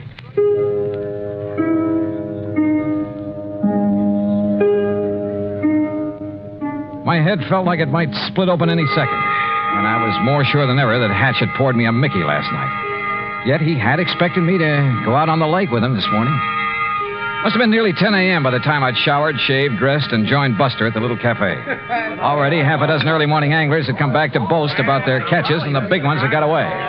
Now, don't you tell us all, Buster, but that big one, Buster, he must have been 8.5 pounds. Yeah, I'm sure it was, Mr. Hector. Well, the place I lost him was in the second cove this side of the dam by the big square rock. Second cove this side of the dam, did you say? That's right next to the big square rock. Hey, Jim, I know a great spot for us to try this afternoon. Yeah, I heard that, too. Now, don't you tell us all about that spot, Buster. Cross my heart, Mr. Hector. Good. Say, Henry, I want to tell you about a place I found this morning. Feeling any better, Johnny? Yeah, much. Now, listen. If Gordon Hatch is up here after the money and jewelry of Mr. Fellows and his party, or for any reason at all connected with them, Yeah? I think you and I had better hop into a boat and get... Mr. Favor. Oh, yes, Miss Fellows. Good morning. Please come outside quickly. Come on, Johnny. Right. Miss Fellows, this is Johnny Dollar, friend of mine, special investigator. Oh, thank goodness you're here, Mr. Dollar. Buster, we'd been robbed. What? When, Mrs. Fellows? Sometime during the night. All our jewelry, Mrs. Harkins and Mrs. Peterson's and mine. Why, it must be hundreds of thousands of dollars worth. My diamond brooch alone I is see worth... you found him, Martha. Yes, Ralph. Oh, this is Mr. Dollar, and he's some kind of an investigator. Good. I've heard of you, Dollar. I've told them, Ralph, about the jewelry. Yeah, well, whoever did it got our money, too. With all we brought along to gamble in Vegas, must be over $20,000. And how he managed to sneak into our cabins... And without waking us, too. Of course, we were pretty tired last night. Well, good morning. Oh, Mr. Pratt. Oh, what seems to be the... Johnny, glad to see you. How are you, Ham? I got some bad news for you. Yeah, Ham, it looks like he's done it. Oh? Gordon Hatch? Yeah. Better make a thorough search of his cabin. Gordon Hatch? Oh, no. I'm afraid so. Great Scott. So, Ham, look in his luggage, under the mattresses, anywhere else you can think of. Right, Johnny. Mr. Dollar, do you mean to say that Gordon Hatch is here at this point? Better look in his car, too, Ham. Under the car and the upholstery. Look here now, Mr. Dollar. Sorry, Mr. Fellows. I'll have to talk to you later. Come on, Buster. You and I are going for a boat ride.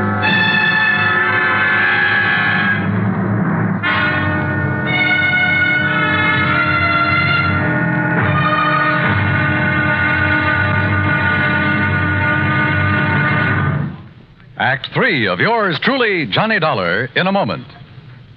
Do you know who Uncle Sam's lawyer is?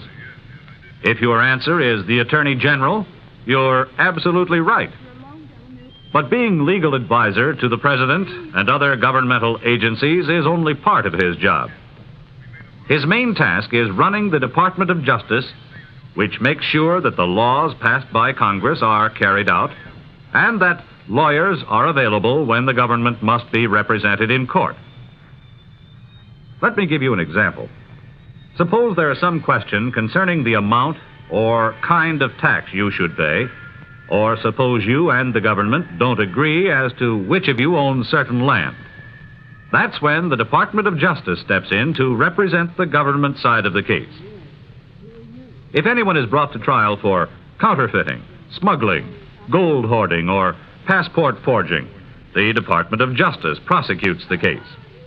It also handles all matters dealing with legal immigration.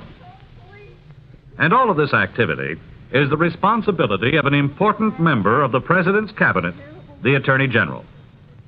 Just as it is the duty of the United States government to protect each and every one of you, it is the duty of the Attorney General to protect the government of the United States. And now, Act 3 of yours truly, Johnny Dollar and the Wayward Trout Matter.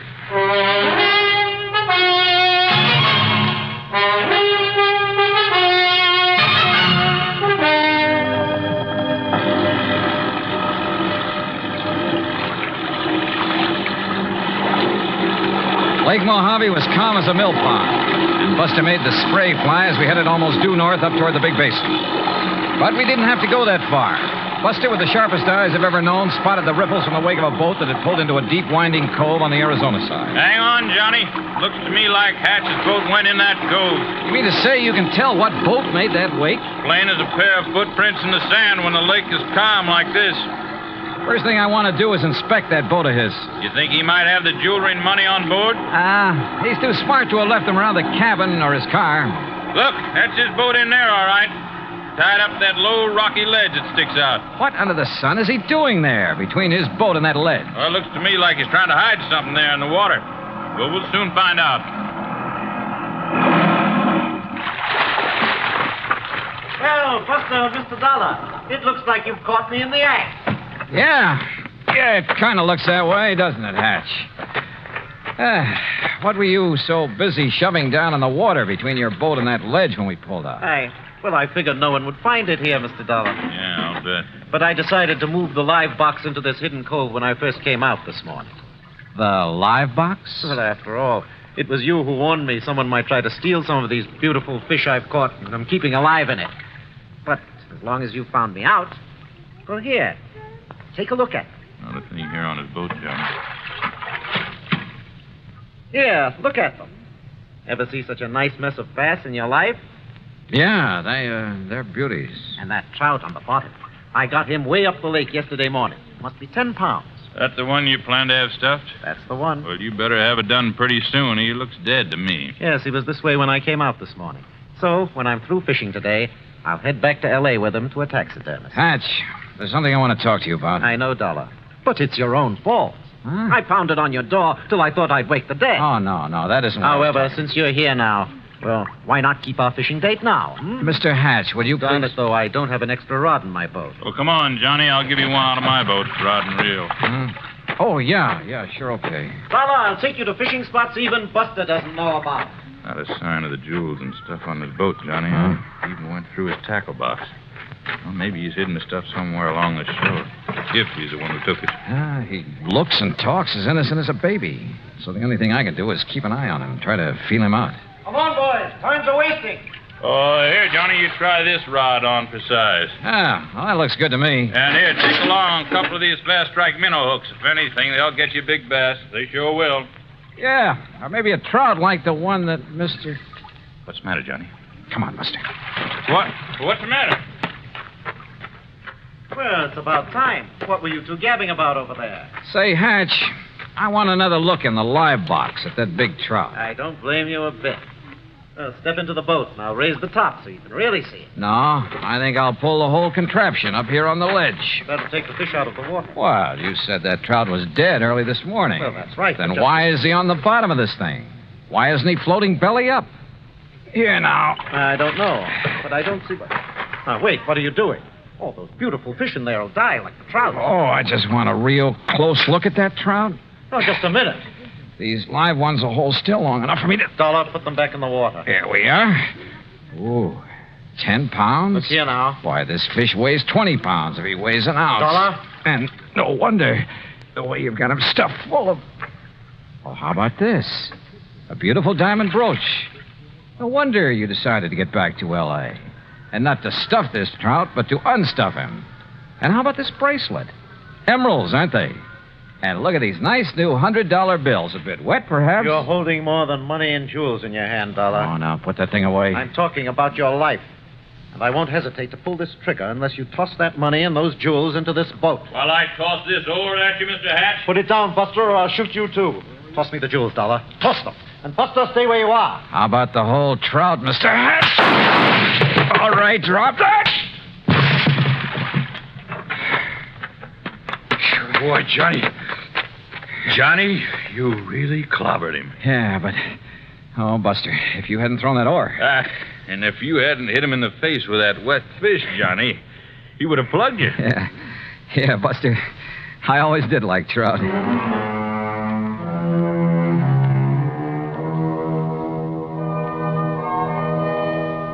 Expense account total, including boat and bait for 5 days of really great fishing, cabin rental and meals, and trip back to Hartford, $815 even.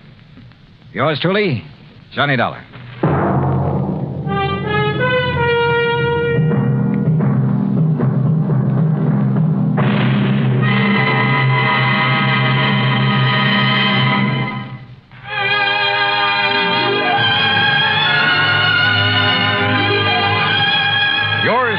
Johnny Dollar. Dollar, starring Bob Bailey, originates in Hollywood and is produced and directed by Jack Johnstone, who also wrote today's story. Heard in our cast were Eleanor Audley, Larry Dobkin, Barney Phillips, Edgar Barrier, Junius Matthews, Russell Thorson, and Alan Reed. Be sure to join us next week, same time and station, for another exciting story of yours truly, Johnny Dollar. This is Dan Cubberly speaking.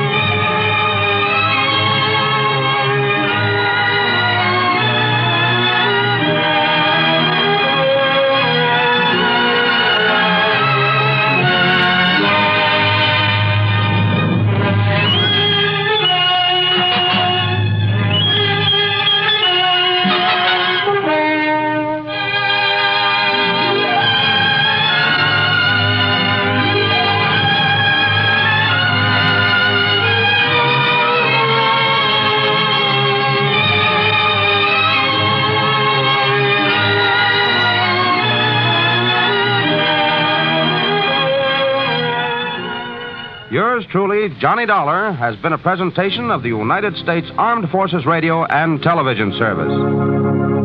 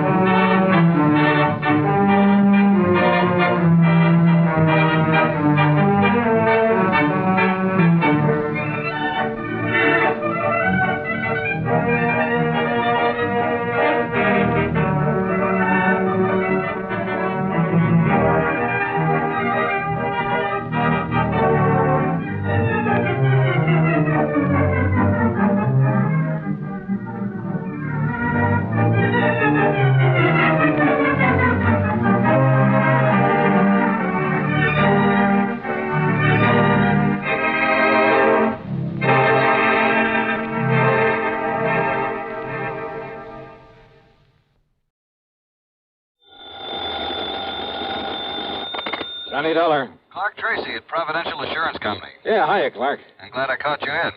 Are you free to take an assignment? Sure, why not? Did you ever hear of Kennett, Missouri? No. It's a small town about 100 miles south of Memphis, Tennessee. So what goes? We have a little office in Kennett, only it's become pretty obvious that we put the wrong man in charge of it a few months ago. What do you mean? His name is Charles Kingsley St. Clair. Lived in Boston most of his life, and he's a Harvard man. So? He doesn't have the least idea how to deal with those people when it comes to any problems or adjustments.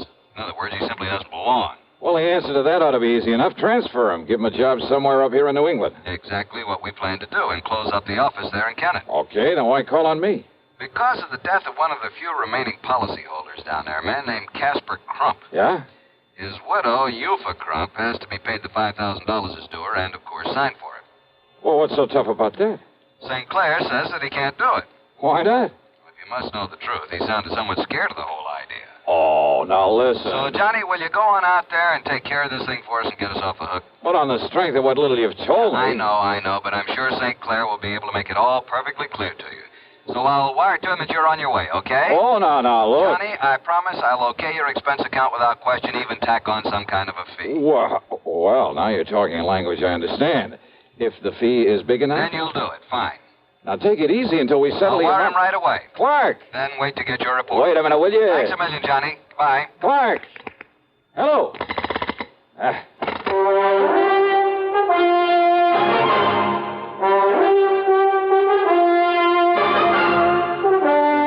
CBS Radio Radio brings you Bob Bailey in the exciting adventures of the man with the action-packed expense account, America's fabulous freelance insurance investigator. Yours truly, Johnny Dollar. Next time you refresh, enjoy a frosty, ice-cold Pepsi-Cola. Sociability, Charlie. All right, Kay, how's this? Pepsi is light, refreshes without filling. You like to refresh? Have a Pepsi right now. Well, offer it to everybody, Charlie. I will. Enjoy Pepsi at the fountain. It's delicious at home, too. Have one at lunch or with a snack. Charlie. At the beach or at dinner. Wherever you go, wherever you're thirsty, Pepsi is there. It's here, too, in our Be Sociable song. Be sociable, look smart, keep up to date with Pepsi. Drink light, refreshing Pepsi. Stay young and fair and debonair. Be sociable, have a Pepsi. For the weekend, have plenty of Pepsi around. Pick up an extra carton today. CK, I'm sociable. With Pepsi, everyone is. And now, Act One of yours truly, Johnny Dollar.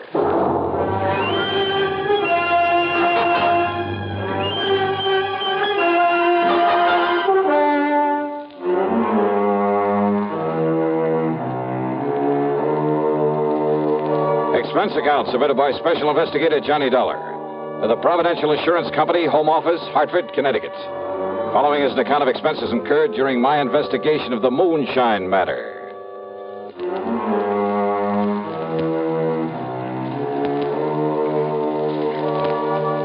Expense account item 1, $75.45 plane ticket from Hartford to New York to Memphis, Tennessee. Item 2, $301 for a bus to Kennett, Missouri. I arrived shortly after noon. Yes, Mr. Dollar, I shall be glad to get away from here and get back to civilized country again, where I won't be looked at askance because I choose to dress for dinner. I see. I must admit that some of the natives living here in town are fine people, intelligent people. Oh, I'm sure they must be. This looks like a nice town. But the ones out in the country to whom my predecessor sold insurance, life insurance. Yeah, what about them, Sinclair? Poor white trash is all they are. Ignorant, illiterate. Moonshiners, for the most part. Oh? Only half a dozen of the policies he issued even have signatures on them. The rest are signed with an X. The people didn't even know what they were buying. Your predecessor must have been quite a salesman. Hardly a fit representative for a large insurance company, which, of course, is why the company got rid of him. Yes, Mr. Dollar, I shall be glad to get away from this, but until the insurance payment can be made to Mrs. Euphor Crump. Well, any reason why you just can't call her in here and hand her a check? Call her? How? What do you mean? She lives in the swamp, Mr. Dollar.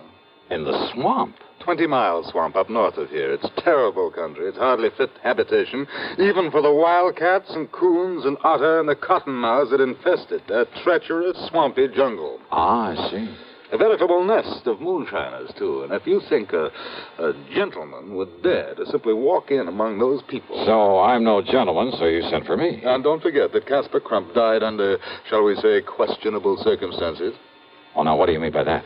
The natives all said it was murder. What do the police say? The police have sense enough to leave these people alone. They stay away from them. Oh, great.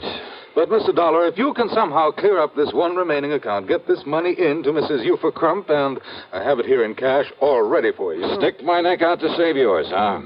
To be honest about it, yes. Okay. Let's say I'll try. How do I get to this 20-mile swamp?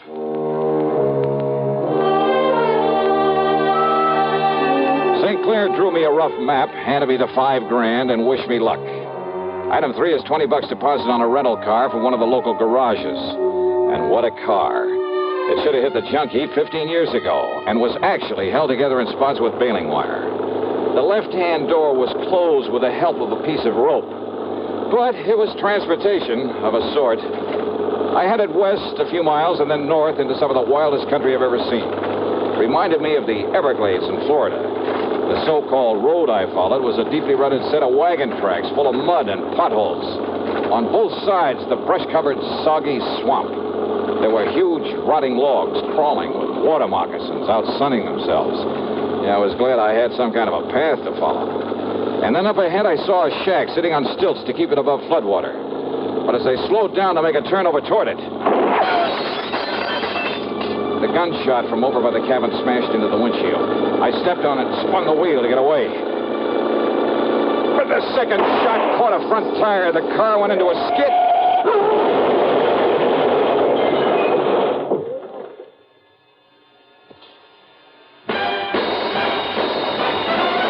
Are you smoking more now, but enjoying it less?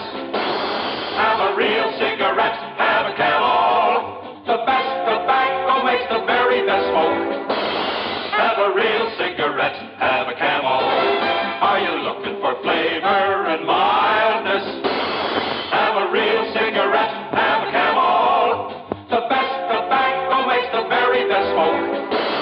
Have a real cigarette, a real cigarette, a real cigarette, have a Camel.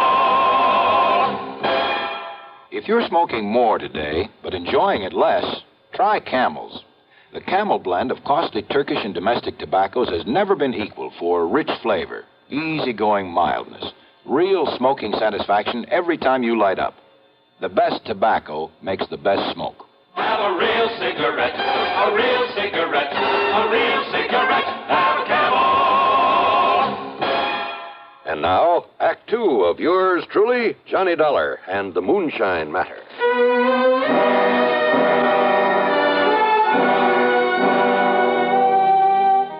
When I came to, I was lying beside the car at the edge of the muddy wagon tracks. As for my gun, well, it must have been thrown out of the holster into the swamp. I started to rise to see how much damage had been done to the car. But then I saw them. Two lanky, hard-faced men, dressed in tattered jeans. One of them, the taller of the two, carried a long rifle, a vintage I'd seen only in museums.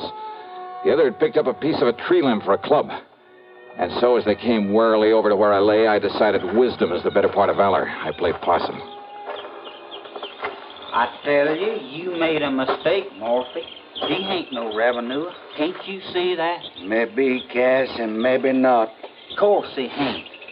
I know every revenue in these parts, Morphy, and he ain't one of them. You think I killed him, Cass? He didn't hit that there tree hard enough to hurt his car none serious. And who is he, Cass?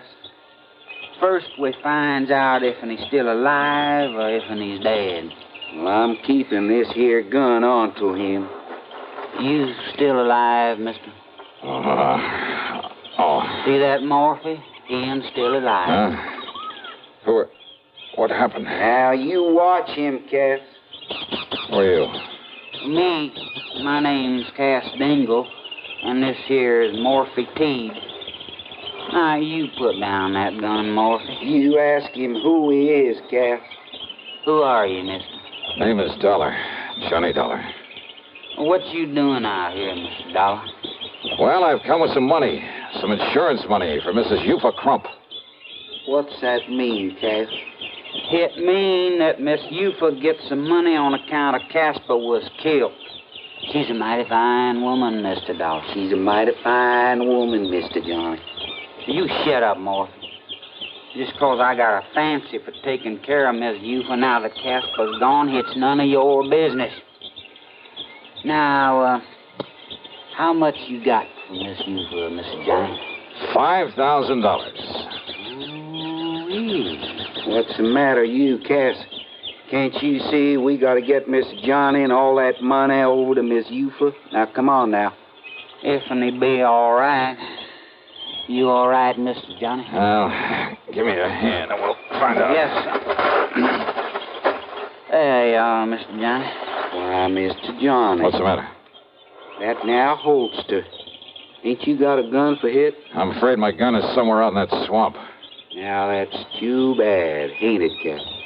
Morphy's right, Mr. Johnny. There's some folks around here liable they'd shoot first and find out about you after. Some folks, huh?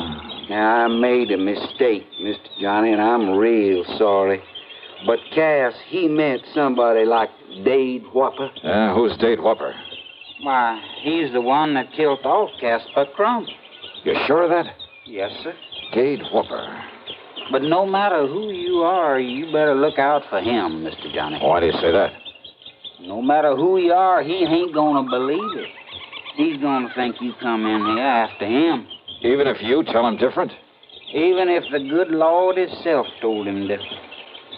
But now I got a jug in that cabin, Mr. Johnny. It'll fix you up real good. Then me and you can take the money to Miss Eufa. Man, you better come back here and find your gun in case Dade Whopper shows up. Oh, don't worry about it. As soon as I turn over that money to you for Crump, I'm on my way.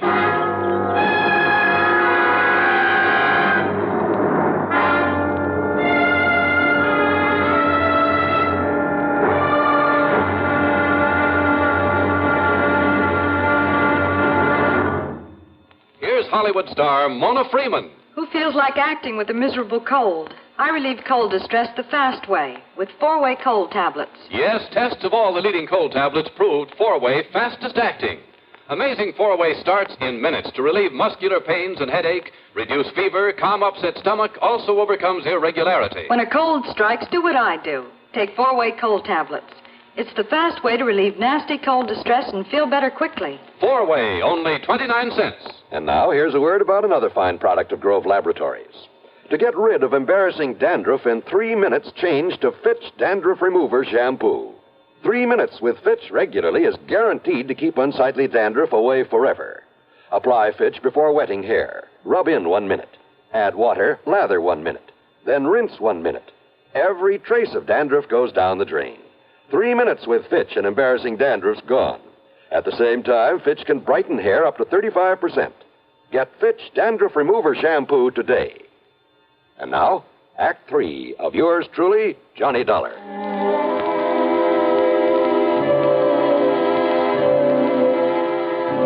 Cass Dingle's cabin. Well, I'm afraid I've never stepped into a more squalid, filthy, grimy place.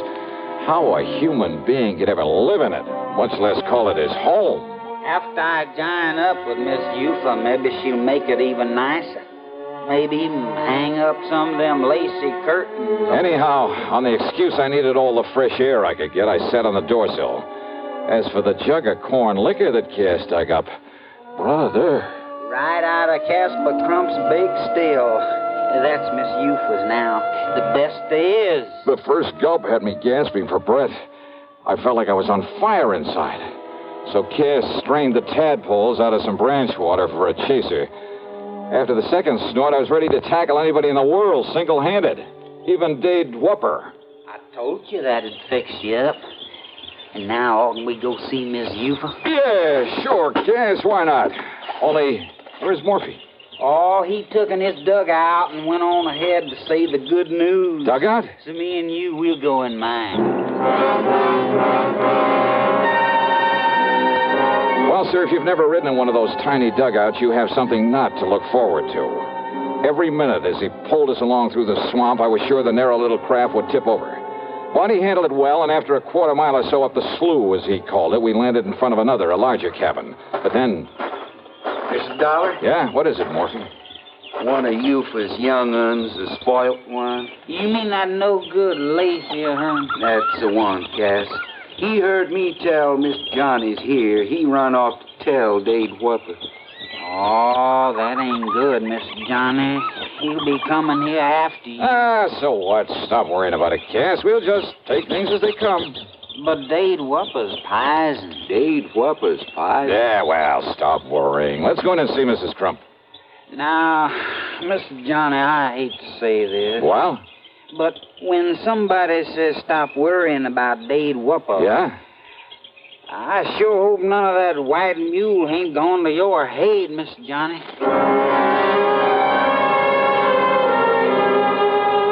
Mrs. Eufa Crump, much to my surprise, turned out to be a rather nice-looking girl of about 20, despite the fact she was the mother of 4 kids. Her cabin boasted 4 separate rooms, a couple of worn-out rugs on the floor, some lace curtains. With almost childish delight, she put her ex on the receipt for the insurance and stuffed the money into a hiding place under the floor, then made no bones about the fact that most of it would go to improving the moonshine still her husband had left her with. And with Cass here helping me, it's going to be the best still in all these here now parts. Well, good for you, Mrs. Crump. And, Cass, I'm going to see that you get yourself a nice suit of clothes, a whole suit. Oh, now, you. And Mr. Johnny, I thank you very much, sir. My pleasure, Yufa. Only now, you two better get on your way.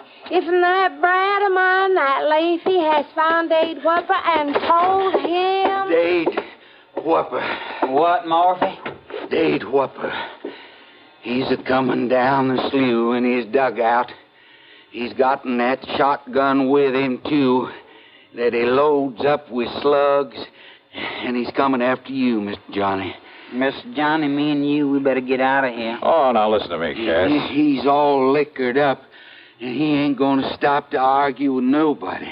Then, Cass, you and Mr. Johnny get on out of here real fast. With three of us here? Now listen, all of you. No, sir, Mr. Johnny. Now you come on with me.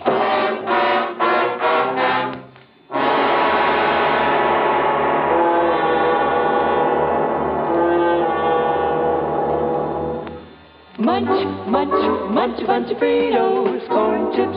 It's not polite to smack your lips, but you can't help it with Fritos corn chips. Munch, munch, munch a bunch of Fritos, corn chips.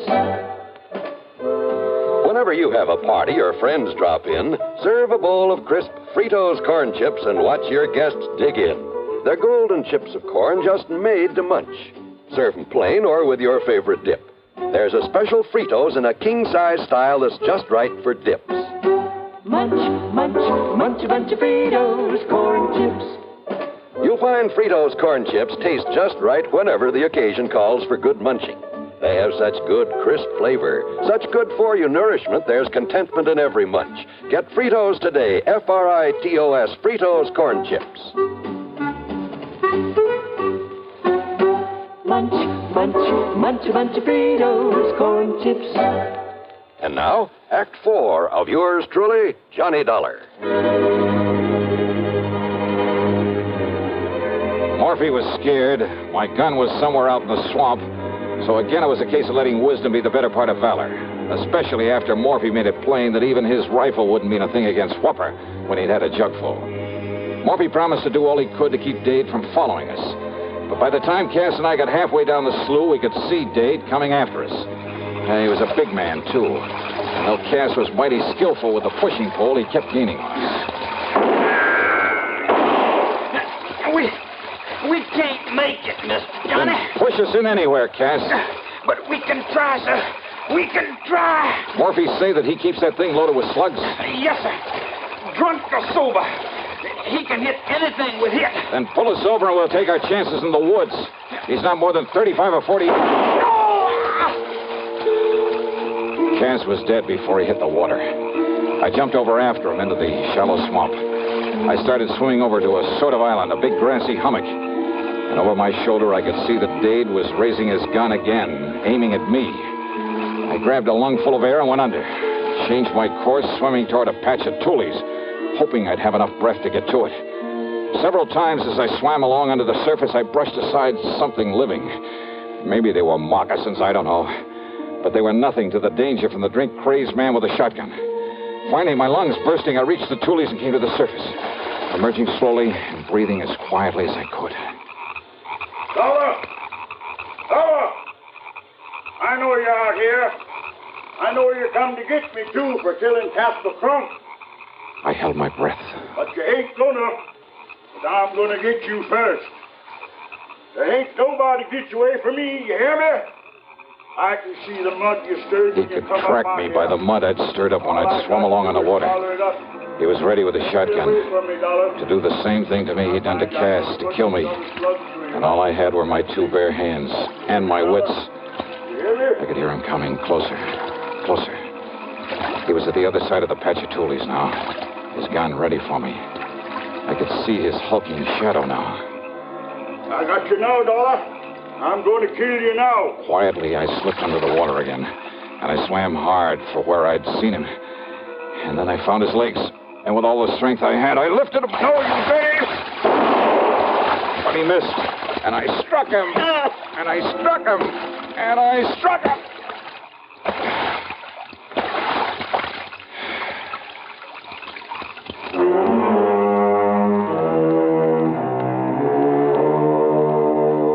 So maybe those people were pretty much a law unto themselves.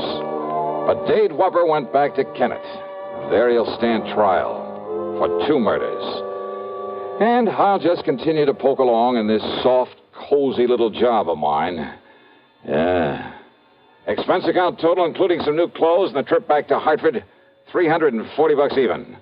Yours truly, Johnny Dollar.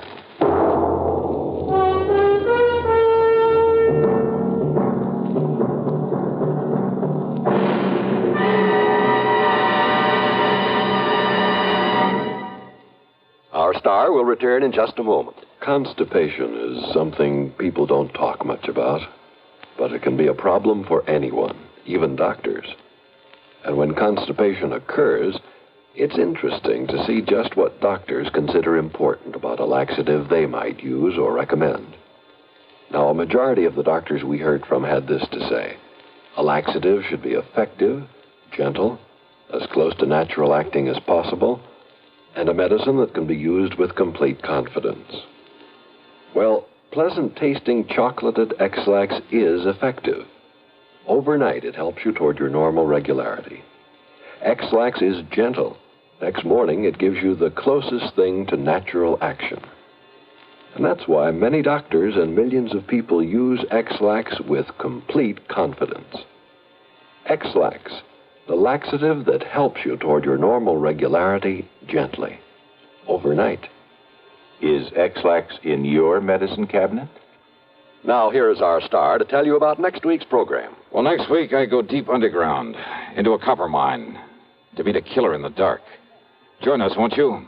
Yours truly, Johnny Dollar.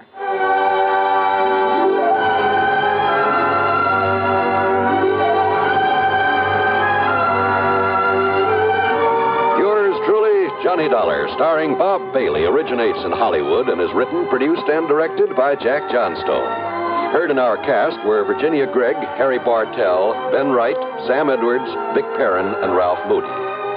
Be sure to join us next week, same time and station, for another exciting story of yours truly, Johnny Dollar.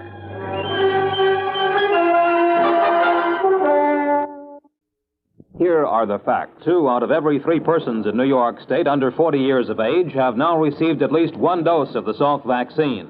Over half of these people have received the 3 doses needed for maximum protection. If you are not vaccinated against polio, the time may come when you will need this iron lung. What will your children do then? Your New York State Health Department urges you to be vaccinated against polio now. This is important for people of all ages and especially important for those under 40, the age group where the incidence of polio is the greatest. Remember, Salk vaccine is safe and effective in preventing paralytic polio.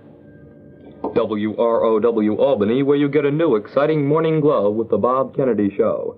6 to 10 on Radio 59.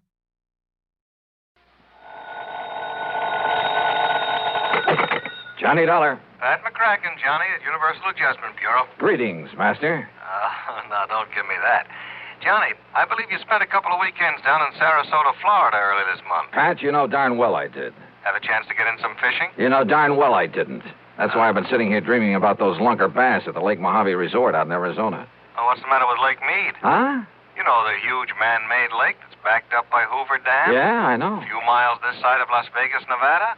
A lot of big ones in that water, I understand. Okay, Pat, you got me all excited. Now, what's it all about? I told you, fishing. Yeah, and? That's all. Except... Yeah, except what? Slight case of murder.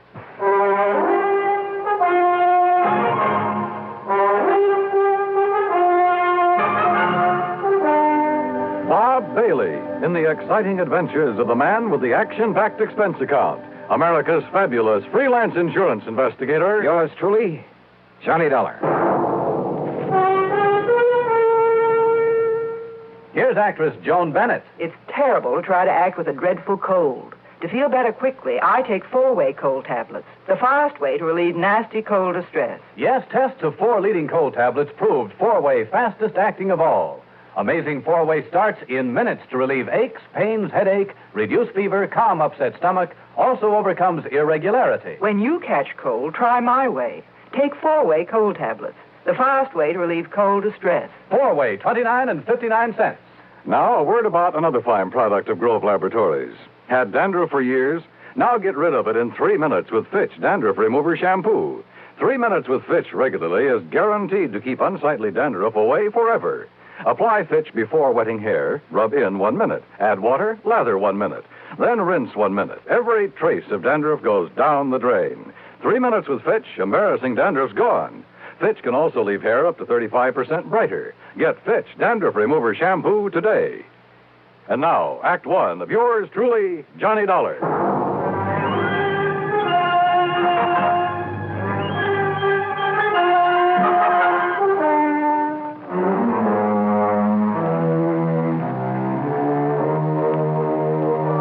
Expense account submitted by Special Investigator Johnny Dollar to the Universal Adjustment Bureau, Home Office, Hartford, Connecticut. Following is an account of expenses incurred during my investigation of the Lake Mead Mystery Matter. All right, now, Johnny, your contact will be Mr. Roscoe Trimmer. He's head of the local office of Greater Southwest Insurance and Liability right there in Las Vegas. You said murder. Can you give me any details? No, you'll have to get everything from Trimmer. All I know is there's a $20,000 policy involved and double indemnity. So the sooner you get out there, the better. Okay, Pat. I'll grab the first plane I can. Expense account item 1, $2 even for a fast taxi to the airport. Item 2, $6.70 plane fare to New York. Item 3, $145.05, another plane ticket. And I barely made the 12 o'clock noon mainliner, which promptly took off and headed west to Las Vegas, Nevada.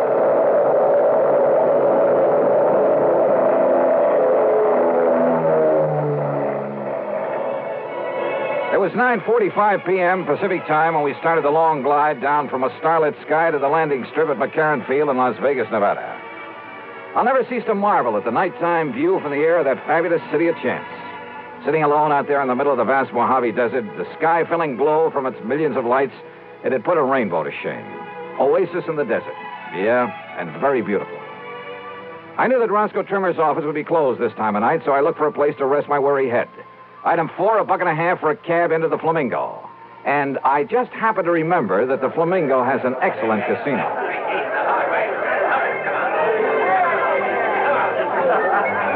Now, I'm really not a gambling man in the usual sense of the word, but who can resist the lure of the dice and roulette tables, the blackjack, even the slot machines in a setting like this?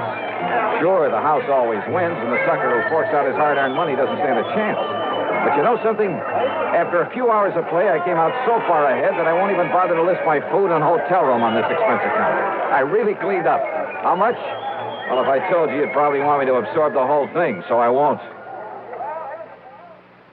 Then, early the next morning, I met Roscoe Trimmer at the office of Greater Southwest Insurance and Liability. Dollar, I'm glad you could make it. I don't like this one at all. Howard. Hiya, Rosk. Sit down, will you? Yeah, but sure. not for long. Huh? I've arranged a drive-it-yourself car for you. And the sooner you can get over to Lake Mead, the better. Well, just where, Roscoe? That's a pretty big lake. Overton. A little town 50, 60 miles north and east of here. At the upper end of the lake. So what's happened up there? Johnny, a client of mine, Thomas Mayfield Thomas, came out here from Chicago last year. Retired here. I don't know much about him except that our Chicago office sent me his file when he came and asked me to look out for him. Uh-huh. Go on. About a week ago, Thomas and a friend went fishing together out of Overton Landing. They went out with Hob Fulton on his charter boat. Incidentally, if you ask me, Hob's the best guide on the whole lake. Good, I'll remember that. Only you're here on a case, remember? Oh, sure. But go on. Well, the fishing must have been pretty good, because they stayed on at the Overton Motel. Then the next morning, they went down to the landing, rented a little Arkansas Traveler and a 10-horse Johnson, and went out fishing on their own. Rosk, I may try that very thing myself. But about the middle of the afternoon, a big east wind came up. You know what that means? I know that when a big Easter hits one of those desert lakes, there's only one thing you do. Get off it quick. Well, they didn't, Johnny. At least not quick enough. The following morning, when the blow had died down, Hob Fulton went out to look for him. And? He found the boat, all right. Beached on a point down near Goat Island. And Mr. Thomas's friend. What about Thomas? His friend says that Thomas went overboard when the squall hit him. Well, it's certainly possible. Yes, it is. Possible. The chomp on a lake like that can build up waves 8 and 10 feet high, enough to throw a man off any kind of a boat. Yes, I know. But you don't think that's the way it happened? I didn't say that, Johnny. It's just that... Well... Okay, Rosk. What was his fishing pal's name? Charlie Wentworth. Does that mean anything to you? No. Well, I'm afraid I don't know very much about him either. Except that he, too, came here from Chicago. Arrived in town about 2 weeks ago. I take it that's where he knew Thomas, back in Chicago. Yeah, apparently. Well, what about him? What does this Charlie Wentworth do? Apparently nothing. But hang around the gambling joints. Oh, he does a little dealing and shilling for some of them now and then. There's talk he's been making illegal book on the races, though nobody's pinned it on him. So, in your book, he's an undesirable character. That's right. But is that reason to suspect he took Mr. Thomas out on that lake and murdered him? Now, Johnny, there's been a lot of worry around this town about some of the people who've come out here recently from Chicago. You know, ever since those investigations began back east. So what? Does that mean everybody who comes from there is a killer? No, of course not. But a man who doesn't really work for a living, just spends all his time around the gambling tables, has no visible, regular means of support. Thomas was retired. Maybe Charlie Wentworth is, too. Oh, Johnny. Besides, who knows? Maybe Thomas will show up. Maybe he swam to shore and is plotting his way back through the desert. Oh, now, you know the odds against a city man surviving out there. Well, does anybody really look for him? Everybody. The police, the National Park boys, everybody. Not only in boats, on foot, but they even use planes and a helicopter. They found no trace. Well, that still doesn't prove anything. Tell me this. Are the police holding Charlie Wentworth? No, they're not. Which means they don't feel they have any reason to. But you still think I ought to investigate? Yes, I do. Roscoe? So do I.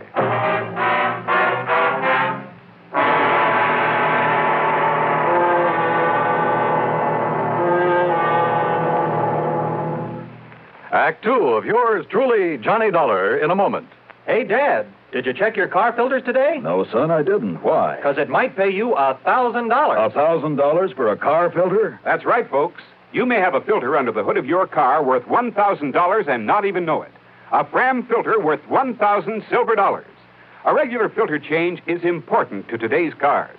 So important that Fram Corporation is paying $60,000 to get you to check your filters now.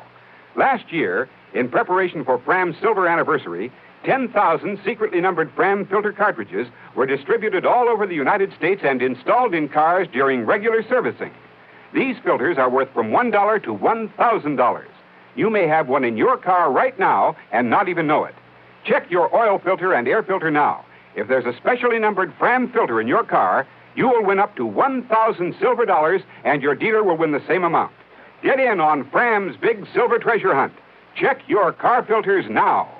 And now, Act 2 of yours truly, Johnny Dollar and the Lake Mead Mystery Matter.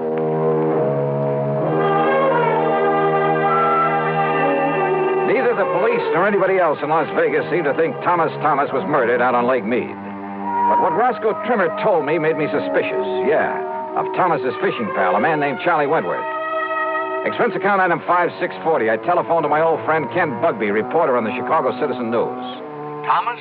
Yeah, that's right, Ken. What can you tell me about him? Well, not everybody knew it, Johnny, but he was a mouthpiece for the old Moretti mob. That was some years ago. Oh? When they started the big cleanup, well, either Thomas couldn't or just plain wouldn't get them off the hook. Let them all go to jail. Then he settled down and retired in his home out in Elmhurst. Well, he's certainly not there now, Ken. No, about a year ago, he suddenly sold his place, packed up, moved out west somewhere. Why? Do you know? Change of climate, I guess. What about him, Johnny? Ever hear of Charlie Wentworth? Are you kidding? He was one of Moretti's trigger men. Casual Charlie, they called him. You, know where he is now? Oh, they sent him up to Joliet prison along with the rest of the mob. Those boys will be in the clink the rest of their natural... Oh, wait a minute. Yeah? Casual Charlie and Snooty Wilson were released. Yeah, and... Hey, that was just about the same time that Thomas moved away from here. If that means anything. Baby, I got a hunch it means everything. Oh? Like what, Johnny? Thanks a lot, Ken.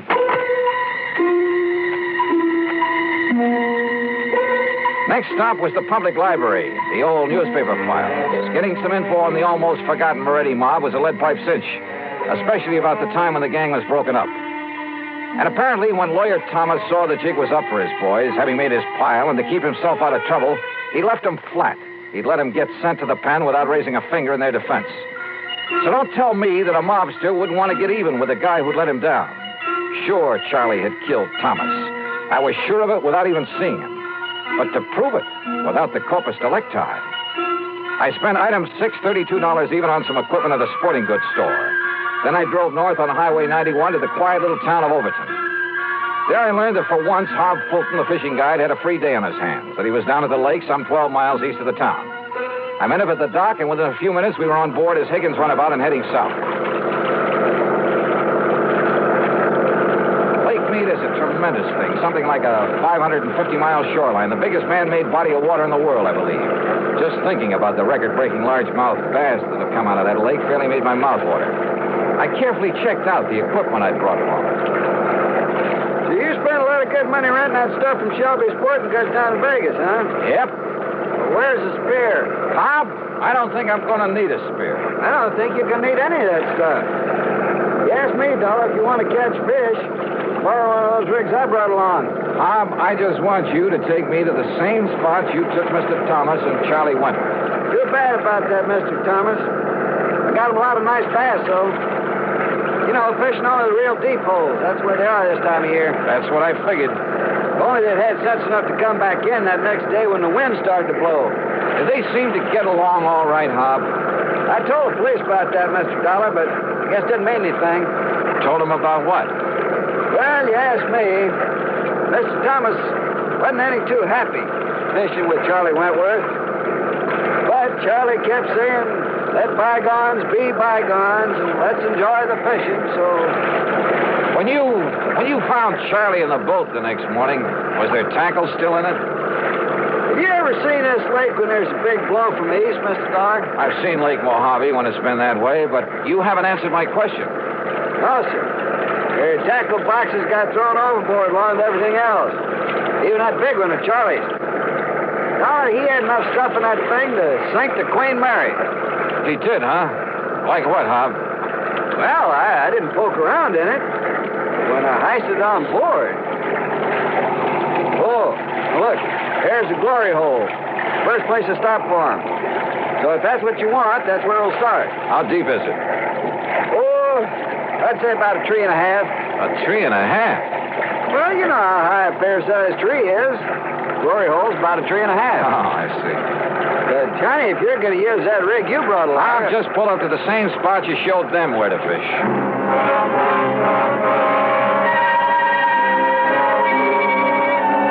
By the end of 2 hours, I'd tried at least half a dozen of the holes where Hob had taken Thomas and Charlie. No luck. Then we went 4 or 5 miles further down the lake and pulled up just below Goat Island, just below the big rock slide. Deepest hole in this part of the lake, Dollar. Must be near the 5 trees. A lot of ledges down there on the sides of it, so you better go kind of easy. I covered every inch of that hole, and with the aid of a powerful waterproof headlamp I'd brought along. Then finally I came back up to the surface. That's right, I said came back up to the surface. Here, Johnny, let me give you a hand back in the boat. No, thanks. I'll rest you in the water for a minute. That's a pretty deep hole. Yeah, but how you ever expect to catch bass in that skin diving rig without even a spear? Hand me a long rope, Hob. I found it down there. Huh? Yeah, on a ledge about 50 feet down, lashed onto that heavy tackle box you were talking about. That's what made it sink. Wait, what are you talking about, Johnny? The body of Thomas. What? Yeah, and there's a bullet hole right between the eyes. Act 3 of yours truly, Johnny Dollar, in a moment. Be sociable, look smart, keep up to date with Pepsi, drink light, refreshing Pepsi, stay young and fair and debonair, be sociable, have a Pepsi. When friends drop in, let your hospitality show you're sociable in the modern manner. Pepsi, you know, is the favorite of the smart and young at heart. Be sociable, look smart, keep up to date with Pepsi, drink light, refreshing Pepsi, stay young and fair and debonair, be sociable, have a Pepsi. Have you tried a Pepsi lately? And now, Act 3 of yours truly, Johnny Dollar. I took the body of Thomas back to headquarters in Las Vegas and hung around long enough to hear Dr. Richard Fallon say the bullet hole was definitely made by a .38 and at close range. To hear Police Captain Willis say there'd be no action taken until the bullet could be removed for study. But I knew he'd change his mind when he had time to think about it. So I left headquarters and started making the rounds of the gambling casinos. Luck was with me. At the second place I stopped, one of the public joints on Fremont Street. Winner, everyone. It's 34, red and me bag. Well, have you seen him around here today? Yes, Charlie Wentworth. They just come in the door, mister. Thanks. All right, ladies and gentlemen. Excuse me, please. Take you back for the next... Pardon me, will you? May I get through here, please? Thank you. Excuse me. Charlie Wentworth? Yeah, Buster? Johnny Dollar, insurance investigator. Here's my credentials. Oh, yeah. I guess you want to talk about my pal, Tommy Thomas, got drowned over in Lake Mead last week. Is that it? Yeah, something like that. Oh, Buster, that was an awful thing, him going like that. He was an old buddy of mine. Was he? Sure was. An old buddy. Hey, why don't we talk over in my room, huh? Too much noise around here. Okay by you? Sure. Why not?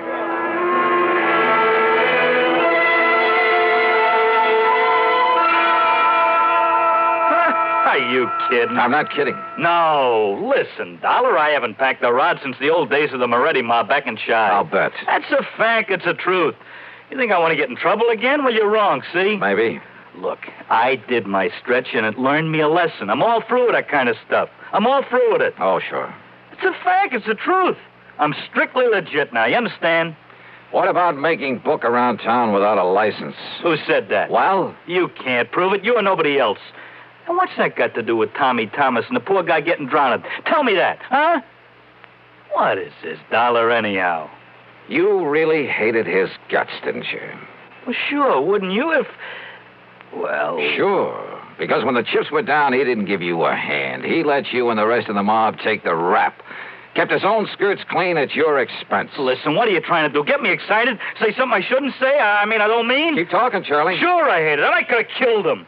At first, that is. Only at first. Anybody would have felt that way. But, after a few years in the clink, you learn better. What good's it do you? Those things don't matter. You've learned your lesson. I know I did. Oh, you became a paragon of virtue, I suppose. I don't know what you're talking about, but that's all over. You hear me? When I just happened to find him living here in Vegas, that was all over. Let bygones be bygones. I mean it. We was pals.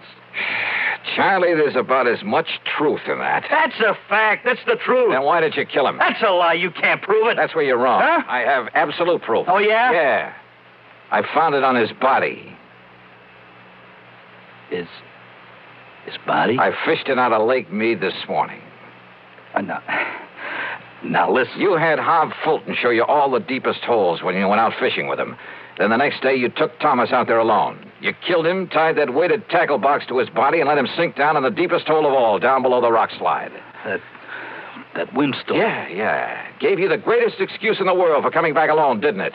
You couldn't have had it better if you'd planned that storm yourself. But it didn't excuse the bullet hole in Tommy Thomas's head from your gun. From my gun? Yeah. No longer packing a rod, huh? Dollar, maybe I sort of, kind of... Well, maybe I forgot about this one.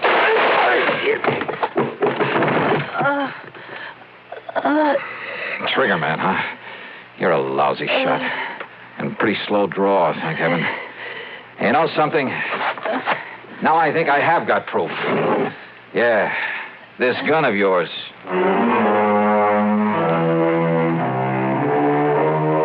Down at headquarters, the ballistics team took less than an hour. Yep. The bullet they'd found in Thomas's body came from the same gun Charlie had tried to kill me with. So it's back to prison for him for a long, long time. Oh, and the company will not have to pay double indemnity for accidental death. Expense account total, including a couple of days of excellent fishing with Hob Fulton and the trip back to Hartford, $196.45. Yours truly, Johnny Dollar.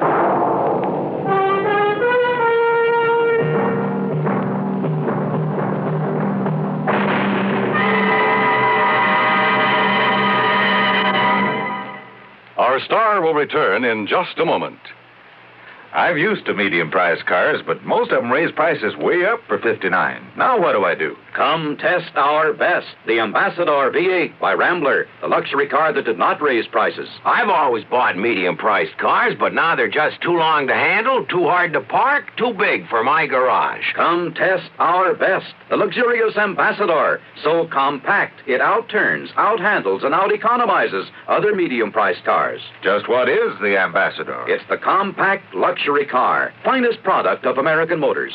Ambassador has generous shoulder room, hat room, and leg room, and no awkward hump in the middle of the floor. Ambassador offers personalized luxury, individual front seats that adjust to each person's exact leg room, adjustable headrests, 270 V8 horsepower, best power-to-weight ratio in the medium-priced field, air coil ride. It's the finest car ever priced so close to the lowest.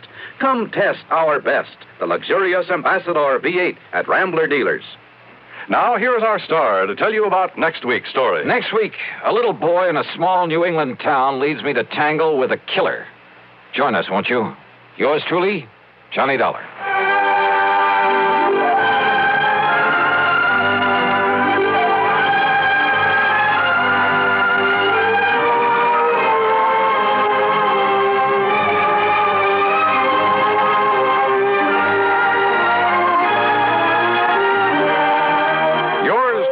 Johnny Dollar, starring Bob Bailey, originates in Hollywood and is written, produced, and directed by Jack Johnstone. Heard in our cast were Larry Dobkin, Bartlett Robinson, Frank Nelson, Harry Bartell, and Gil Stratton, Jr. Be sure to join us next week, same time and station, for another exciting story of yours truly, Johnny Dollar.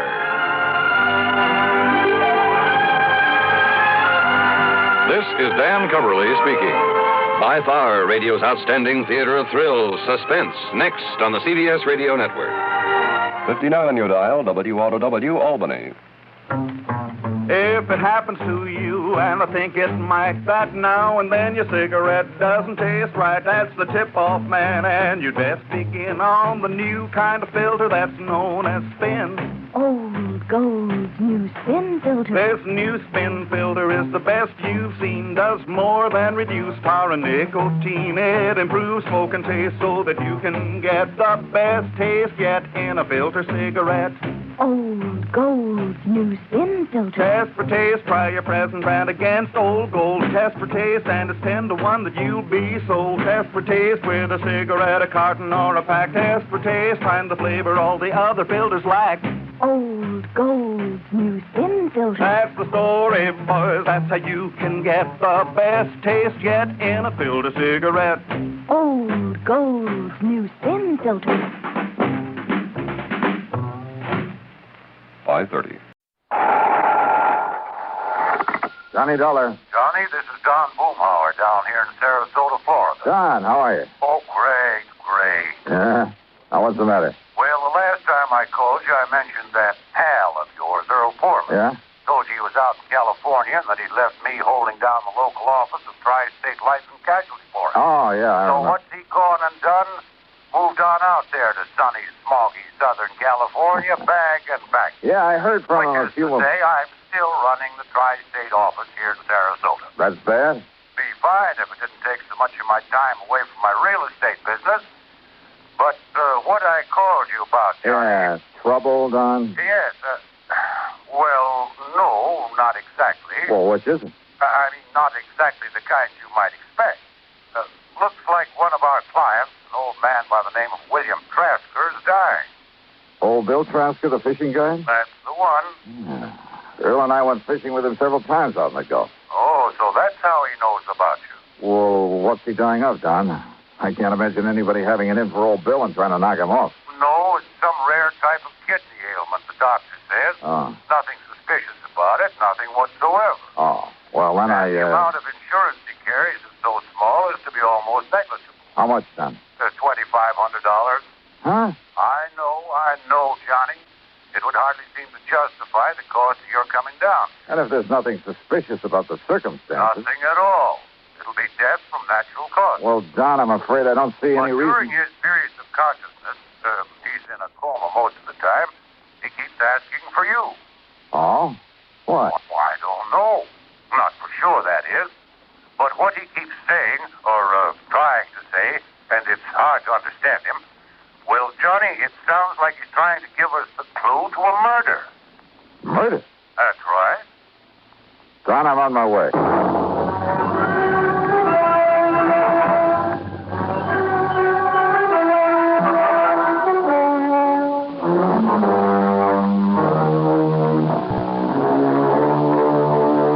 Expense account submitted by Special Investigator Johnny Dollar to the Tri-State Life and Casualty Insurance Company office in Sarasota, Florida. Following is an account of expenses incurred during my investigation of the Recompense Matter.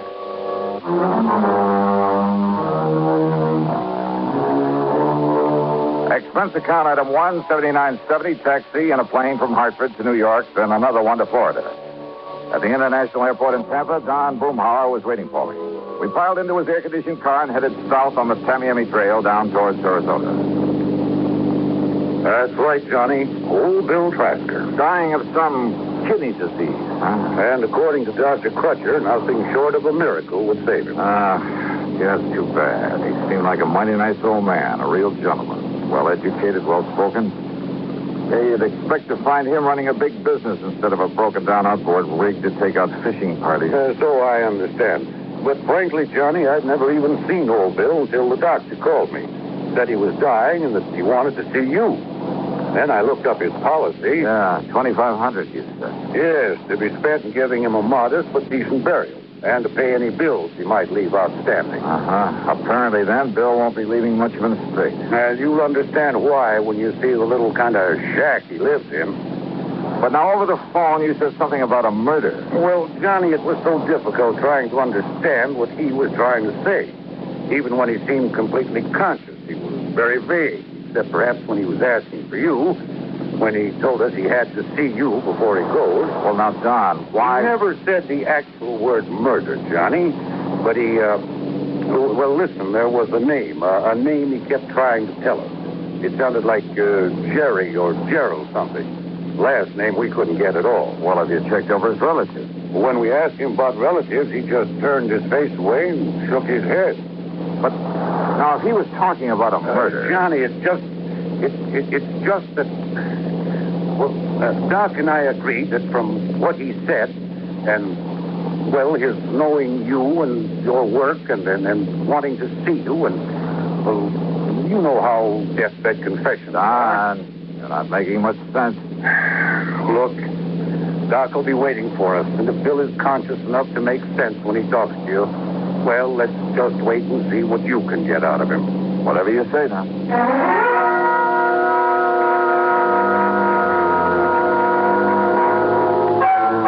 Old Bill's home was a shack, all right, on a small, scrubby piece of land near the end of one of the bayous leading out from Sarasota Bay. As we stopped in front of the the long path through the palmettos that led up to it, Doc Crutcher came out to meet us. Johnny, I'm glad to see you. Yeah, how are you, Doc? Don? Well, I just given him a final injection in a course of 7 that... Well, come on in. He's failing, Doc? As a last resort, I've used a new, very radical sort of treatment. One of the so-called but not fully tried miracle drugs. And? I'm just afraid he came to me too late. But, Doc, there is a chance. Oh, there's always a chance, Johnny. But in this case, a very slim one. Doctor... Here we are, Bill. You just relax. See, Johnny. $1,000. Yeah. Well, here I am, Bill. See? Right here in the flesh. Johnny. That's right.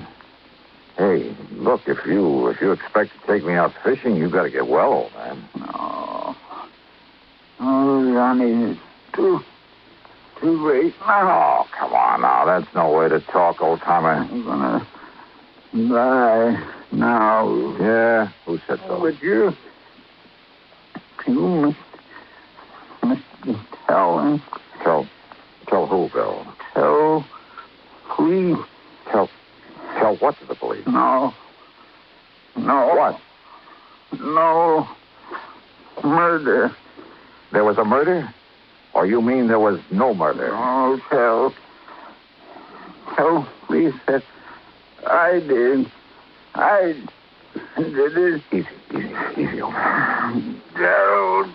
Gerald? Yes, I'm Gerald. Gerald who, Bill? Gerald. Yeah? Thornley. Gerald Thornley. Yes. He was murdered?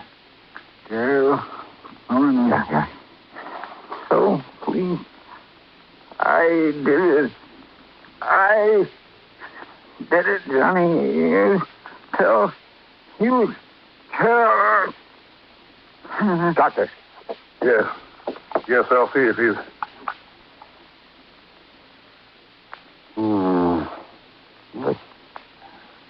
The end, Doc? Well, no. No. As a matter of fact, his heartbeat is... Well, it's stronger. What? Much stronger. Doc, listen. Yes, Doc? Get to a phone and get an ambulance while I make him ready. You mean that maybe you can pull him through after all? Yeah. Now, come on, Johnny. Give me a hand with him. Sure, Doc. Save him, huh? Yes, of course. Yeah, so that we can investigate this confession of his. Huh? Sure, and then see that he's executed for murder. Oh, darn for the Lola, Mike. Yes, call that ambulance.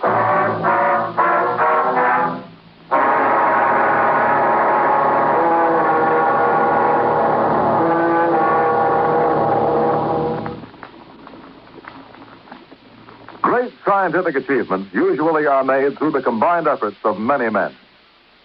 Such is the story of the Atlantic Cable, one of the outstanding milestones of the 19th century. But today, the name of one man remains to remind us of that venture. The organizer and director, Cyrus W. Field, a retired paper merchant who risked his fortune, sanity, and integrity in an awesome adventure that lasted 12 long years. Field first was approached in regard to a short underwater cable to Newfoundland in 1854. After a huge investment of both money and energy, the cable was completed the following summer. Field then went to England to tackle the much larger problem of laying the Atlantic cable. Many futile attempts were made. Cable was broken. Splices were made. Cable was lost. Tempers flew, and ship captains resigned in disgust. Still, Field wouldn't give up. Finally, on August 8, 1858, it appeared that the project had been successfully completed. Cyrus Field went ashore and walked 15 miles to the nearest telegraph station. There he wired his wife, the Associated Press, and President Buchanan. He informed the president that Queen Victoria would telegraph her congratulations over the new cable. But before the Queen's message was completed, the line went dead. The much-hailed project was again a failure. Faulty insulation was blamed.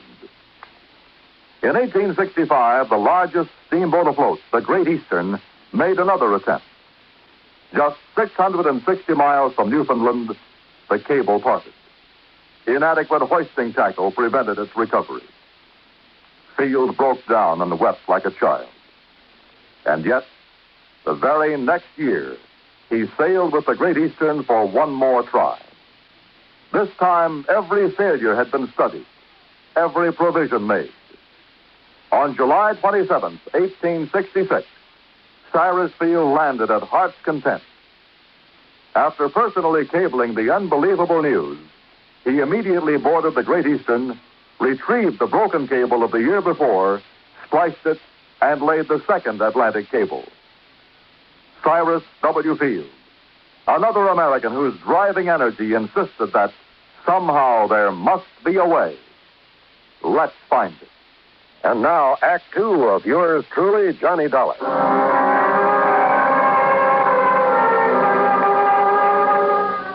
We carefully laid old Bill in the back seat of Don Boomhauer's car and drove him to the hospital ourselves. And then we could only wait to see if the drug that Dr. Crutcher had given him would really do its work. And yet, if it did, if by some modern miracle the old man should recover.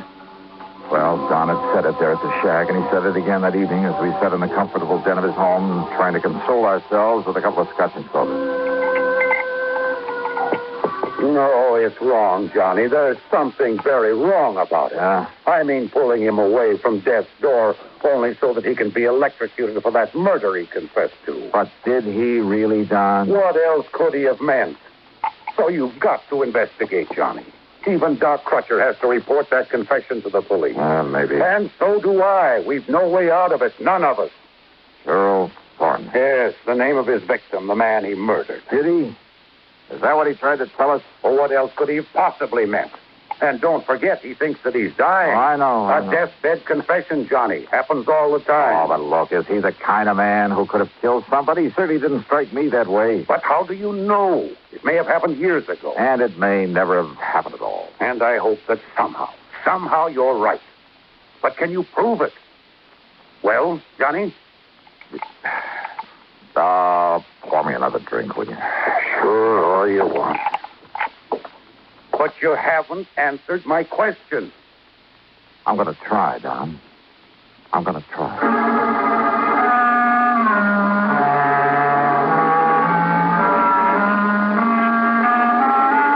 At about midnight, Doc Crutcher phoned to say that we should keep our fingers crossed and maybe pray a bit. As it now looked as though Bill Trasker might have a 50-50 chance to live.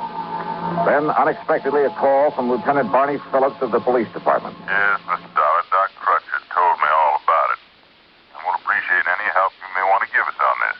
Well, do you know anything about this Bill Thornley? No, sir. Never heard of him. But we'll find out who he was. Don't you worry about that. Lieutenant, how well do you know old Bill? Well, that's the thing that puzzles me, Dollar. Old Bill is one of the nicest, one of the most kindliest old men I've ever known. Oh? Ever since he came here to Sarasota, that's about 7 years ago, seems he just went out of his way all the time trying to be nice and helpful to folks. Didn't have much to give to anybody, money I mean, but whatever he had or he could do for somebody, he never would hesitate a minute. I see. But that doesn't keep us from having to do our duty, get the goods on him, see that justice is done. The law is the law, and it's our duty to uphold it. Old Bill came here 7 years ago? That's right. From where? Well, now, if we knew that, we'd know where to look for information on this man Thornley that he killed. Yes, he did. What's that? I'll talk to you later, Lieutenant. Oh, fine, Mr. Dolan. If you have any connections anywhere that can help us find out who Gerald Thornley was and why old Bill killed him. Or if I can find out that he didn't kill any such man or anybody else. Now, Mr. Dolan. I'll be in touch. Why are you so sure he didn't murder someone, Johnny? Did I say that, Don? You didn't need to. Don, I want no part of this thing. Donnie, I know this is no ordinary sort of investigation, but as a company, we have to go through with it. Why? If you can prove that Bill didn't do it, which I doubt, well, it's the least we can do for a client, or something. Yeah. And if you end up proving he did, well, it's a public service by the company, or something. Or something. Let someone else handle it. I want to put it. Why did old Bill ask for you? Well? Oh, well, I think it's because of... Well, in spite of what he said, in spite of what it sounded like... Hey, let me use your car, will you? At this time of night? Oh, well, here. Here are the keys. All right, good. What have you got in mind? Well, maybe keeping an innocent man out of the chair. Now, Johnny... I'll see you later.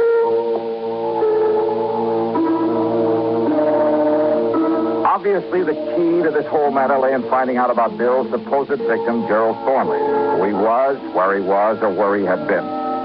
And then if Bill had ever been there. So I drove over to the shack again and went through Bill's clothes, hoping that some of them might be old enough to show where he'd been before he moved to Sarasota. Every one of them bore a New York label. Item 2, $5.20 for a tank full of gas. Item 3, after I reached the airport in Tampa, $4.60 for a long telegram to Rippy Keener, a pal of mine on the New York side. Item 4, $71.70, and shortly after dawn, I was in New York. Rip was waiting for me at the airport. You could have saved yourself the time and money and phoned me, Johnny. Now, just what do you mean by that, Rip? Well, I could have told you all there is to tell about Gerald P. Thornley in one sentence. I handled the story on into the paper myself. All right, well, what about it? He ain't. He what? 7 years ago, that crooked promoter disappeared. Promoter? And when the police finally caught up with when and where and how he disappeared, it left them with only one possible conclusion. Thornley was murdered. I see. Nevertheless... No, Johnny. Stop trying to act like a Pollyanna and get on back to Sarasota and nail that old guy for murder.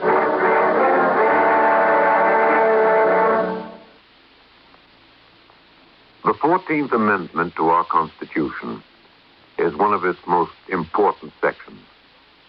It bestows United States citizenship upon every person, regardless of race, who is born within our borders or who is naturalized. And this amendment further provides that the privileges and immunities of citizenship cannot be taken away by a state, nor may a citizen be denied the equal protection of the laws. It is this amendment which makes us all equal citizens with equal rights, to the end that this country of yours and mine shall be our country under God. Now, Act 3 of yours truly, Johnny Dollar, and the Recompense Matter.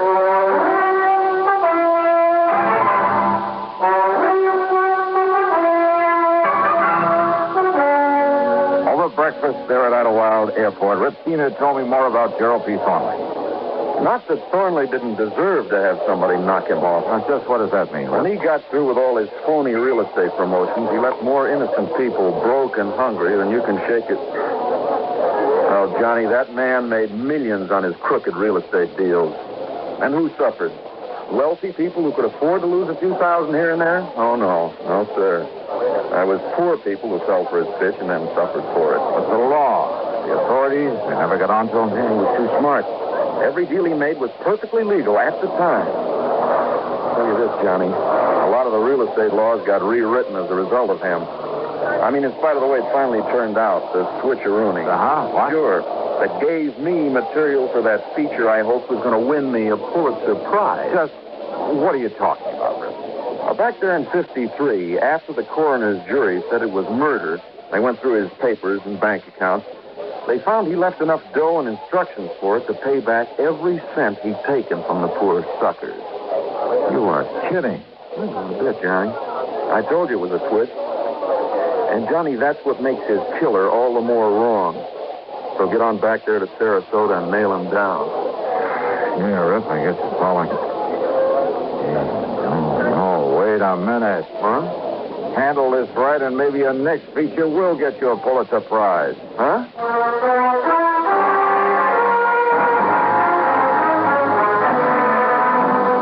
Poor people who've been taken by Thornley. Well, old Bill Trasker had never been in that category, in spite of his menial job these last 7 years as a fishing guide. Item 5, 10 cents for a call to Lieutenant Randy Singer, 18th Precinct. Then I had Rip Keener drive me in to see him.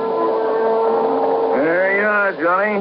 A complete set of fingerprints on the late Mr. Gerald P. Thornley. Good. So why I should break my neck getting them in such a hurry for you. If you put that so-called mind of yours to work finding out who murdered him 7.5 years ago, why... Yeah, well, that coroner's jury could have been all wet, you know. Huh? Why don't you keep Rip here entertained until I can phone him a feature story from down in Sarasota? Johnny, If that is. Yeah?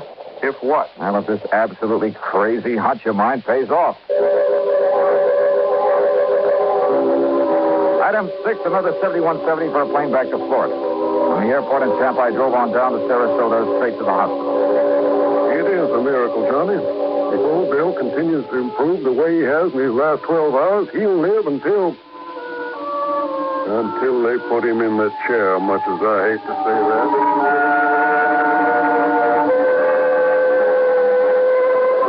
Bill was much better. It almost was a miracle. He let me take a set of his fingerprints, and then he broke down and told me his story. Then at police headquarters, when one of the lab men compared the prints with a set I brought down from New York, Lieutenant Barney Phillips nearly flipped. But oh, no, look, Al, I can't believe this. According to these prints, old Bill is Gerald P. Thornley. That's right. But I don't understand. But why, Dollar? Well, his dirty real estate promotions were perfectly legal at the time. But he was ruining more innocent people, causing more heartbreak and suffering. But he hadn't thought about that in his lust for money. All he cared about was getting more and more of it, regardless of whom he was hurting. Until one day, this kidney thing hit him, and it scared him. Suddenly he realized that one day he'd die as one of the most hated men in the world. But simply getting back the money would never erase the stigma that he'd have to live with. So he arranged his own disappearance, and he made it look like murder. So he could quietly get away and start leading the kind of life he should have been leading and could start doing some good for people. Exactly the way he's been doing here in Sarasota, Lieutenant. There's a sort of recompense for the rotten things he'd done before. Yeah, that's right. And without having folks point him out as the crook he'd been. That's right. And don't forget, the people he'd hurt up north were all paid off. But Dollar, when he thought he was dying, he told you murder. He said no murder.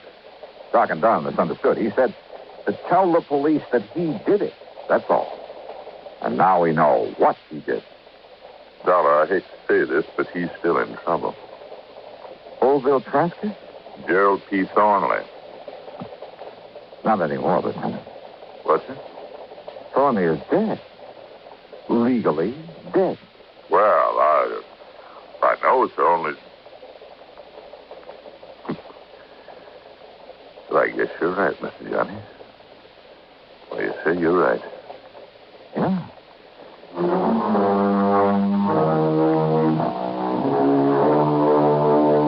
After sticking around a few days to make sure that old Bill's recovery would be complete, well, I changed my mind about getting Rip Keener material for a feature. Let him wonder about it.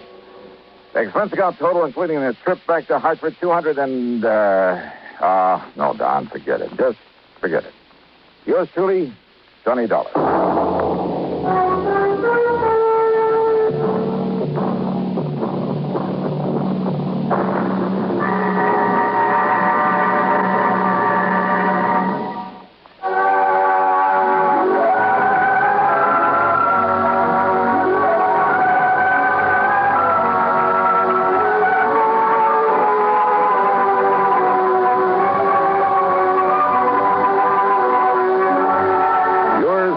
Johnny Dollar, starring Bob Bailey, originates in Hollywood and is written, produced, and directed by Jack Johnstone. Heard in our cast were Russell Thornton, Bart Robbins, Harley Bear, Barney Phillips, Dick Crenna, and Herb Vigran. Be sure to join us next week, same time and station, for another exciting story of yours truly, Johnny Dollar.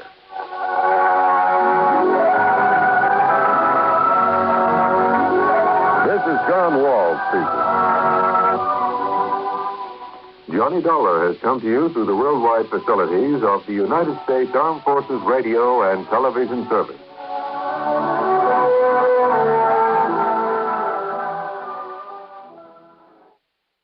From Hollywood, it's time now for... Johnny Dollar.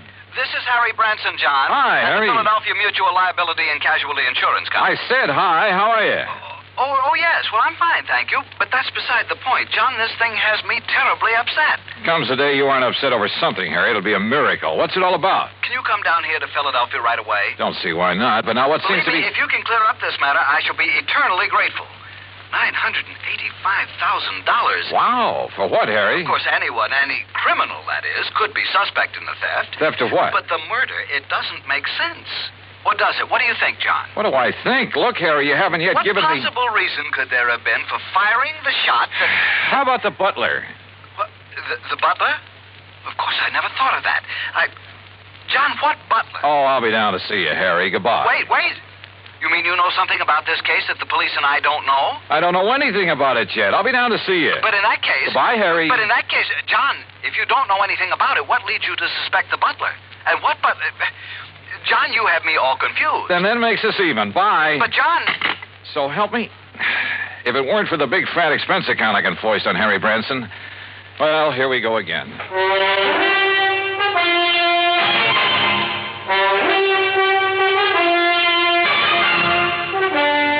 Bob Bailey in the exciting adventures of the man with the action-packed expense account. America's fabulous freelance insurance investigator. Yours truly, Johnny Dollar.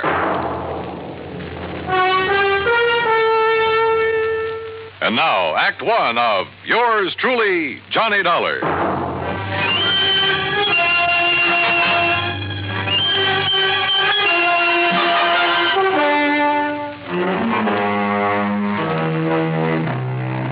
Expense account submitted by Special Investigator Johnny Dollar to the Philadelphia Mutual Liability and Casualty Insurance Company, Philadelphia, Pennsylvania. Following is an account of expenses incurred during my investigation of the Ingenuous Jeweler Matter.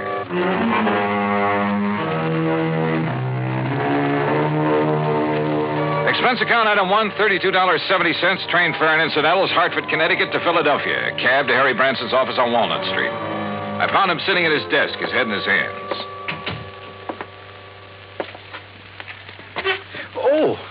Oh, John, I'm glad you've come. Yeah. Well, how's your good health, Harry? My health? wait, As a matter of fact, it's fine, although I did have a touch of laryngitis last week. I could hardly speak about it. John, why do you always try to take my mind away from matters at hand? I simply asked Particularly something as important as this. All right. As what? The Beaufort collection, of course. Beaufort? Oh, yeah. Seems to me I've heard about that. Jewelry? One of the most important small collections in the world. Why, when His Grace the Duke de Beaufort lost them to the Germans back during the First World War. Yeah, I'm sure. But now let's get to the point. They've been stolen. And we'd insured them for nearly $1 million. Stolen from where? The jeweler who owned them, J. Harold Whipsett. Oh, hey, I've heard of him, too. Isn't he the fellow who was tagged by the Customs Department a few years ago for trying to smuggle in a lot of stuff? Yes, the same one. But his reputation since that incident has been quite all right, completely unsullied. Oh, I must admit that I had some misgivings about issuing a policy to a man with his past record. But since he's in the clear again, and considering the premiums involved, and John, I had a long discussion with a psychiatrist about the man, about what would motivate him to... Look, Harry, before you go rattling off on another tack... Well, John, I resent that. Look, you said something about murder at the time of the theft? Oh, yes. So far, however, it's only attempted murder, you see? Of this man, Whipsett? His secretary, Miss Winkle. Winkle? Perry Winkle. Oh, now, wait. Is that some kind of a gag? It certainly is not. At first, when they arrived, the police thought she was dead. Well, where did all this happen? At the Whipsett office. It's on Chestnut Street. When did it happen? Just last night. Oh, dear, $985,000. And maybe a human life. Well, yes, of course. Now, tell me all you know about it, Harry. Well, the Beaufort collection contains several diamond and emerald brooches that date back to, let me see. Forget the dates. What I want to know is... No, the fact that all the stones were rather small and of conventional cut means that once they're remounted, no one could ever identify them. Well, what's that got to do with the date of the collection? Well, as I started to say... let's go over to the Whipsett's office. Oh, very well. Now, as I started to say, the date of the Duke de Beaufort's acquisition of these jewels... you say this Perry Winkle was badly hurt. How? She was shot by the robber. Now, as I started to say, the date at which the Duke de Beaufort... Tell me this. Was Whipsett himself shot or shot at? No, and I'm sure he'll tell you all about that when you see him at his office. He's certain to be in this morning. As I started to say, John... John, going down, gentlemen. Yeah, thanks. Come on, Harry. Step in, please. Harry! As I started to say, John... John? Whether I wanted or not, during the 9-block taxi ride up Chestnut Street, I got the whole history of the Duke de Beaufort's jewels, from the time of the French Revolution to the present. That cab, by the way, is item 2, $1 even. What I did want to know was more about J. Harold Whipsett. After all, a man who'd once attempted fraud against U.S. Customs. Anyhow, we finally reached his office in the Prosser building. Present was Police Lieutenant Bart Stanley, with whom I'd worked a case 2 years ago. Glad to see you, Johnny. Yeah, same here, Bart. Well, what do you make of it? So far, blanco. Is Whipsett here? One of the boys took him down for some coffee. He needs it after what happened to him last night. The Beaufort jewels, huh? Yeah. Yes, I told Mr. Dollar all about them, Lieutenant. How the robber took nothing else, how the jewels themselves came into being, how back in the Harry, we've got work to do here. Well, after all... Now, look, Bart, this man Whipsett, his reputation in the past... I know exactly what you're going to say. I might have thought the same thing, Johnny, if I hadn't seen exactly what happened. Tell me what did happen. Lieutenant, you look very tired. Yes, Mr. Branson, I am. After all, having been up all night on this thing, suppose I bring Mr. Dollar up to date. Well, sure. Oh, no, you don't. I want to find out now, not next week. John. Go ahead, Bart. Well, Whipsett and his secretary, Perry Winkle... Isn't that a name? Yeah, sure is. Where is she, by the way? Jefferson Hospital. Anyhow, they were here very late last night working on the books. Came a knock on the door. Whipsett opened it. This man barged in with a gun and demanded the Beaufort collection. And? Well, Whipsett argued with him, finally gave in when the guy threatened to shoot him. But Miss Winkle made a dash for the door. The intruder let her have it, held the gun on Whipsit, tore out the telephone line, then locked him in and disappeared. And that's it. Wait a minute. How could he lock Whipsit in his own office? This lock opens from the inside. With this, Johnny. What? This little rubber doorstop? That's right. But I don't see... I'll tell you how he did it, and why this little rubber wedge is absolute proof that Whipsit couldn't possibly have rigged this whole deal.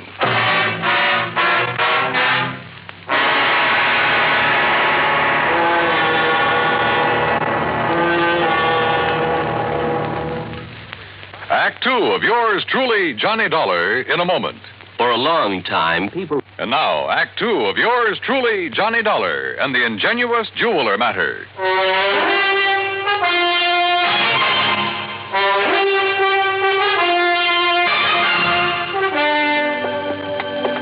Look here, Johnny. This door. What about it, Bart? Well, this is a real old building. All the office doors open outward into the corridors. See? So? All right.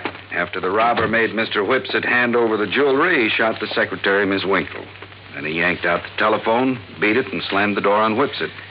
But you said locked him in, and I don't see how. Look, with this little rubber wedge, door opens outward, right? Don't you see, John? Oh, wait a minute. Sure, of course I see, Bart. Sure.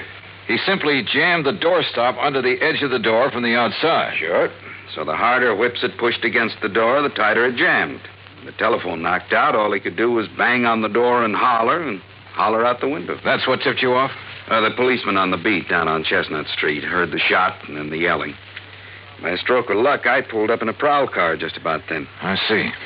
We came tearing up here and found out how somebody locked Whipsit in his own office.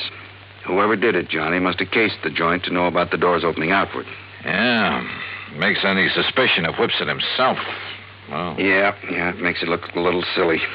Anyhow, he was pretty much beside himself, more upset over the girl lying there with a slug in her than he was over losing the collection. Any idea what kind of a gun was used on her? The hospital sent the bullet over to the lab. It was a .38 special. And she was in pretty bad shape, huh? Well, we thought at first she was dead. So did Whipsit. Could he give you a description of the assailant? Yeah, but it's not much help. Could apply to 500,000 men in this big city. What about fingerprints? None. Guy wore gloves. Has the girl been able to tell you anything at all? She was unconscious, Johnny. Has been ever since. I'm afraid it's going to be curtains for her. Oh, too bad.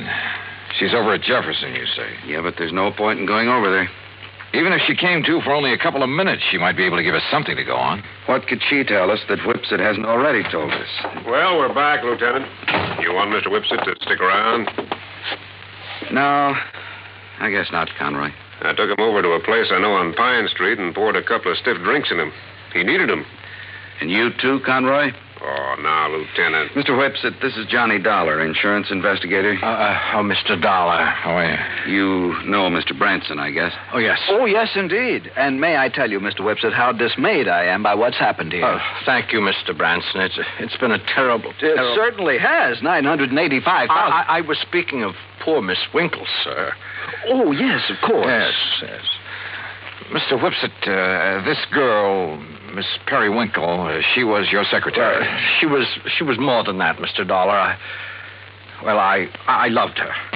How is she, Lieutenant? Has there been any word from the hospital? Well, yes, Mr. Whipsit, there has.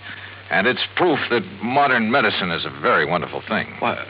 Oh, what do you mean, sir? Yes, John, It may take time, of course, a long time. Yes? As a matter of fact, she hasn't even regained consciousness yet. Oh, I see. But it looks as though she'll fully recover. Oh, I see. Well, I hardly need tell you how I feel about that.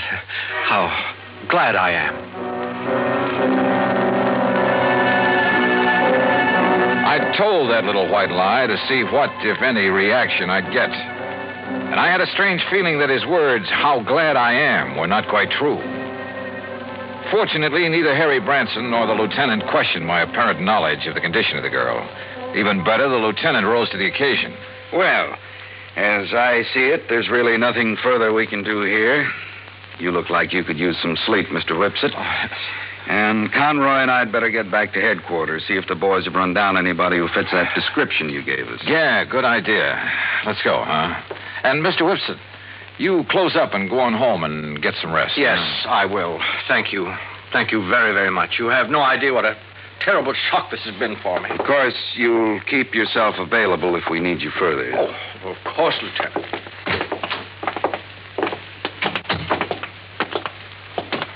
Okay, Johnny. What was that all about? Telling him she'd recover. Yes, John, I almost interrupted. I was afraid you would. That's why I kept talking.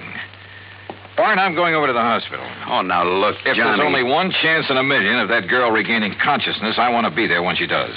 You still suspect Whipsit? Did I say that? Don't you see, John, the whole thing hinges on that little rubber doorstop. On the fact that he couldn't possibly have locked himself in with it. Branson's right, Johnny. Okay, then I won't go over to the hospital. Ring for the elevator, Harry. Oh, sure. John, what will you do? Call him on the phone down in the lobby instead. This is Dr. Kenworthy. This is Johnny Dollar, doctor, insurance investigator. I'm calling about Miss Perry Winkle. Oh, yes. I was about to call the police. She's conscious now? She died, Mr. Dollar, less than 5 minutes ago.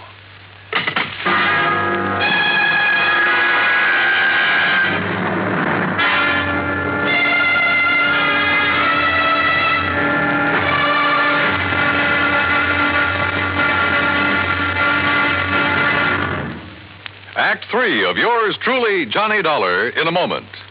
Our flag, heaven. And now, Act 3 of yours truly, Johnny Dollar, and the Ingenuous Jeweler Matter.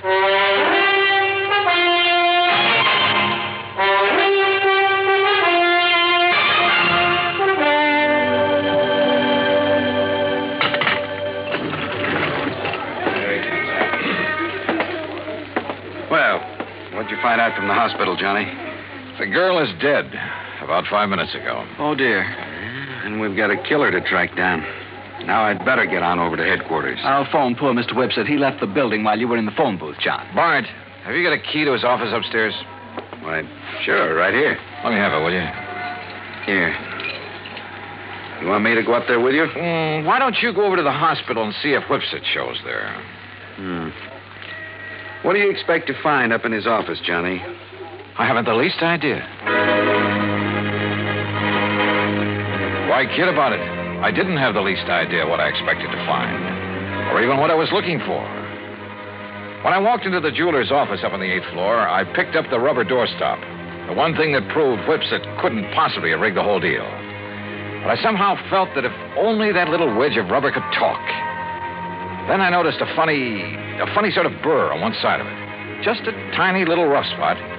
But it showed me where somebody had pierced a tiny hole through it. Why? After a couple of minutes of rummaging around, I found it. A piece of fine, strong platinum wire, about 2 feet long. A wire that could be carefully slipped through the hole in that rubber doorstop. Well, Mr. Dollar. Well, what are you doing back here, Whipsit? If you don't mind my saying so, there was something about your attitude that I didn't exactly care for when you were here with the policeman and Mr. Branson. And when you left them downstairs in the lobby and took the elevator. Oh, I see you found it. Yeah, that's right. It was very smart of you, Whipsit. Thank you. Put this rubber wedge on the floor, just outside the door, with the wire on it leading under the door. Exactly. Then pull the door closed. Then pull the wedge into place with the wire. And the door can't possibly be opened from in here. You've locked yourself in. The more you push on the door, the tighter the wedge holds it. That's right. And you don't forget to retrieve the wire by pulling on one end of it. I suppose those are the gloves you wore when you killed Miss Winkle, so you'd leave no prints. Oh, then she's dead. How fortunate for me. And that's the gun you used? Yes.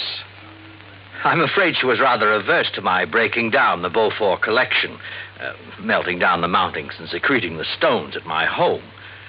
And, of course, claiming the insurance money, but after all, nearly $1 million. Why are you telling me all this?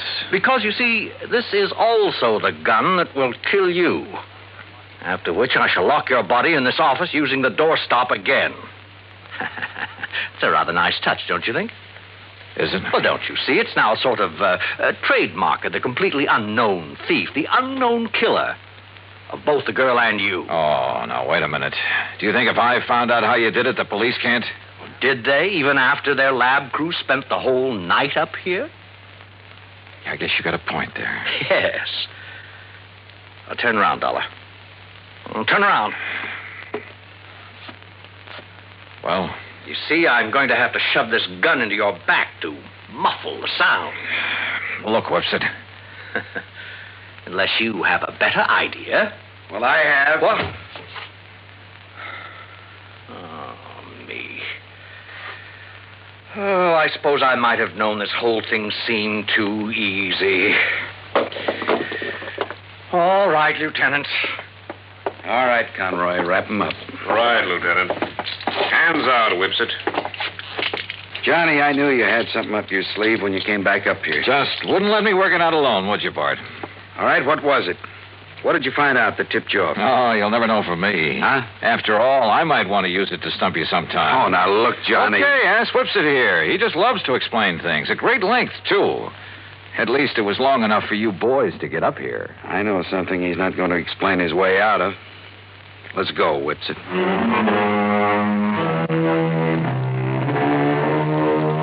Harry, I think I'll have to figure out some way to pad my expense account even more than usual in cases like this. I mean, where a 38 slug nearly ends up in me.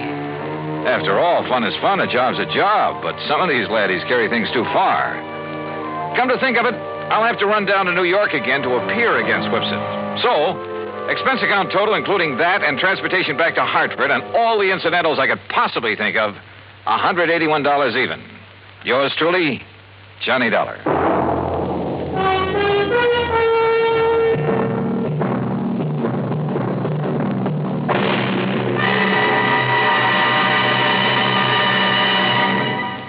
Our star will return in just a moment.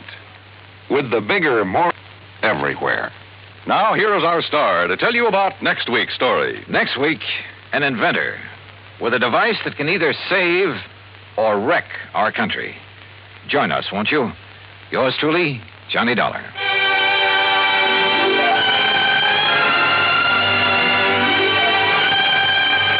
Yours truly, Johnny Dollar, starring Bob Bailey, originates in Hollywood and is produced and directed by Jack Johnstone, who also wrote today's story. Heard in our cast were Harry Bartell, Byron Kane, Vic Perrin, Joseph Kearns, and Austin Green. Be sure to join us next week, same time and station, for another exciting story of yours truly, Johnny Dollar. This is Dan Cubberly speaking.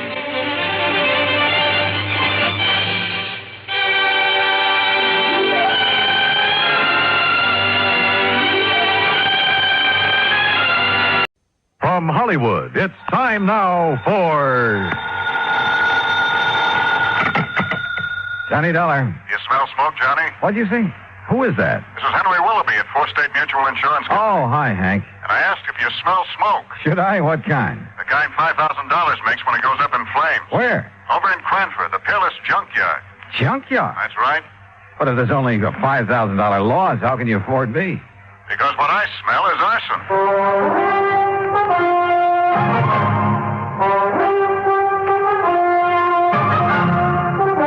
Bob Bailey in the exciting adventures of the man with the action-packed expense account. America's fabulous freelance insurance investigator. Yours truly, Johnny Dollar.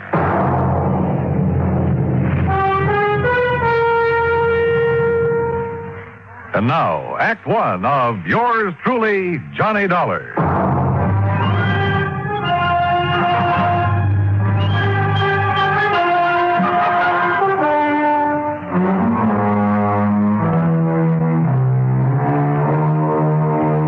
Expense account submitted by Special Investigator Johnny Dollar to the Four State Mutual Insurance Company, Hartford, Connecticut. Following is an account of expenses incurred during my investigation of the Peerless Fire Matter.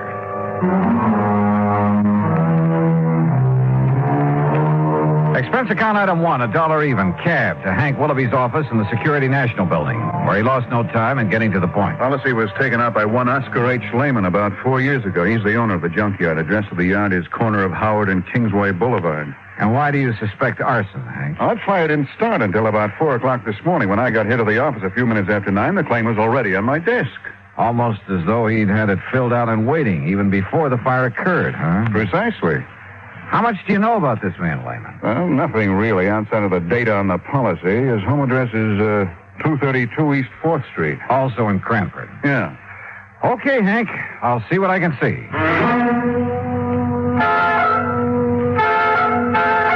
Item 2, 40 cents phone call to make sure the suspect, or at this point, I guess I'd better call him the client, to make sure he'd be around for questioning. Here speaks Oscar Lehman. Mr. Lehman, this is Johnny Dollar representing your insurance company. So why do you waste time at the telephone? Or then maybe you're coming here with my check for $5,000 right away, huh? Well, you see, there are a couple of things that... So, all right, I'll be waiting for you when you come with the money. Goodbye. Huh?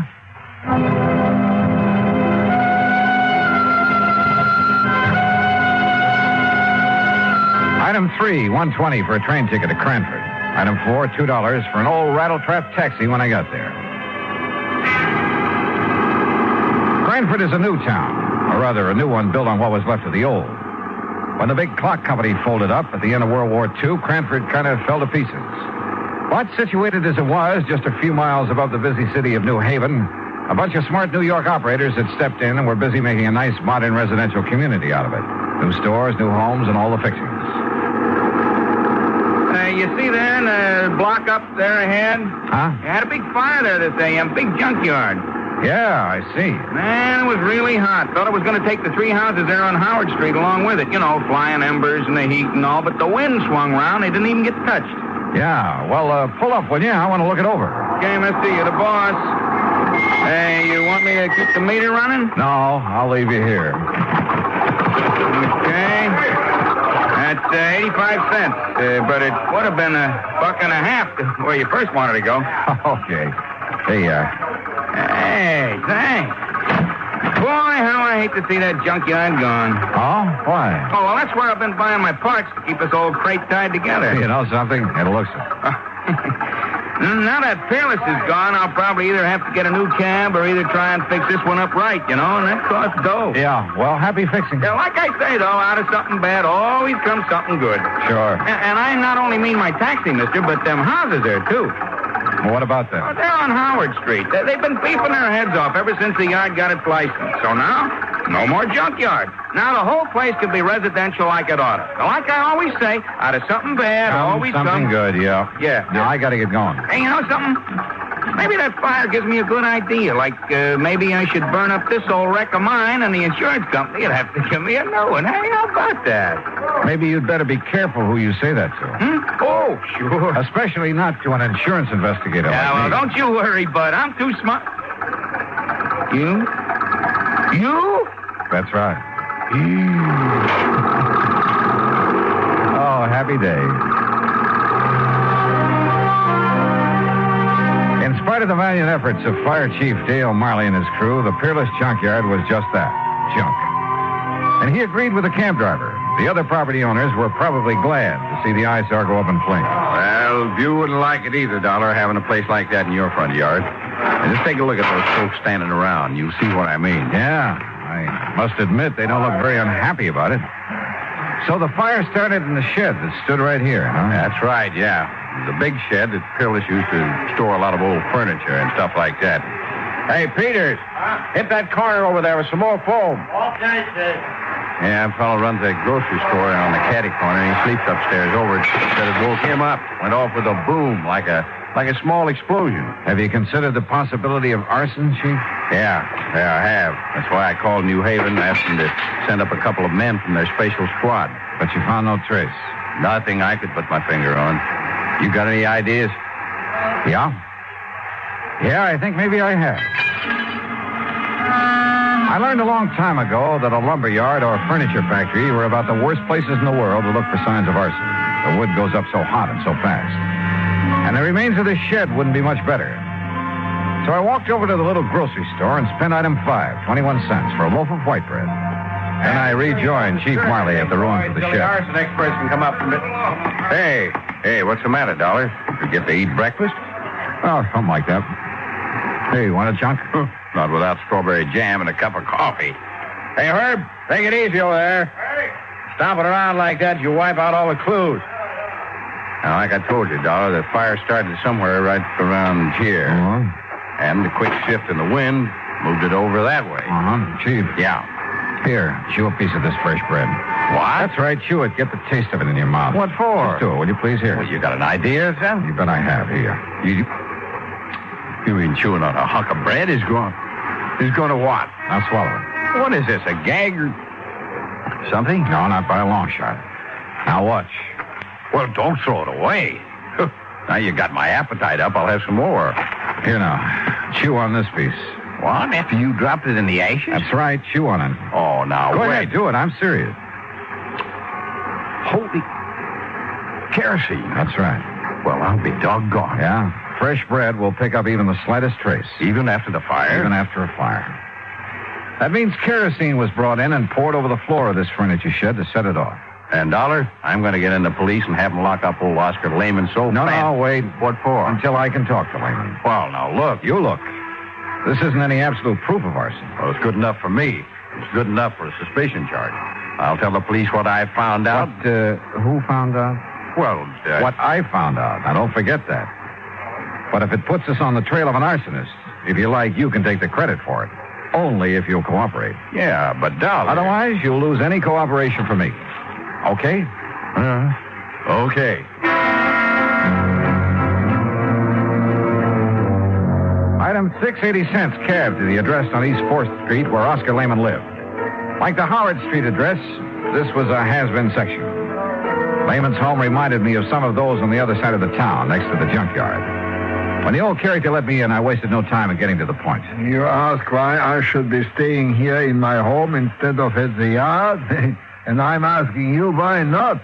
What good can I do over there? My lovely junkyard is gone. There's nothing I can do. So I'm waiting here to collect the money your company owes me. So are you going to pay me or not? Well, now, that depends. As I started to say... I tell you, I didn't even know about the fire till I went down there to open up the gate and start the day. What time did you go down there, Mr. Lehman? 11 o'clock, like always. Well, you sure didn't waste any time getting your claim into the office in Hartford, did you? Of course not. So soon as I see what happened, I sign up the claim and take it to Hartford. And the office is closed, so I leave it under the door. Yeah, well... What else could I do? Sit around and wait to think about it while the money's coming to me? It's my money, so I should have it. You know how much merchandise I have in that yard? $25,000. Retail? Yeah. Then why'd you burn it up? You think I'm crazy I should do such a thing? Don't you understand now I'm out of business, for God? Oh, what do you mean? My license for the yard on condition, you know? A conditional license? Yeah, that's right. If I'm not in business, every day I lose the license. I lose the lease on the land. Then they make houses, little stores. It's a big development company. So you're crazy to come and talk to me, tell me I should set fire. Maybe I've suddenly changed my mind, Mr. Lehman. Maybe I've already met the arsonist. Huh? And I was just too blind to see him.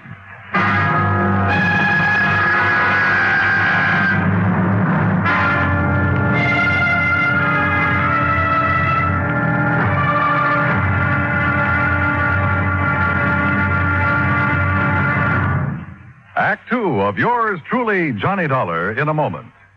Our flag now numbers 50 stars.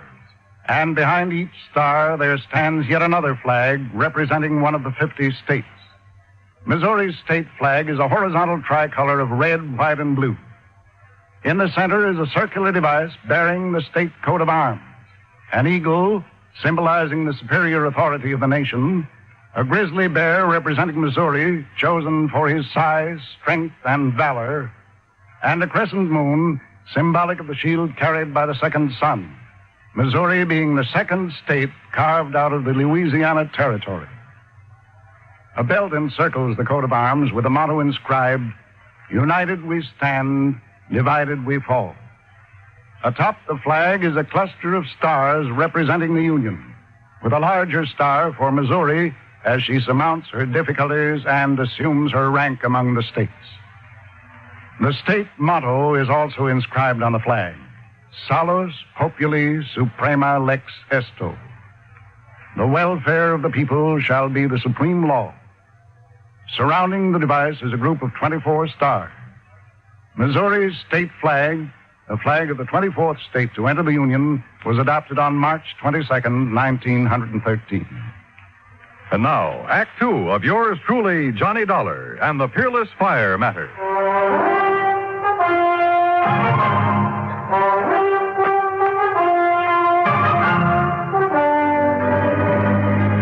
Something the cab driver had said while taking me to the scene of the junkyard fire had suddenly come back to me. He'd been talking about the nearby property owners, homeowners. They've been beefing their head off ever since the yard got its license. So now, no more junkyard. Now the whole place can be residential like it oughta. Yeah, like I always say, out of something bad always comes something good. Item 785 cents, another taxi back to the scene of the fire. The men from the department were still busy cleaning up. Their chief, Dale Miley, had been busy with some detective work. Had some answers that seemed to make good sense. Now, look here, Dolly. You see this hardware? See this groove in the foundation wall? Yeah. Big sliding door, huh? That's right. And here, the lock was still in a hasp. Yeah, I see. It's hardly likely somebody tried to pull a big sliding door closed and lock it after starting a fire with kerosene. It's too dangerous. Unless he used a wick of some kind. Yeah, but look here. On the side that faced Howard Street. Street? I just call this an alley. Yeah, pretty narrow from the old days. Now, look here. Well, it's window glass.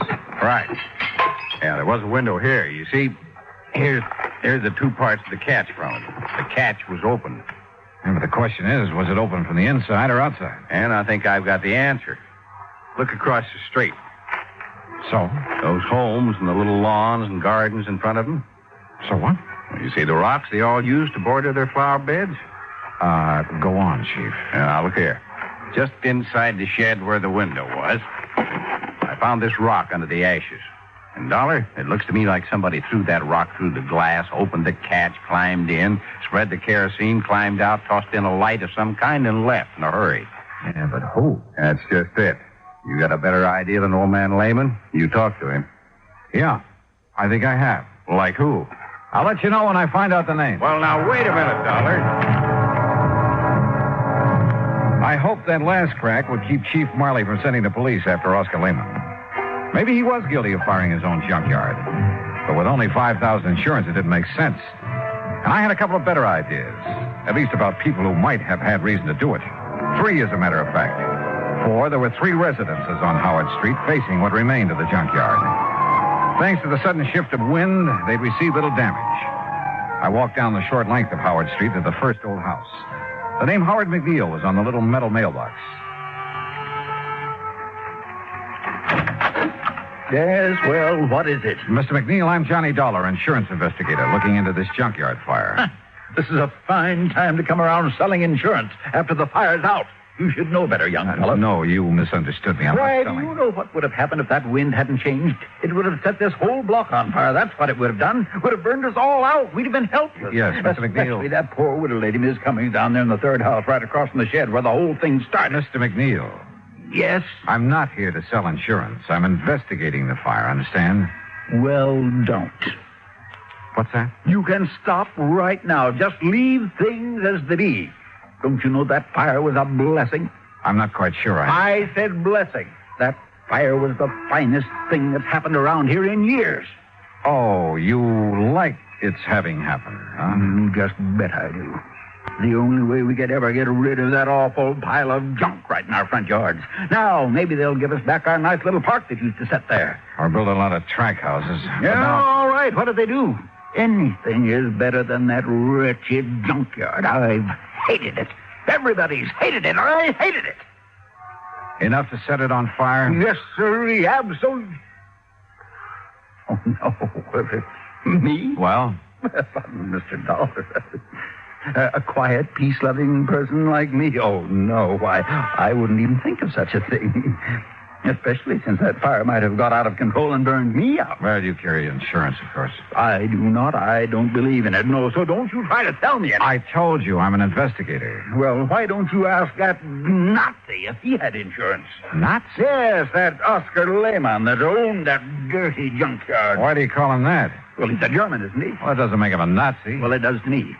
Anybody who'd wangle a license to put up a filthy place like that on our beautiful street, especially if he's a German, well, to me, he's a Nazi of the worst kind, the very worst kind. Thinks he's a ladies' man, too. All right, now, have you any idea who, besides you, would have liked to see that place burned out? I certainly have. Oh. Why don't you ask the police?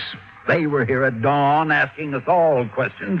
You said asking us all.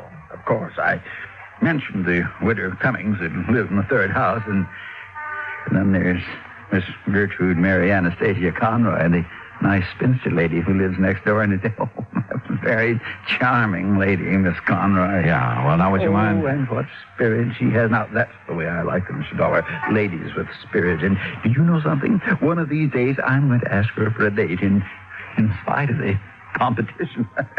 You never have? No, sir. No.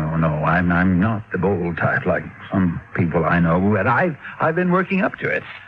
And how long have you been a neighbor? 16 years, and you mark my word, one of these days I'm going to march right up on her front porch, and Miss Conroy, I'm going to say... Yeah, well, thank you very much, Mr. McNeil. Yes, but I was going to tell you, but... oh, dear, I must have said something wrong.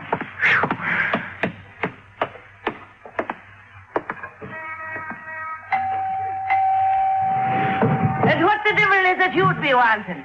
Miss Conroy? That's right. And don't you see the sign beside the door? No peddlers, no solicitations.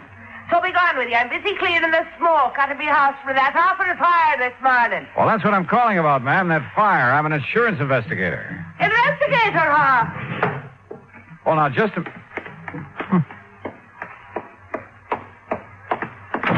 If you're an investigator, young man, let me see your badge. Badge? That's right. If you're an investigator, you're a detective. And if you're one of them, you're with the police force. No, And if you are, you can go right back and tell your chief I've had me filled right up to here with answering food questions about that fire. As if I myself did it, huh? Well, did you? For years now, I've connived and connipted how to get that terrible, dirty, filthy junkyard out of this neighborhood. And now, poor soul, he's lost it. Oh, I could cry my eyes out. You what? Oh, such a lovely old man he is when I finally met him, that dear Mr. Lehman. Oh? Oh, the horrible things that Hitler done to him before he escaped them Nazis that took over his fine old country. And when he got here, he put all his savings in that lovely second-hand lot. Lovely. So he could earn an honest living. I'm afraid I don't understand. Such a fine man. Such a gentleman. The way he'd click his heels and bow when he come and call in on Sunday afternoon. Oh, he was such a gentleman. Wait a minute, Miss Conroy. I don't get it. A couple of minutes ago, you sounded as though you hated that junkyard. Second-hand lot. Oh. And so I did.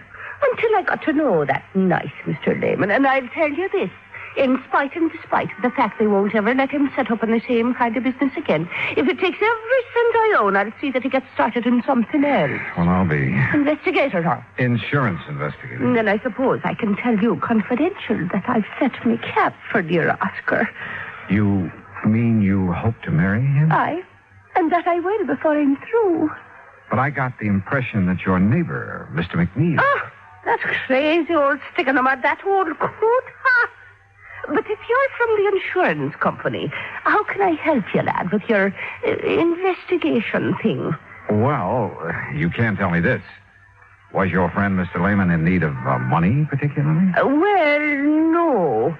His business has been good. He drives a nice car and keeps a nice home. But like I said, if he needs more than he's got to get started again, I'll be the first to help him. Besides, it will sort of help to bring us closer together if I'm worrying about him a bit. No, won't it? Yes, I guess it will. I just want to make sure. Now, wait a minute. Yeah? It's so blind I was thinking of me darling Oscar. So that's what you were up to with your nasty questions. What? Implicating that he might have burned up his place by his own self to get the insurance money. Is that what your evil, filthy mind was thinking of? I didn't say that. But that's what you meant, now, ain't it? No, after all, somebody set that fire. And if he was in need of money... And just because I told the poor soul to get his claim in real quick this morning... You told him? Of course I did. Give him something to do besides standing around in the ruins, crying his poor old eyes out, keeping his sorrows to himself. But I'll soon put a stop to that. I'll cook him up a real nice mess of corned beef and cabbage, German style, that is, and take it over for his supper to comfort and keep him company. And what will you be doing for the poor soul? Well, that depends. Oh, it depends, does it?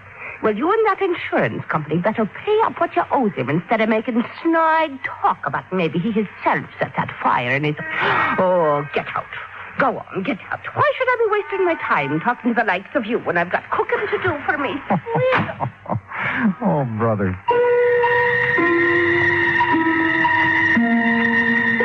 This was turning out to be the most offbeat insurance matter I ever handled. Well, there was only one suspect left.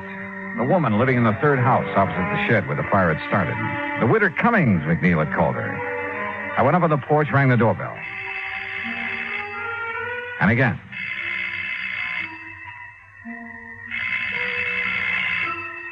After the third time, I was about to decide no one was home when the door slowly opened. And just inside the door, in a wheelchair, sat a little old lady, pale, gray-haired. Her face reflected years of pain, of worry.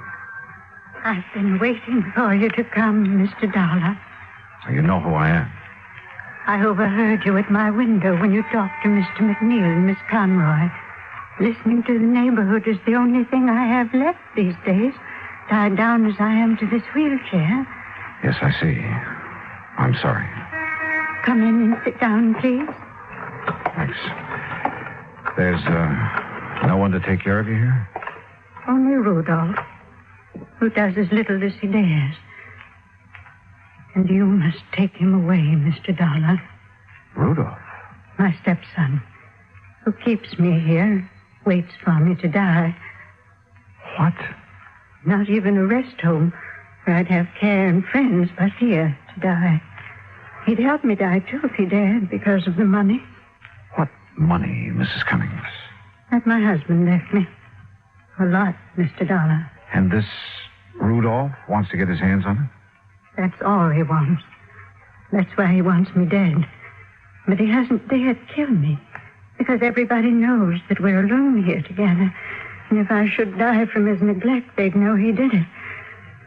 But he's smart. That's why he thought of the fire. He what? He thought that it would burn down this house, too, and trap me here. Mrs. Cummings, do you know what you're saying? The divine providence. The changing wind kept the fire away. He set that fire to burn this house and you? He's clever. He made it known that he'd be away all night, that he wouldn't be back here until he finished his work at the plant in New Haven. But he came back, Mr. Dollar. This morning, before dawn, I heard him here in this house. And from this window, I could see him in the moonlight. Mrs. Cummings. No, I must tell you. Quickly, because he'll be coming back from work. His work. To keep up appearances, to keep them from suspecting. His gambling. The terrible people he goes out with at night. Gangsters, that's all. And I must tell you, because if I don't... Listen to me. I'm listening. I saw him take a can, the kerosene we keep in the cellar for when the electricity goes out. He took it across the street. He broke the window of the shed and went in. Then he came out. He threw a piece of burning waste back in. Then ran. Mrs. Cummings, are you sure? I lied to the police. I couldn't make myself tell them. After all these years of knowing what he's been and saying nothing, well, I thought I'd wait for him. Maybe when he saw his evil plan had failed, that I was still here. Maybe I could make him give himself up. But in my heart, I knew he wouldn't. Because he's bad. All bad.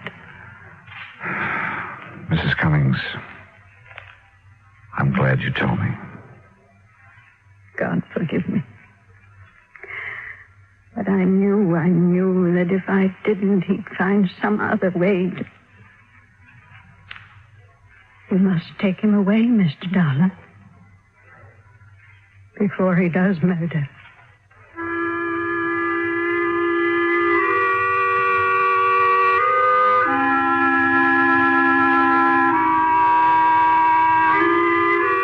Expense account item 8, $10, board and room. I've stayed an extra day in Cranford to clear things up. For while I waited for Rudolph to return, I found the kerosene can he'd used down in the cellar. Chief Marley found the top from it in the ashes. The police have since found only his prints on it. Rudolph is in the city jail, and I'm sure Mrs. Cummings will testify against him. After all, her life is at stake.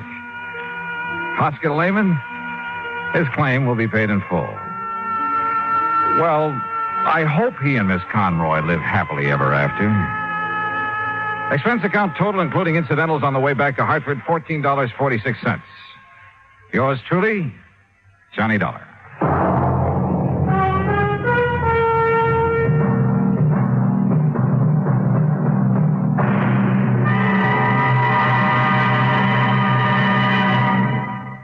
Now, here is our star to tell you about next week's story. Next week, exploration in the high Sierra country of California. And at the end of the trail lies death. Join us, won't you? Yours truly, Johnny Dollar.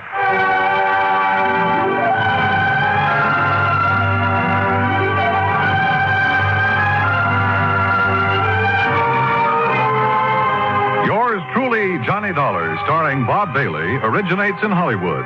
It is produced and directed by Jack Johnstone, who also wrote tonight's story.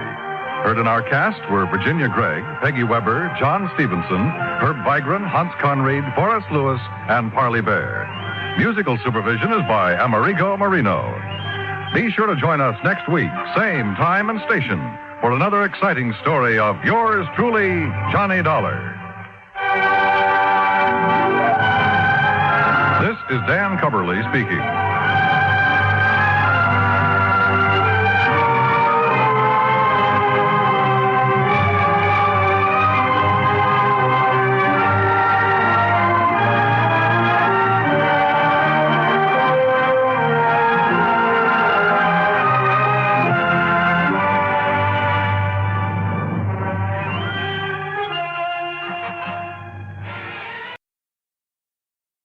From Hollywood, it's time now for...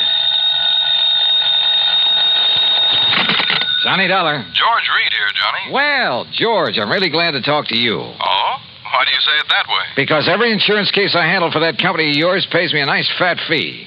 And right now I can use a little extra cash. Well, now, Johnny... So tell me all. What's Floyd's of England upset about this time? Well, I'm not sure. Uh-oh, here we go again. But, Johnny, I just received a transatlantic telephone call from Paris, France, from a man who wanted to contact you but didn't know where to call you. And he identified himself only as Le Chat Gris. Oh? Le Chat Gris? It's French, Johnny. No. And I believe it means the gray cat. Yeah. And George, the name fits him. You know him, then? His real name is de Marsac. He probably knows more about the dark alleys and back streets of Paris. Oh? Yeah, and about the people. In other words, the underworld. What did he call about? He mentioned the Blue Madonna. The what? It's a painting, Johnny, a small oil painting by a modern artist named Vincent Bardot. It's owned by Mr. Kingsley Holland down in Philadelphia. Yeah? It hangs in the Gavin Galleries, and we've insured it for $12,000. Well, what did he have to say about it? Only that you're to call him. His number there in Paris is Orleans 57722. Uh-huh. That he has some very interesting information for you about that painting. Oh, sure. That he'll be glad to give me for a price. Exactly. I can't for the life of me figure what his interest is in it. If there were anything amiss, I'm sure the gallery would have called me. George, if you knew that character as well as I do, you'd okay my expense account without even looking at it and be willing to pay me that big fee I was talking about. What do you mean? Want to make a bet? What kind of a bet? I'll give you odds of 10 to 1 that whatever's hanging in that gallery down there in Philadelphia is not the Blue Madonna. What? Now, look, Johnny, good heavens. George, I'll be talking to you.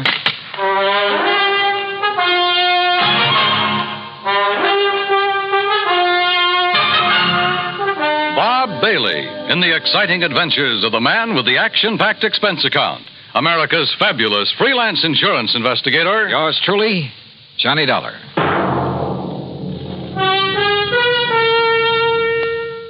And now, Act One of yours truly, Johnny Dollar.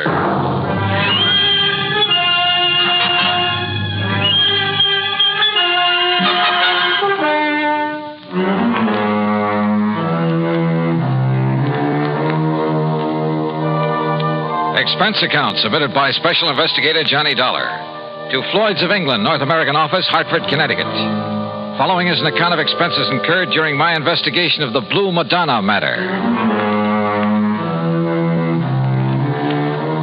Expense account item 1, $12 even for a phone call to my underworld contact in Paris, France, a man by the name of Dumarsac, who calls himself the Gray Cat. Oh, oui, Monsieur Dollar. This is your very dear friend, Le Chagris? Very dear friend, huh? Now listen, you telephoned George Reed that you have some real hot information about a painting his company insured. Ah, oui, Le Madonna Bleu. What did you call the Blue Madonna? Okay. How much you want this time? Oh, monsieur, you touch me to the quick. Well, one might think that I slave and suffer and risk my life on your behalf only for money. How much, Dumarsac? Say, $1,000. $1,000? Look, if your info's worth anything, I'll send you a check for $50. $50? No,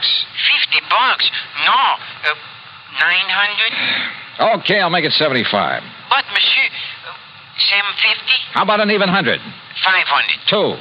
4. 3. That's final. Oh, please, 200. Okay, 200. Oui. Eh? No. It's all settled. $200. Now, what about the Blue Madonna? Yes. It is now here in Paris. Yeah, where? In the shop of Monsieur Dubuisson on the Rue des Pas de la Moule. Dubuisson? Huh.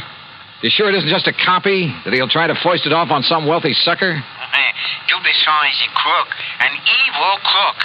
But he's an honest one. Oh, sure. Yes, and he knows the works of art. Also, he's very clever. To get his price, he will wait until the real Madonna is discovered missing. If it really is. That's what I'll check on now. And then you will send me the $500, my very dear friend. 200, remember? Oui, I cheated myself. But, monsieur... Yeah? Suppose I could find out who smuggled the painting into him, eh? Fine. That would be worth a lot to you, no? Say, 1,000? We'll see. I'll be talking to you. Item 2, 420. I phoned to my old pal, Foster Harmon, down in Sarasota, Florida. Told him I'd pay his fare if he'd grab the first plane out and meet me in Philadelphia at the Bellevue Stratford Hotel. I knew that if anybody could identify the genuine painting, he could. Item 3, $9.40 for my own transportation to the city of brotherly love.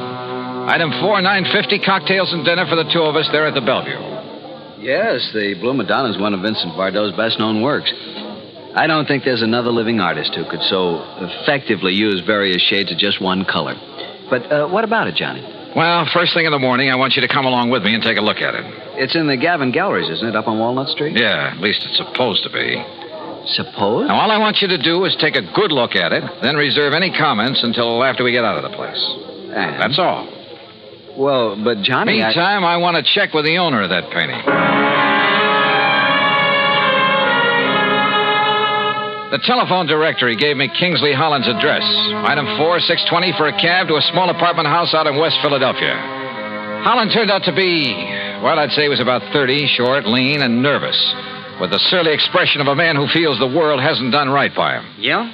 You mean you're interested in buying the Blue Madonna? Well, it all depends, Mr. Holland. Uh-huh. Look, Dollar, that's what you said your name is? Yes, that's right, Johnny Dollar. Sounds familiar. Well, anyway, listen. Yeah? That gallery's got a price of $18,000 on it. But if you want to buy it direct from me, and right now, I'll give it to you for $12,000. Save yourself a few $1,000, and it'll save me having to pay them their 20%. But if you've already commissioned the gallery to sell it for you... So I'll tell them I changed my mind, that I want to keep it. Then when they find out that I've sold it, well, let them try and catch up with me and collect. Because me, I'll be right back in little old gay Paris. Back in Paris? Sure, I'd be there still, only I ran out of money. $12,000, huh? That's exactly what it's insured for. And that's what they appraised it for when I got it from my uncle's estate. With all his money, what does he die and leave me with but a lousy painting? Well, do you want it? Let me think about it. I'm staying at the Bellevue Stratford. Sure. Just don't tell them at the Gavin Gallery about our little deal, huh? What those crooks don't know won't hurt it. Crooks? You think for a minute all that stuff they've got laying around the place is genuine?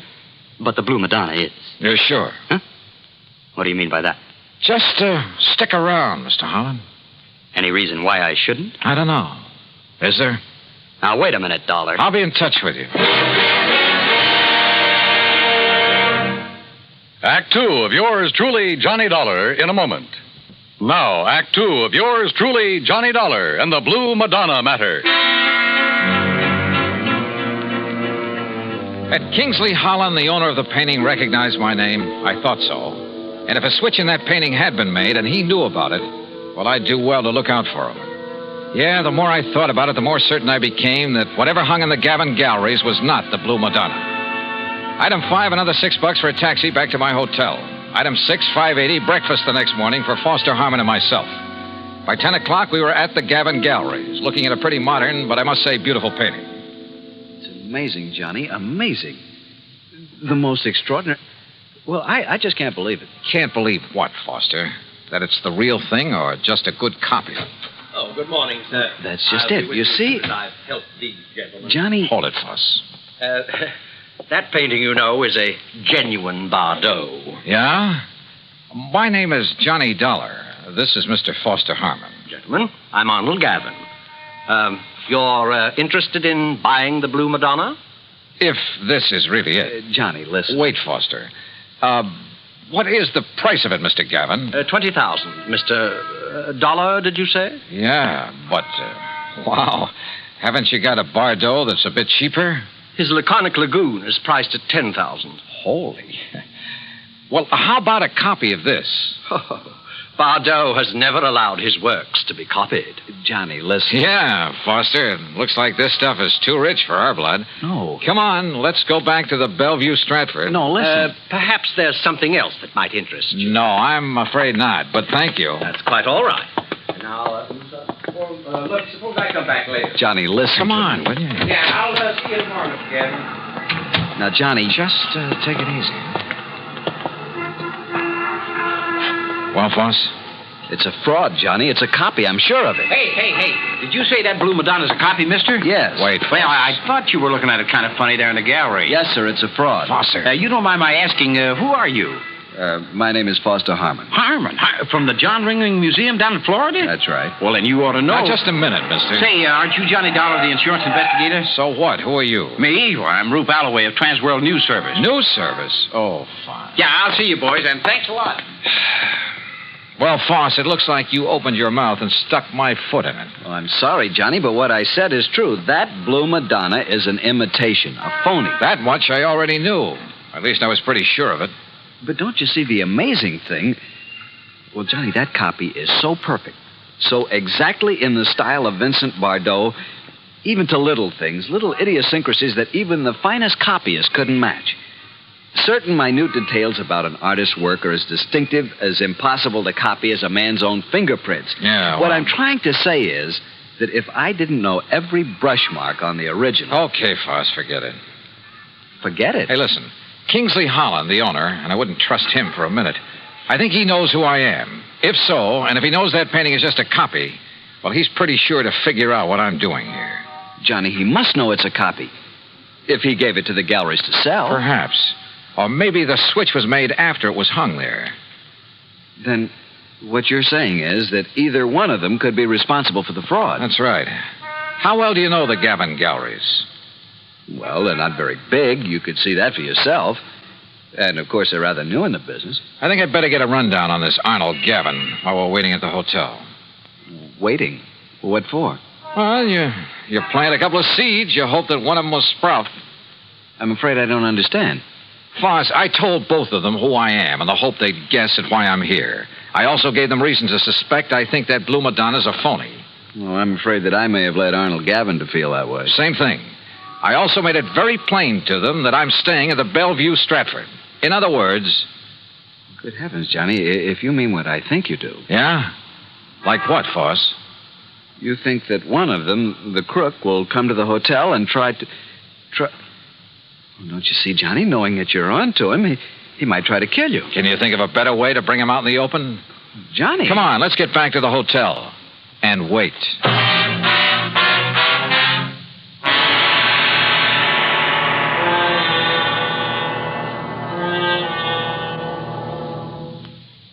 Act 3 of yours truly, Johnny Dollar, in a moment. And now, Act 3 of yours truly, Johnny Dollar. After all, there was no reason to drag Foster any further into this mess, although I knew he'd be game to see it through. So I paid him for all his expenses. That's item 7, 151 even, and sent him on back to Sarasota.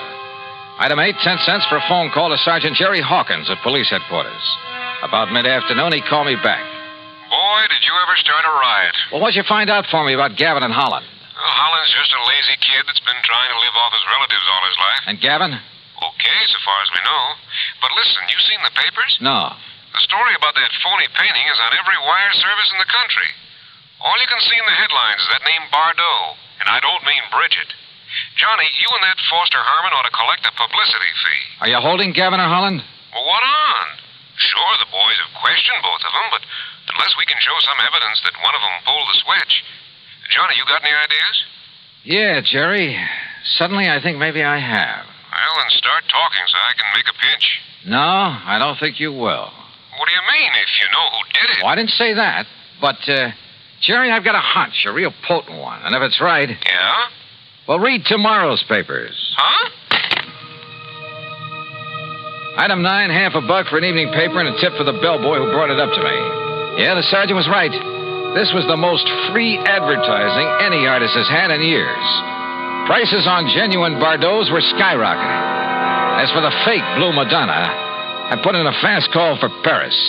But before the operator could get it through... Yeah? Arnold Gavin, Mr. Dollar. Well, Mr. Gavin... Do you see what has happened? Have you seen the papers? I sure have. And the police have closed my shop, my galleries. Can you blame them? But don't you understand? I've had offers of up to $30,000 for the Madonna. I've received wires offering me nearly $20,000 for the other Bardot, the real one. No kidding. Well, I'll show you how much I'm kidding.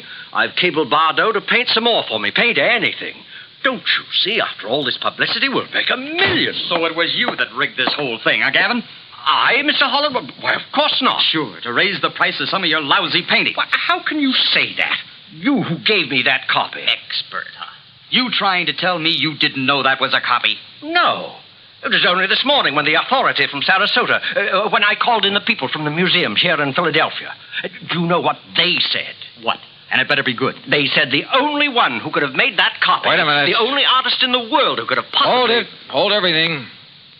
Holland, you said you got that painting from your uncle's estate. That's right. It was willed to me. Where did your uncle get it? Why, Well, listen. I'm listening. Dollar, that Madonna was smuggled into. Smuggled? That's right. But by whom? Well, believe it or not. I think I can tell you who. And if this is my call to Paris, well, maybe I can even tell you where he is now. Johnny Dollar. This is your dear and faithful friend, Le Chagris. Good. Now listen. And for the information I can give you this time, you will have to pay me a vast sum of money. You're about to tell me that the Blue Madonna was smuggled into Paris by none other than the artist himself. This? By Vincent Bardot. Exactly. So that should be worth it. But how did you know? All right. All I want to know now is where is he? You know. He's not in Paris. Where is he? For $100? 150? 300. Oh, for that much I'll find out for myself. Goodbye. No. Okay, 200 or I hang up on you. Well, only for you, my best, my oldest friend. Where? He is aboard a plane for the United States. I might have guessed it. He has the Madonna Blue with him. He received the cable this morning. Great. I'll send you a check. You hear any of that, Mr. Gavin? Holland? Well, yes, but I'm afraid I don't understand. Oh, I sure don't. Then maybe this call will help you.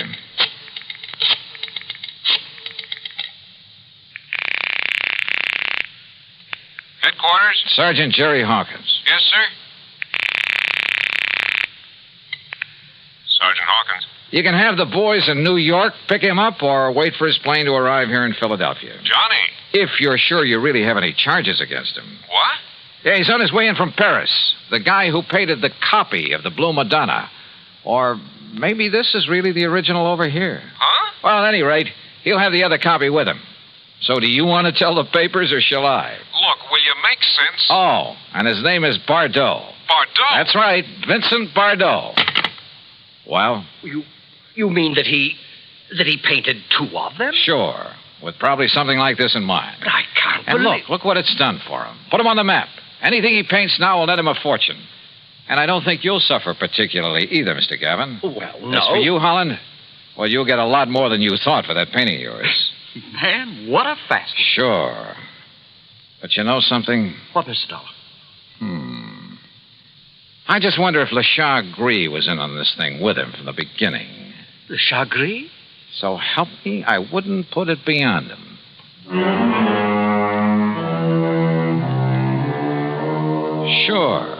Sure he was in with Bardot. And probably collecting plenty from him. Anyhow, the insurance company isn't out anything. But I hope they'll be a lot more careful the next time they insure a painting. Any so-called original. Expense account total, including $400 for Lachar Gris, the hotel, and the trip back to Hartford, $620 even. Yours truly, Johnny Dollar.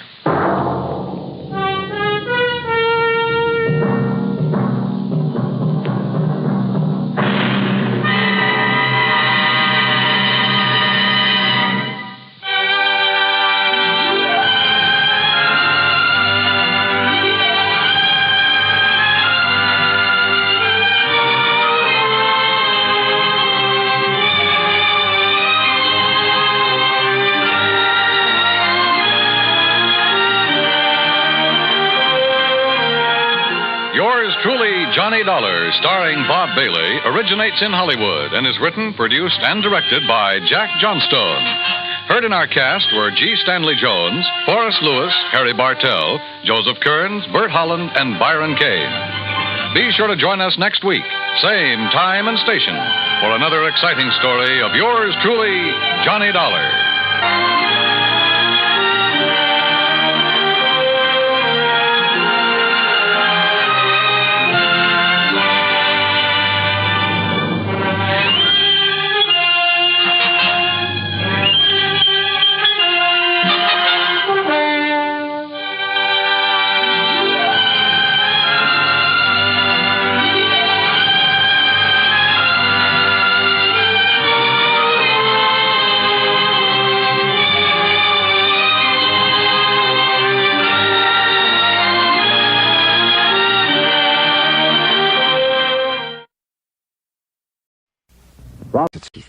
It's time now for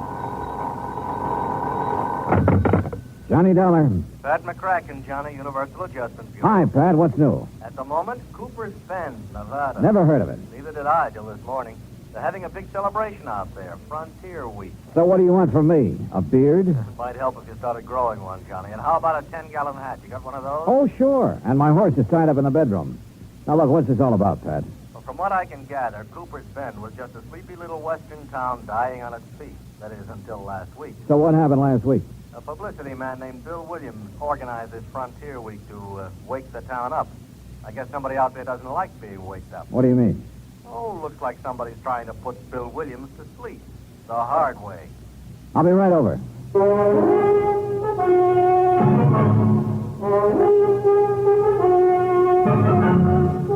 Bob Bailey in the exciting adventures of the man with the action-packed expense account. America's fabulous freelance insurance investigator. Yours truly, Johnny Dollar.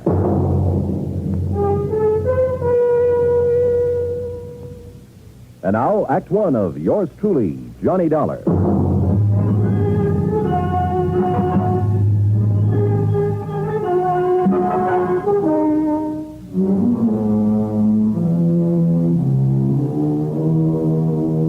Expense account submitted by Special Investigator Johnny Dollar to the Home Office, Universal Adjustment Bureau, Hartford, Connecticut.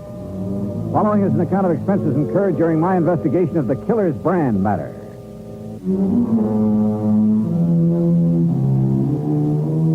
Expense account item 1, $1.20, cab fare from my apartment to the office of Universal Adjustment Bureau. Pat McCracken was waiting for me. Not too much to go on, actually, Johnny, but I figure it's worth your taking a trip out to Cooper's Bend to see what's what. One of the companies we represent has a hefty policy on Bill Williams' life. Who is this Bill Williams? What's he do? Little of this, little of that, I guess. Sort of a fly-by-night type. Freelance publicity, that sort of thing. Hey, you suggested over the phone that there'd been an attempt on his life out there. Well, at least somebody took a shot at him. Oh? You have any idea who? No. That's what I want you to find out. Could have been an accident, Pat. Maybe somebody got carried away during one of the at celebrations. 2 o'clock in the morning, Johnny. Even during Frontier Week, people in Cooper's Bend don't stay up that late. Okay. Where do I find Williams? There's only one hotel. You look for him there. And, Johnny? Yeah? Watch yourself. Some of those characters out there can shoot pretty straight. And one of them is pretty riled up about something. Shoot straight. He missed Williams, didn't he? Oh, yeah. The first time. Expense account item 2, $187.50. Incidentals and transportation by plane and a rented car to Cooper's Bend, Nevada. The town was baking in the sun when I arrived in the middle of the afternoon. Aside from the fact that there were cars parked on the main street instead of a string of horses, the place could have easily passed as a set for a Western movie. A saloon, a general store, one weather-beaten hotel, the works. I kept wanting to go around behind the buildings to see if they were real. There was even a big horse trough in front of the hotel. I stopped for a moment to take a look at it, and that was my first mistake. Suddenly, I heard a crowd bearing down on me. Come on, let's get him. Hey, look at him, a real dude. I'll lay off him. This is kid stuff. What do you mean, lay off of him? You know the Frontier Week rule. Hey, look, what's this all about? Come on, mister, off with your shirt. My shirt? Now, just a minute. The rules, partner. Anybody on the street without a 10-gallon hat during Frontier Week gets sunk in the horse trough. Yeah, well, look, I just got into town. How am I supposed to know the rules? Well, this is one good way of finding them out, stranger. Anybody want to sell me a 10-gallon hat quick? Too late, buddy. Well, he's got a sense of humor anyway. Come on, I'll help you off with your shirt, stranger. Okay.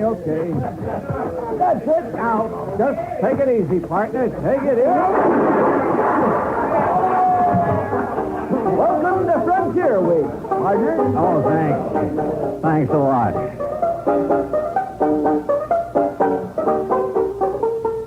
Item 3, 50 cents. Replacement of 3 buttons on my shirt. I bid a fond farewell to the horse trough committee and went to the hotel to find Bill Williams, the publicity man. He wasn't there at the moment, but the clerk told me I might find him at the newspaper office. That was 3 doors down the street, the Cooper's Bend Sentinel, no less. Bill Williams wasn't there, but for the moment I didn't miss him at all.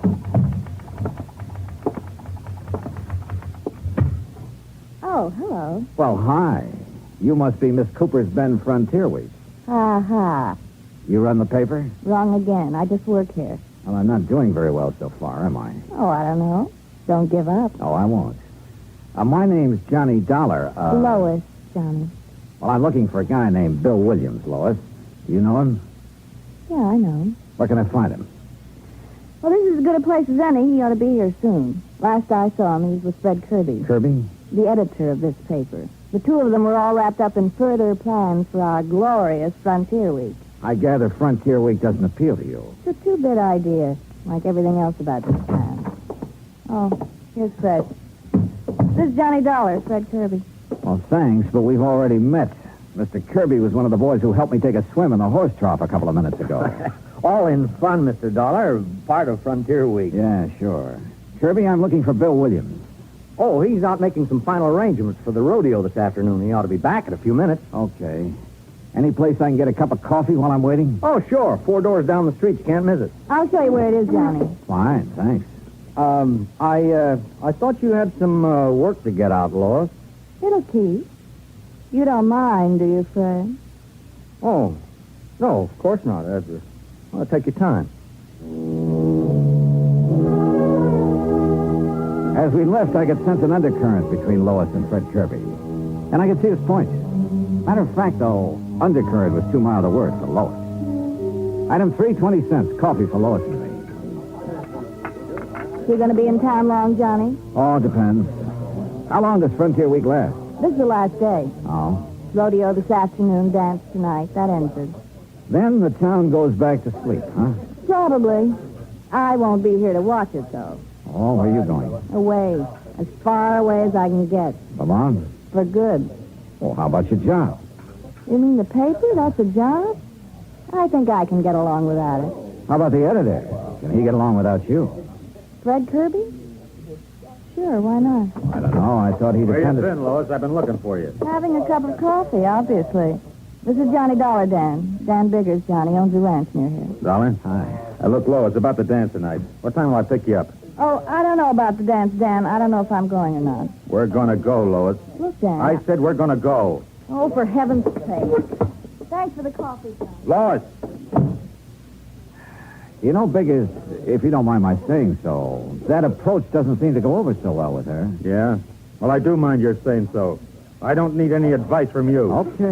And just for the record, Lois and I are engaged. Oh, congratulations. Don't get funny with me. Oh, now, easy, Biggers. Simmer down. You simmer down, Dollar. What do you mean? I mean, stay away from Lois. Are you kidding? So I bought her a cup of coffee. Anything wrong with that? You heard me. Stay away from her. One thing about Lois, she sure had the knack of stirring people up. The news that she was engaged to Biggers was quite a surprise, though, and I wondered if she was as eager about it as he was. If so, she didn't show it. But all of this wasn't getting my job done, which was to find out who'd made the attempt on Phil Williams' life. I went back to the newspaper office, and pretty soon he came in. He turned out to be the gent who'd supervised my dunking in the horse trough. Well, you're probably not feeling very kindly toward me at the moment, Dollar. Why not? You come all the way out here to protect me and get thrown in the trough right off the bat. I didn't know who you were. Look, you better get yourself a 10-gallon hat so it won't happen again. Don't worry, I'm going to. As I understand it, Williams, this Frontier Week was your idea. Yeah. Yeah, I was driving through here on my way to Frisco a few weeks ago. The town was dead on its feet, but I could see the possibilities of waking it up. So I cooked up this scheme. The town went for it. How come you were so interested in waking the town up? For the dough, what else? I get 10% of the gross on the rodeo, dance, and other celebrations. I figured to get close to 1,000 out of it, and frankly, I can use the money. I see. Well, how about this attempt on your life? Come on. Out back, I'll show you. Show me what? My car. There it is. Take a look at the windshield. Yeah. Bullet hole. Mm-hmm. How did it happen? I was driving along the road just outside of town the other night, and all of a sudden, whammo. And I got a pretty good idea who did it. Oh. The rancher, Dan Biggers. Oh? Why? I smiled at Lloyd. Oh, now look, touchy as Biggers is about Lois, that's not enough reason for Oh, wait. She smiled back at me. Is that all there was to it? Of course it was. You think I'm crazy or something? The trigger-happy Biggers is so jealous of her he can't see straight. I'm not stupid enough to get mixed up in anything like that. Yeah, he's jealous, all right. Lois and I worked together at the newspaper office on some of the publicity for Frontier Week. Biggers didn't like that. Speaking of the newspaper, do you know the editor very well? Oh, Fred Kirbey? I met him when I first came here, is all. Why? He's been keeping an eye on us through the window ever since we've been standing here. Oh? You think he might be interested in Lois? It wouldn't surprise me. He makes that job of hers on the paper pretty easy for her. After all, it wouldn't be hard to be interested in Lois. No, I'm sure it wouldn't. Well, you'd better quit driving around the roads at night, Williams. Don't worry. Ever since it happened, I've been staying right here in town at night with the bright lights. I think I'm home free now anyway. Yeah? The dance tonight winds up Frontier Week. Tomorrow noon, I get my share of the dough, and then I'm leaving. Yeah, Lois mentioned something about leaving town then, too. Yeah, she used to make noises about leaving when we were working together.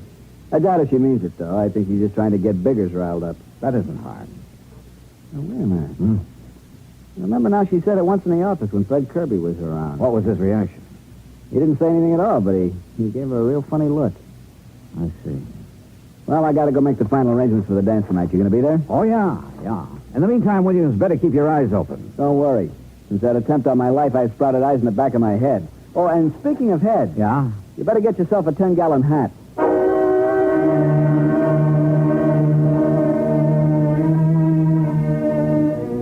Very good advice. I had no desire to get dunked again. I started across the street toward the general store, then realized my mistake. There was the reception committee again at the horse shop.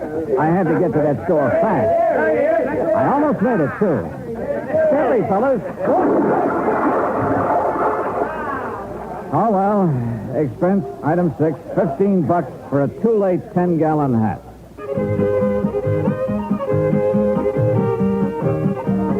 The dance was in full swing when I got there. I didn't see Lois at Biggers. Looks like he didn't get that date after all. Pretty soon I spotted Williams near the bandstand. When he saw me, he came over. There, crowd, Dollar. There are more people in Cooper's Bend tonight than ever heard of the place before Frontier Week. Man, I'm really going to clean up. I stayed around a while, watching Williams happily counting noses and adding up his 10%. Then I went back to the hotel. There was a message there from Lois. She wanted to see me.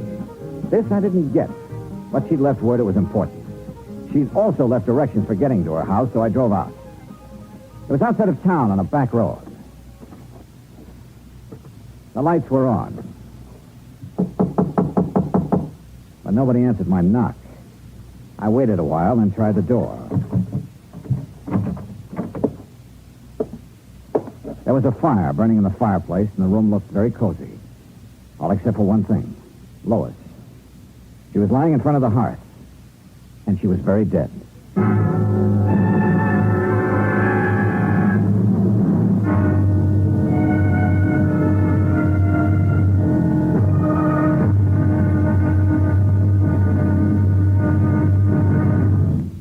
Act 2 of yours truly, Johnny Dollar, in a moment. For a long time, people have been saying that the Earth is shrinking because transportation is getting faster and faster. And because this is true, people are getting closer, too. Today, our neighbors are not only the ones who live next door to us, they're all over the world. It is axiomatic that one should help his neighbor. But Americans have gone a step further. In addition to individuals helping individuals, now many American cities help many other cities through the Sister City program. Now, perhaps you've heard how it works. If not, here's an example or two. In the fall of 1959, a large area of Nagoya, Japan, was struck by a devastating typhoon. Her sister city, Los Angeles, California, sent tons of relief materials to Nagoya by way of an Air Force plane headed for the area. The Marines and the Navy rendered vital emergency aid during the disaster. When earthquakes shook Viña del Mar, Chile, during the summer of 1960, her sister city, Sausalito, California, sent hundreds of dollars worth of relief materials to help out. Another case in point, the school children of Clovis, New Mexico, sent a number of cultural exchange packages to students in their sister city of Adana, Turkey. There are hundreds of such examples because there are hundreds of sister cities. By using this means of diplomacy, friendship and understanding have increased throughout the world and paved the way for permanent freedom, the right of all men everywhere. And now, Act 2 of yours truly, Johnny Dollar, and the Killer's Brand Matter.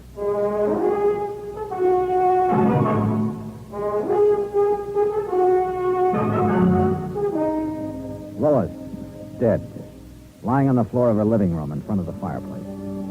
There was a poker near her hand that had been pulled out of the fire and scorched the rug. At first, that's what I thought she'd been hit with. But then I took a closer look and see she'd struck her head on the hearth. There were signs of a struggle in the room. Then, suddenly, I heard a noise outside. I ducked into the next room, found a side door, and eased outside. I listened. Nothing. Then I heard the car. By the time I got around in front of the house, it was just disappearing around a bend in the road, running without lights. It looked like a station wagon, but that's about all I could make out. I went back into the house and put in a call to the sheriff. He arrived about 20 minutes later. Okay. Looks like there was a fight. She got thrown down, hit her head on the hearth. Yeah, that's the way I sized it up. Now let's size you up for a minute, Dollar. Me? Mind telling me what you were doing here tonight? I don't know. Ah, come on. No, I mean it. Lois left a message at my hotel that she wanted to see me. You don't know what about? No. Except it's a good bet this killing ties in somehow with that attempt on Bill Williams' life. Williams thinks it was Dan Biggers took that shot at him. Yeah, that's right. Well, it could be. Dan's always been awful jealous. I had trouble with him once before for the same reason. Oh? A month ago, he beat up a guy pretty bad. On account of Lois? Yeah. Seems the guy had asked Lois for a date. Trouble was, Lois never discouraged guys asking either. Hey, look, Sheriff. Lois told me earlier today that she was planning to leave town tomorrow. Now, if Dan Biggers learned about that... Yeah. Well, come on. We better drive out to his ranch and have a talk with him.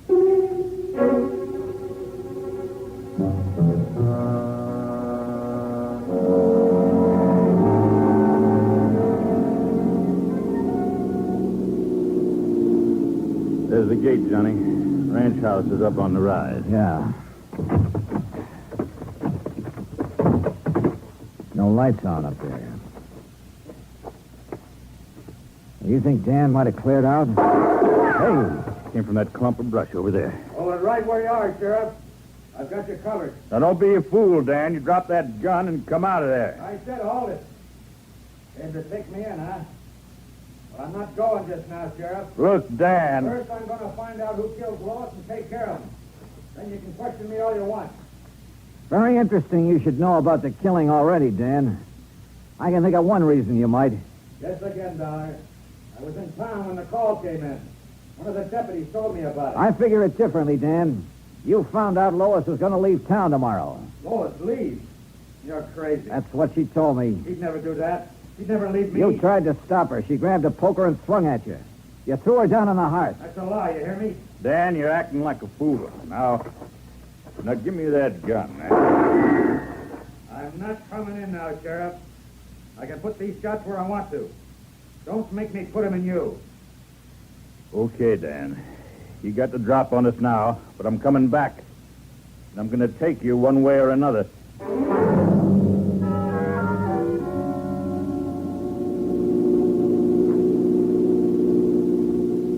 You know, Sheriff, I can't help feeling kind of sorry for Dan. Yeah, he always did have a knot in his brain where Lois was concerned. You really think he killed her? I don't know. Dan's pretty smart sometimes. That routine he was just giving us might have been a cover. Sheriff, you happen to know if Dan drives a station wagon? He drives a pickup around town mostly, and I think he's got a coupe, too, but no station wagon. Why? That's what I spotted pulling away from Lois's house. You didn't get the license number? No, it was running without lights. Not much help, Johnny. There's a lot of station wagons in this part of the country.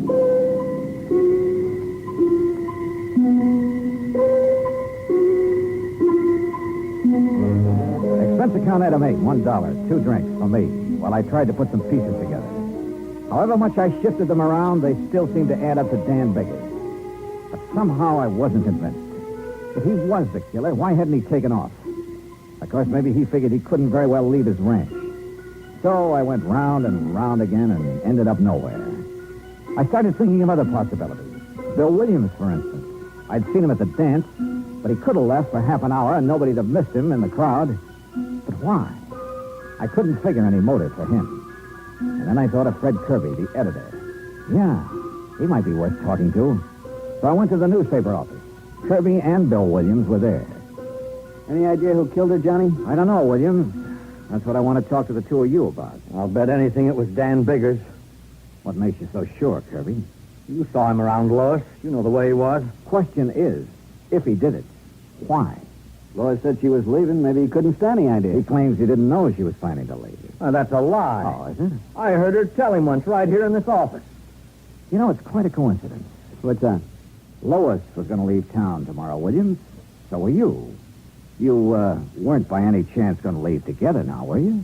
Now, look, G-Man, I told you there was nothing between us. You think I'm a jerk to go fooling around with her knowing what Biggers was like? Sure, she kidded me about, what was it, Kirbey? Hitching a ride to Frisco with me? Yeah, here in the office once. Williams just laughed it off, and that's all there was to it. Hey, wait a minute. If Biggers happened to hear about it... Yeah, maybe. No, Dollar. I was smart enough not to get involved with her. Matter of fact, I guess I'm one of the few guys in town who can make that statement. Hey, you don't have to talk that way about her. I'm sorry. I guess I'm tired. There you go, turn in. I'll see you in the morning, Dollar. You'll be around, huh? Yeah, to pick up my money. Night. You know, Kirbey, you're trying pretty hard to pin this on Dan Biggers. Why? Because I think he did it. He didn't want Lois to leave. There's someone else didn't want her to leave either. Who? You. What? You've been carrying the torch for Lois quite a while, haven't you? What's that got to do with it? And what business is it of yours? I think it all ties in. Well, I didn't kill her if that's what you're thinking. You drive a station wagon, don't you? So what? After I discovered her body, I spotted a station wagon leaving her house. But a lot of guys drive station wagons around here. I wasn't near her place. I didn't use the wagon at all tonight. You're lying. Now, look. Come on, open up, Kirbey. Well, Okay, Dollar. I drove out to her place to try to talk her out of leaving. Go on. Well, that's all there is. When I got there, I changed my mind and came back to town. Sure. I didn't go inside, Dollar. I didn't kill her. I swear it.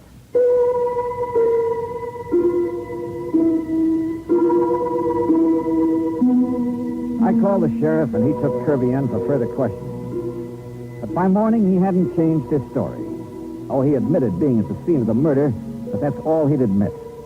He was still a big question mark, and we were still nowhere. The sheriff went out to Biggers' ranch again, hoping Dan would give himself up peaceably if he knew Kirbey was in custody. I had a cup of coffee and went outside. Bill Williams was in front of the hotel. Anything new on the killing, Johnny? Well, you know Kirbey was being questioned. Yeah. Surprised me at first, but then I got to thinking, he's a strange guy. He doesn't say much, but there's a lot going on inside, particularly about Lois. Yeah. Did you get your cut of the dough from Frontier Week all right? Yeah. Well, I'm sure glad it's over. That killing last night turned the whole deal sour. I'll be glad to get the taste of this town out of my mouth. Uh-huh. When are you leaving? I told the sheriff I'd be around in case he wants me for further questioning. I'll leave when he says the word. There he is. What's with the crowd heading this way? I don't know. Okay, Williams, we got it last. What are you talking about? You ain't wearing your 10-gallon hat, and that sure looks like a horse rope you're standing next to. That's right. Now, look, Frontier Week is over. You thought of the idea in the first place. We thought you'd like to die. I'm in no mood for jokes this morning. I'll lay off. Can't you take a joke? No, not this morning. I'm sick of the whole idea. I said lay off, and I mean it. Let him away. Guess he just can't take us all to The crowd broke up and drifted away, and the street went to sleep again. But all of a sudden, I woke up. I thought of that hot poker I'd found lying near Lois's body, and a couple of things added up fast. Sure, it was a wild idea, but it was worth a chance. Bunch of jerks. Hey, Bill, when I first arrived in town, you ducked me in this horse trough because I wasn't wearing a 10-gallon hat. Yeah, it was part of Frontier Week. Well, you're not wearing a hat now. Look, like I told those guys, Frontier Week's over. I still want to return the compliment. Am I going to have trouble with you too, Dollar? I guess you are, because I'm going to duck you in that trough. Take off your shirt. Now, look, stay away from me. I said take it off. Get your hands off of me. What's the matter? You afraid to take it off? What are you talking about? Let go. I said let go. Where? What do you know? A nice big burn on your chest and on your arm. A few scratches, too. Lois did that just before you killed her. Branded you. Okay, smart boy. There's a gun in my pocket and it's pointed right at you, so just relax. You were a lot more involved with Lois than you were letting on, Williams. Why did you kill her? I was trying to shake her. She wouldn't shake. She wanted to go with you, huh? Yeah, and that would have been just great, dragging something like her with me to San Francisco. That's a real sweet thing to say. I suppose you said it to her, too. That's when she grabbed the poker. Come on, Dollar. We're getting off the street. Now, move. My hand was beside the horse trough. I scooped the water right into his face. The shot went wild, but his chin was wide open.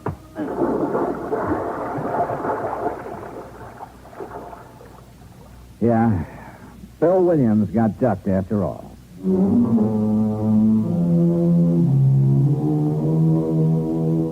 Expense account item 10, $183.50. Transportation and incidentals back home. Total expenses, $528. Remarks.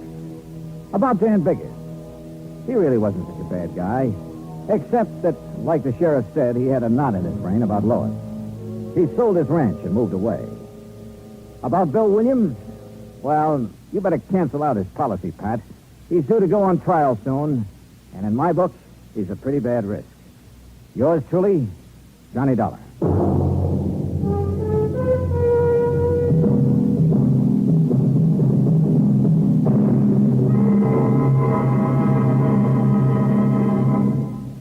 Our star will return in just a moment. Our flag now numbers 50 stars, and behind each star there stands yet another flag representing one of the 50 states.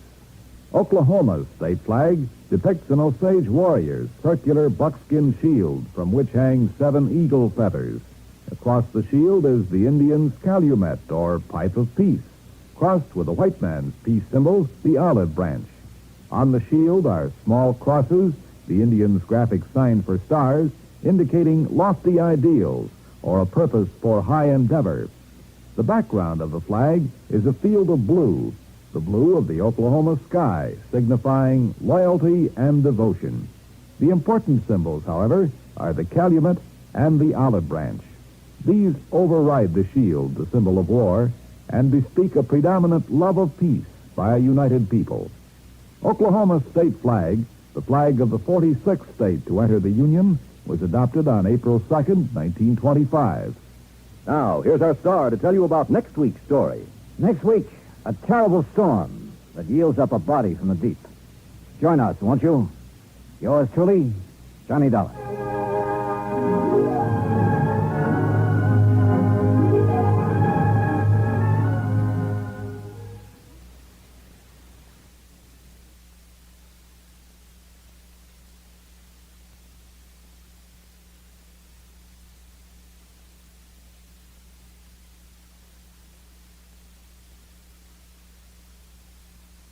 From Hollywood, it's time now for...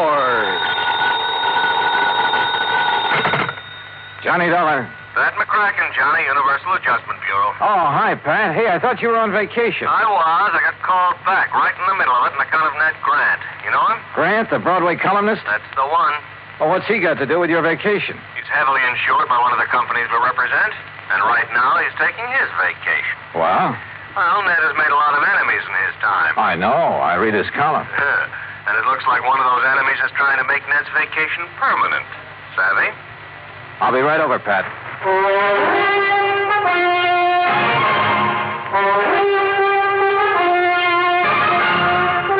Bob Bailey in the exciting adventures of the man with the action-packed expense account. America's fabulous freelance insurance investigator. Yours truly, Johnny Dollar.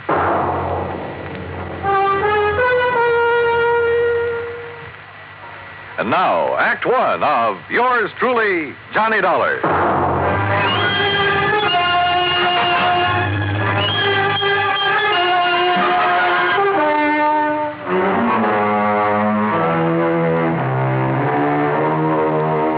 Expense account submitted by Special Investigator Johnny Dollar to the Home Office, Universal Adjustment Bureau, Hartford, Connecticut.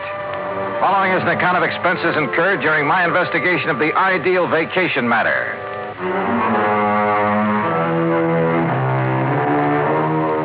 Expense account item one, $1.20 for a taxi from my apartment to the office of Universal Adjustment Bureau, where Pat McCracken was waiting for me, his face covered with sunburn and worry. Just when I was beginning to relax and enjoy my vacation. Sit down, Johnny. Thanks. Now, what's the deal about this Ned Grant? When you say you read his column, you know he prints some pretty blunt stuff sometimes. Yeah. I've often wondered how he gets away with it. A couple of years ago, he dug up some evidence on a bad boy named Willie Bemis. Bemis, yeah. The stuff he printed helped get Bemis convicted, didn't it? Yeah, but he swore he'd get even with Ned. Oh, well, a fellow in Ned Grant's position hears that kind of threat all the time. Besides, with Bemis in jail, what's the problem? None at all, Johnny, if he were in jail. He broke out last night. Oh, I see. Does Grant know that Bemis is on the list? No, I told you, Grant's on vacation, probably as far from a newspaper as he can get. So you think he's in danger? Well, what would you think? Oh, but if Bemis has any sense, he's heading in some other direction as fast as he can. We can't afford to take the chance, Johnny. Well, look, Pat, I still don't see where I figure in this. Why not just arrange for police protection for Grant until Bemis gets picked up? Want to protect the guy, you got to find him first. Find him? Yeah. You mean you don't know where Grant is? Apparently nobody knows. Oh, great. And I'm supposed to find him? That's right. Oh, and do me a favor, huh? Like what? Find him before Willie Bemis does.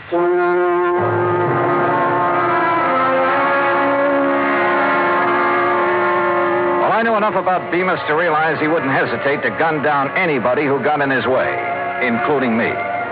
So I headed for New York. That's item 2, $23.40.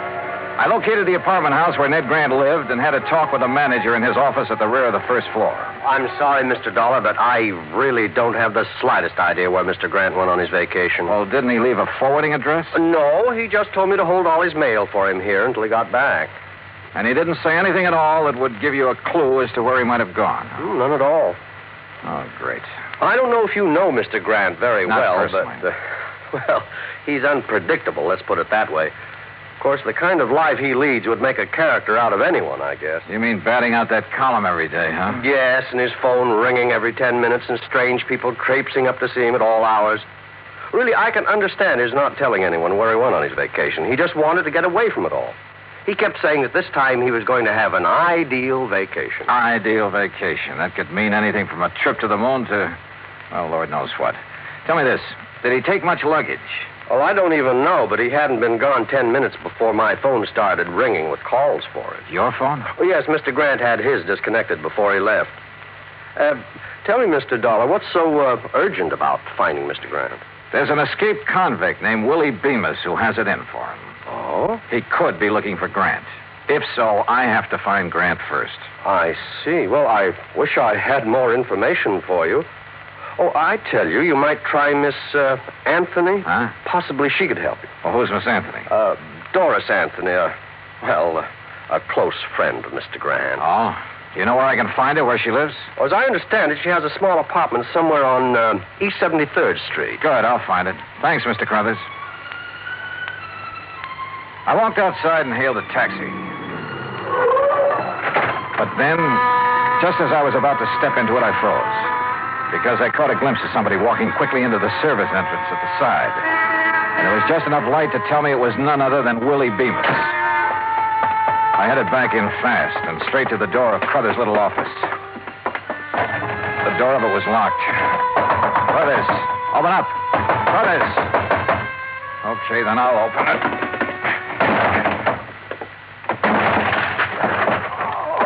Hey, Crothers, what happened to you? Oh, Mr. Dollar. That's right, what happened? This man, right after you left, he came barging in. That was Willie Bemis. What did you tell him, Crothers? Only what I told you. And it looks like he and I are starting out even. Huh? But this is one race I don't want to end up in what you'd call a dead heat.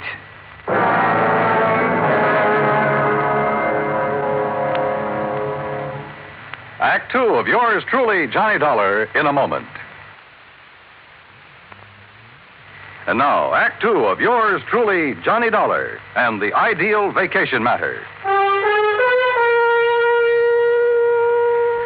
I looked up Doris Anthony's address on East 73rd and took a cab. That's item 3, $1.75 to her apartment. She was tall, rangy, dark hair. And somewhere along the line, I'd seen her before. But I couldn't remember where. Ned Grant? How would I know where he is? He isn't exactly the sort of guy that lets you in on his plan. Hey, listen, Doris, this may be the oldest line in the book, and I know it, but haven't I seen you somewhere before? Could be. I've been around a while. Like where? Oh, I used to sing in a couple clubs around town. That's where I met Ned. He liked me, so he helped me. In his column, that what you mean? Yeah, that's what I mean. His apartment manager says you're a very good friend of Ned's. He has a lot of girlfriends. My main claim to fame is I'm always handy. Well, look, Grant told the apartment manager he was going to take an ideal vacation. Any idea what that would mean? Or where? Sure. Wherever there are girls. What do you want him for? Somebody's out to get him.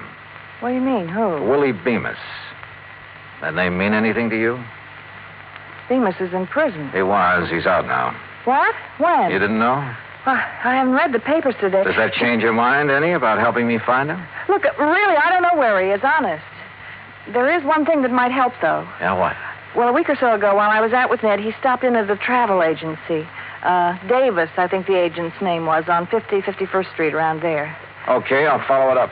Johnny, if Ned doesn't know, Bemis... Yeah, and if I don't get to him first, he's in for a real nasty surprise.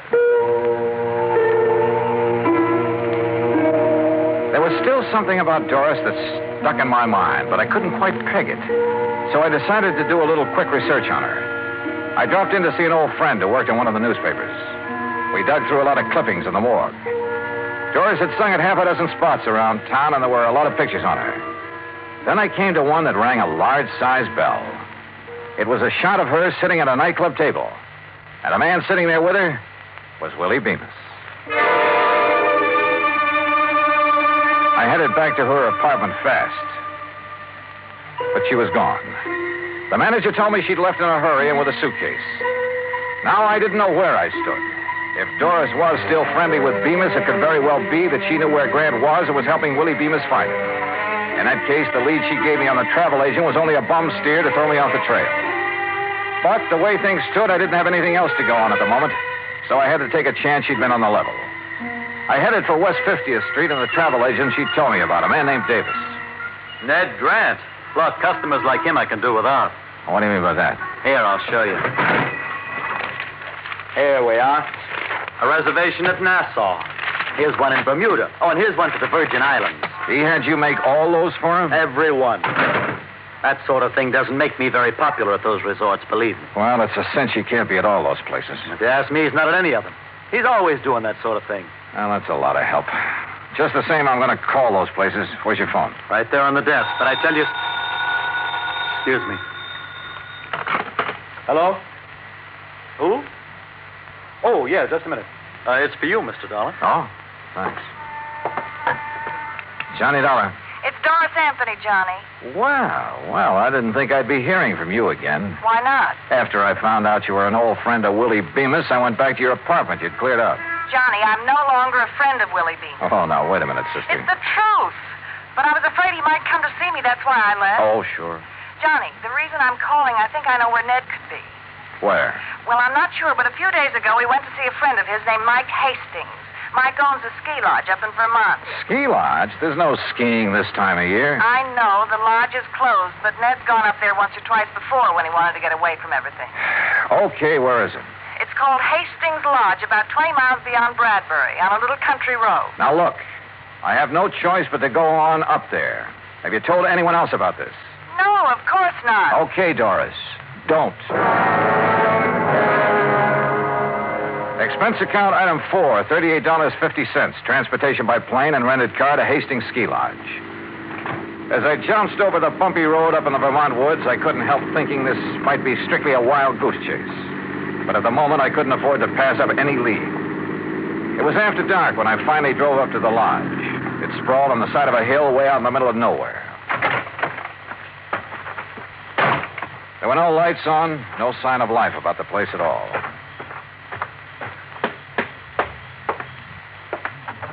The door was unlocked. Inside, the room was pitch dark with all the curtains drawn. I couldn't find the light switch, but I had a real funny feeling. Like maybe there was somebody else in the room with me. Grant? Grant? Sorry, buddy. You got the wrong party. Bemis. That's right. Willie Bemis. Just hold it right where you are, boy. How'd you find out about this place? What difference does it make? Yeah, I guess you got a point there. Except I have a nasty little idea who might have tipped you off. Well, where's Ned Grant? He hasn't shown up yet. So what happens now? So I'll wait for him. What about me? I'll give you 3 guesses about you, but I figure you're only going to need one of them.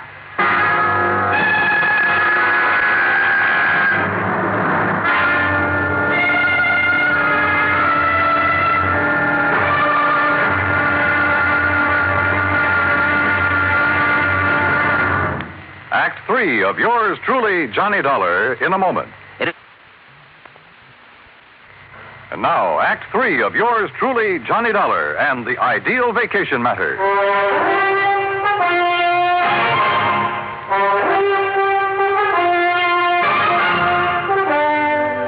Stand still, Dollar. My gun is on the left, if that's what you're looking for, Bemis. Oh, thanks. So Doris tipped you off, huh? I had a little talk with her. And I thought she was a friend of Grant's. You never know, do you? I guess you're right. Dollar, I'm afraid you're in my way around here, and that means... Well, you get the message, don't you? Yeah, I get the message. You see, you made just one mistake. What's that? You should have stayed at home. Yeah, I should have stayed at home, all right. And if it weren't for Ned Grant, I could have. And then it hit me. Sure. Suddenly I knew what the ideal vacation meant for that crazy Broadway columnist. The answer had been right under my nose from the start. Yeah, I'd finally figured out where Grant was. But it wasn't doing me much good. I had to get out of here, and at the moment, my chances didn't look too good. You know, Dollar, you got a very funny look on your face. Have I? Yeah, like something just rang a bell with you. Oh, sorry, Bemis. It's just my normal delirious expression. Okay, funny boy. Play it your way. Over against the wall. Move. Hold it. Listen. There's a car outside. Friend of yours? I don't know. I'm not taking any chances. Now, you answer the door, Dollar. I'll be right behind it, and this gun will be staring at your back. It could be Ned Grant who'd driven up, in which case I'd have to warn him somehow. Or it could be somebody else, in which case I had to grab their car and get out of here. One thing sure, whoever it was, I had to move fast.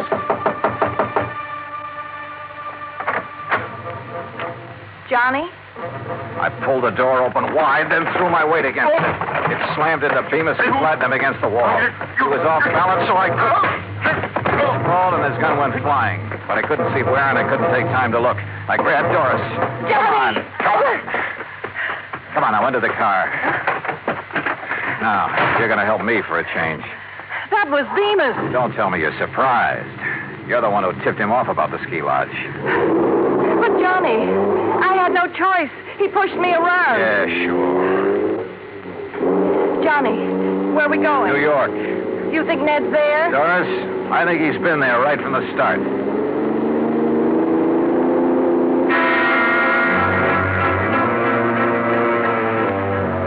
We stopped at the nearest town to call the sheriff. I wanted his boys to try and intercept Bemis. He was a cinch to be following us by now. Then we headed for the city. The sun was rising when we pulled up at Grant's apartment house.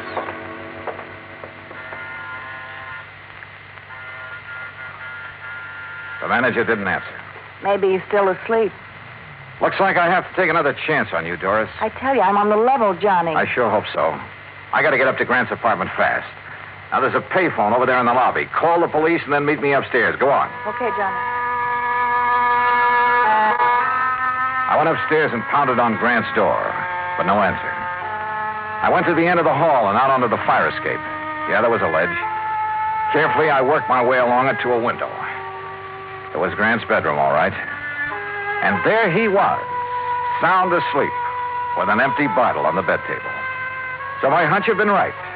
Sure, it was the ideal vacation for a guy who was pestered by everybody in town. Tell everyone you're leaving the city, then disconnect your phone and hole up in your apartment for some real peace and quiet. I went to the front door. Doris? Yes, Johnny, let me in. Okay, just a sec. Well, Doris, I was... Well. Well. If it ain't Johnny Dollar. Hello, Bemis. Now, ain't this nice? So you did it again, Doris. Honest, Johnny, I couldn't help it. He has a gun. He made me. Yeah, sure. Pretty smart, huh, Dollar? Finding Ned Grant for me? You know, I don't think I'd ever thought of looking for him here. But you did, so you're a smart boy. Okay, now look, Bemis. Don't interrupt me while I'm talking. Like I was saying, I'm much obliged you for helping me find Grant now that I got him. Okay, so I don't need you around anymore. No, don't! Slowly and with a smirk on his face, Bemis raised his gun until it pointed straight at my head. It flew out of his hand. The shot had come from outside, down the hall. The cops! Suddenly, the corridor was swarming with police. Bemis dove for his gun. Well, you don't get me! Instead, he collected the butt of one over his left ear. Thank goodness they got here. So you did call the police after all? You bet I did. Now, do you believe I'm on the level? Yeah, Doris, I guess I do. And you took a mighty good way to prove it. What's going on here? Ned. So you finally woke up. Or sobered up. Hey, that's Willie Bemis they're carting away. It sure is. Well, what's he doing here? What's going on, huh? Hey, look, Bright Eyes, you better go on back to bed. But I don't understand. Just write the whole deal off as a bad dream, huh?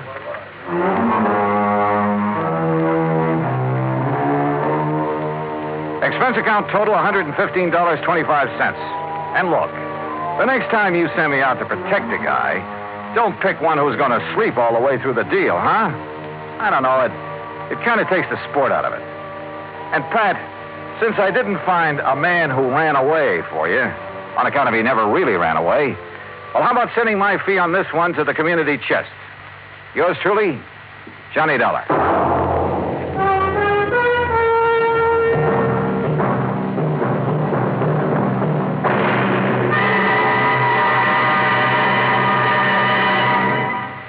Our star will return in just a moment. And now, here is our star to tell you about next week's story. Next week, an old racket comes to light and nearly cost me my life. Join us, won't you? Yours truly, Johnny Dollar.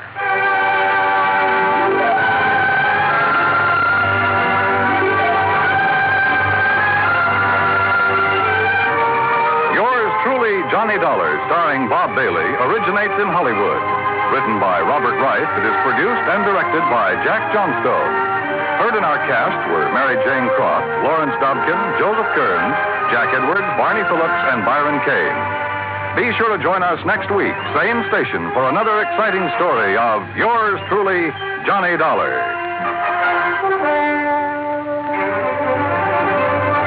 This is Dan Cubberly speaking.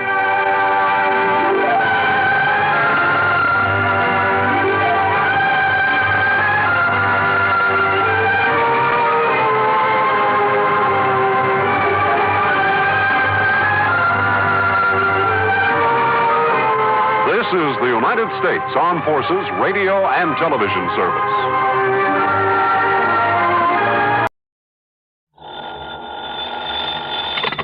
Johnny Dollar. Told him to drive carefully, and he usually does. But a few minutes ago on WSPB, when I heard the radio news report... Huh? Well, it was about a man who was found dead in his car on the edge of a swamp. Oh? Well, maybe that The explains radio why... said he was found just off the Tamiami Trail, somewhere south of here. I don't know exactly where. Oh, and you think maybe that's what he went out to see about, huh? No, listen, unidentified, they said. The man, I mean. But the car, the description of the car, it was exactly like Earl's. Well, so what? Now, take it easy, Mike. First you call WSPB. I did. Only they didn't know any more than they said in the news report. Okay, then call them again. Ask them where they got that story. Whatever news service they got it from knows where it came from, what police department. Or maybe they got it from the police direct. All right, Johnny. I'll phone them again. Sure. And when you get the information, you can call the police direct. Yes, I'll do it. I'm sorry I sounded so upset. Oh, well, just stop worrying. But go ahead and put through that call to the station anyway. Meantime, I'll find out how soon I can get a plane down there.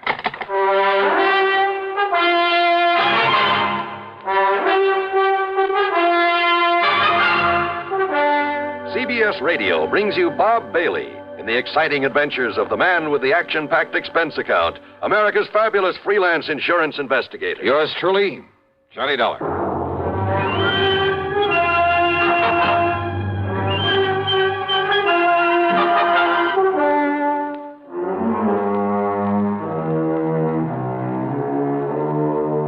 Expense account submitted by Special Investigator Johnny Dollar. Attention Earl Porman at the Tri-State Life and Casualty Company, Sarasota, Florida. The following is an account of expenses incurred during my investigation of the false alarm matter.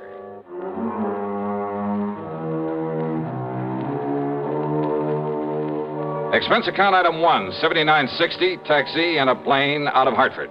Flight connections were perfect. The trip was easy, and by mid-afternoon I was at the Porman home on St. Armand's Key in Sarasota.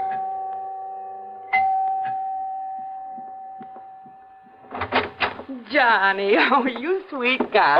Okay, now, Mike, you better tell me what you learned when you called back to that station. Oh, Johnny, I'm so sorry. I don't know what got into me, being so worried about him. You mean that Earl is okay? But the way he rushed out of here this morning without telling me where he was going or why, and then when I heard that awful report on the radio... You did check back with WSPB? They called me. Oh? Yes, right after I'd finished talking to you. And, Johnny, they were wonderful. How do you mean? Well, they'd realized I was upset because of my having called them before, so they'd checked that news report all the way back to the police who'd found that man dead in his car from a heart attack. And? Well, it was the police in Bonita Springs. That's down below Fort Myers. Yeah? And yes, the car was like Earl's. But the dead man's name was Jensen or Benson or something, so all my worry was for nothing. Oh, well, I'm glad. You kind of had me worried, too, on the way down here. I love that guy, Johnny, like nobody else in the world. Well, I don't blame you a bit. And now you've come all the way down here for nothing. Well, maybe I'll talk him into taking me fishing. Where is he, then? What?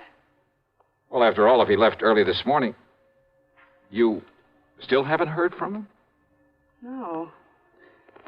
No, Johnny, I haven't. And look, it's after 4 o'clock. Ah, easy, and gal. Johnny, this isn't like him. Not to at least call or something. Now, don't start worrying that pretty head of yours again over nothing. But if he'd told me where he was going or why, he was in such a hurry Mike, to get... And with all these crazy drivers on the road this time Mike, of year... behave yourself. But Johnny, Look, now, I kind of like that guy, too. And if you'd given me just one honest reason to be concerned about him... Oh. You see? That's probably Earl calling you right now. Oh, dear, I hope so. Sure, of course it is. I'll bet on it. Well, go ahead, answer it. But if it isn't, if it's the police or something... Okay, I'll take it. Mike, listen to me. Huh? Who is it, Johnny? Look, listen, I'm sorry not to have called you. It's Earl. But I've been tied up on a pretty serious matter down here. What kind of matter? It could be a murder, one of my policy holders. So put in a call for me to Johnny Dollar up in Hartford. Johnny. Ask him to get here as fast as he can. You get that, Mike? Tell him not to bother stopping there at the house, but to meet me down here. Down where, Earl? Or maybe maybe you can meet him at the airport and drive in. What? What did you say? Well, I simply asked you down where. Oh, well, down here. What? Who's that? Well, keep talking, Earl. No, wait. What is this? I mean, who are... Johnny? That's right. Oh, now look, somebody's trying to... Is this some kind of a gang? Well, just exactly where are you? You haven't been very definite so far. Okay.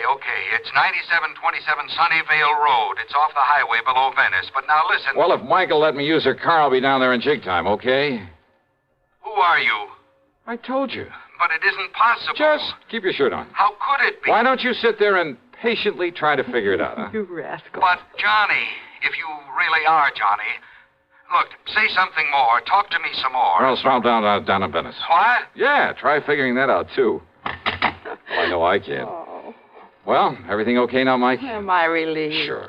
But you rascal, have you ever put Earl into the Department of Utter Confusion? Well, I tried. I'm sure you succeeded. So if I may use your car... Of course you may. Then maybe I better hit the road before Earl has a chance to call back. Yes, you do that.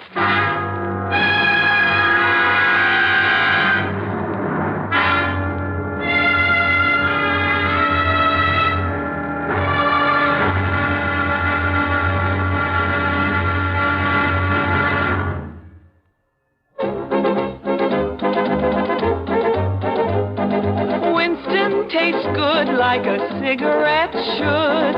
Winston tastes good like a cigarette should. Winston gives you real flavorful, rich tobacco flavor. Winston's easy drawing too. The flavor comes right through to you. Winston tastes good like a cigarette should. A modern filter? Sure, Winston has it. But that's only the beginning of a Winston. Up front, up where it really counts, Winston packs exclusive filter blend. Light, flavorful tobaccos, specially selected and specially processed for filter smoking. Filter blend.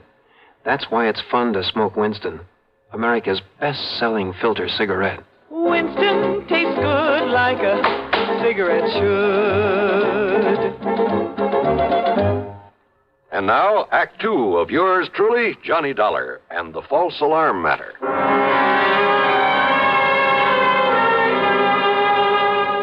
The address Earl had given me on Sunnyvale Road turned out to be a huge, expensive home of white brick and stucco, surrounded by well-kept lawns and gardens with a lot of statuary. Tall palm trees lined the driveway, and there was every conceivable kind of tropical tree. Yeah, quite an estate. 2 cars were parked out front, Earl's and another one that looked familiar with a doctor's tag on it. Earl met me at the front door. After learning how come I happened to be in Florida, he got straight to the point. But now come inside, Johnny. Yeah, sure. It was Dr. Crutcher who called me, dragged me over here. You remember him? Sure do. Lives just up the street from you and Mike. Yes. Well, Doc is here now, and he can probably tell you more about this than I can. Well, Earl, you said something about a possible murder. Crutcher has been the family doctor. Has taken care of Linda ever since she was a little girl. Linda? Which is to say, since long before she inherited the family chemical business, made it pay off, then married Frank and built this beautiful home. Frank who, Earl? As wrong a marriage as there could possibly have been. Frank was after Linda's money, that's all. And everybody in the world seemed to realize it but she. Yeah, but who's to argue when love comes along? Love? Don't kid yourself. It was out of pity for Frank that Linda married him, made him president of the plant. Typical of her, though. What do you mean? Harry Forrester, chief chemist and VP. Not because he knows anything about it, but because she felt sorry for him after she turned him down in favor of Frank. Jim Tarker, Bill Price, Art Higbee, sitting there in their fancy offices, collecting big salaries, and only because she'd known them as kids, heard their sob stories, and wanted to help them. And that plant makes money? Only because Linda really ran things herself. Now that she's dead, well, I'm sorry to have got so far away from why I'm glad you're here. It's all right, Earl. The more general background I can get in a case like this, if it is murder. And I'm absolutely certain now that it is. I'm glad to see you, Johnny. How are you, Doc? Glad you could make it, though how you got down here so quickly. Well, maybe Earl will tell you about that later. Yes. Now, look here. Doc led me across the room to the bed. Lying there was the body of Linda. Even in death, she was beautiful. And I must have said something to that effect under my breath. Yes, she was, Johnny. She is now, but not when Earl and I first arrived.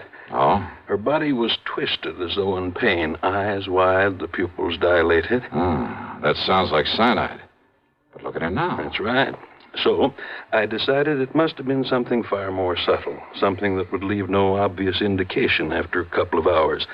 Possibly potassium theramolysilate. Oh, I'm afraid I never heard of that. Immediate symptoms are much the same as for cyanide, but now, as you see, the body is relaxed, and what color is left?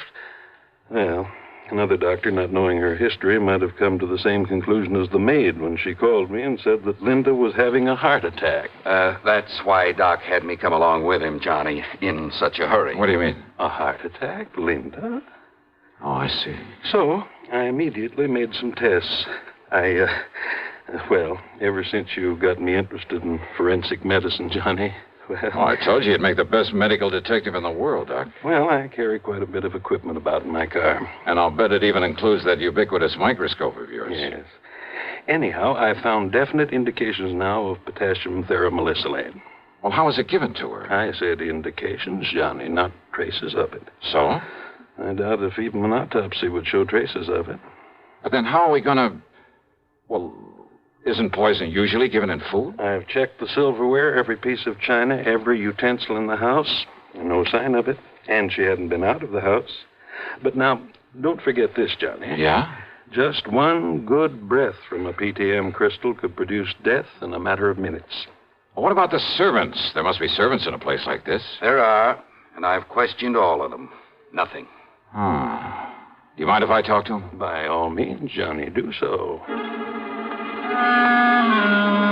Most of all, I wanted to see the servants, see what they were like, and, well, I must admit, they all convinced me they'd been completely devoted to their mistress, that not one of them could possibly have been accessory to this murder.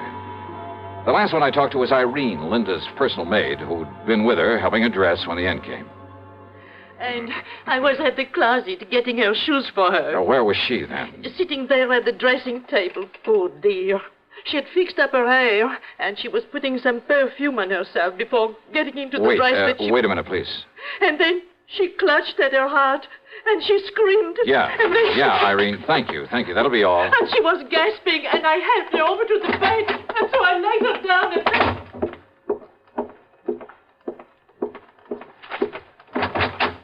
Hey, listen, Doc. Yes, Johnny? Now, let me see.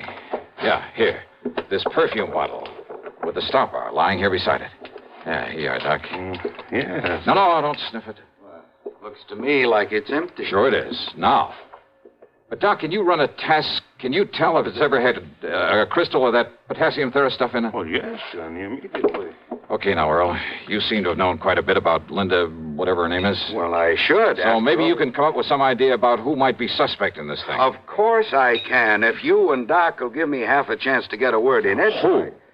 But it's the proof you've got to get for us. Who, Earl? Look, I told you about her marriage, the reason for it, didn't I? Huh? And who else would have access to this rare drug that Doc is talking about? And who else will get hold of the chemical plant now that she's gone? Earl. Of course, Johnny. Her husband, Frank Hansen. He's the only suspect. Earl is right, Johnny. Then where is he? He left here early this morning, ostensibly to go to the plant.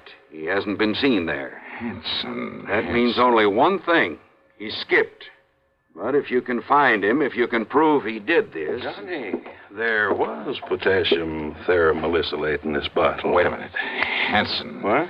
She said a name like Jensen or Benson or something. Who? What are you talking about? Earl, I'm sorry, but I got a hunch this prime suspect of yours is also very dead.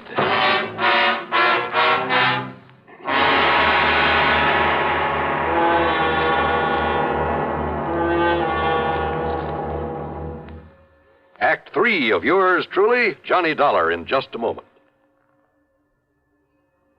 Here's a reminder to you that March is Red Cross Month. There are a lot of facts in print about the effective, broad battle the Red Cross wages to overcome human problems all year around. It's not likely at this late decade that anyone has to sell the Red Cross. It might be in order, however, to remind our listeners to send that annual check to your local Red Cross chapter.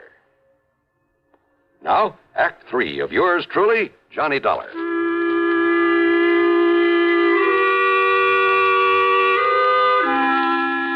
I made a phone call to Police Lieutenant Paul Briscoe at Bonita Springs. Yes, it was the body of Frank Hansen they'd found in that car off the Tamiami Trail. Apparently, he'd just been driving along on his way to the plant, smoking a cigarette, when his heart suddenly... Huh? That's right. The cigarette just fell to his lap and burned up to ashes. I told him to run a test on the other cigarettes they'd found with the body, a test for PTM. About an hour later, the lieutenant called me back. You were right, Mr. Dollar. It was no heart attack that killed him. It was that poison. Then I